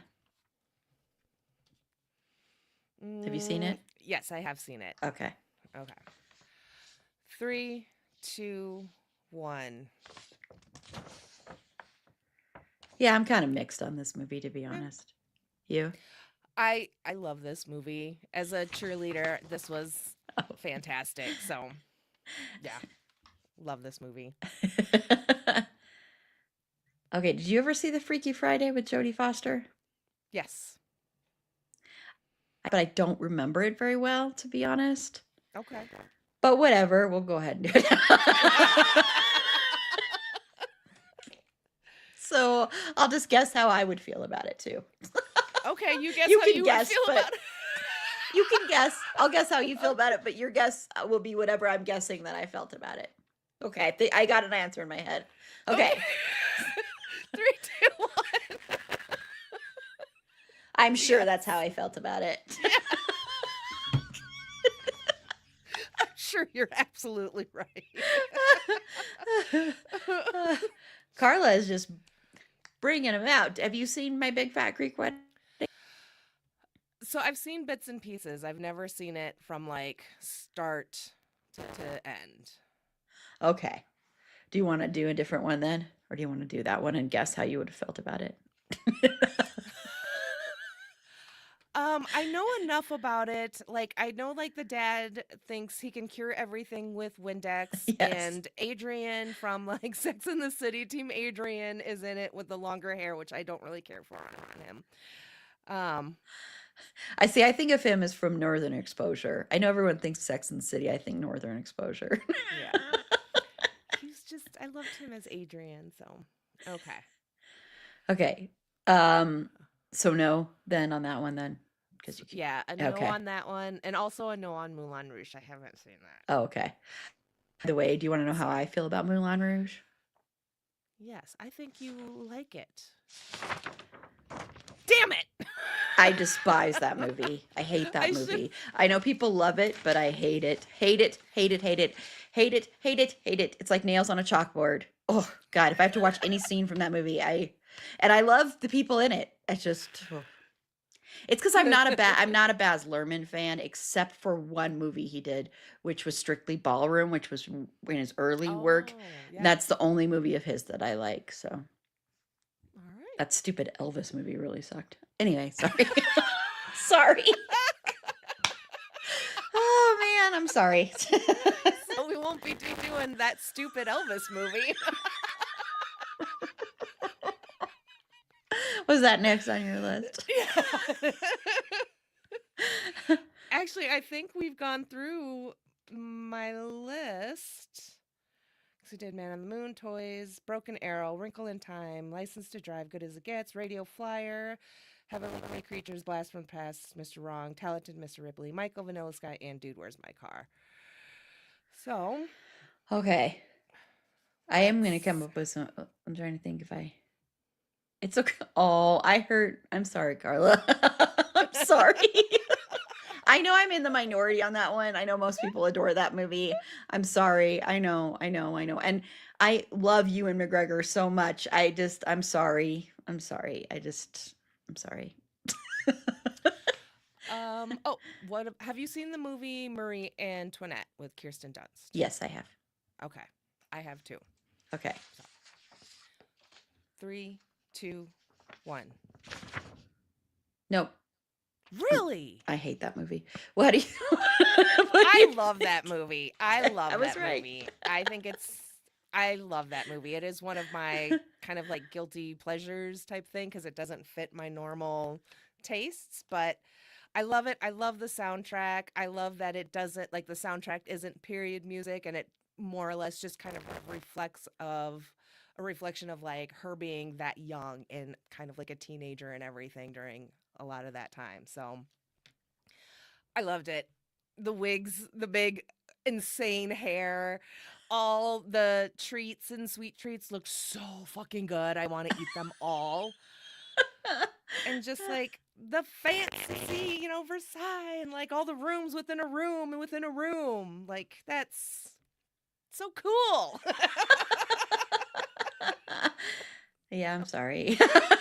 This is the episode where we just disappoint each other. So this is the end of the podcast. No, we will be going our separate ways. So have you seen A Walk to Remember? I have not, no. Oh, okay. This would be my rating. I kind of That figured. I've seen that movie so many flipping times. I could probably recite that movie. I do not know what it is about that movie. I think it's the chemistry or something, but there's something about that movie that just is so special to me. I don't know. That's just, I don't know. I love that movie. Okay. I had one in my head. Have you seen SFW?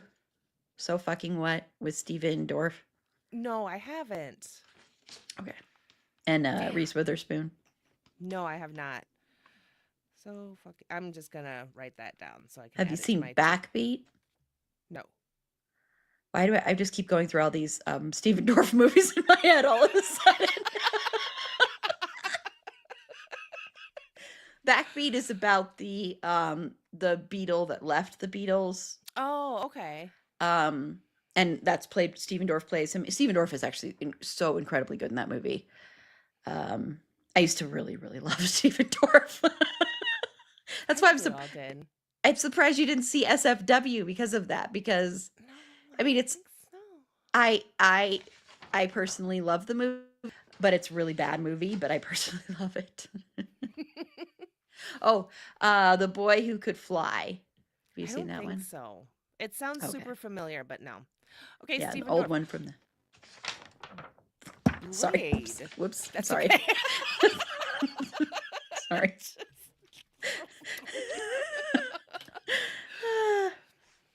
Well, I guess we probably can't do that if probably counts as horror Blade. But you were Yeah, now Blade Stephen kinda. Dorff, so Well, no, let's just do it. okay. We're almost done anyway. I think we should just wrap up with a horror movie. Okay, that sounds good. All right. Okay. 3, 2, 1. Oh yeah, I fucking love Blade. Yeah, 100%. And just that first one, please and thank you. Yeah, and that None of the other that ones. opening scene. Oh my gosh, that's love that movie. Oh, I should really rewatch that movie. I haven't rewatched it in forever. I haven't either. We should talk about that movie on the podcast. We really should. I think another one that we should talk about because I know we both love it is Fallen. So on one of Yeah. these podcasts, one of the three or all three, I don't give a shit.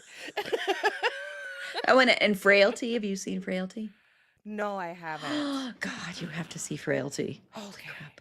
That movie is so good, and I do not praise McConaughey ever, and I praise him in that. All right. Okay, for horror, since we're just kind of wrapping things up, I don't know how much time we have left. Like just a couple minutes. Drag Me to Hell. Okay. All right. 3, 2, 1. Yep. Yep. I love that movie. I rewatched do it too. recently too, and I was just like, "Oh God, this movie's." I forgot how just wild and it's so much fun. It's So- unhinged. Sam Raimi is the best Sam Raimi. Have you seen Send Help yet? Not yet, but I do have the DVD from the library. So and I know it's streaming now, but I like to get them from the library because it still helps the numbers, even if I end up just watching it on a streamer because I'm lazy and I don't have a DVD player in the bedroom. So, which is where I like to lay down and watch TV. It's that's unhinged Sam Raimi. So Yeah. yay. Yeah. Okay, well, I think that's gonna do it for us. So Jen, tell everybody about my streaming bubble. So my streaming bubble is my podcast, and that's where I talk about the streamable media I love with people I tolerate. And Erin and Carla are frequent tolerables. Except not anymore. No. Except this is the end with us. No. And we just talk about whatever our latest obsession, show, movie. I've covered documentaries as well. So new episodes on Sunday. Check it out. And thanks.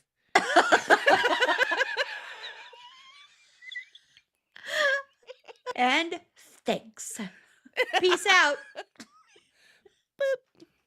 Check you later. Check you later. Well, thank you, Jen. This was fun, especially with my brain half working. And even This was though a it may have affected our friendship, it was fun.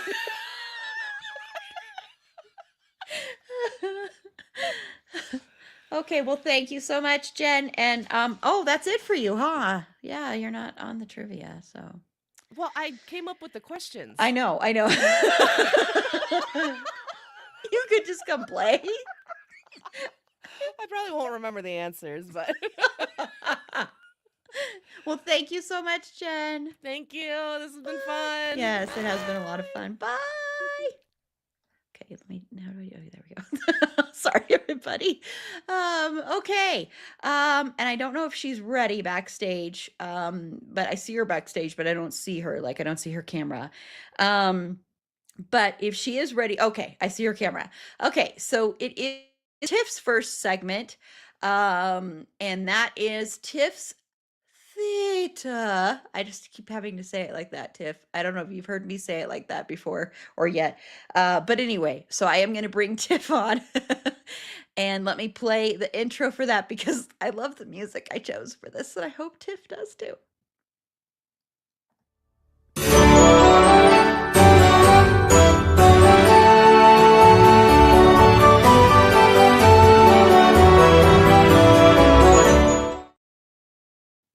Hi. Okay, I hope Tiff liked that. So let me bring on Tiff, who also will be up next with the Blue Chairs, which is an upcoming podcast, which you'll hear more about that during the Blue Chairs pre recorded segment. But without further ado, Tiff. Hello, Tiff. Oh, you're muted. I'm There you muted. go. Of course I am. Because of course I am. Because I I was hustling back from volleyball and yes, sweaty, all of that. The music is fantastic. So the whimsy A plus. Thank you. I was like, A I have to plus whimsy. find something that is theater related here. I love it. I love it so much. It's so great. Thanks. So, hi, Tiff. Hi. Hi. Everything's been so fun so far. Oh, I haven't gotten to look straight through, but I've been popping on, popping off the whole time. So many great segments and the trivia has been literally unhinged. You know I love that. Unhinged trivia is my favorite type of trivia. and you're going to be a contestant on the Make It a Blockbuster trivia night in a couple hours. So, I yeah. am. I'm ready to tap into my 80s and 90s aesthetic. I am so ready for it. Let's do it. Yay. Okay, so Yay. theater fun facts and new. I don't know if it's going to be a news. What do you have for us, Tiff? Yes, so I'm bringing in things that if you want to see them, folks, you need to go because they are coming up to closing dates, and there have been no talks about extending runs. So if you are a theater nerd or nerdette and you love shows, whether it's on Broadway or off Broadway, these are things that you probably need to go see. Maybe some you've heard of and maybe some you haven't heard of. So, yeah. Yay, cool. Well, what's the first one you have for us? First one I have for new musicals, because there were about four or five musicals that debuted on Broadway this year. So we've got Beaches, which, if you all know, of course, the movie Beaches with Bette Midler, just, boohoo, boohoo. And I want to say that I believe Carla, that was one of her 80s movies that traumatized me, or she mentioned it Yeah. because it's a tearjerker. It's a tearjerker. So I am convinced that probably on stage it would be even more of a tearjerker. But if you do want to go see that, their closing date is in September the 6th to be specific. So head on out to New York if you can and go grab those tickets. I didn't even know there And then was we a have musical version of that. Sorry. I I know, I I didn't know. know. They're doing some really interesting things of things that you wouldn't think of on the stage now. Like Yeah. this next one, which actually has no closing date, which is a good thing, but The Lost Boys, who knew? I know that. They're on stage too. Yeah, yeah. So, and I know that's right up a lot of our Gen X exennial and elder millennial type of vibe. So, but it does not have a closing date. And I know they also are touring. So it could be coming to a city near you. So kind of pop on over, see what's happening. Another musical that's out there, Titanic, is closing September 20th. So go check that out. And Two Strangers Carry a Cake Across New York. That does not have a closing date. So That not yet. title's It does great. not have a closing date. That title is fantastic. I love it so much. And then there's some new plays that came out, but they've already closed, but they could be touring. So keep an eye out for it because they haven't announced touring dates for these yet. It kind of depends on how they performed on Broadway or off Broadway if they're going to keep going. I love that title too, Carly. You're right. Two strangers carry a cake across New York. So good. So they could announce it, but it's all about box office draw. How well a play or a musical did on stage at the biggest stage in the world, along with the West End. We don't want to forget our, counterparts across the pond because things do start over there and they come over here. For example, Six, that started in the West End came over, was super popular, and now they tour every year. I saw it earlier this year and it was amazing per usual. Really liked it. I saw it last year too. I when I see something that I really love or when I lock into something that I love, I continue to go. Don't judge me, folks. Don't judge me. I would never judge you for that. Thank you for not judging me, Erin. I appreciate it. I really appreciate it. There were a few revivals also that are closing. Becky Shaw is closing very soon. Jen, what Sorry. kind of I cake? was trying to get that before you went to the next one. Sorry. I have no idea, Jen, what kind of cake it is. Hopefully, it's something good and it's not something weird and off-putting. Maybe it's something like a classic marble cake or maybe a pound cake, something like that. Deliciousness. Let's just hope for deliciousness. So Becky Shaw is closing on June 14th, and they had a short run. They had their preview in March. They opened in April, and then they're closing in June. So when that happens, you might think that, oh, it's not because it could be that it didn't perform well, or the producers had a locked in cast for this amount of time, and that was that. We had 2 months, and then it's over. That's how long we had the theater for, and that's that. They could bring it back. You never know. Another one that is closing soon, Death of a Salesman, closing on August 9th. They also previewed in March. And that's an absolute classic. Death of a Salesman has been around since, my goodness, what, the 50s. And you continually see it being revived on Broadway because there's a reason for it. People love that play. It's one of those classics, and if you don't love it, I have to look at you kind of differently, but that's okay. It wasn't that just nominated Every for some brilliant Tony Awards? Oh, sorry. I'm sure it was. The Tony nominations did. Let me pull this up really quickly because I had it on one screen and then I lost my other screen. And of course, it's taking forever. Come on, Tonys. Tony nominations. Let's see what's happening with them. Ah, goodness. This Sorry, is I what didn't mean to happens get you when off you run track. around, folks. No, no, no, no, no. Not at all. Not at all. I have so many tabs open that I lost my tab for the Tonys. I think I closed it accidentally. So, but I'm pulling it back up. So, let's talk about what our favorite plays are. Aaron, tell me this while I'm waiting on the Tony Awards to pull up on my other tab. What do you think your favorites are? And you can give me maybe top 3. Oh my gosh. Streetcar Named Desire. I love Streetcar Named. I just like Ah, Tennessee Williams. yes. So, and I finally got to see Mhm. that. Although, of course, this was an experience where the person I went with, they like, oh my gosh, it was so aggravating. So they knew we had to leave soon, and they showed up late, and so then we ended up showing up and missing. Like we couldn't go in until after intermission, and so we had to sit in a Oh, little box and no. watch it on a television. It was really a bummer, but I still love that play. Oh, Yeah, yeah. Um, sorry, my brain sad. is like totally dying. So I'm gonna include. I know it's not a play, but I'm gonna include musicals just because my brain is slowly fading. I'm apologize. Oh, yeah, no, musicals totally count. Okay, Phantom of the Opera I've seen more than any other musical. I A cry every classic. single time. I remember one Mhm. time seeing it and having like the chandelier where I got good seats and the chandelier like went right over our heads. It was really cool in the Oh, beginning. nice. It was really awesome. And then Nice.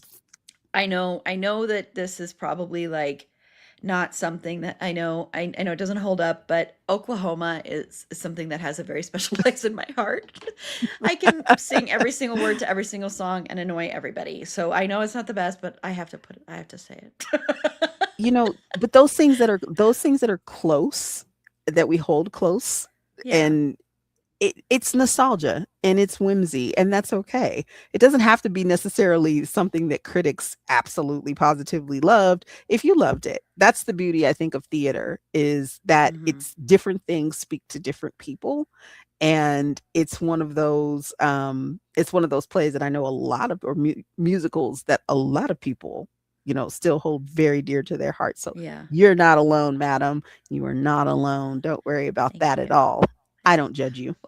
Thank you. Anyway, What are yours? I want to hear yours. oh gosh. Let's see. I'm going a little bit more contemporary, but I do love Wicked. I've been able to see it. I never saw it on Broadway, which very sad, but I did see it many years ago for the first time, and I've seen it 3 times now, and it just never gets old. The story never gets old. And they have an amazing, I think, even the touring companies have an amazing way of pulling talent that really embody the characters. Like I've seen 3 different Elphabas, and all 3 of them have been just great. Like all of them. And I've seen 3 different Glendas, great. All 3 of them. Now, there have been some supporting casts that have not hit the mark necessarily. I did see the last time I saw Wicked last year, I saw a Fiero that I was not really feeling. But he wasn't bad, but he just wasn't as good as the other 2 that I've seen. So I think that's what that was. So I have to put Wicked in there. And even though it's super, super contemporary, I'm putting 6 in there because it's just so fun. It's so much fun, and it's so different from the other things that you see. It feels more like a concert than it does a musical. And I love the fact that they champion women in that, and uh or non-binary folks too, because I believe the band and they have a band. They don't have like they have an actual Oh, band on wow. stage with them. Yes. So if you go, expect like some really rocking music. And it's a champion of women and I guess and femme non-binary folks. And it's just such a fun time. You see everybody's like bouncing in their seat, everybody's rocking out, and they encourage it. They honestly encourage it. They don't want you to sit still. They don't want you to be super duper quiet because it's not that type of musical. It's designed to get you like up and out of your seat and on your feet. So definitely 6. And if I have to pick a third one, oh man. Oh goodness. Hmm. I am going to go with, and I've never had the chance to see it on stage, but I watched it. Does watching it like on the big screen count? I'm gonna count it. If you've I'm seen gonna it on the count big it. screen, if you haven't actually seen it, you're I'm gonna gonna count. count it. Okay, no, you know what? No, no, no, no. I'll go with because I did get to see it on, and people are going to judge me. You think people are going to judge you for Oklahoma? Well, people, you're going to really judge me for Hamilton. I got to see it on Broadway, and I got to see it with the majority of the cast that are on the soundtrack. So I'm putting it on there because yes, I did get to see Lin Manuel. I did get to see Renee Elise Goldberry, and I did get to see Philippa Sue and Christopher Williams and Leslie Odom Jr. I got to see all of them. Wow. The only one that I missed was Jonathan Groff, and I was devastated. I was absolutely devastated because he was filming I think he was filming in Canada, and he was gone for 2 weeks doing like reshoots. So during Oh. that 2 weeks is when I actually went and saw it. So I didn't get to see Jonathan Groff, and that's the only like that's the only regret that I have, is that I didn't get to see Jonathan Groff. But I got to see everybody else, and I salted the Richard Rodgers Theater with my tears. Oh. So it was, when I say I salted, I mean I I was just a mess. I was a blubbering mess the entire time. I was like, as soon as you get into the second act, just a blubbering mess. Just amazing, amazing though. An amazing cast. And I know it's trite. I don't care. I don't think it's tried at all. I think that's amazing that you got to see that. I don't think it's tried at all. So, And my yeah, tab and came up. Oh, let's oh, see. sorry. Oh, So Carla got to see one of Carl Anderson's last performances as Judas and Jesus Christ Superstar, and I was an emotional mess. The only thing that kept me from falling apart was that Sebastian Bach goes, Jesus. Oh my gosh. Wow. Carla. What a show. Yeah, What a that's a show. really good show. That's I got to go backstage at the one that I saw, so and meet the cast and Wow. stuff. So yeah, Nice. yeah. Nice. Well, my Tony's information did come up. Oh, So, cool. these are the nominations for the 2026 season and presented by the Broadway League and the American Theater Wing.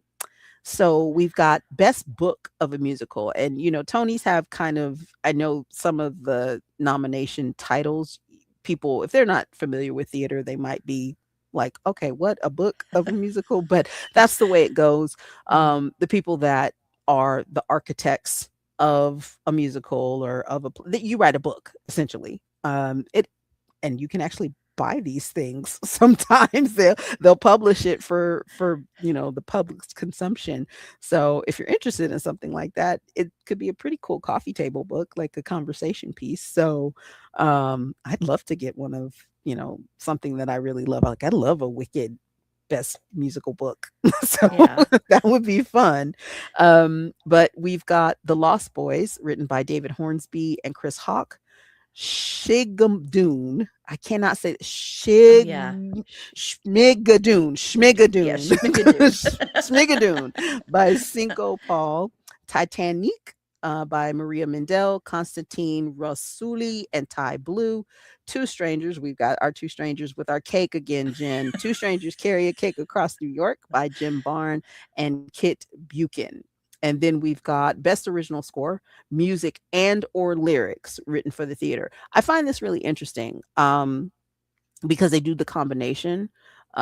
Because you could have somebody that does the background of something that is actually the instrumentalist and composes the piece, but you could have somebody, a writer as well. So you could end up having, like, my goodness, 4 or 5 people on one song if if it's like a Yeah. true collaboration or collaborative effort. You never know. But we've got Arthur Miller's Death of a Salesman, music by Carolyn Shaw. August Wilson's Joe Turner's Come and Gone, music by Steve Barganetti. The Lost Boys, they're back. Music and lyrics by The Rescues. Oh, that's cool. Here we go with this word. Schmigadoon. Got it. You Nailed that it. time. You did. Music and lyrics by Cinco Paul. And here comes our cake again, our favorite dessert. Two Strangers Carry a Cake Across New York. Music and lyrics by Jim Barn and Kit Buchan. And then we've got our best performance by actors in a leading role in a play. And they do separate these. We have plays and we have musicals. So they started, it's interesting how that kind of mirrors like the Golden Globes and like the Emmys. You've got your comedies versus your dramas. And I'm like, where do the dramedies fall into play? How do they do that? How do you decide? Do you decide it by line? Like, oh yeah, they've had more Yeah. comedic lines than they have drama, so we're gonna put them in the comedy section. Oh, they had more dramatic moments than they had comedy moments, so let's put them in the drama. Who knows how that shakes down? But best performance by an actor in a leading role, we've in a play, Will Harrison in Punch, Nathan Lane in Arthur Miller's Death of a Salesman, John Lithgow in Giant, Daniel Radcliffe in Every Brilliant Thing. And Daniel Radcliffe's run is coming to an end at the end of this month, and Mariska Hargitay is taking it over. It's a one-person play, Oh. so I found that really interesting. And Mark Strong in Oedipus. Oedipus. Interesting. Best performance by an actress in a leading role in a play. We've got Rose Byrne, our one of our faves of the podcast, Rose Byrne in Fallen Angels, Carrie Coon, also like her a lot, in Bug, Susanna Flood in Liberation, Leslie Manville, also love her, in Oedipus, and Kelly O'Hara in Fallen Angels. So you've got 2 Fallen Angels going against each other. I wonder if they'll cancel each other out. You know how that happens a lot. You Yeah. have 2 people fighting for the same award and they just end up It's like just crashing into each other, and the voters go for somebody else. Best performance by an actor in a leading role in a musical. So here we go. Nicholas Christopher in Chess, Luke Evans in Richard O'Brien's The Rocky Horror Show, not the Rocky Horror Picture Show, just the Rocky Horror Show. Joshua Henry in Ragtime, another revival that's been on. Sam Tutty in Two Strangers Carry a Cake Across New York, and Brandon Uranovitz in Ragtime. So another two ragtimes, possibly canceling each other out. Best performance by an actress in a leading role in a musical. We've got Sarah Chase, Schmigadoon. There we go. Stephanie Sue in Richard O'Brien's The Rocky Horror Show. Casey Levy in Ragtime. Maria Mendel in Titanic. And Christiane Pitts in Two Strangers Carry a Cake Across New York. Best performance by an actor in a featured role in a play. So this would be your supporting actors if you're thinking about television or film. Christopher Abbott in Arthur Miller's Death of a Salesman. Danny Burstein in Marjorie Prime. Haven't heard of that one. Brandon J. Durden in Waiting for Godot. Alden Ehrenreich in Becky Shaw. Ruben Santiago Hudson, love him, in August Wilson's Joe Turner's Come and Gone. And Richard Thomas in The Ballisters. And we've got best performance by an actress in a featured role in a play. Betsy Adem in Liberation. Mary Louise Burke in The Ballisters. Aya Cash in Giant. Laurie Metcalf in Arthur Miller's Death of a Salesman, and June Squibb in Marjorie Prime. And there's a lot of others, so I'm not going to go through all of them because it's just a lot. We've got best costume design, best lighting design, best lighting design of a play, best lighting design of a musical, best sound design of a play, best sound design of a musical. You get where I'm going. It's just like, Yes. it's over and over and over again. But I do like the fact that they give the opportunity to champion and to celebrate different musical types, because I think Yes. there is a big difference between staging something like a one person play like Daniel Radcliffe is in versus staging something like Wicked, where you have Yeah. all of these moving parts. So I do appreciate the fact that they give us those differentials. It's just a nice thing I think it's a nice thing to have. I wish that the Oscars would be more like that.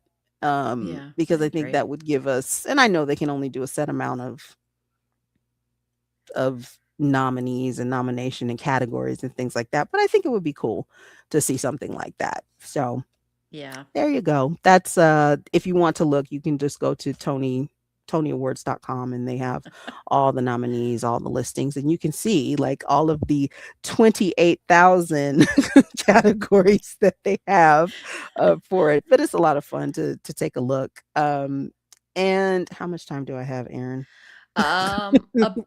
About just because of time to make sure we're going, because the other one, your other one with Sloan, it's kind of going to be tight. So I'd say at least 10 minutes, a little bit about that. Yeah. 10, Okay. 12 minutes. Yeah. Sorry. Okay. No. My I just brain don't. is so fading right now. So I Hilarious. apologize. So I'm just going to give a couple of fun things that people might not know about just, the history of theater, that sort of thing. So do you have a guess about what the longest running show in Broadway history is? Like, If you you mean the want to, longest amount it ran? yes, the Yeah. longest running, yes. So the longest Wasn't running, it's not necessarily the most shows, most performances. This would be, I guess, the most years that it ran. Okay. And was it, my guess wasn't it Cats, and was it like 20 years or something? Maybe. Cats held it. Okay. Yes, you're close, because Cats did have it, but Okay. it was surpassed by one of your favorites, The Phantom. Phantom of the I Opera. should have known that. That's a shame on me. I should have known that. No, not a shame, not a shame. So it was the longest running show in Broadway history, having played 13,981 performances across 35 years. Holy And moly. holy moly, and it closed in April 16th of 2023. And the current record holder is Chicago. and it Oh, was a revival. It was revived in 1996, and it's been running since ever since then. So it's the current uh, longest running. So it's got a good gosh, it's got 30 years. So wow. it could it could catch. I mean, Chicago's always very popular. It's one of those things that I think has always been, no matter what, you're going to see it and you're going to say, okay, yeah, I would love to go see it. I think their box office draw is pretty steady because if you're a tourist, you know Chicago. It's one of those things that Yeah. you just know it. Like you know Les Mis, you know Phantom of the Mhm. Opera, that sort of thing. People knew Cats, so it could catch it. It's got another 5 years. Let's see if it has the staying power to do it. Yeah. Let's take a look. I wanted to give somebody the chance to see what the longest ovation was Whoa. in theater history. Do you have Oh any my. guesses? Like how long it lasted, right? How long it lasted, or I even give you this: how long it lasted, or even who it was for. Oh my God. Oh my God. Was it for, I would think it would be somebody like, was it for Patty LaPone? No, it was not for Patty LuPone. Although she's had some really good ovations over the years. I mean, she's got an incredibly diverse Broadway Yeah. career. So that's actually a really great guess.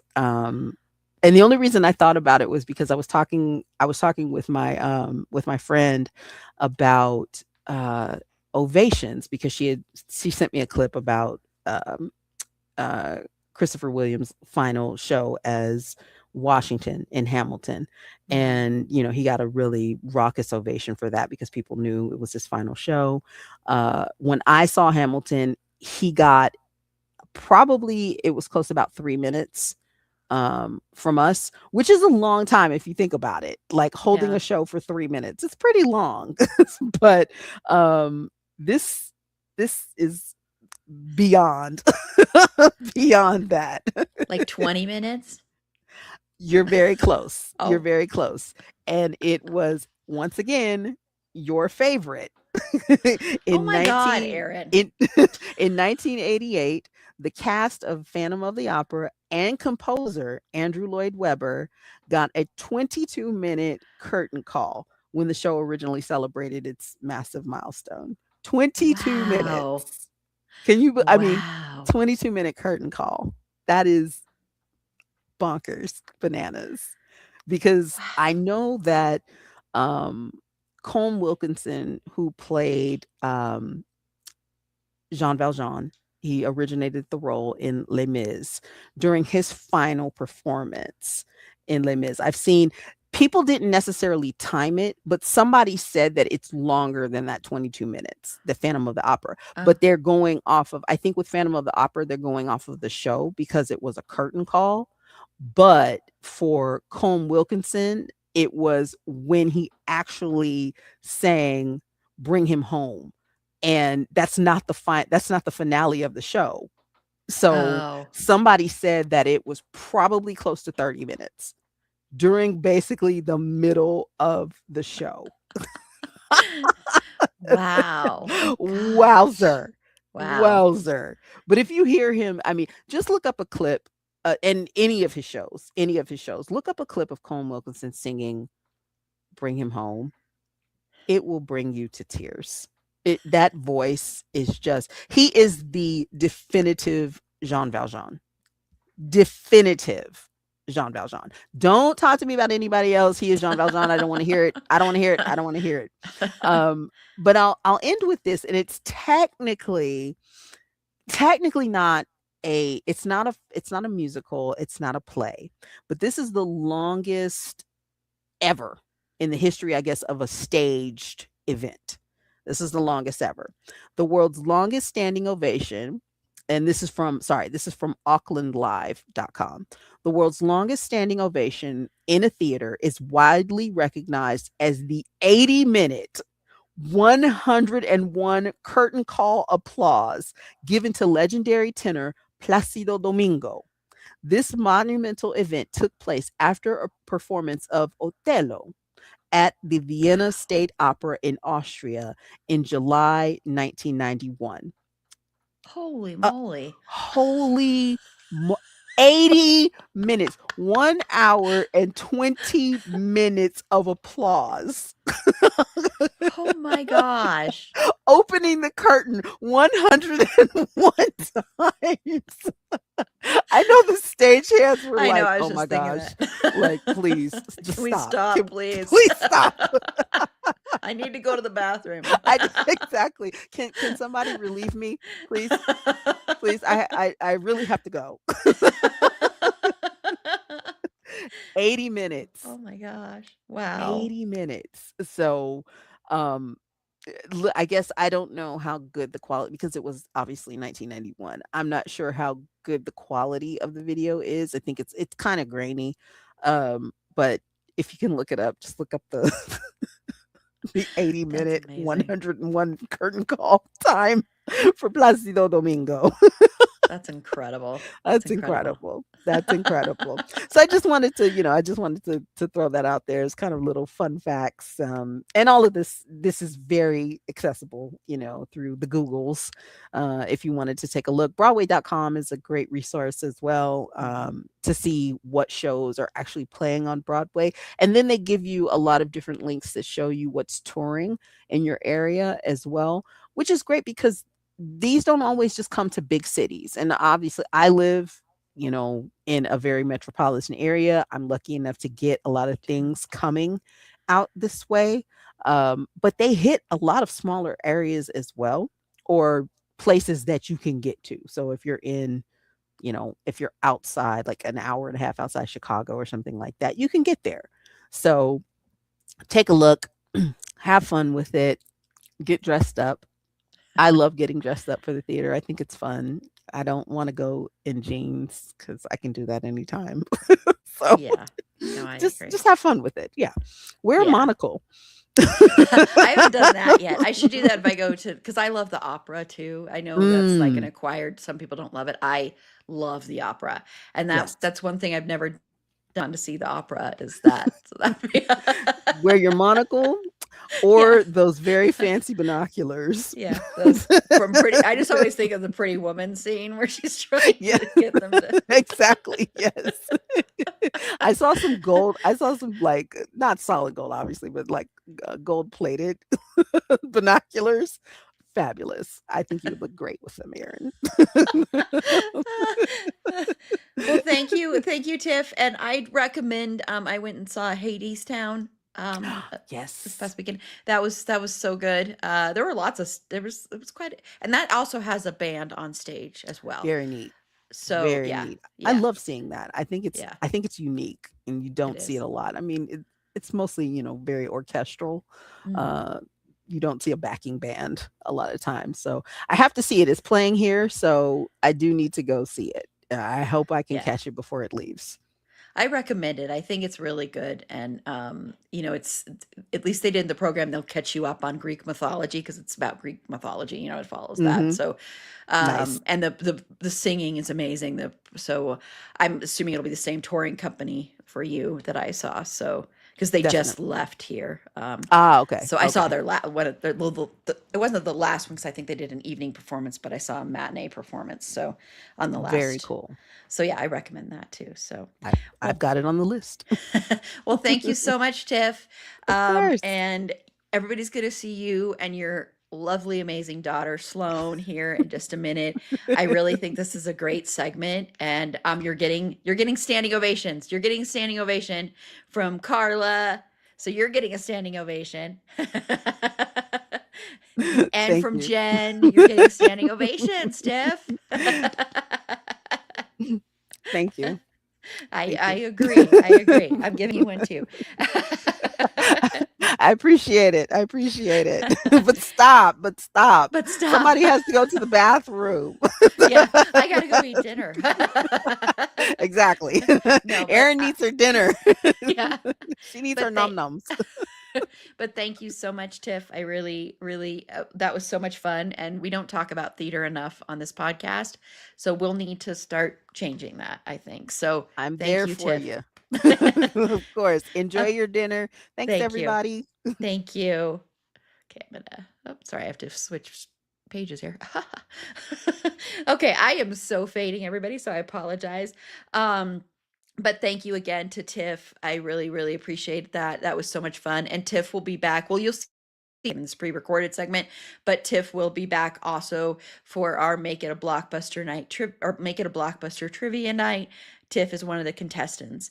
So I am gonna actually start this dinner break a few minutes early. So I apologize. It just I think will work better with the timing, but you're gonna get this long, about it's 37 minutes long and it's so good. I edited this, watched it a couple times while editing it, and it's pre-recorded segment of the Blue Chairs. It's an upcoming podcast featuring Tiff and Sloan, who they basically it's like two generations breaking down pop culture, and they are breaking down Buffy the Vampire Slayer in this one, and it is so good. You know how wonderful Tiff is. This will be your first time seeing Sloan, and I think Sloan is a natural podcaster, a natural entertainer, um, very natural on camera. And so once again, this is pre-recorded though, so they won't be able to see your comments, but please still keep commenting. I am grabbing dinner, so I won't be able to see all of them, but I'll try to put on the stage as many as I do see. It's a very interesting conversation, and it'll be interesting to see how people feel about the different choices they've made. So they're going to be going through the different years of Buffy the Vampire Slayer, and I think it's really, really a great conversation. I had so much fun editing it and watching it twice. So I apologize. There are a couple little cuts that are a little bit eek. So I apologize for that. That's on me. But I think overall it holds up really well. So I know this is starting a couple of minutes early, but anyway, so I am going to go away for a little bit. I will be back at about 7:40 for Ryan with Soundtrack Your Life is going to be joining me to talk about favorite 2026 needle drops. So hope I will get revived and I will be back, everybody. So I am going to present to you the Blue Chairs, um, discussing Buffy the Vampire Slayer. So here we go.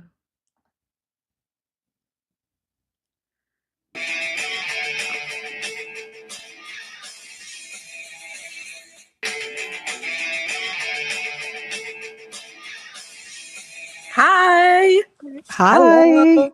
Welcome. Welcome, welcome, welcome. Welcome to our place.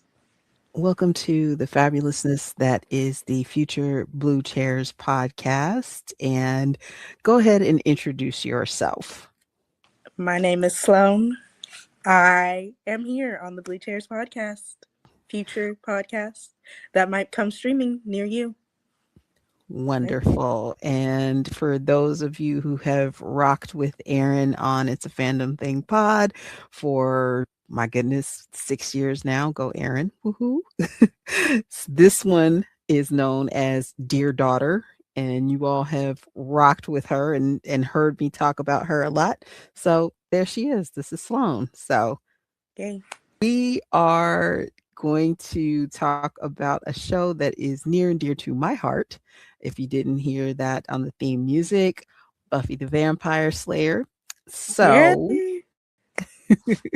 let's get into it, Sloan. We'll just give a brief time of how we got introduced to the show. So many, many, many moons ago, there was a show that came on the WB, and it was called Buffy the Vampire Slayer. There was a movie that came out in 1992, but we don't talk about that. Not in this household.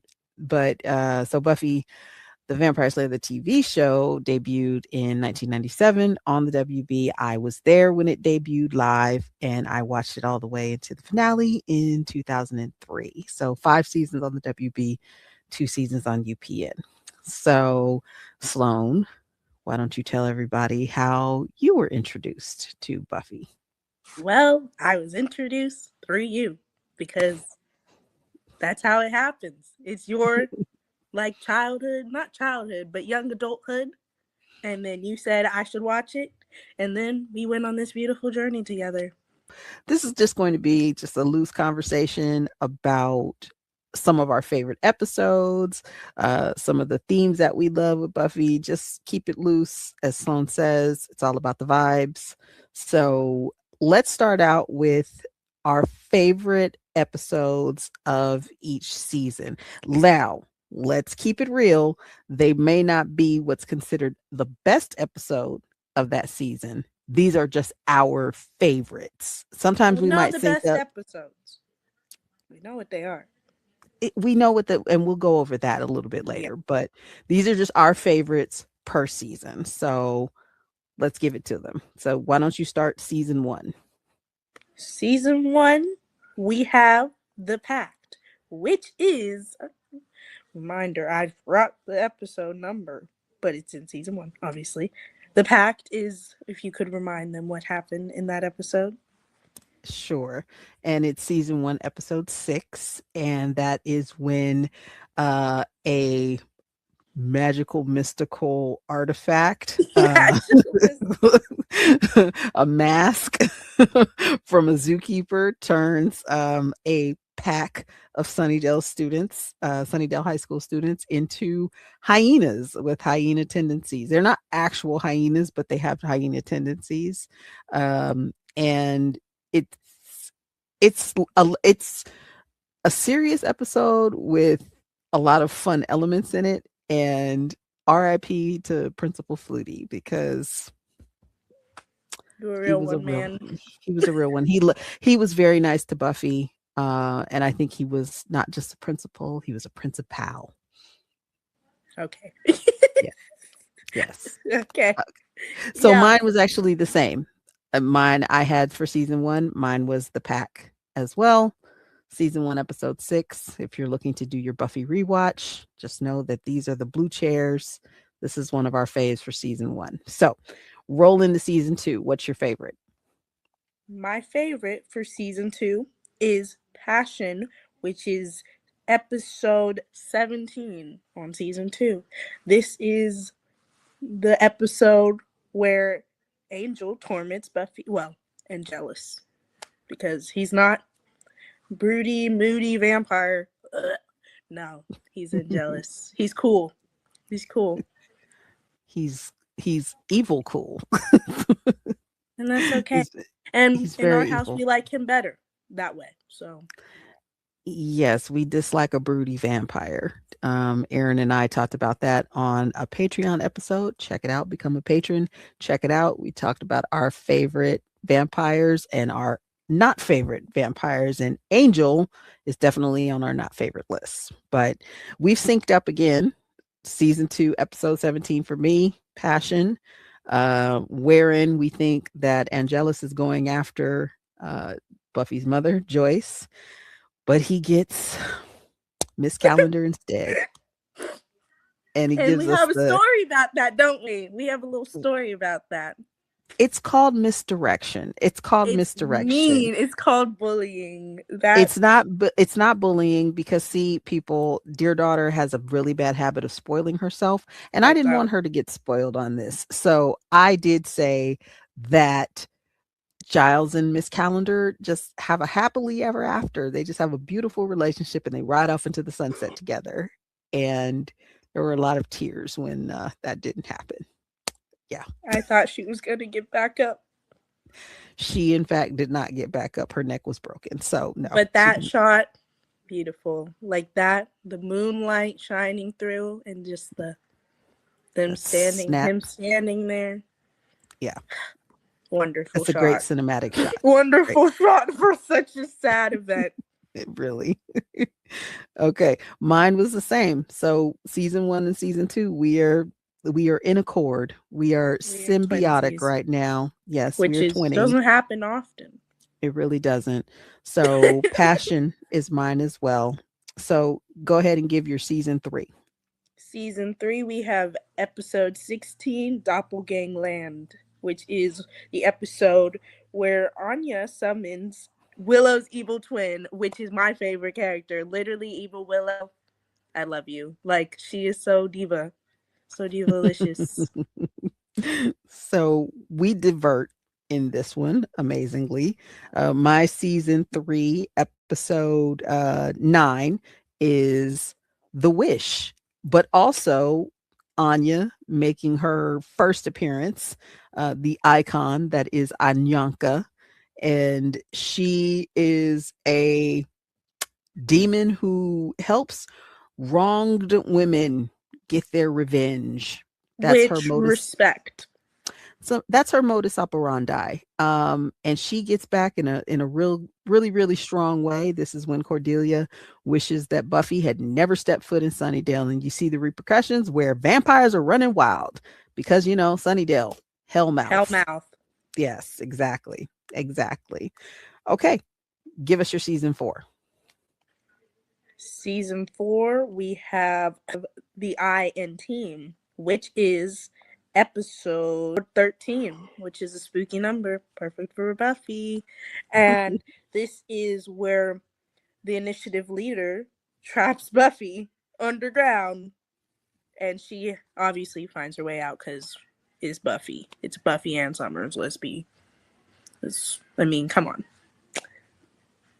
But I just really think this is a strong episode. I like how she's not welcome in the initiative, and she's better off by herself with her Scooby Gang. Really good episode. And I'm not Maggie is from the initiative is somebody. Yeah, not a fan of her. Not a fan. So my season 4 was a two-parter, and it was This Year's Girl and episode 15, and then Who Are You episode 16. And I'm counting those as just one big long episode because you can't have one without the other. And this is the episode where Faith wakes up out of her year-long coma and magically transforms into Buffy's body. They switch basically, and she causes all kinds of chaos. Yeah, she causes all kinds of chaos. So Who Are You, which is the second part of the episode, is the culmination of that. How Faith, basically they switch back, and then that ending scene in that when we find out that Faith was in flagrante delicto with Riley. Oh, and Buffy finds out, and she's like, "Oh," and it's and we just don't like Riley anyway, so double. it's just silence, and it's so awkward. Yeah, but fantastic episode. It does roll into an episode of Angel, which I told you that you need to watch, which we did watch, and you liked it. I did. But you refused to watch any other Angel, but that's okay. Give us your season 5. Hear me out. I can't watch it. And for season 5, we have episode 7, Fool for Love, which is Spike's origin story, where we hear how he killed Buffy is curious about how he killed the other Slayers, the previous 2. Mm-hmm. And we find it kind of leads up to another character who we find out is, well, you gotta watch. You gotta know. And I'm sure you guys know, because you're cool. Okay. Nice. My season 5 favorite is episode 18, and that is Intervention, where Spike has Warren build him a Buffy bot, and Buffy finds out about it, and it is bit of chaos. Weird. Yeah, a little weird because Spike's obsession with Buffy really comes to the forefront in season 5. So it's a lot. It's a lot, but that episode I think is one of the strongest of season 5, and season 5 has all sorts of bangers. So and we love Buffy bot. Buffy bot is, yeah. Let's put the pie in your marzipan. All right, give us your season 6. Season 6, we have episode 14, Old and Far Away, where they get stuck. It's a surprise party for Buffy, and they realize they can't leave. They can't leave her house. They're stuck, and I love my favorite demon. Clem is there, and he's just so cool. Clem is a Love lot him. of fun. The most chill demon. Just so Such chill. a chill guy. Such a chill guy. My favorite season 6 episode, episode 8, Tabula Rasa, where Willow's spell goes horribly awry and everybody forgets who they are. And that's not good when you have the Slayer and she doesn't know that she can slay. So, one of the funniest parts in that is when Giles and Anya think that they're engaged, and Giles and Spike think that they are father and son. Hilarity. The arguments are The fantastic between father and son. So great, so great. All right, and let's go with the series season. finale episodes. What is your season 7 favorite? Well, for season 7, we have Empty Places, which is episode 19. And I'm going to add on here Touched, which is episode 20, which I think really leads into each other. Because as we know, the potentials, the potentials kick Buffy out of her own home, and her friends go along with it. And then we lead into Touched, where we have lost Buffy. We don't know where she is, and you end up needing her help anyway. But, oh no, we can handle this by ourselves. Be for real. Be for real.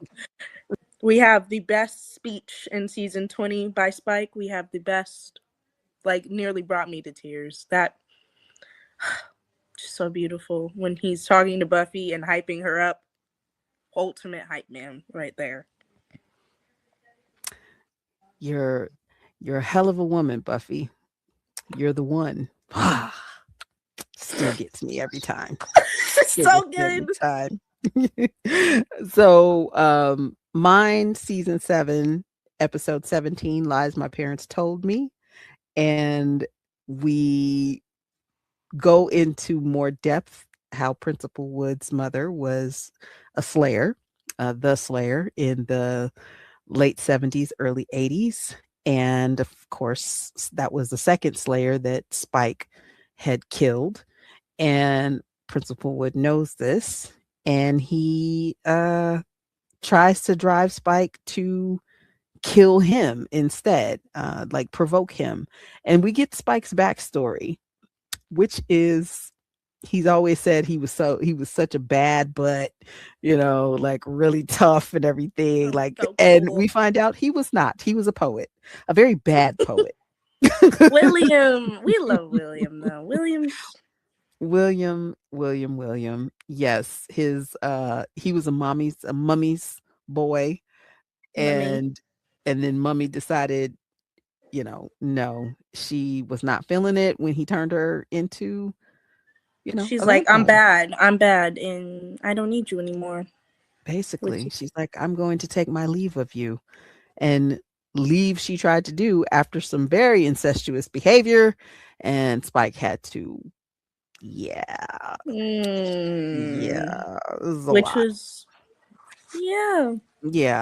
but gave us the iconic moment of Buffy telling Principal Wood, look, you're either with me or you're against me.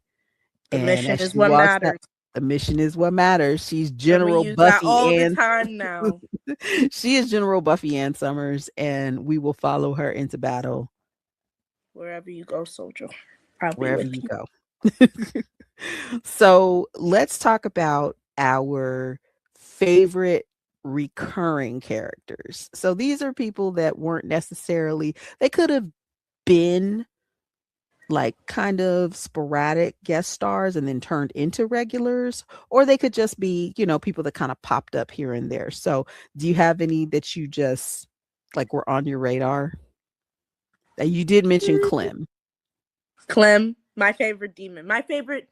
Well, Anya is my favorite demon, but she's not a demon for most of it. So I say in the beginning when Anya wasn't there all the time, definitely Anya, obviously. My Anya, her full name, my patriot, love her. Born on the 4th of July.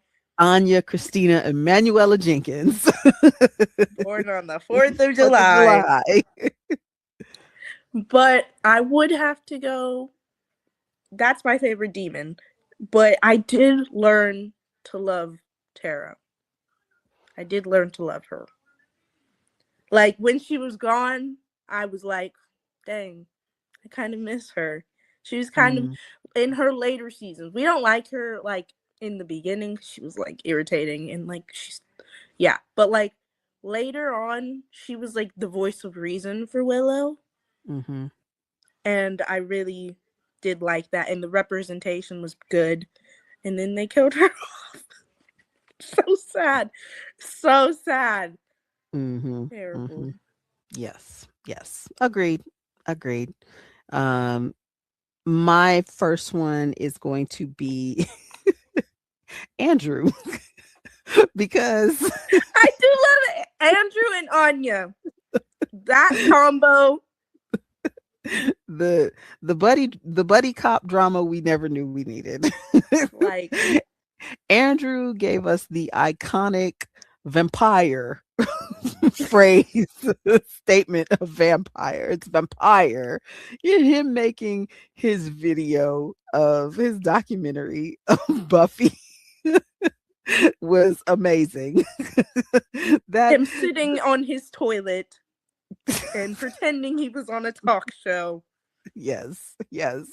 Fantastic. I mean, we're talking about, him being in the trio and trying to drive Buffy mad in season 6 versus and him. he was failing miserably. Yes. He learned versus him trying to find his place as, a white hat, as a good guy in season 7. I liked the evolution of his character. I like the evolution of his arc. Good character development. He was good character development. Anybody else that you think?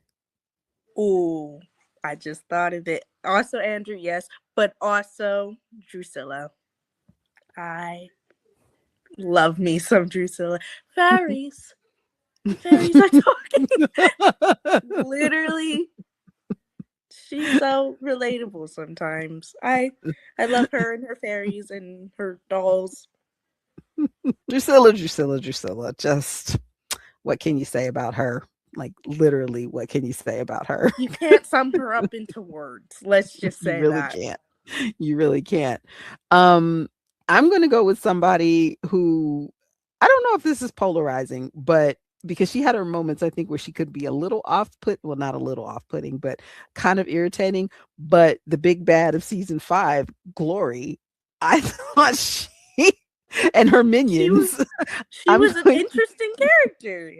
I'm going to add them together, Glory and her minions, because I think her minions like really brought some flavor to the table.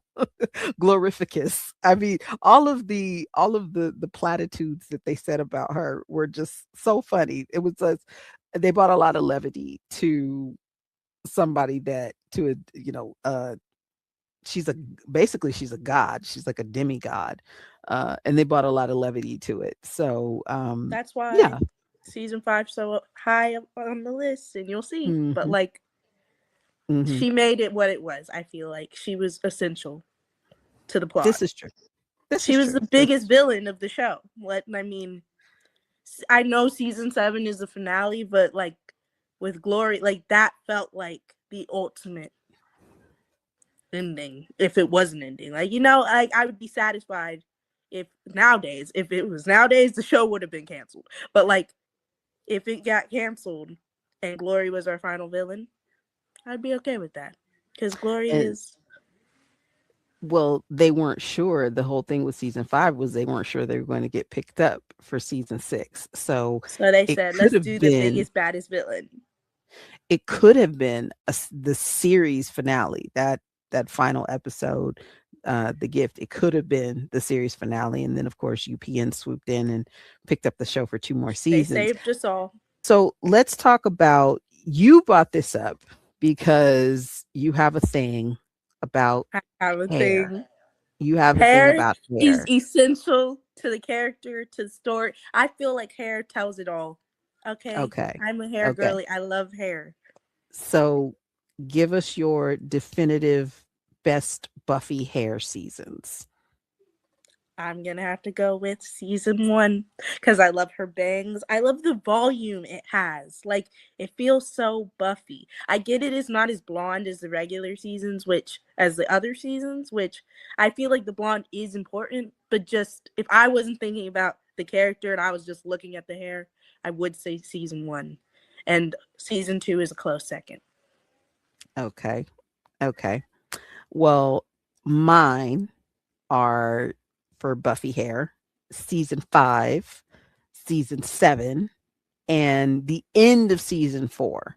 Not the beginning because she was doing this weird It was crimp so thing. bad. That It crimp was was so not good. bad. But by the end of season 4, she was back to like just kind of like beachy waves. And I thought that was good.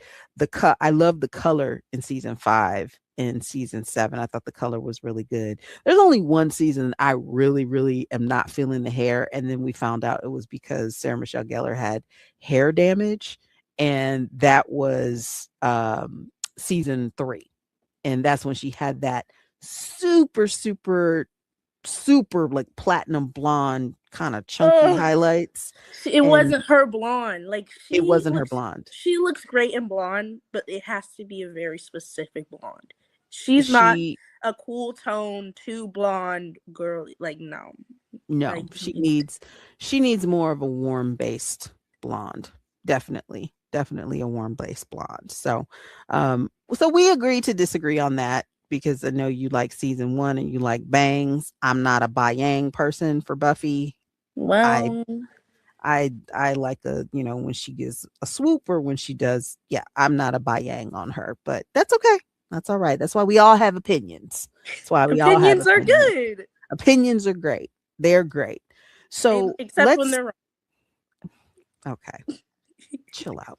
Let's talk about what are considered the top episodes of the show, because I noticed that we didn't actually say about our favorites. We didn't say we didn't use any of the top episodes. And we said that in the beginning when we talked about what our favorite episodes were per season, that they might not be what's considered like top of the pops, right? For Buffy. So the crucial episodes, the backbone of the show, there are 5 episodes. So in no particular order: The Body, Once More with Feeling, Hush. Yeah. Well, and then there's actually it's 6 episodes because Becoming parts 1 and 2, and then The Gift. So what out of that list, out of those 6 episodes, what would you say is your just essential? If you were giving somebody if you were going to say this is the best television that I've ever seen, which of those would you say? Well, I feel like both Hush and The Body were so like cinematically changing. Like, it was like the no music in The Body was like, it was just so different. And like, I feel like both of those episodes were trying to do something different with TV. And for me, I would go with The Body because I love the plot and like all of that. But like, both of them are just so, they're just different. They hit different. The first time I watched The Body, like I felt like I had to sit Shiva after that. Like I felt like I was in mourning. And this is coming from somebody like Joyce wasn't one of my favorite characters. I mean, she was okay, but she's not like one of my favorite TV moms at all. But there's power in that moment when Buffy walks in and says, what you doing? And she's so, she's happy. Her normal Buffy self. Like her normal Buffy self. And then it's like, Mom? And then she says, Mommy? Oh my God. And you had to turn around in your shame. You had to turn around because you knew what was gonna happen. And I I did. was just on the couch in I shock. I did. I was in the kitchen and I was just trying not to lose it because I was every time I watch it, it's emotional. It's an emotional roller coaster for me every time I I watch it. had no idea this was coming from a person who apparently spoils everything. And I I tried didn't the expect misdirection this. so much.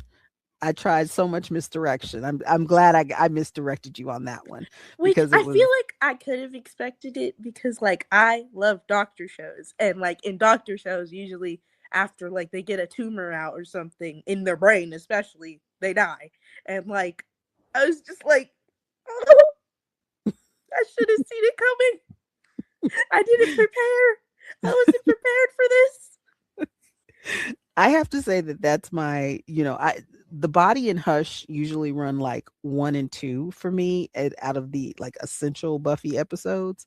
But the thing I think that tips it over for me with the Body is Anya's speech when she talks about Joyce not being able to have fruit punch anymore. And she's like, and I was thinking about the fact that Joyce can't have fruit punch anymore, and I want to know why. And then she's like, and I just don't, she's like, it's so mortal and it's so ridiculous. And And I don't it's one of the, understand. it's one, and she's like, and I just don't understand. And it's one of the most, I think, there's an innocence into it because she It's one doesn't get it. She it's a doesn't. very human thing. It is, and she And doesn't understand humanity still.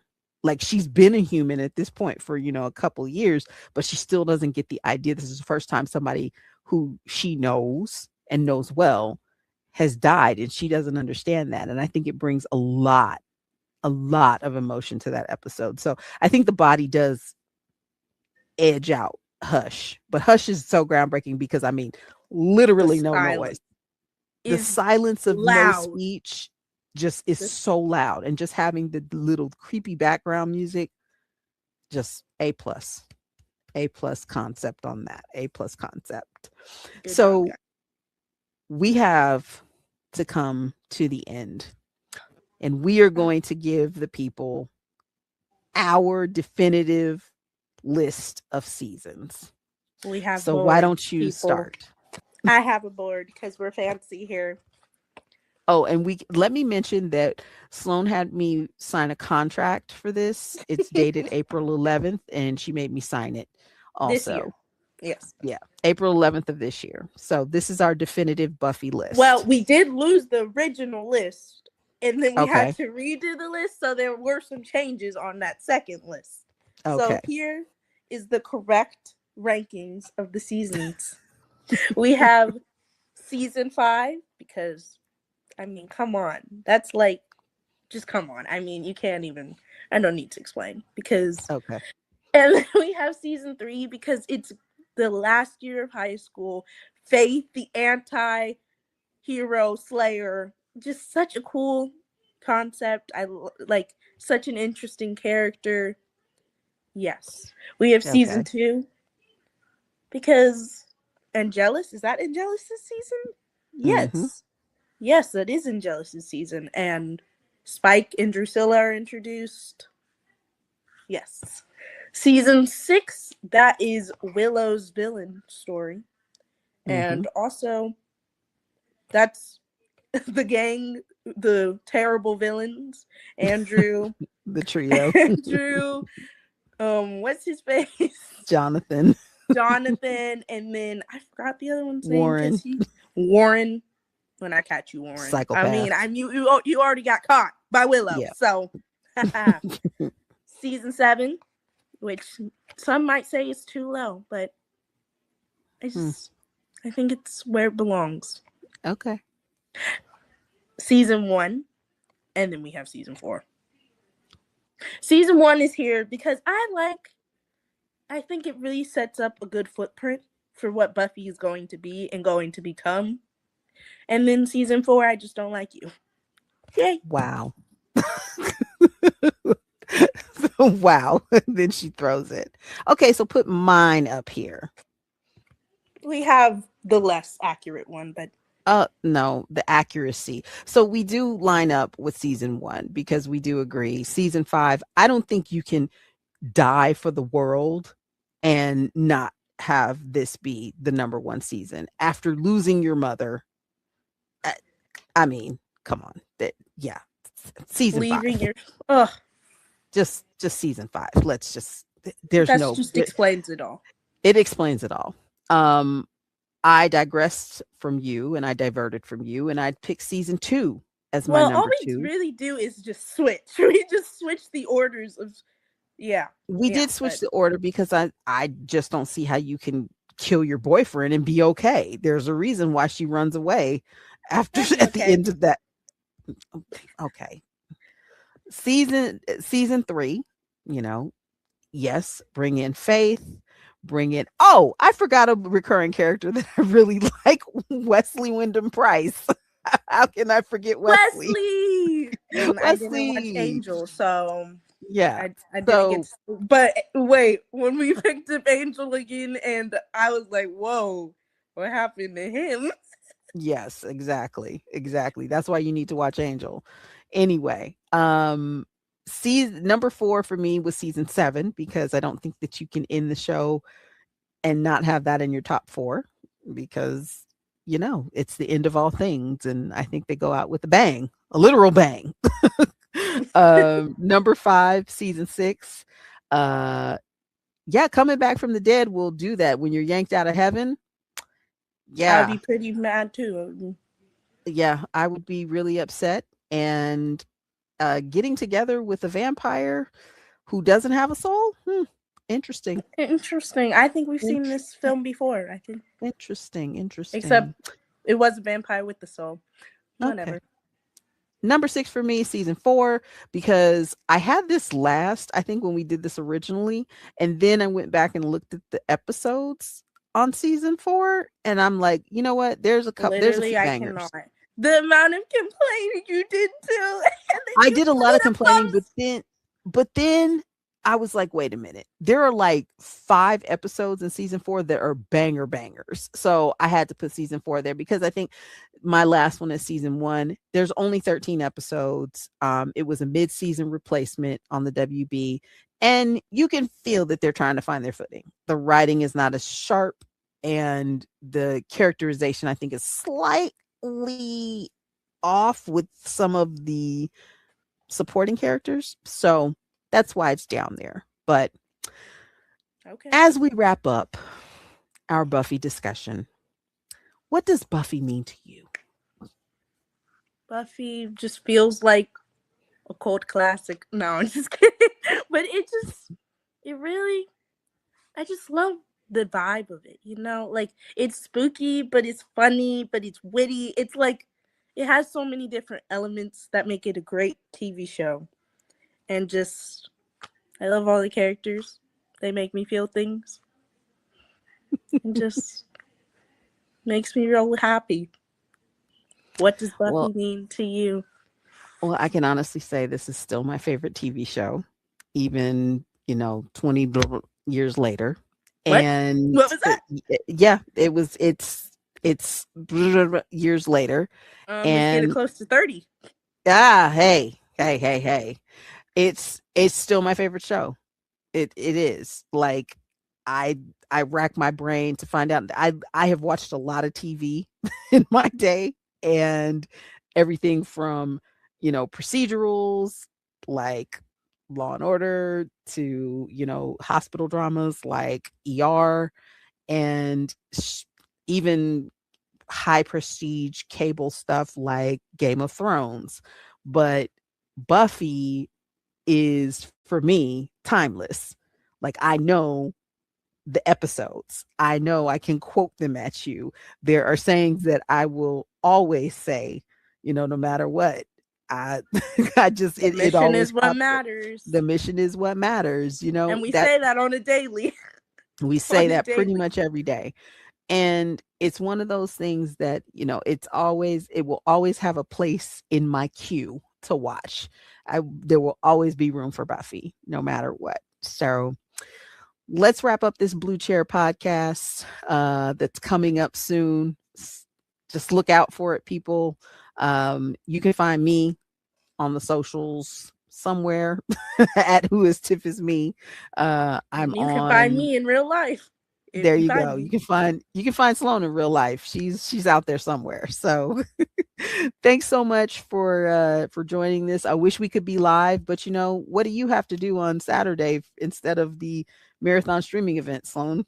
Well, I get to play volleyball, which is really fun. You guys should watch Yay. volleyball. Yay. So thank you, Aaron, very much for allowing us to pre-record this. We had a lot of fun. Thanks, everybody. Bye. Bye.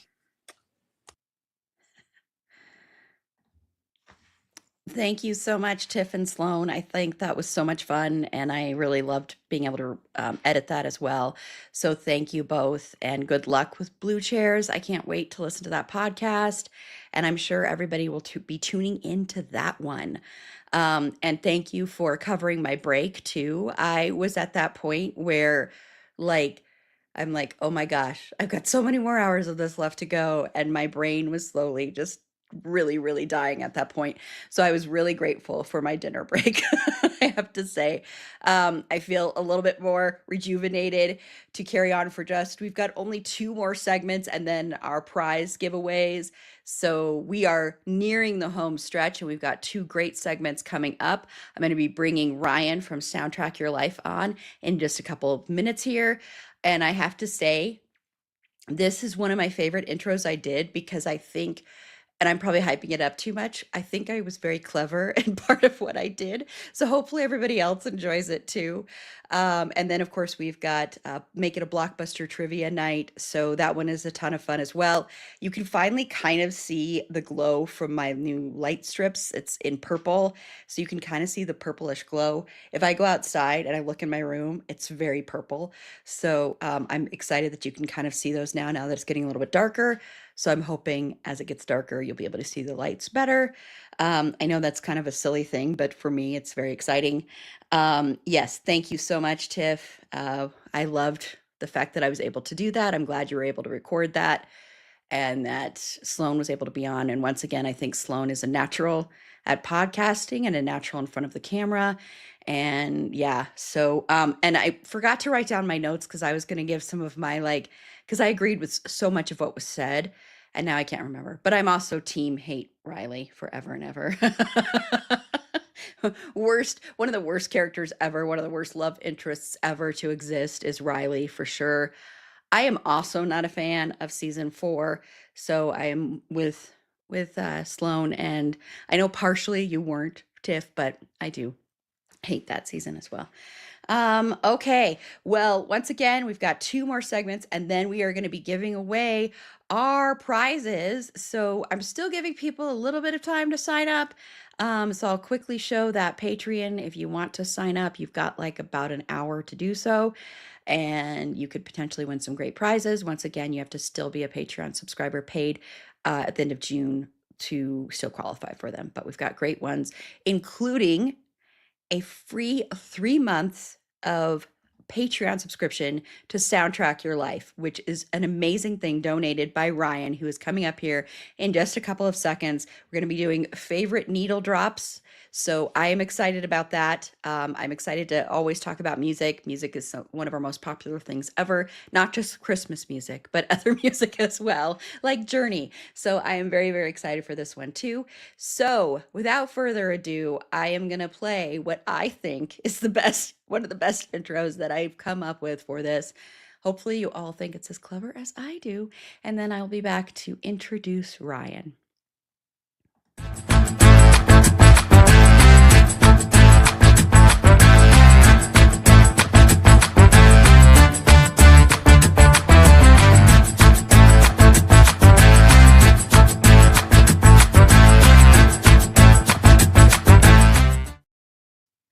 Okay, see, I love that I got that needle drop. It didn't line up exactly the way I wanted. I tried for 20 minutes or something to get that to line up exactly when it said needle drop, and I couldn't get it exactly, but I still like the visual of actually having the record with the needle drop. I was so excited when I found that little video clip to put in there.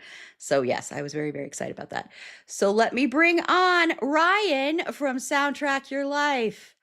Hi, Ryan. Oh, you're muted. I can't hear you. No, you're not. Your sound's not working. Sorry. There. Oh no, that's fine. You're there. Hi, Ryan. I have a new audio interface and I have to Oh. that's a little different than what I'm used to.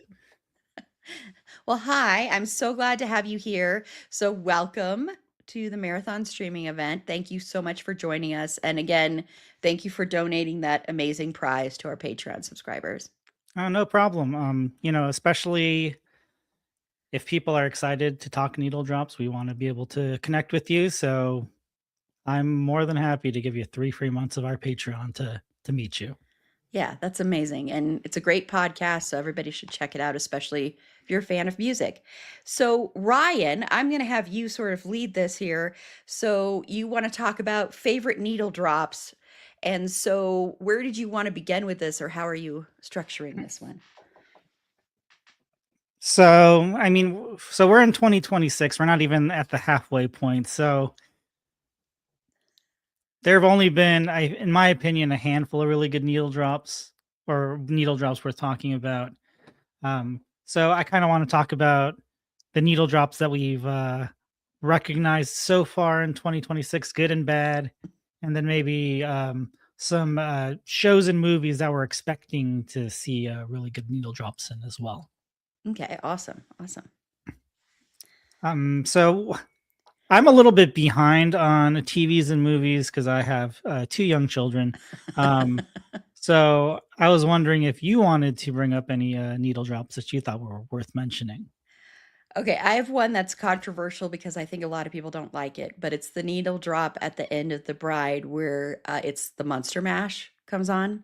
I don't know if you've seen The Bride. I know a lot of people don't like it. I'm one of the people that likes it, but at the very end, they play Monster Mash. It just like kind of comes right when the credits roll, and it's kind of this perfect, I don't know, silly send up kind of way to end the movie, and I think it's the perfect way to end it. That's like the first one that came to mind when I was thinking of needle drops this year because like you said, we're only a few months in, so it's kind of like, okay, which ones? So I was like thinking of ones that actually were last year, and then I was like, wait, Monster Mash. That one's a good one. Oh, that's pretty cool. I haven't seen The Bride, but I like them having a little bit of humor, Yeah. to end it, like a nice little palate cleanser. Yes, exactly. Exactly. That's kind of the way I viewed it. So, and I know a lot of people were like, that's stupid, but I kind of liked it. So, and Jen says hi. Hey, Jen. I was going to bring you up later in this episode, but hello. So my favorite needle drop of 2026 comes from a children's movie because that is what I am well versed in right now in 2026. But it's a good needle drop. It is Bikini Kill's Rebel Girl from the movie Hoppers, and it's near the beginning of the movie. It's a good needle drop for many different reasons. Like it's layered, so I like that. There's a lot of thought that goes into it. So first of all, it does a lot of like character development. So that the lead character in the movie is it Maya? Sorry. I'm not as familiar with that. So if somebody knows in the comments, but What is Mabel? Her name is Mabel. Sorry. No, I knew it started with an M. So Mabel is this activist, and so there's the rebel girl that she is because she's fighting against the government or against the man. But also the movie takes place in the Pacific Northwest in Beaverton, which is kind of a pun. Bikini Kill's not from Oregon, but they are from the Pacific Northwest. They are kind of iconic uh what's it called, riot girl. Right, girl. Mm-hmm. The iconic band for that. Kathleen Hanna is kind of the face of that movement, so I kind of like how they kind of link geographically. Mabel's in the Pacific Northwest. She is probably a beneficiary or kind of like a spawn of this riot girl legacy. So that's why I liked it, and I like that Disney did not like force some like cheesy cover version, like they used the original. And I'm glad that Kathleen Hanna got paid for it. She also got paid by Disney for WandaVision. I'm not sure if you know about that. No, I don't know. So in WandaVision, there's an episode where there's like a Malcolm in the Middle sort of intro, Hmm. but it's not They Might Be Giants. They like wrote a song, and by they, it's Robert Lopez and Christina Anderson Lopez, the the award-winning songwriting team behind Coco and Frozen. They got them to write these like fake TV theme songs. And so they wanted to do kind of this angsty 90s, like Malcolm in the Middle sort of, you're not the boss of me, you're not the boss of me now thing. And they got Kathleen Hanna to sing it. Oh, wow. And so, I just wanted to bring that up because I thought it was a cool connection, and also Pixar doesn't really use a lot of needle drops. I think outside of maybe the Cars franchise, I don't think any of the other movies with Pixar really do anything outside of original songs and original score.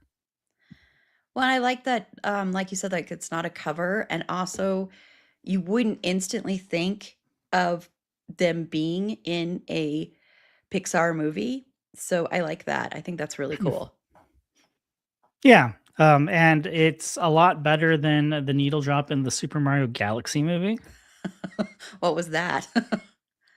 So there is this kind of throwaway joke in the beginning of the movie where they introduce Yoshi, Hmm.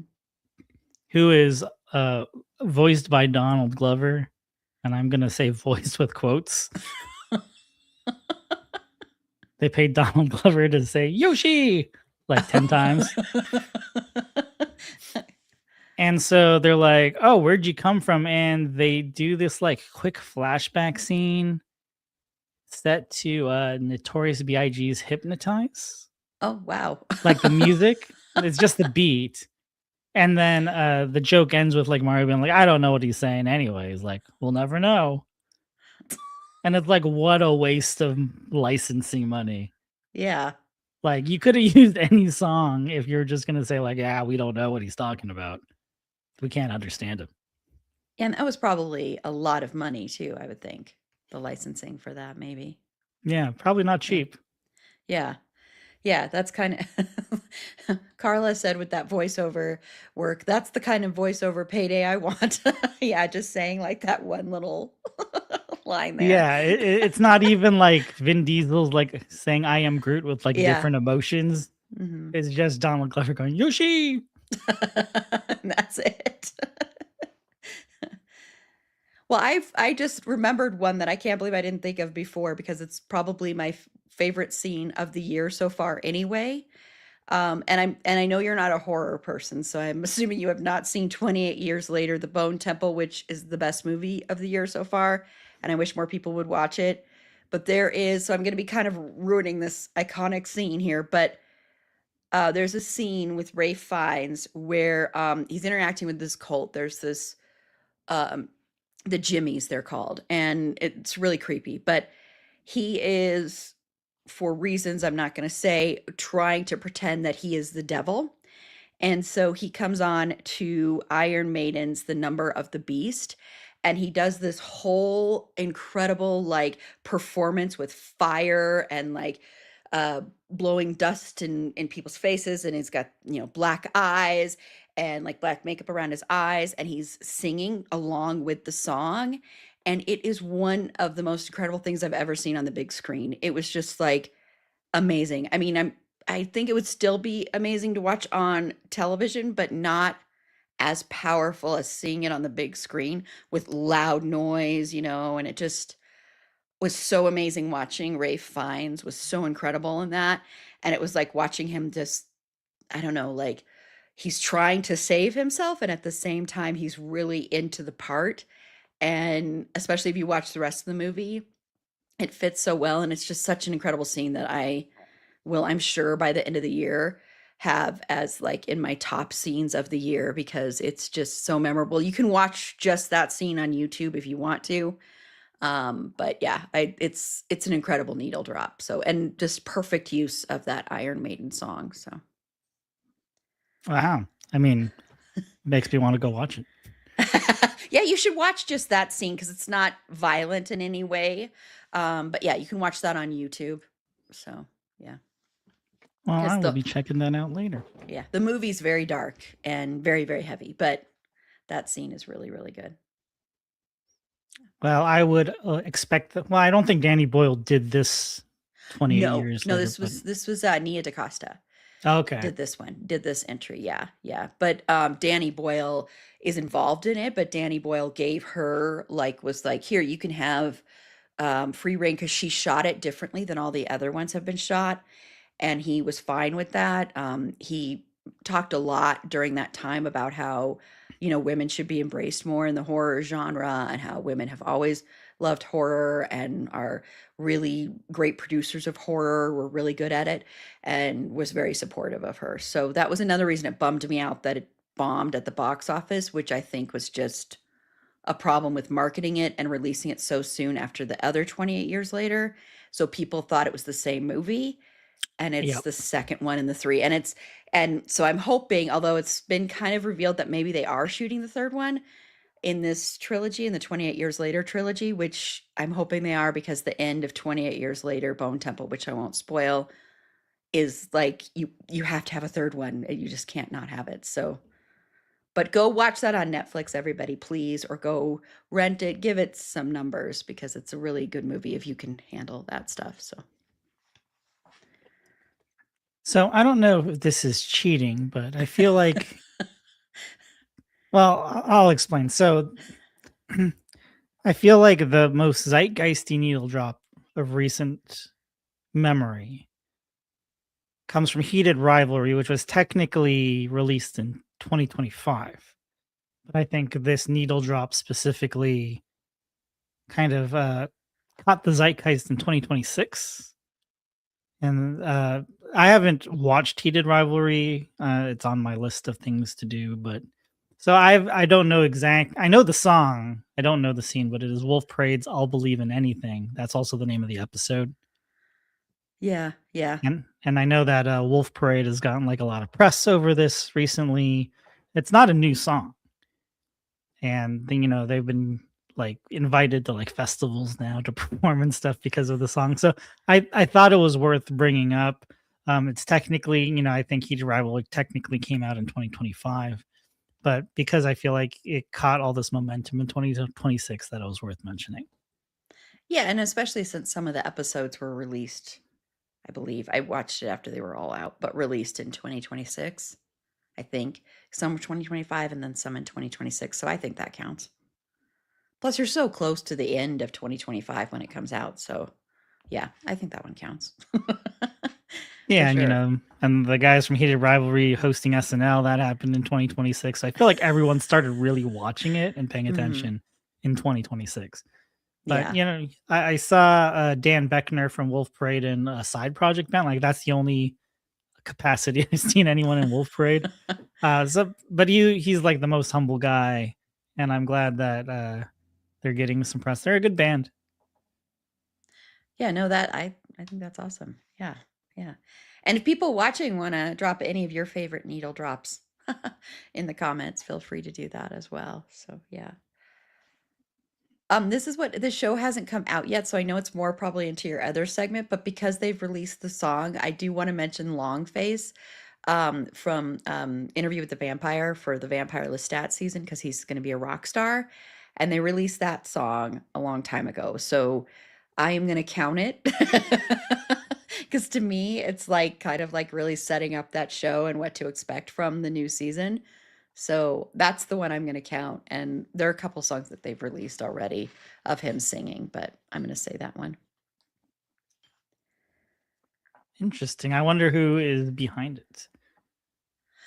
Because I know Sam Reed performs it, so it's like an original song for it. He does do a cover of oh, now I can't remember what was in the trailer.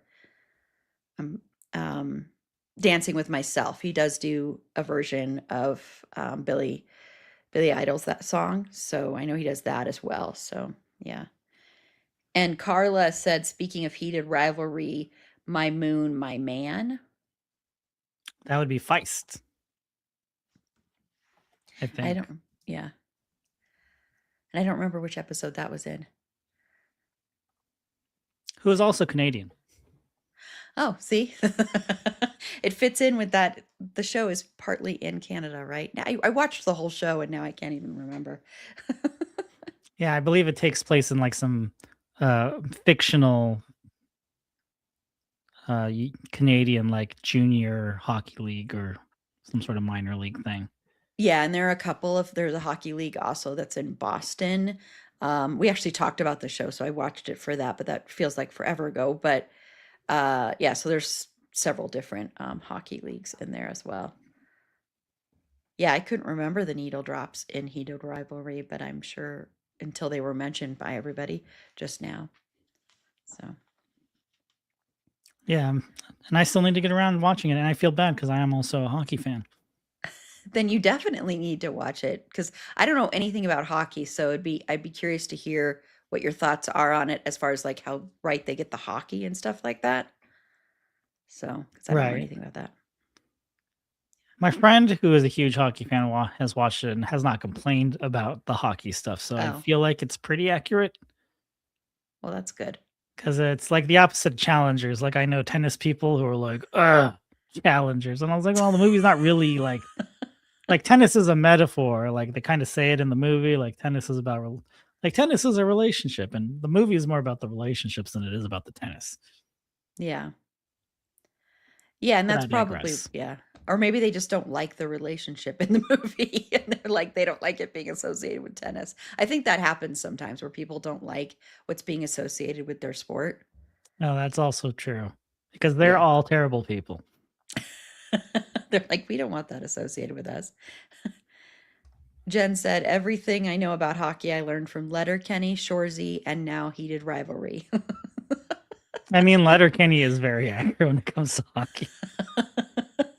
I believe Jared Kelso, is that his name, or Yeah. Kiso? Jared Kiso. He actually played hockey for a very long time. Made it up pretty high in the minor ranks Oh, I didn't know or that. in the junior ranks. And so, you know, when he's lampooning it, like he knows. Yeah, you would think that he would definitely get all of it right. And then the Yeah. blonde guy from Letterkenny has been like super typecast as like, hey, we need like a hockey coach. Get the guy from Letterkenny. He's like in like 3 different things where he's like some sort of hockey consultant or coach. Huh. See, I actually haven't watched those shows. I need to watch those shows because I know they're some of Jen's favorite shows. So I feel like as her podcast brain twin, I should be watching those shows. So, yeah. I can at least vouch for Letterkenny. I don't think I've seen much of Shoresy. Oh, okay. Okay. Yeah, I knew Jen was coming up in this conversation. Hi, Jen.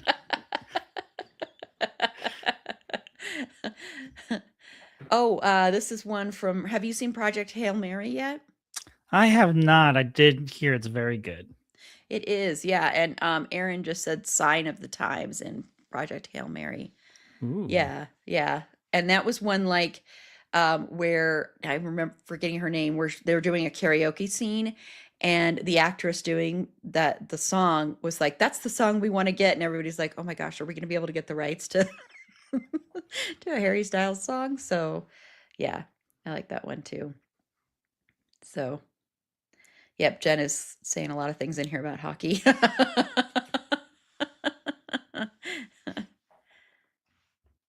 The hockey team in Shoresy often play like actual exhibition games.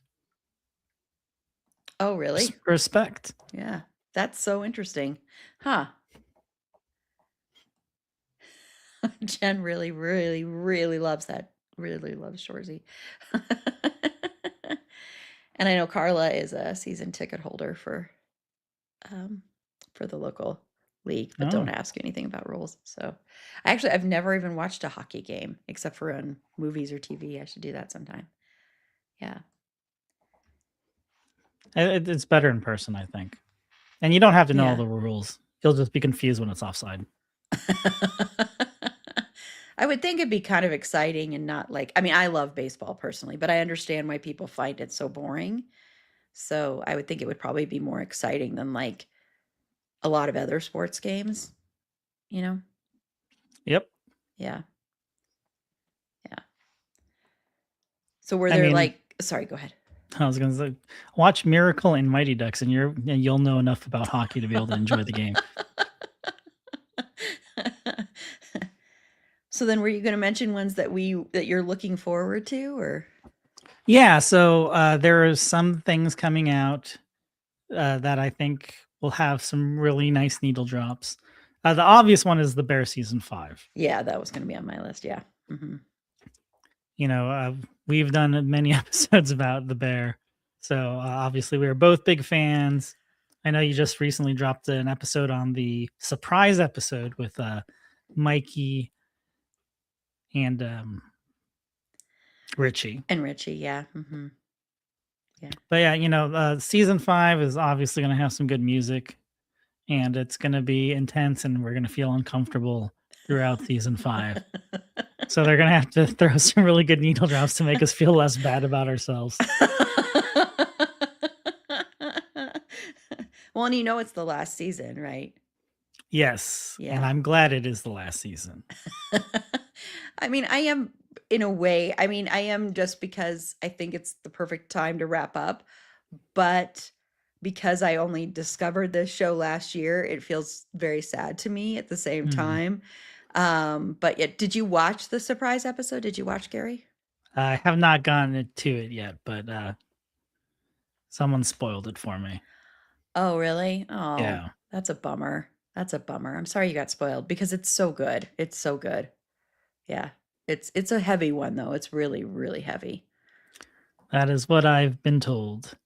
Yeah. But there's no talk about partnership agreements in it. There's no DocuSign. Yeah, there's no DocuSigns. They should have done some kind of song to go with that, like a needle drop for the DocuSigns. You'd have to get like Lin-Manuel Miranda to write a song for that. Can you imagine, Ryan, if that comes back in season 5? A new DocuSign. It can only it can come in episode 1, and that's it. Anything more than that, and I don't know. It was amazing. I mean, they must have gotten like, I wonder if they were like they paid for that or if they got just free free publicity for DocuSign, because it was kind of, I mean, you could play like a drinking game of how many times they mentioned DocuSign. Yeah, or you see like in the email. Yeah. Still waiting for your signature.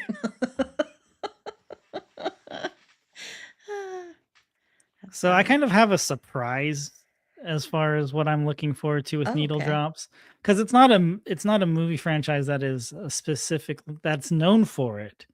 Though I think they've because obviously they have the budget for it, they've hidden some really good needle drops in it. Is the Spider-Man franchise, this Tom Holland franchise. Yeah.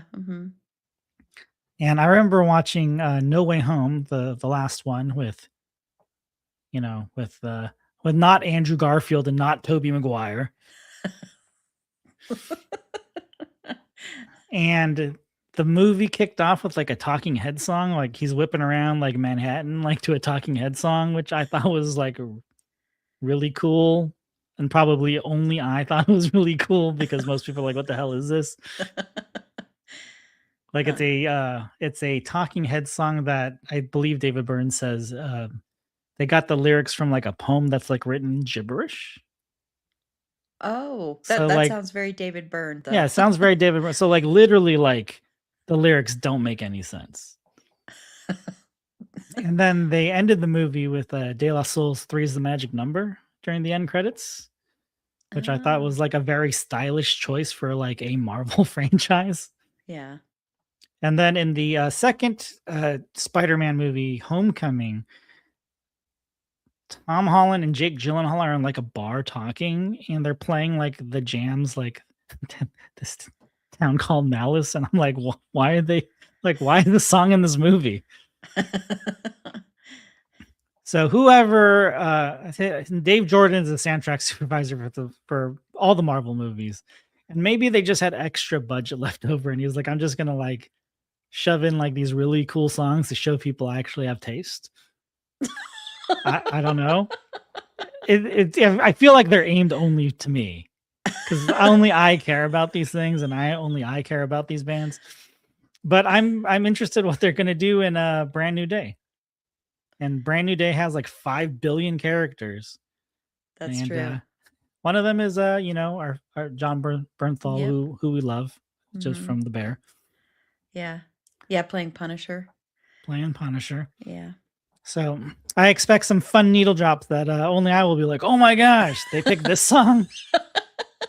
Well, I'm sure there will be other people that will be pleasantly surprised. So, because there's got to be other reasons they picked them. But I think that whole thing with David Byrne is still cracking me up, that he picked a poem just because it was gibberish, because that fits him to a T. So, I mean, like, it's more intellectual than that, but I don't have the mental space to explain it like he can explain it. yeah. But still, it fits with who he is. He's such a unique artist and a unique he's unique to watch perform as well. So Yes, if you yeah. can watch him live, I would recommend it before it's too late. Yeah, that sounds so like Well, I doom, think but it's true. I think he's in his 70s, or Yeah. at least his high 60s. So I'm Yeah. not like being morbid. It's just No, I understand. No, I understand. Yeah. as the athletes say, Father Time is undefeated. Yeah. Yeah, John Barenthal is pretty good as the Punisher from what I have seen. I haven't seen everything that he's done with that character, but plus I think he's such a great actor. So, yeah. And then another thing with the so much DocuSign in the Bear. I really do think we should do a thing of just like someday just counting how many times it's mentioned or shown, because it started in like season 3, right? With the Yeah. DocuSign. Yeah. It continued through 2 seasons. If there's a spin-off of the Bear, it's going to be Pete just sending people DocuSigns. The Bear DocuSign. It's going to turn into a legal show. Especially with Pete as the lead of that would be kind of interesting. And just episode after episode of, "Hi, I'm Colin. Did you get my email? Like, you need to sign the DocuSign." The needle drops for that would be like the most boring needle drops ever, I would imagine. Or maybe it'd be all like really heavy metal or punk rock or something to give it more excitement. They could kind of stick with the dad rock kind of. Yeah. Maybe more classic rock. Yeah. What is this dad rock thing? I want to ask about that, because isn't there granddad rock now? Someone was saying that. Sarah, one of our panelists, was saying there was something about granddad rock. That I don't know, but I'm sure it's a thing. Yeah. No, poor Pete. He's gonna have his own show. Yeah, he gets his DocuSign show.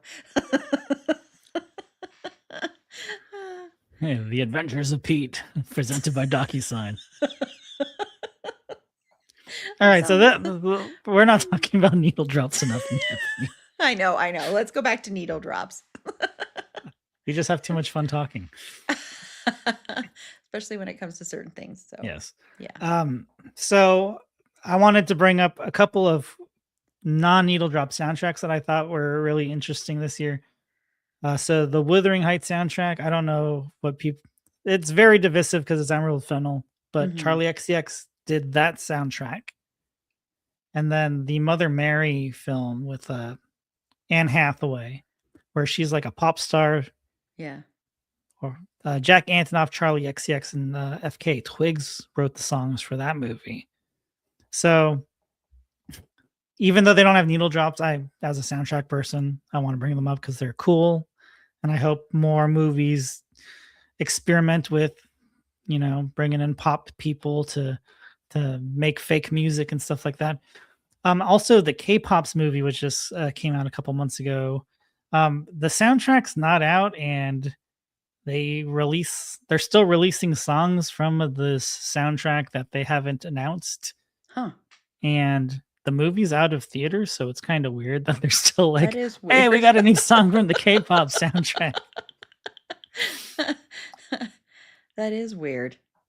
But I'm hoping with the success of Barbie and now with K-pop Demon Hunters that we're gonna get really cool, um, really creative, collaborative soundtracks, and that's kind of why I wanted to bring up K-pop's because Anderson Paak is the director, co-writer, and star of the movie. And so in the movie, there's a bunch of needle drops of some of his songs, like with Silk Sonic, with Bruno Mars. But then the songs that they've been dropping from the soundtrack are collaborations with K-pop artists. So it's Anderson and Espa and Anderson, and I believe Nmix is going to do one with him, and it's cool, but and it's very strange that it's like they're rolling out of the soundtrack. I don't even know. Like, can you call it a soundtrack if these songs are coming out after the movie? That is interesting. I think that's so interesting. Maybe it's just to hype it up more or something. 'Cause has that ever been done before? Do you know, Ryan? Not that I can think of. I mean, like successful soundtracks, they'll release like second volumes and Yeah. things like that. But those second volumes are usually songs that they didn't want to pay for the soundtrack. They were in the movie. Yeah. So this is kind of a new thing, but I'm all for it if it makes people care more about soundtracks and it gives producers in the future more money to like experiment with stuff like this. Yeah. I agree because I don't know. I mean, I think with K-pop Demon Hunters, and I think there's been a few others, like Barbie and stuff, like you mentioned, and Wuthering Heights, even though, of course, there's the controversy around the movie itself. But I think that the soundtrack phenomenon, and I don't know if you agree with this, that it kind of died down for a while where it wasn't as big of a thing to get the soundtrack. Do you agree with that, or am I just wrong about that? I agree with it. I think that streaming kind of they had to adjust. Like, how do we make a soundtrack worth it if people can just stream the songs? Like, if it's a needle drop. Yeah. And then I think Guardians kind of brought it back. Oh, that's a good point. Yeah. So I think like between like 2010 and 2015, it was kind of a wasteland a little bit. Hmm. And then all of a sudden, it's like, oh, people still care about needle drops, and they'll buy the soundtrack. Yeah. Yeah, that's a good point, especially about Guardians and stuff. And I think also Sinners last year was another big one with the Mhm. soundtrack. Yeah. And a lot of cool collaborations on that one too. Hmm. Yes, a lot of cool ones. Yes, yes. Definitely agree on that one. Yeah. Are there any other upcoming ones that you're looking forward to, soundtrack wise or score or needle drop wise, even? Those are the big ones. Obviously, I'm sure there'll be things that surprise me, but like Grogu and the Mandalorian, like they're not going to have any needle drops in that movie. At least I don't think they are. Toy Story Surprise. 5 is not going to have any needle drops, but yeah, I'm more than happy to be surprised by it. There's always, I think what is the great thing about needle drops is they all often come from places that you don't expect. Yeah. Though I think Ted Lasso, I think they're coming back this year. They usually have some pretty good needle drops. Yeah. Yeah, they And, are I, coming back. Yeah. and I'm behind on Shrinking, and I'm sure that season 3 had some pretty good needle drops because they probably have the same team as Ted Lasso. Oh, yeah. See, I haven't watched Shrinking yet. We are going to be covering it actually this summer because a listener requested it. So I will be watching it then. But yeah, I think TV shows sometimes go underrated when it comes to the sound. You used to be able to buy soundtracks for TV shows. I don't know if it's done as much anymore, except for ones that people curate. Has it been done much for them? Not a whole lot. It's mostly like scores, so people want the Severance score, the Succession score. As far as like soundtracks, like The Bear's never going to come out with a soundtrack because they can't pay for all those songs, Yeah. Yeah. So it's pretty rare, and then especially like because so much stuff is on streaming, like you're lucky to get even a score released from a streaming show. Hmm. Like I was so happy when K-pop Demon Hunters is like, oh, we're gonna put the soundtrack on vinyl, and we're gonna even put like the singles on like 7 inches. And I was like, they're gonna do all of that for a Netflix movie? Wow. And especially Netflix, because Netflix is so stingy when it comes to physical media of any kind. Right. Yeah. Yeah. Well, cool. Well, before we wrap up, are there any other ones that you didn't get a chance to mention? You can do like a rapid fire, go through them. So kind of back to our like these things kind of came out in 2025. There's some very cool needle drops in Marty Supreme. That's true. There are 80s needle drops in a movie that takes place in the 50s. Yeah. And there's a great Steely Dan needle drop in One Battle After Another. Yes, that's an excellent one. But those movies technically came out in 2025. But they're great ones. I agree. I'm very like ho hum on Marty Supreme, but I loved the music in Marty Supreme. I thought the music was excellent.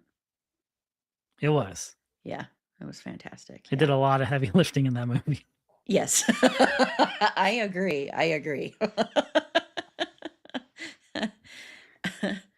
Well, really quick, we can answer this question. We have just a couple more minutes, but Jen asked a really good question. So, any bad or awkward needle drops you can think of? Like I said, the Biggie needle drop in the Super Mario Galaxy movie was bad. That's the only one I can think of. Zack Snyder's not doing a reboot of Watchmen anytime soon, right? I don't think so. Because that movie was full of bad needle drops. That's true. No, but speaking of Jen, I wanted to. This is not needle drop related, but I wanted to bring it up. The movie or the Korean drama that Jen and I talked about on her podcast last year, Our Unwritten Soul, it just won Best Director and Best Actress at the Baeksang Awards in Korea. So if you ever needed more reason to possibly check out this Korean drama, it's because it's an award-winning drama. Well, awesome. Awesome. Congratulations. And go check out the episodes and go check out Soundtrack Your Life. Here is the handy QR code. You can just scan that, take you directly to Soundtrack Your Life. And Ryan, if you want to tell everybody a little bit more about that or any upcoming episodes you have that people should be on the lookout for. Yeah. So this week, so Soundtrack Your Life is a podcast where we talk to guests about soundtracks. Sometimes it's their favorite soundtrack, or sometimes we're lucky enough to get people who actually worked on the soundtrack. And so next week, not this coming Monday, but the week after, we'll have an episode with music editor Michael Lieberman. He's an Emmy Award-winning music editor. He worked on Deadwood. He's currently working on the Netflix Avatar: The Last Airbender series. And he works on Only Murders in the Building.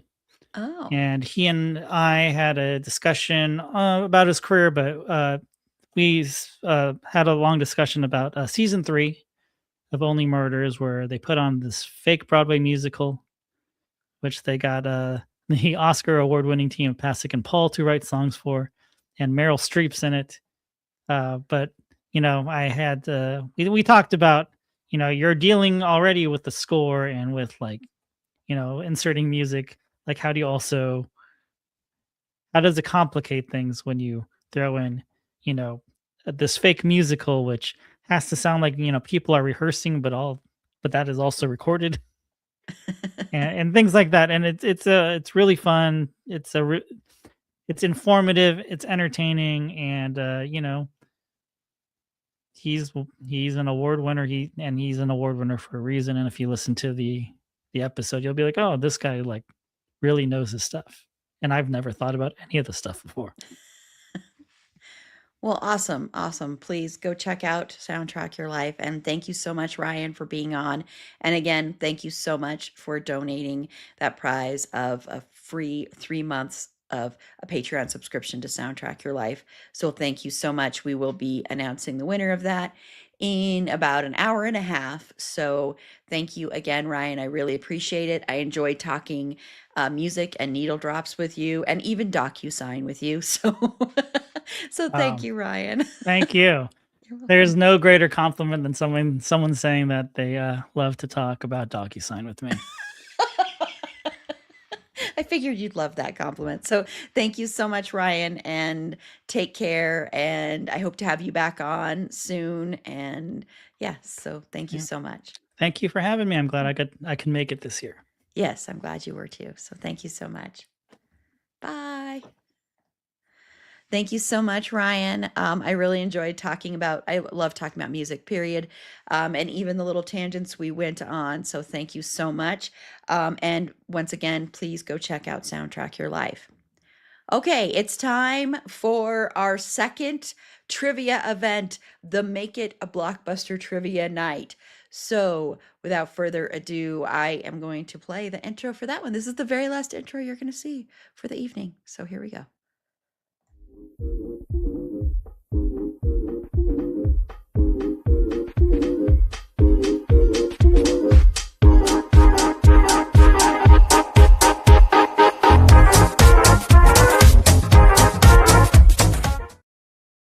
Sorry, it's back to the one where I jam out to it because that's speaking of needle drops.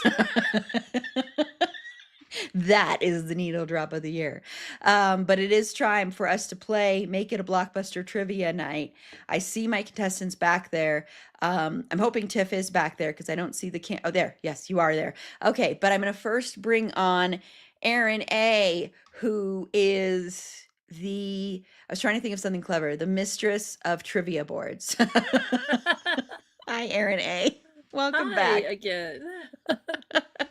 Now a normal trivia board that's not going to be chaos. So who are we kidding? It's been 9, 8, 10, 11 hours. I don't know. It's going to be chaos, isn't it? Yeah, we're coming up. We're in the home stretch now. So Right. And then coming up again to well, no. She came in second place the first round of trivia is from Okay Real Quick, Carla. Oh, Hi, hello, Carla. everybody. I am very ready to make it a blockbuster night with my nighttime face mask on, my cozy robe, my hair wrap. Let's do this. I love it. Let's get cozy. Let's get retro. I love it. It's awesome. And then coming back, the reigning champion of earlier today, Paula. Hey, Paula. Hey. Are you gonna maintain that? Probably not. You're like, No. And then next up is, and she wasn't on the earlier one, so this is the new contestant, and we'll see how that plays out. It could be like a stressor for you, Paula, only because to hang on to your title is what I meant. So, Tiff, hello, Tiff. Hi. Ready for it. I'm ready for trivia. Yes. Are you feeling like you're going to make it a blockbuster trivia night and win it all? You know, I have my Blockbuster card ready to go. I have my Hollywood video card ready to go. Whoa. Yes. Deep in the cuts, deep in the crates, people. You're really set. Be kind, rewind. Okay, well, let's bring on that trivia board if you're ready, Aaron.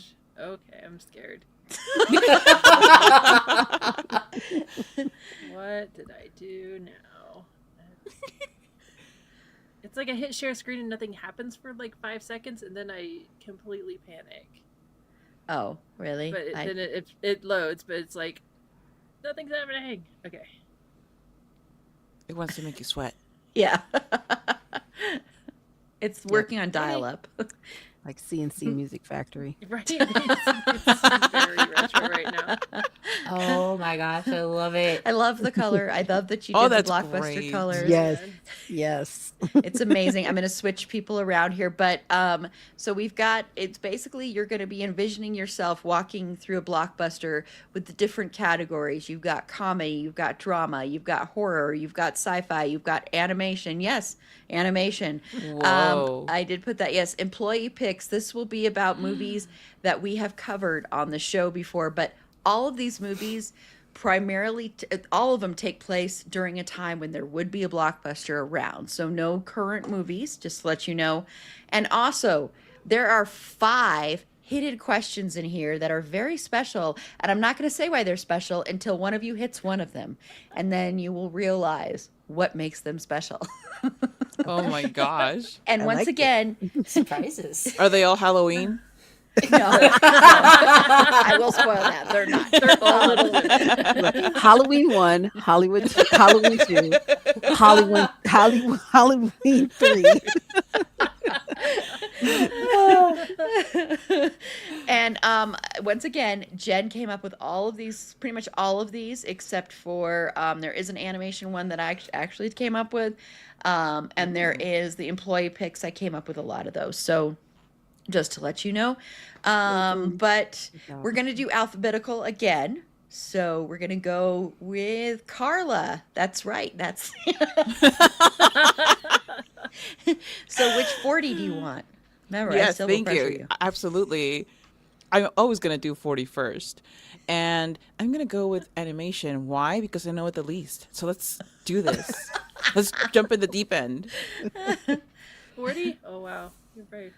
Until about 45 seconds ago, I had the names not in alphabetical order either until I realized it. Okay, this 2001 animated movie was the first photorealistic computer animated feature film. Was it The Polar Express? No. I don't have my sheet in front of me, and I can't remember what the No, answers are. that is not it. Okay, thank you, Aaron. Sorry, I'm getting my sheet out now. So that is incorrect. Anyone else know? I'll take a guess. Okay. Was I don't know why, but Toy Story comes to mind. I don't think that's right though. I can't read what this says, so No. I printed that out way too small, and so I'm gonna have to pull up this screen over here. I messed that up. Is that correct, Aaron? No. Okay. No. Tiff, do you have a guess? I don't think this is correct, but I'm going to throw out A Bug's Life. No. There's a key word in there that nobody picked up. Photorealistic. I picked Polar Express because everybody I was know, complaining that about was- how uncanny it was and That creepy. was the closest, yes. Yeah. Man. Okay, so sorry, I'm getting into these files here. Sorry, because I'm trying to pull up the trivia questions here. Okay, so Paula. Let's go with horror and sci-fi for 40. Ooh, you're very brave. I love that everybody goes for the 40 first. Ah, it's one of the special Already? categories. Congratulations. Wait, I gotta do some sound for this. So just because I should have had that prepared here, and I apologize, I didn't have that prepared because I just decided that I needed to do that. So applause. Woo, you got the very first Be Kind Rewind category. So all these questions are about Blockbuster Video. Woo! So that's what these surprise questions are. So, what was the last title rented from the last official Blockbuster? You know this, Paula. I do? Clearly, that means that it's not a Finn Whitrock movie. Exactly. Ba-dum-bum. I'm trying to think when the last one closed, because it wasn't that long ago. I don't know. So I'm gonna take the wildest of guesses and say Okay. Halloween.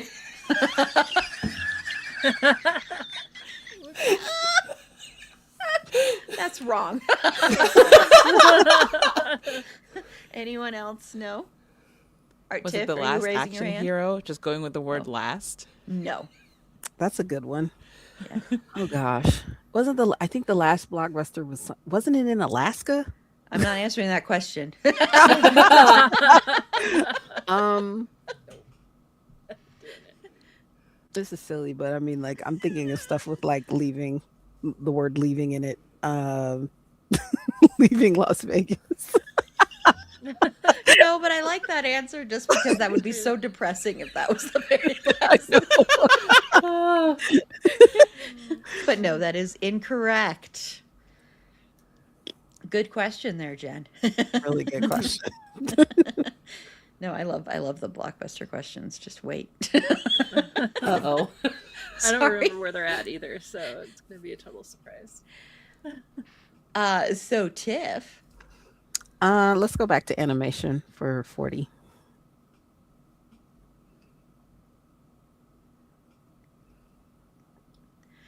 what does Wally stand for? Oh my goodness. Waste. Gosh. Waste action living life. That's not it. Electronic. You got the first word. Do I get half a point for that? No, sorry. No. If Aaron A was running the show, yes, Aaron A would give Aaron's in charge of this now. Aaron's like, yes, you get 5 points. But I'm Points more for of like effort. no, but you did get the first word, so everybody knows the first word. Anybody else? The original concept of Wall-E was a lot more sinister and dark. So it's waste and low life eliminator. Nope. But I like that. I like that. That'll be the horror movie version. Yes. when Disney eventually loses the rights.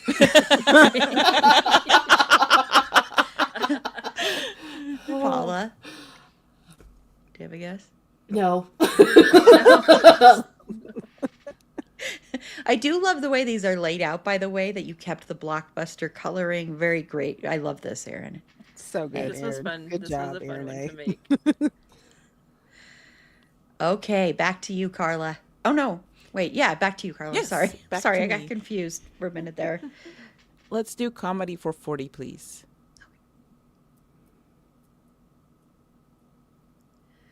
The Sandlot's writer and director David Mickey Evans was sued by an old classmate who claimed this character was based on him. Yes. Benny the Jet Rodriguez.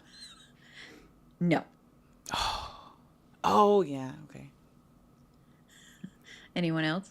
I guess. I'll guess. Okay. Was it Specs? No. Darn it. Paula, do you have a guess? I've never actually seen this movie. I have no I don't guess. either. I've never seen it either. No. Oh my gosh. I was going to marry Benny Rodriguez. It's interesting because he would have had to fight me for him. I was going to be Mrs. Mike Vitar, okay?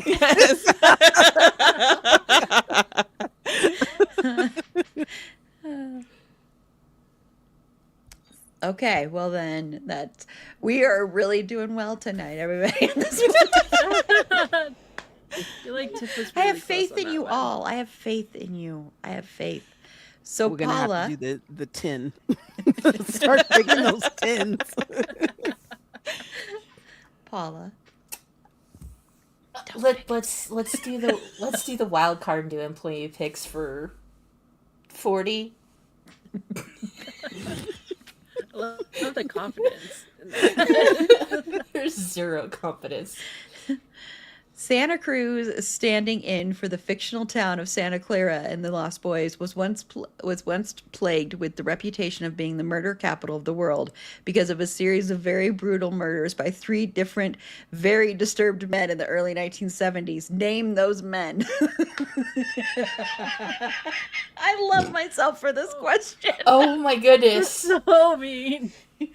Oh my gosh. Both Jen Wow. and I were high That's fiving over terrible. this question. Oh. Mean. I came up with this one too, so. Oh, we can't even blame Jen for this one.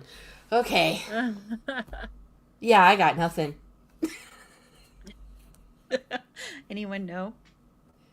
Carla's looking up the answer. No, I'm looking behind me because I have like this drawer hitting my chair. Oh. But I'm just gonna guess like Manson, BTK, and Zodiac. No. But good guesses. I was trying to think West Coast. Yeah, which makes sense. I feel like I know this because I listened to a podcast about See? Okay. Wait, was he in the 60s? Okay. Ed Kemper is one of them. I know Yep. that. Yep. Okay. And he was like, what was it? He was a co-ed killer. I remember that one because the podcast was about that one. But they also talked about two other people. It's not. I don't think it's Zodiac because Zodiac was like more San Francisco area. I think Yeah, it's not. it's. I know it's not. That's not one of my answers, Aaron. I was saying I know it's not Zodiac because he's not in that area. Because Santa Clara is different than San Francisco, so I'm saying it's not him. Was it the? Gosh. If I say their moniker, does that work? Do I have to say their name? I'll have to look up and make sure it's the right one, but yeah. Okay. So Ed Kemper. Was it like the Highway Strangler? That doesn't sound right. The Highway Strangler?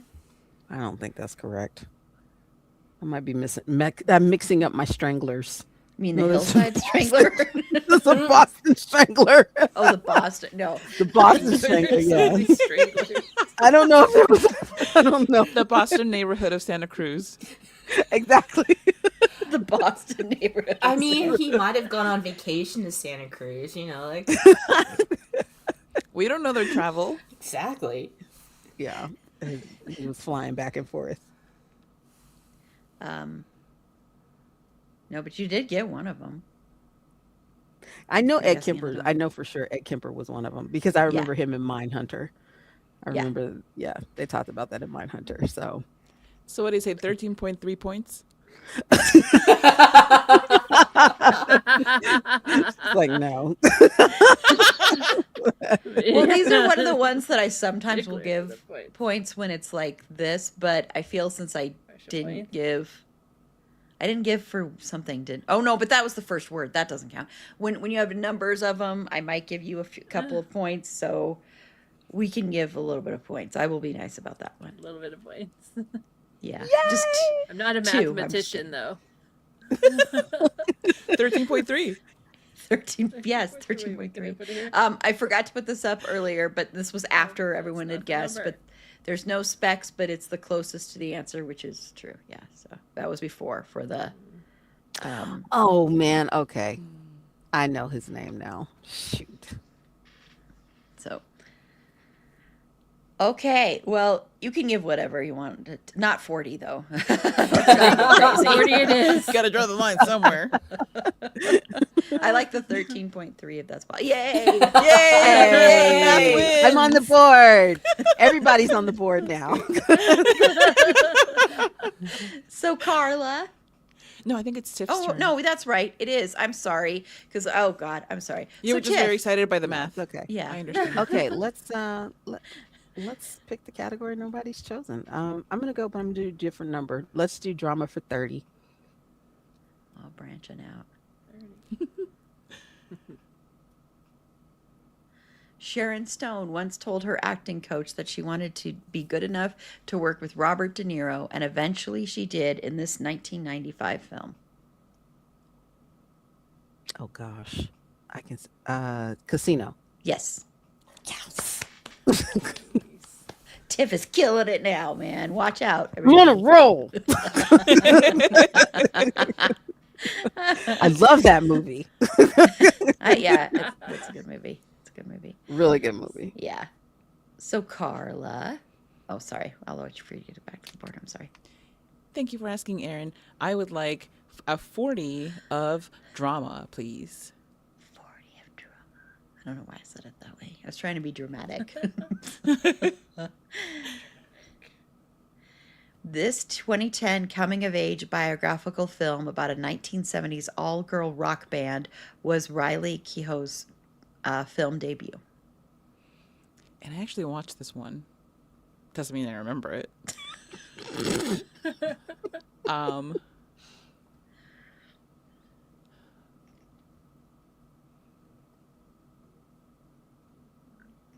I know it's not it, but I'm just gonna say Jawbreakers. No. Anyone else know?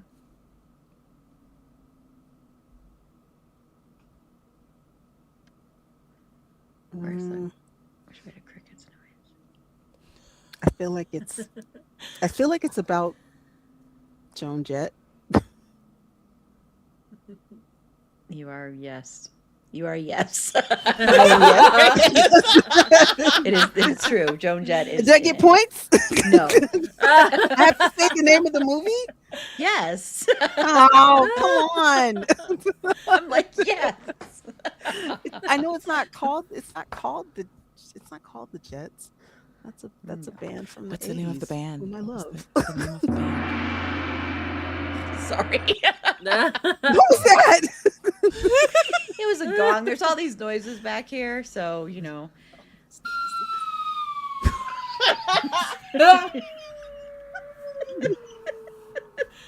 That is the longest one of those I've ever heard. Yeah, it's called Slide Long.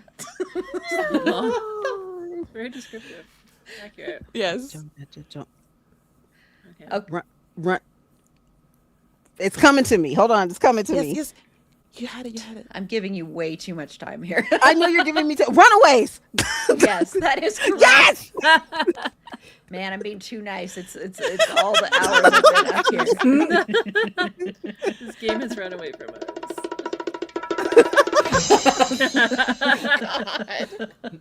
God. Okay, yeah, I was really nice there. Man, 83.3. Woo! No, I'm very happy about that. I don't mean to sound so sarcastic. Sorry. That's going to ensure that there's no tie, though. Yes, it all. Right. So Paula. Let's try comedy this time for 20.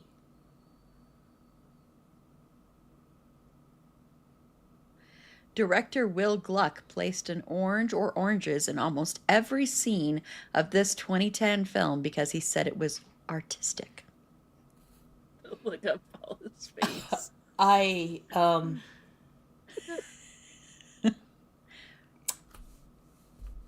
have no idea. Anyone else? It's a comedy. It's 2010. I don't know who Will Gluck is, so that does not help me in the least. Yeah.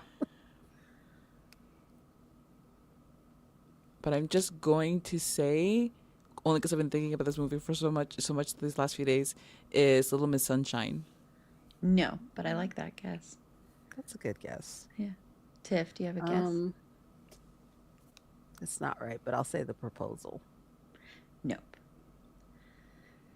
Jen is saying this. I disagree with this, but Jen said that Tiff should get another 30.3.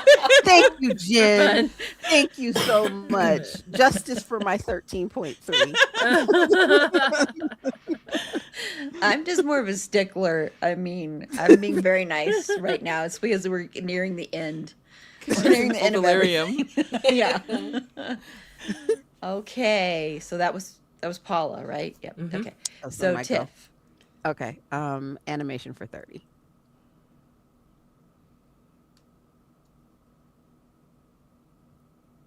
Director Brad Bird's pitch for this 1999 animated film was, "What if a gun had a soul and didn't want to be a gun?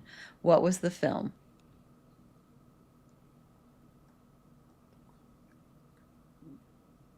Okay, that's a weird pitch. For an animated uh, film. this is, yeah, this is not correct. A brother bear. No. What is that? It's I think it came out in '04. Oh, okay. I've never heard of it. Anyone else have a guess? Like Ghost in the Shell. No. Paula looks very like, I'm what like, the hell is I'm going like, on? I'm like going through the catalog of You- animated movies in my head, going, this doesn't fit anything. Exactly. As it was like shot in the dark, I guess. Yeah. Literally. So And I feel I'm like I know Brad Bird's stuff, but clearly I don't. I don't know even know if Brad Bird directed this one, but I'm just gonna go out on a limb and say A Bug's Life. No. But Okay, I didn't think it was right, but I'm like, I'm gonna get. I love that it's bugs and guns. I'm like, well, because the ants were doing stuff they didn't Yeah, want it's to like, do, and I'm not like, ants. because Yeah. it was too early for my other guess, and I'm not gonna say because that could be an answer for something else. And Okay, so that was Tiff. Okay, sorry. Carla. Yes, thank you. I will take drama for 40, please. I should play some dramatic music. This 2006 David Cronenberg film was the very last film to be released on VHS. Okay, listen, we have established that I don't know directors. Okay, I don't do directoring. Directoring is something that I want to do. I don't really care who else has done it. I've heard of this person's name before. Does not help me because I don't know what they've done. Last one to be released on VHS, 2006. As good as it gets. I'm sorry, I have to do something here. Oh God! There's a button for this. I'm sorry.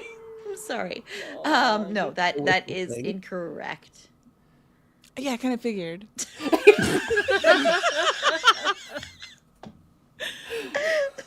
So Paula or Tiff?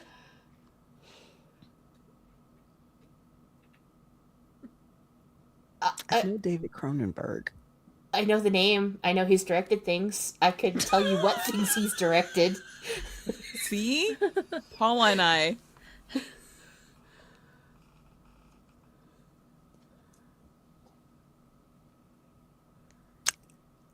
I got nothing. Okay. Nothing, Paula? Nope. Okay.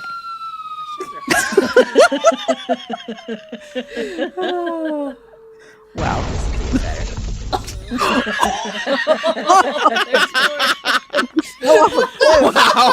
Oh my goodness. Okay, Fair. Paula. Fair. We crashed hard on this one. Yeah. Okay, you know what? Okay, fine. Animation 10. Paula's had it. Nice. You gotta be kind. Wait. Okay. What company did Blockbuster pass on buying? You know this one. I Paula. know this one. It was Netflix. Yes. Woo! Oh, When you still got DVDs in the mail. yep. Yeah. Yeah, Those were the Good days. times. those were the days. Yeah. Time.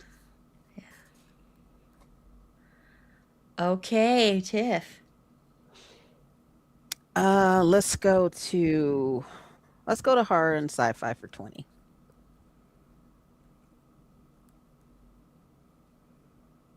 How many times was Tony Todd stung during the span of the Candyman trilogy?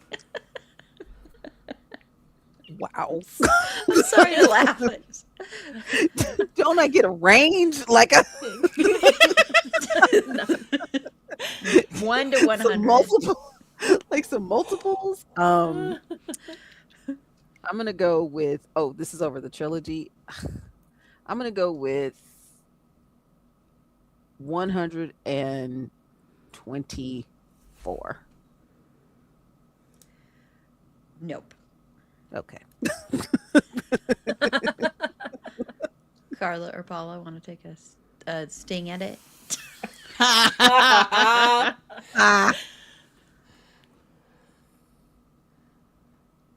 0. No. 33. No, but you are the closest. Oh, very close. I know. These are Was hard it like questions. 32? No. Not that close. nobody else says his name. What? Nobody else What? say his name. Oh, yeah, that's right. Mhm. That's right. Yeah. That's right. Purveyor. What did Carla call it? Purveyor. Sorry.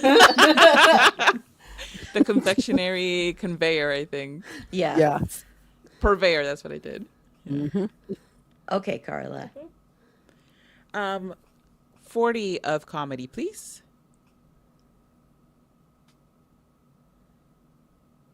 How many Police Academy movies are there? 6. Oh, Were there 6? gosh. Nope. You were so close. So close. I think I know this one. Okay, Tiff. 7. Yes. All between 84 to 94. I'm pretty sure I've seen 6 of them though, Carla. Because I remember 6, and then I wanted nothing more to do with it, so I think I just blocked out Exactly. 7. Well, this is the poster for 7, so it looks. That's why I didn't watch that one. Yeah, there you go. Does it count if it's set abroad, though?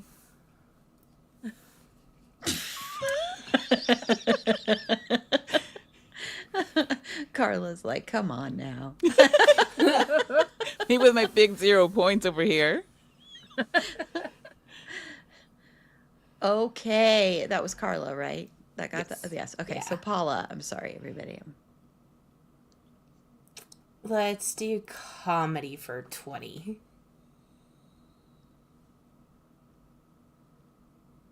This Wayne's brother made his film debut in Beverly Hills Cop.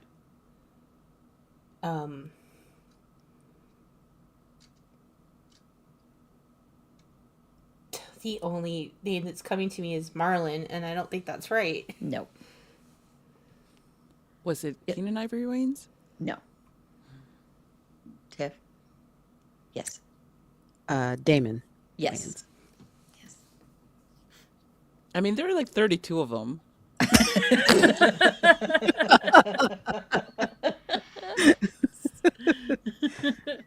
That was the early stages of his that was his beginnings of his men on film. You remember that character? Yes. Oh, yes.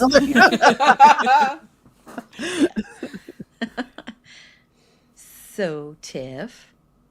Let's go drama for 20.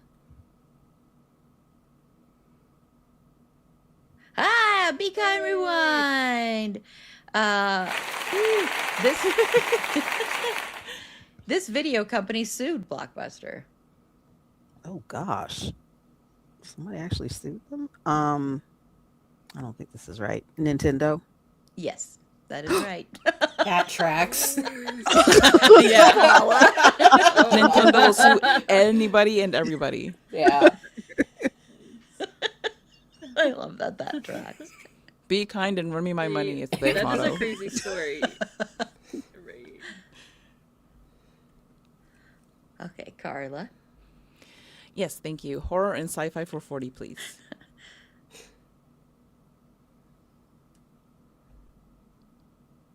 What was the first movie released on Laserdisc? I know you hate. Remember, hate Jen. Hate Jen. I have no idea. Waterworld? Yeah, no.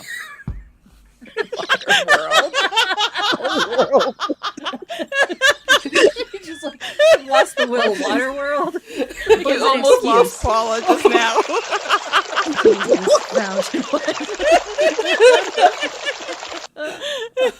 Speaking of water. Oh, I man. don't know why that struck me funny, but That would be funny though. Because who's talking about Waterworld in 2026?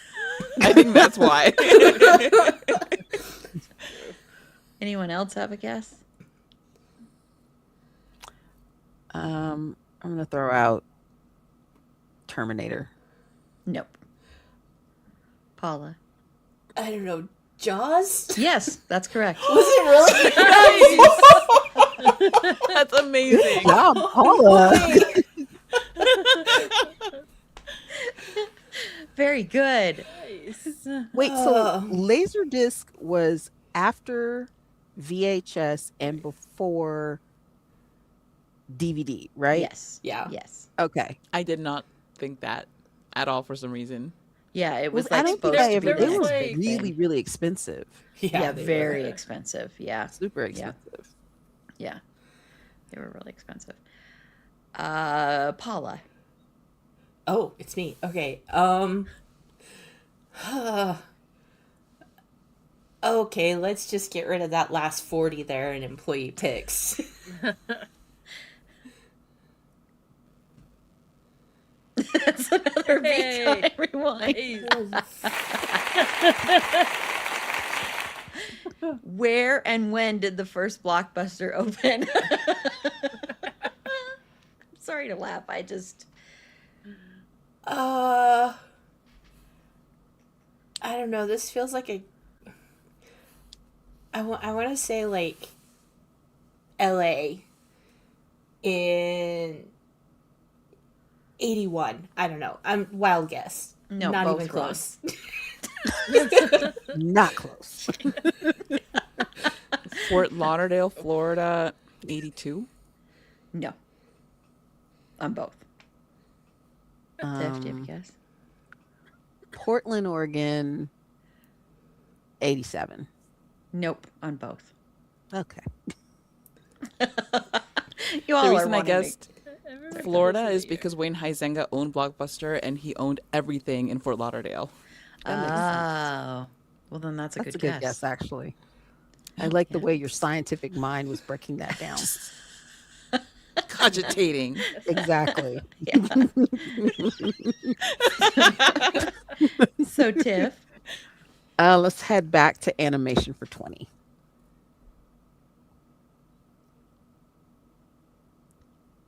This 1981 Disney film was Kurt Russell's first role in an animated movie.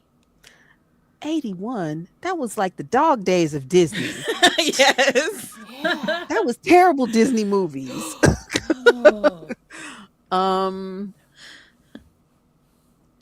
Aristocats 3. Back in the litter box. Back in the litter box. That's a great guess, but it's incorrect. Anyone else? The Lady and the Tramp? No, but that's a really good guess. Fox and the Hound? Yes. Nice, Paula. Good job, Paula. Carla kind of steered you into that right direction there. No, I don't Okay, I actually like the Fox and the Hound. So sorry, Disney. See, then take back what you said. I'm just kidding. I take back what I said. I take back what I said. But look, Nice, Fox years and the Hound. 82 through 88 were the dog days, okay? They were really not great. Okay, Carla. Yes. How about 30 comedy?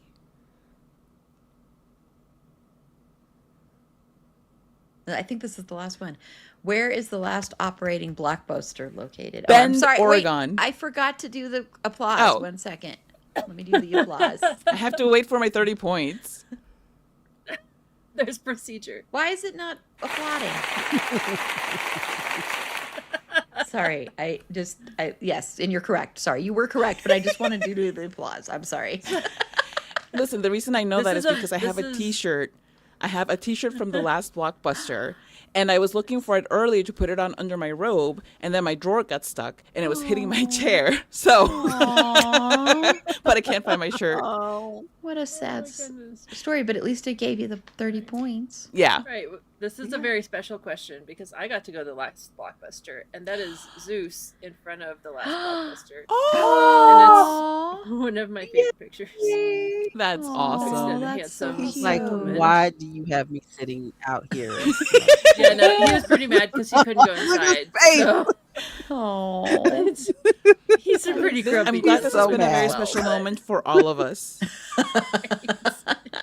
that is so cute. Yeah, Aw. that's Zeus at Blockbuster. Very nice. Aw. Okay, Paula. Yes, 30 points.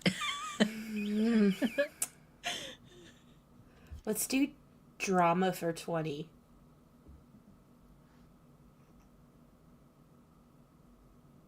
This 1991 John Singleton film has direct references to Rob Reiner's Stand By Me.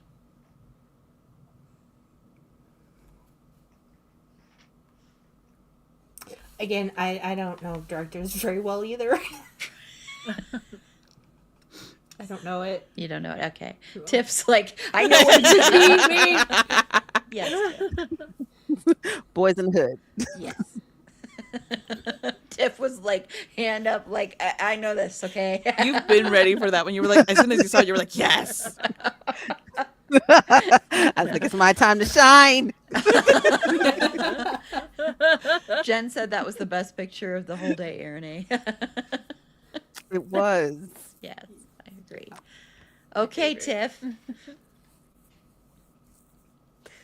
Okay, let's go back to the wild and wacky mind of Aaron. Employee picks for 20. Only 20 though. Debbie Gibson was the original choice for the lead role in this 1989 teen comedy.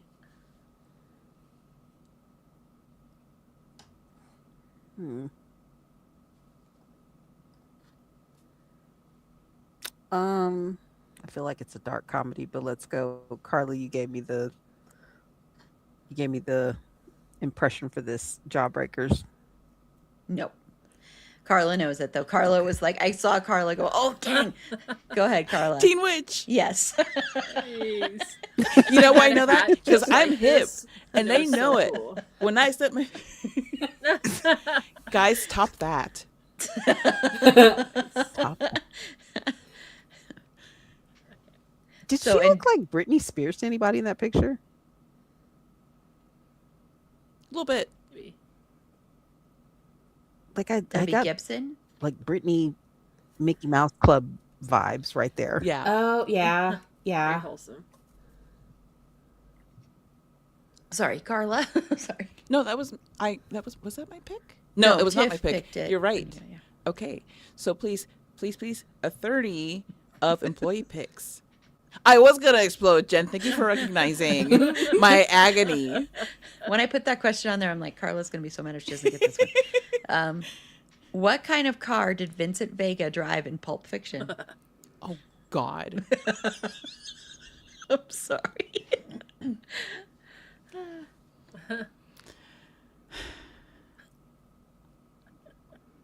A Pontiac Grand Am. No. Anyone else? A 1999 Honda I'll Civic. throw it, I guess. Was it a Lincoln Continental? Honda Civic. No, it wasn't. Honda Civic. I really kind of wish it was that. Big, like miles per gallon. Paula, do you have a guess? Very concerned about the environment. It's all about fuel economy. I don't know. Mercedes Benz. No.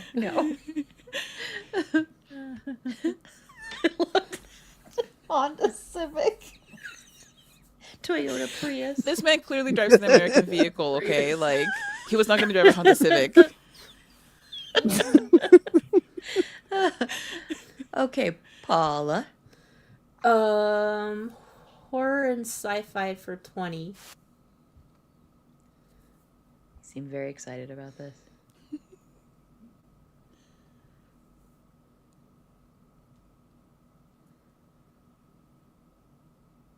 This 1993, excuse me, thriller had Macaulay Culkin and Elijah Wood playing cousins. The Good Son. Yes.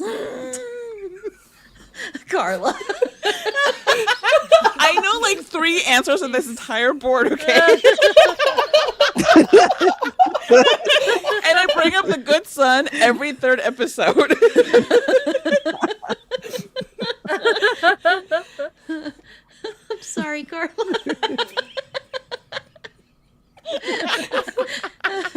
Okay, Tiff.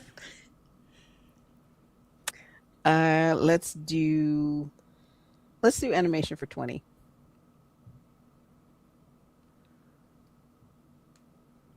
This 2001 DreamWorks film was the first to be nominated for and win Best Animated Feature.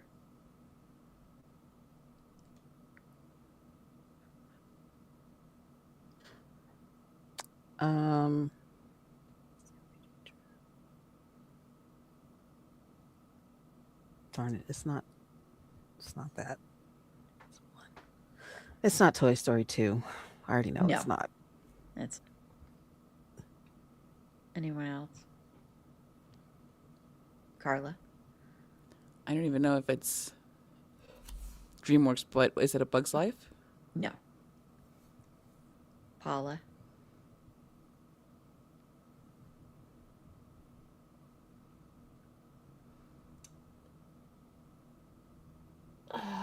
I every movie I'm thinking of is all Pixar. Then no.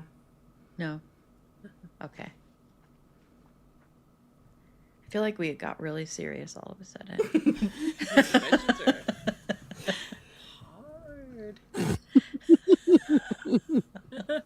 Hard. Okay, that was Tiff, right? Yep. Okay, so Carla. 30 employee picks for the house, please. For the house. Writer-director Alan Moyle described this movie's protagonist and central character as an amalgam of Lenny Bruce and Holden Caulfield. I think it's very interesting that I know every last one of these words. I've heard of every last one of these people. Yeah. So, Lenny Bruce and Holden Caulfield. So, I actually know who Lenny Bruce and Holden Caulfield are. Don't know what this guy's talking about. Remember, these are movies we've talked about on the show. Yes, totally. And I'm sure I was on this episode. And we're You talking. weren't. Sorry. Sorry. And we're definitely talking about the Natural Born Killers dude. No. Yeah. Anyone else?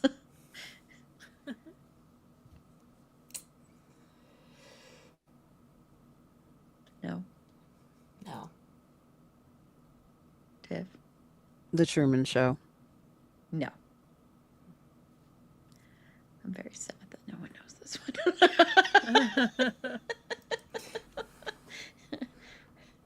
But, you know, hey. Oh, I'm sorry. So, Paula, sorry. Let's finish out those 20s with employee picks. To celebrate the 40th anniversary of this film, Kevin Bacon visited the filming location, Payson High School, on April 20th, 2024. Footloose. Yes, I'm sorry, Carla. I know you.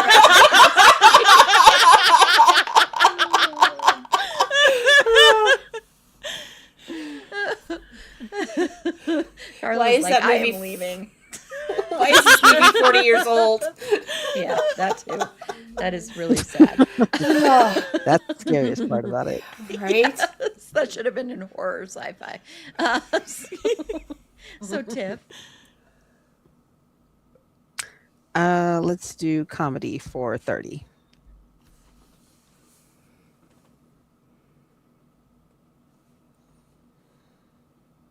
Since its premiere in 1975, there have been 12 SNL feature-length films based on various sketches.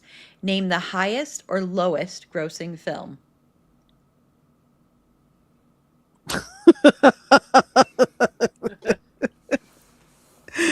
um, I don't think this is right. It's probably somewhere in the middle. MacGruber. Nope. I forgot But I about like the that. guess. Yes, Carla. Was Wayne's World the highest? Yes. Oh, that would have been my Yes. guess. I knew it. Oh man, I didn't even think about that. Gets one. Yeah. I And the feel like the lowest lowest was has got It's to be the Pat. Yeah. Yeah, It's you were Pat. Wow, I Look at that. forgot about Look at that double movie. points. I didn't even think about Carla that. got both of them. I forgot that was even a movie. I actually think So about did that I. on a not infrequent basis. I don't know why. Oh my. Okay, I'm feeling very nice. So give Carla some bonus points for that. Oh, good Carly, good. For how much? I'll be Double? very What nice was and it? say 30, so it'll go up to 110. So now it's so that Carla and Ooh, Paula some are tied again. competition. Paula's like, F you, man. Oh. Competition. So that was Tiff. You chose that one, right? Yeah. So Carla. Yep. Thank you. Please, a 30 of drama.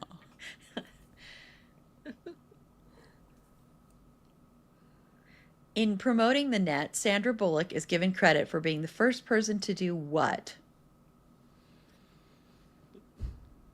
Promoting the net. She's the first person to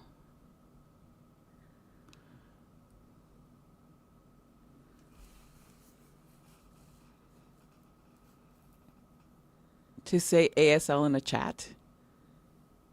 No. Anyone else? Okay, I love that. Yeah. Specific.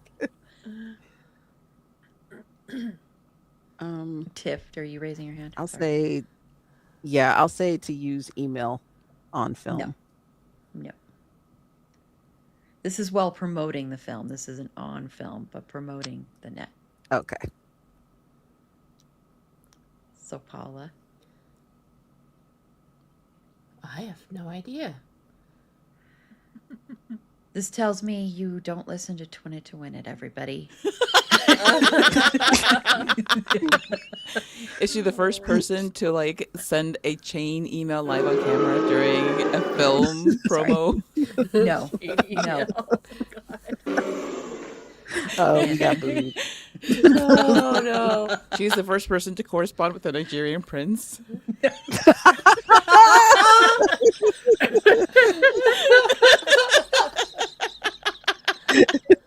She was sitting there and was like checking her email during a promotional interview, and she's like, "Oh, I just got an email. Hang on, guys, I can quit acting now. I'm gonna be so rich. I'm gonna quit acting now." Oh my gosh, that's funny. But no, that's not. So Paula. Oh, it's me. Okay.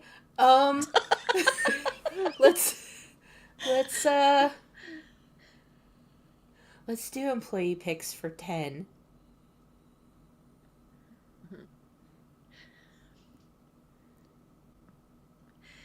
Many were probably traumatized when they rented the VHS copy of this film featuring a beloved horse named I'm sorry, Carla, named Artax. I'm sorry, Carla and Tiff, you both have We are still traumatized by the never-ending story. Yes.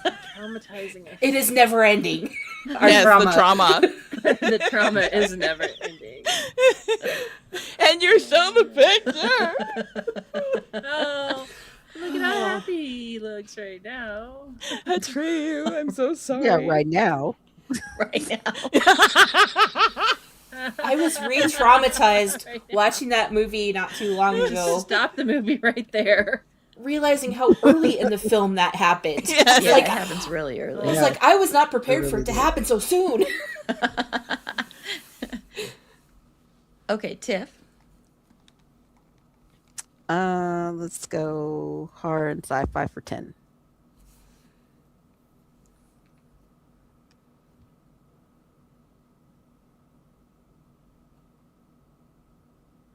With the re-release of its trilogy, this film became the most rented movie in 1997.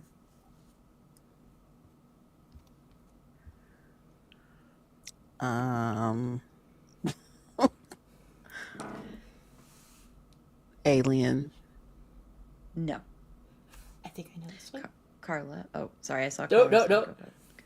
Is it Star Wars? Yes. That's my entire knowledge of Star Wars. Thank you for playing.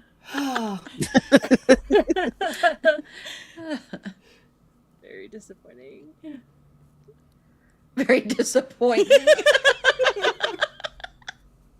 I'm very well versed on Spaceballs, though, if that helps. It's like you've seen all of Star Wars. If you've watched Spaceballs, it's fine. Right? Like, I feel like I got the gist. Yeah. So, sorry, I missed this comment. I love that the death is so traumatic that we all seem to forget, or at least I do, that he comes back at the end. Oh, I forgot. I did too. Even though I just do not recently remember watched that at this. all. I don't either. All I I remember, think yeah, maybe we ran out of the that's theater it. crying, and that's why we don't remember. We just Right. literally didn't see it. Right. It's too much. No, I'm not giving partial points for Spaceballs, Jen. That wasn't even the question, and Carl already got points for the question. I'm not doing that. No So, points for Carla. Thank you for your advocacy, Jen. Carla. Oh, my bad. I thought you were just saying my name because you liked it so much. 30 horror and sci-fi, please.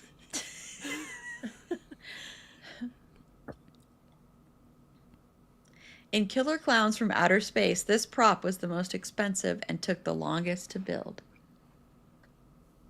Killer Clowns from Outer Space, a movie I have famously seen over and over and over again. A prop? A spaceship? No. Anyone else? A circus tent. No, but that is a good guess. Both of those are good guesses. A giant flower that squirts water. No, but that is a really good guess. I'm like, what do clowns? I don't like clowns, but what do they use? I don't know. Let's go with that. A giant honko honko nose. That was gonna be my other guess. You all need to watch Killer Clowns Nope. from Outer Space. I think I'm know good, but Paula. thank you. It's such a good movie. It is so My- good. It's like a classic. It's so funny. It's like a classic B movie. It's hilarious. Best like original song. Just amazing. My sister used to watch that movie over and over again, and I had to leave the room. I'm like, no, not doing it. There's something wrong with you. No. Wow. I have stuff from that movie up here. So it's a good movie. Paula. I'll take your word for it. Oh, is it my turn? Yeah. Isn't it my turn? Is that what you said? Isn't it my turn? Is it? Okay. Let's do horror and sci-fi for 10. In this clown picture. No, I'm just kidding. All clowns is the rest of the questions. In Evil Dead 2, Dead by Dawn, what can be seen above the shed door? Pentagram? No. Okay. Anyone?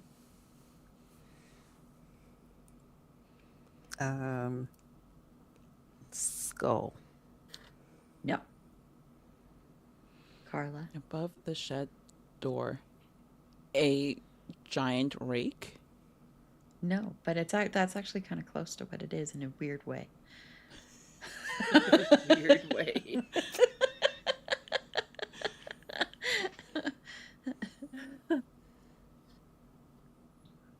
Okay, Tiff. Goodness. Animation for 30.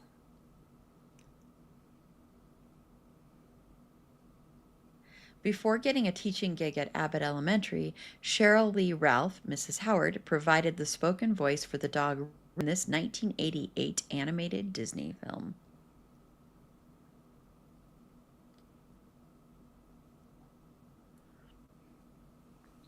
Why do I know what this movie is and I can't think of the name of it? 88, 88, 88. Goodness. It's not Homeward Bound. I'm going to say No. Homeward Bound, but it's not Homeward Bound. No. Anyone else? Yes, Carla. Is it 101 Dalmatians? No. Paula, do you have a guess? Okay, I really don't think this is right, but I'm gonna say Lady and the Tramp. No.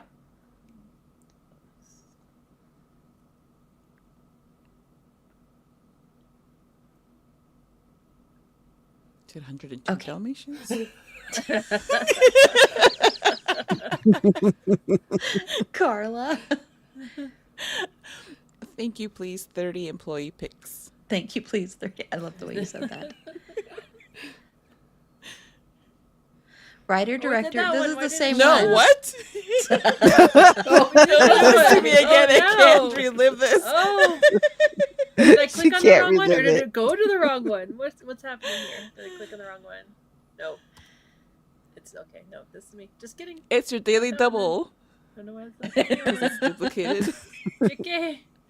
Okay. So 30 of horror and Somebody's glitched sci-fi, somewhere. please. Is the answer the Matrix because there's a glitch? Was it the clue?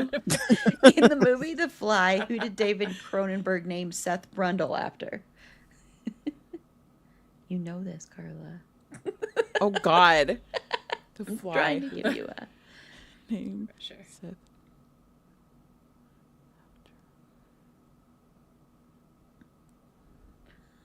What did he name him after?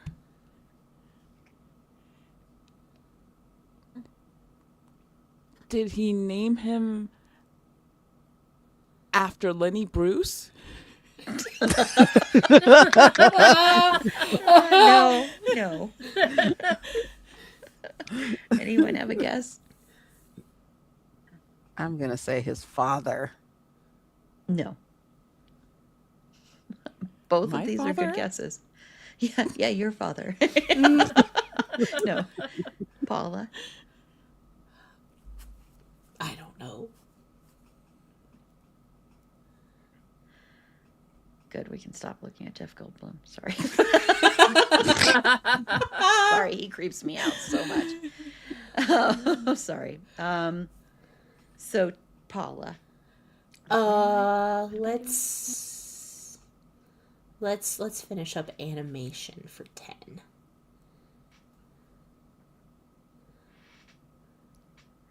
This 1991 Disney movie was the first animated film to ever be nominated for Best Picture. Beauty and the Beast. Yes. That's one of the other few animated films that I actually love. My favorite. Oh, that's an interesting picture. TV Guide cover. Do you remember TV Guide? My parents used to get Yeah. TV Guide. I loved it. How else were we supposed to know what was coming on TV? Yeah. Right. I remember Right, going my mom through would and like keep the really special ones. yeah, I remember going through and like highlighting and stuff. Like Yeah, everything you're What I gonna watch remember- for the Exactly. week. Yes. A What I reading- remember most about TV Guide is Miss Chenandler Bong.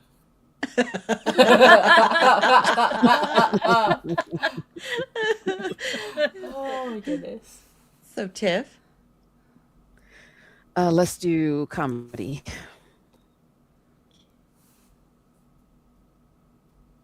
This 2010 film was a luxury item to travel that uses, sorry, a luxury item to travel through time. I'm sorry.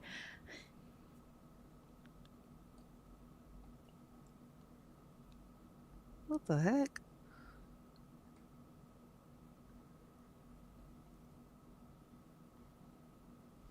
I'll give sort of a Mm. luxury like household item.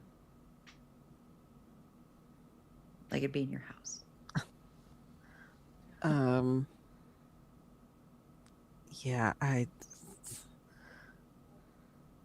Watchmen. That's not it. No. A watch. You're like, oh, Yeah, Carla. that's the watch. Hot Tub Time Machine? Yes. The most entertaining, ridiculous movie. I remember I was like, why is this why are people watching Yeah. this movie? And then I watched it and I thought it was It's actually hilarious. pretty funny though. Yes. Yeah, I I know. was like, why do I like this movie so much? I know. It's one of those. You're like, huh? Carla. Yes, thank you. 10 for drama, please. What was Forrest Gump's drink of choice?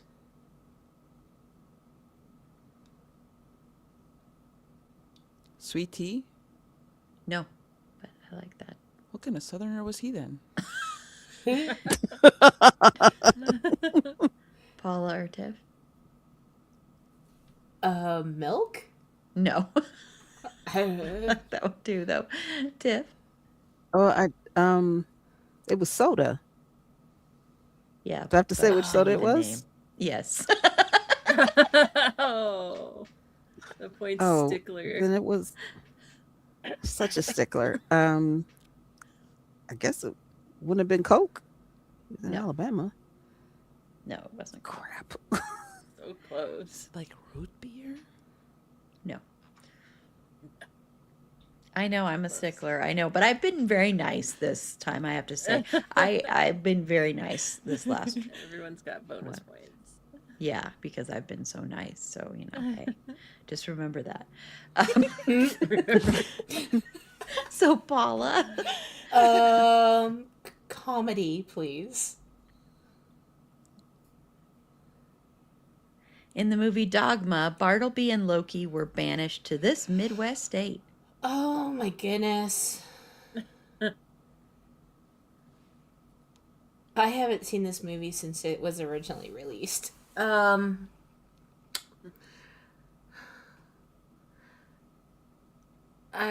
I don't know. The first one that came to mind was Ohio. No. Yes, Carla. Was it Iowa? No. Tiff? Minnesota. No.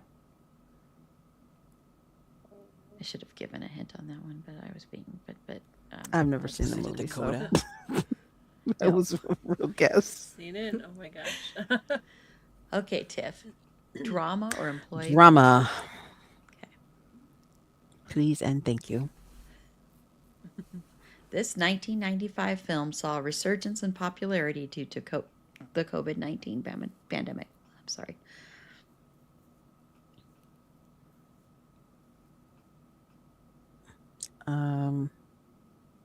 Outbreak? Yep.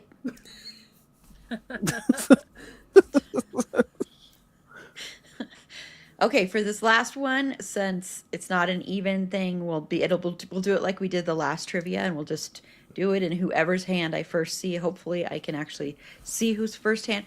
I will let you answer it. So it's an employee pick. Sorry. Okay, are we ready? Yes, I think so. I'm gonna try and watch this time because I was not paying attention last time. It was Julia Stiles who suggested Frankie Valli's can't. Okay, Carla. 10 things I hate about you. Yes. For all that it matters. But it's funny. You know what's really funny to me, though? Until you answered that, you and Paula were tied again. I was like, are we nemesis now? Like the whole time. You didn't win the thing, but you did beat Paula this time. Yes, So, yes. yes. I have Very my ring close. light like covering that part of the screen that has the scores. So So congratulations, Tiff. You won at 193.3 points. where's the applause button? The point Oh, I'm three. sorry. I'm sorry. I'm sorry. Okay, congratulations, and congratulations to Carla and Paula for playing. You played a very good game, though. Okay, 140, 130. I have to cut that a little bit short. I'm just kidding. Slightly I'm less. sorry, everybody. I'm nearing the end, the last half hour. I'm almost there. So I know those were really hard questions, but I enjoyed that immensely. We will go through the ones you didn't get, though, so we can just reveal those. And And thank you, Jen, again for coming up with the majority of those. I'm sure Carla, Paula, and Tiff want to thank you too. That was really fun, though. Yes. Okay, Thank good. It I'm was like good. crickets. Good question. Good question. Okay. Okay, ready? Yeah. Try and not lose my place. Okay. Wisconsin. I was going to give a hint that think of who came up with these questions. Where she's from. Oh, yeah. So fair. Oh. My internet is crashing out. Okay. I was going Oh, to say okay. Wisconsin too. Darn it. Oh. Easy A. Oh. Mhm. So random. But I would never have gotten that. I just thought maybe so weird. Carla, you would get it because of the easy A thing. I don't know why, but I just kind of was like, Carla will get this one. I would have to know who directed it. Yeah. Squints. Squint. That's Yep. I can't believe it. I mean, they look nothing alike. Okay, drama. This was Dr. Pepper. Oh, he's good. Dr. Pepper. Dr. Pepper. Oh yeah, in the scene when he goes to the White House, he drinks like 18 Dr. Peppers. And he's like, I really gotta pay. I used to love Dr. Pepper when I was younger. This was buy a movie ticket. Oh. Jen rolls her eyes. Like the commentary. Because if you listened to our Twin It to Win It episode, which you obviously didn't, we discussed this. And Jen said if she didn't get that confirmation, then she didn't actually purchase that ticket. And we don't know if she got the confirmation or not. So She voided it. It was all She was like, I'm not watching this. and this was A History of Violence. Okay. Oh, okay. Oh, look at it on VHS right there. These It's a really good these movie, VHS actually. are really expensive on eBay. That's like a Really? $200 VHS on eBay. It's, yeah. Which Holy is crap. really Whoa. cool. Vigo and Maria Bello, right? And Yeah. they have this very famous Yeah. sex scene on the stairs. On the stairs. hot. Yeah, It was pretty hot. it's pretty hot. Yeah. Yeah. We're to horror and sci-fi. Okay. This is the Freddy Krueger glove. That's why I said the Ah. rake is You said a like rake. Yeah. yeah, kind of close in a weird way. Oh man. When you said that, I was like, a scythe, maybe? This was 26. Oh, this is gross. I don't want to click on this. I should Oh. take this picture. It's a lot less than I thought. There's his Ugh, mouth. I hate that Oh my picture. gosh. In his mouth. Yeah. He put real bees in his mouth. Yeah. But he got Oh, paid. why? He was dedicated Sting. to He his got paid for a craft. beep sting. Yeah. Right? Got It's paid. like, Mm. imagine a bee sting on your tongue. R.I.P. Oh. Tony Todd, but ew. Yeah. That is This was itch. the popcorn gun thing, which none of you have just worse. actually like watched this genius movie, and I'm very ashamed of all of you. But you know, Yeah, I would never have gotten that. Same. the kills in that are really hilarious. And this was, I was cracking up about this because we've been talking about race car driving a lot for some reason today. It's a motorsports. It's a sport. Yeah, and it was the it I was would that guy. Yeah. absolutely not have gotten that under any circumstance. No. He would have could been have given given me my the father question. for me to remember that. You could have given me the first name and the last initial plus the E on the end, and I would still not know who you were talking about. And this is fitting. This is the end. Oh. Bad. So you were Terrible all on the movie. right track, but yeah. Although I kind of wish it was Leaving Las Vegas because that would be very depressing. That's one to be. Oh my goodness. And this was Shrek. Oh, Oh. Okay. didn't even think about that. So silly. That's because of the superiority of Shrek 2. Forgot about Shrek. This was the Iron Giant. Oh, that makes Oh. sense now. yeah, it does. Okay. I forgot he did that movie. That was a good one. A weird description, that. but Yeah. It Kind of totally weird. fits though. It does. Or like, what if it was like the brave little toaster? oh my god, I love I that can't. movie so much.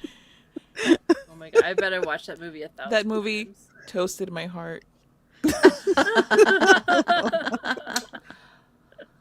Oliver and Company. I forgot Okay. the movie existed. Me too. It's the weird Disney time. Yes. Very weird Yeah. Disney time. Let's see. Oh no, I don't remember which one I was on. Was that the first 30 or the second 30? Come on.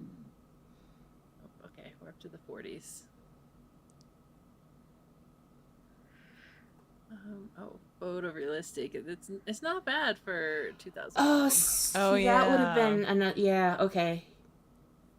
Mm. Okay. That movie felt so soulless. Seems older. It's like AI before AI. Yeah, I mean, it was. It's got I don't like it. Yeah, and that's exactly why I went with Polar Express, because it's like, Thank you, Jen. thank you for sparing us, Jen. Thank you for not further Thank traumatizing you. us.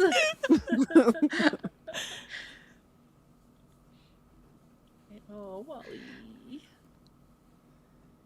There you go. Ah, okay. Right. He's Wally. I like mine better. I was gonna say. Yeah, that's a good Yeah. answer. Okay, pigs. It. Oh, It was not a Honda Civic. We know It was that. no. It was the 1964 Chevelle Malibu I convertible. knew it would be something douchey like that. You know he was driving an American car. American. Yep. This is pump. Oh, here's your question, Carla. Let's pump up The the question volume. that never dies.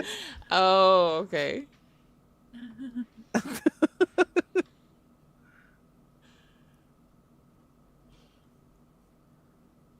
My internet is not happy right now. Okay. Okay, so the other two were partial. John Lindley Frazier and Herbert Mullen. Okay. I remember Herbert Mullen. I don't recall Frazier. Mullen is familiar though, because I listened to another podcast about him, but I don't remember Frazier. Yeah, and he said he was killing people to prevent earthquakes. What? Wow. Now I remember him. He was like literally cuckoo for Cocoa Puffs. Interesting. He thought it was going to be an apocalypse and like California was going to fall into the ocean, so he had to kill people to prevent that. Yep. I mean, he was trying to be helpful. Makes a lot of sense. To be helpful.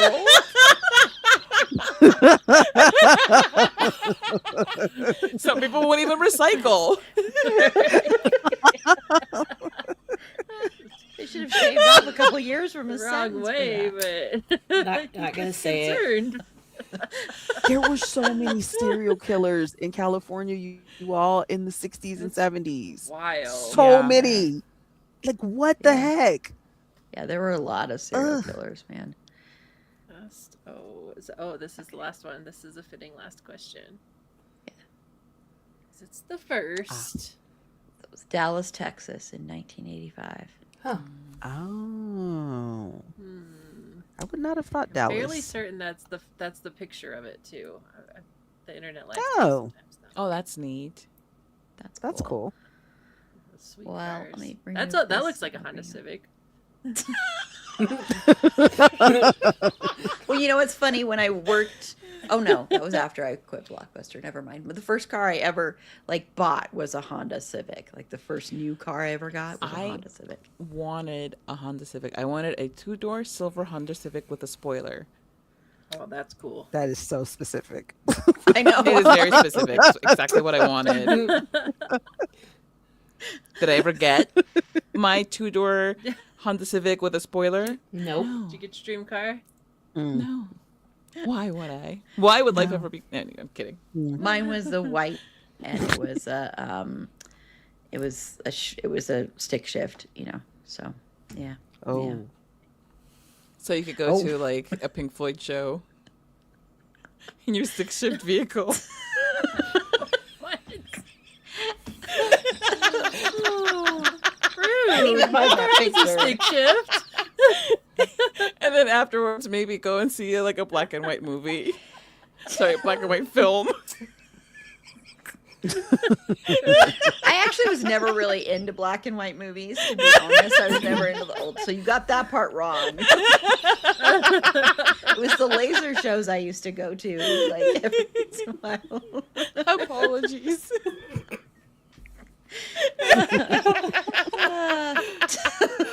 There is a picture, I'll have to find it, where I am wearing a Pink Floyd shirt and like tie-dye shirt, and like it's in New Mexico, and when I was a teenager though, and I'll have to find it and show it to you. Yes, please. Well, thank you all so much. If you want to hang around just because I don't know if I'm going to be able to take longer than 10 minutes to finish. Well, I have a bunch of people to thank, but thank you all so much. I'm going to give you time, to promote yourself. That's what I need to do. I'm sorry. So Carla from OK Real Quick, let me put that up here real quick. Tell everybody about your podcast and where they can find it. Thank you. You can find OK Real Quick wherever you find this podcast.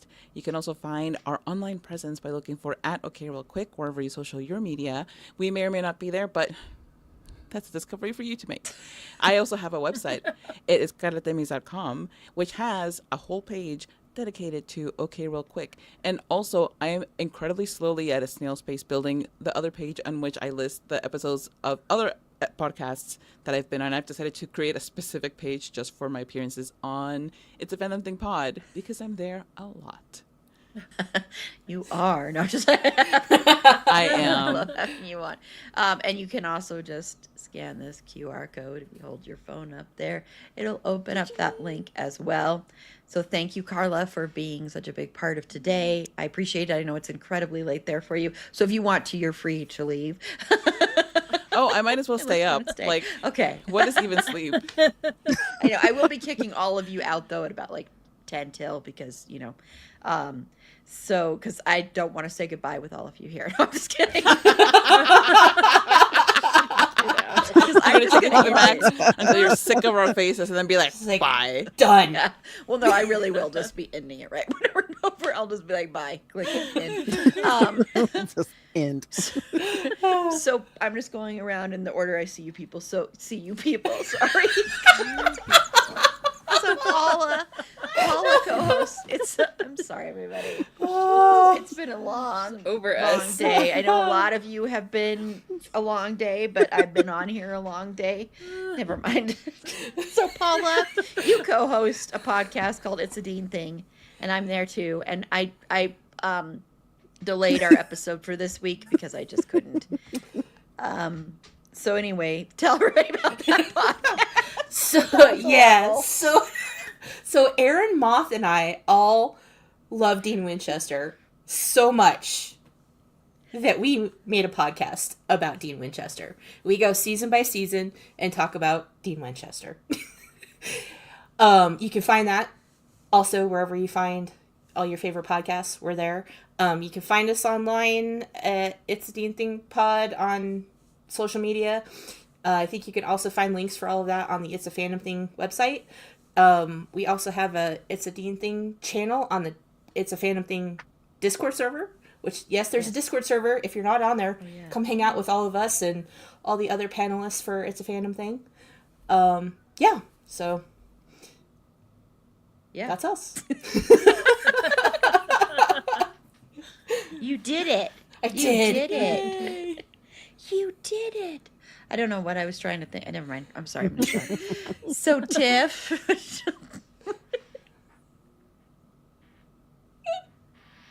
Do you have anything you want to tell everybody about?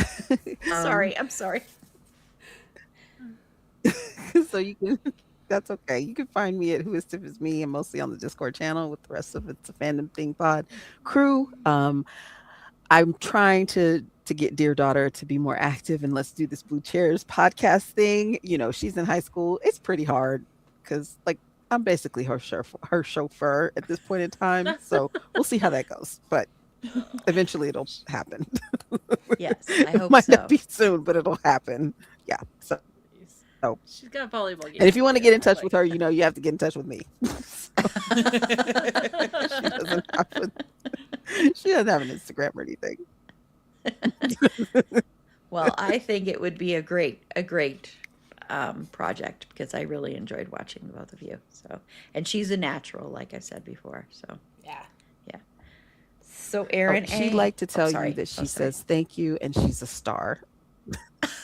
I love that. Yes. I Yes, love she a is. confident person. Yes. I love that. So, Erin A. Oh, it's my turn. Yeah, I'm on some of the socials at Geek and Sew, and mostly Instagram. I'm trying Blue Sky. We'll see. I don't know what else to say. It has been a long day, hasn't it? Yes. Yes. It has been. Yeah, because all of you are free to go whenever you want to go. We have 14 minutes. I will be, like I said, kicking you out at about like the 10 till mark because I'm going to draw names and close out and thank people and everything like that. But thank you for being on, for taking part with the trivia.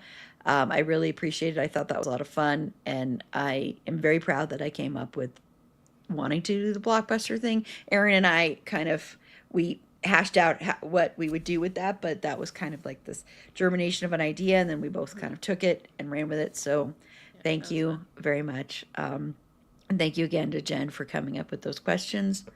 I appreciate it. That helped so much, took so much off my plate. So thank you so much for that. I'm trying to think if I have anything else I can say to all of you while you're on here. Because I'll be thanking all of you in a minute too. I forgot to create a ticker for the closeout, so I'm gonna do that right now. I'm just copying this and making a ticker. I know this is very exciting. Television. This isn't really television. Everybody's getting to see behind the scenes. Yeah. BTS. These are the things that you don't normally get to see. So feel privileged. Yeah, exactly. Being able to witness this moment in podcast history. Yeah. For free. For free, nonetheless. Yeah. Nonetheless. I don't know why I said nonetheless. No. No less. No, yes, thank you. I'm like, I know that's wrong. I don't know why. I was like, it sounds fine to me. All of our brains are like, Yeah, exactly. I have to say, I really love that you can now kind of see the purple. If you're in my room, it's so purple. Like you can change this to like, you can do so many cool things with this, and it's at the highest night. I'm like, man, these are so bright. And so then I figured out I can adjust the brightness, but like, you can do like cool scenes. Like, let's see here. That's Meteor. Sorry, I didn't know it it looks would be so like you're about to that. get searched by an alien species. This is supposed to be sunrise. No, whatever.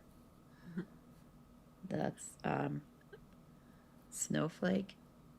Whoa, sorry, I didn't realize I was going to do that. Sorry, everybody. Go away. How do I get you away from me? Whoa, I'm sorry, that's really bright. Oh my god. I should not be messing with this right now. I'm like, how do I get out of this? Here, I'll go back to now we can be in the murder room. Ooh, nice. Yeah. Love it. Blue is kind of nice too. Yeah, that's nice. That's green. This is Oh up my gosh. really bright. Woof. Oh my gosh, I have to turn that down. Oh, doesn't seem to be going down very much.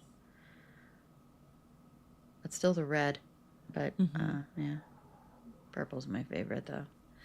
Oh, Yeah. sorry, that was really not entertaining. We're all But I- mesmerized. Yeah. But I put these all up. They're like all over, and they're like the sticky kind, you know. Anyway, so I am gonna say I'm gonna bid adieu to you, all of you on here. So thank you again, Carla, Paula, Aaron, A, and Tiff. I love you all. Thank you very much for being a part of this event. So thank you. Thank you. Bye for Okay, now. And you to bye. you and you and you. It's so funny because I hate that musical. So, sorry. Okay. Bye. Bye. Bye. Bye. Bye. Bye. Oh, I did kick everyone out. Yeah, I did. Okay. I'm like, whoa, I'm all of a sudden here. So it is the last 10 minutes. I'm going to do the prize drawings and then thank people. So if I forget to thank people, maybe I should do the prize drawings first. Or no, maybe I should thank people first. I'm sorry. So I do want to thank, I just thanked Carla, Paula, Tiff, and Aaron A. Thank you all again. Thank you to Jen again. Thank you to KJ Brantley. Thank you to Eric from Soundtrack Your Life. Thank you to, not from Soundtrack. I'm sorry, everybody. I'm so tired. Thank you to Eric from Great Pop Culture Debate. Thank you to Ryan from Soundtrack Your Life. Thank you to Meg. Thank you to Sloan. Thank you to Trader Joe's for I had to pay for them, but you provided my snacks. Thank you. I've been munching on these peanut butter filled pretzels. If you've never had them, they are so good. Love them, love them, love them. Thank you to First Watch for providing my breakfast this morning. Even though you have no idea why I'm thanking you, because you didn't give me anything for free. Hey, maybe you should do that. I'm promoting you. I feel like I'm forgetting like a bunch of people here. Please, like, if I'm forgetting you, it's not personal. It's just I am very, very tired. So I did say Eric. I said Carla. I said, yeah. I should look at the event page and then I can see if I forgot anyone. See, Carla, Aaron, A. Eric, KJ, Meg, Jen. Oh, Christian. Thank you, Christian Bale.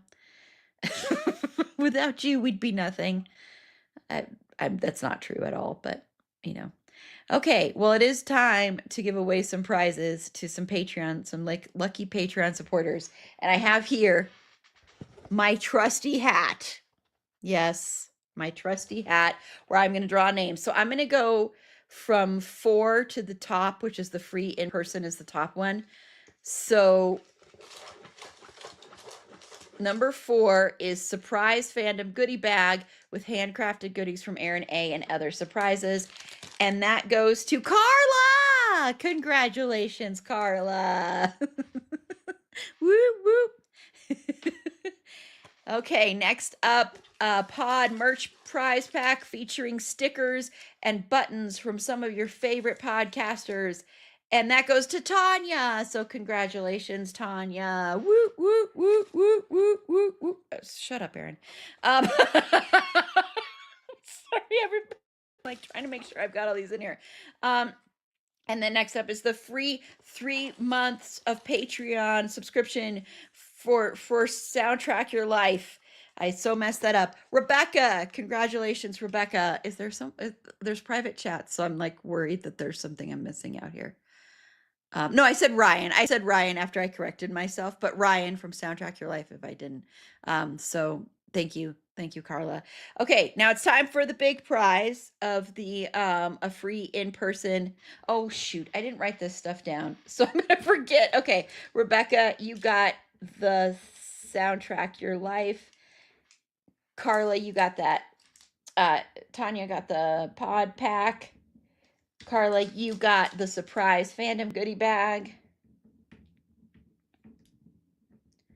And now it's time for the free in-person registration, the 2027 Southern Colorado Women in Horror Festival, donated by KJ Brantley. And that goes to Sasha. So congratulations, Sasha. Let me write that down. I'm sorry. Horror. I'll just put horror. So thank you again, and congratulations to those Patreon supporters that won. And thank you though to, even if you didn't win, you're like, I love you all so much, and we'll have more, of course,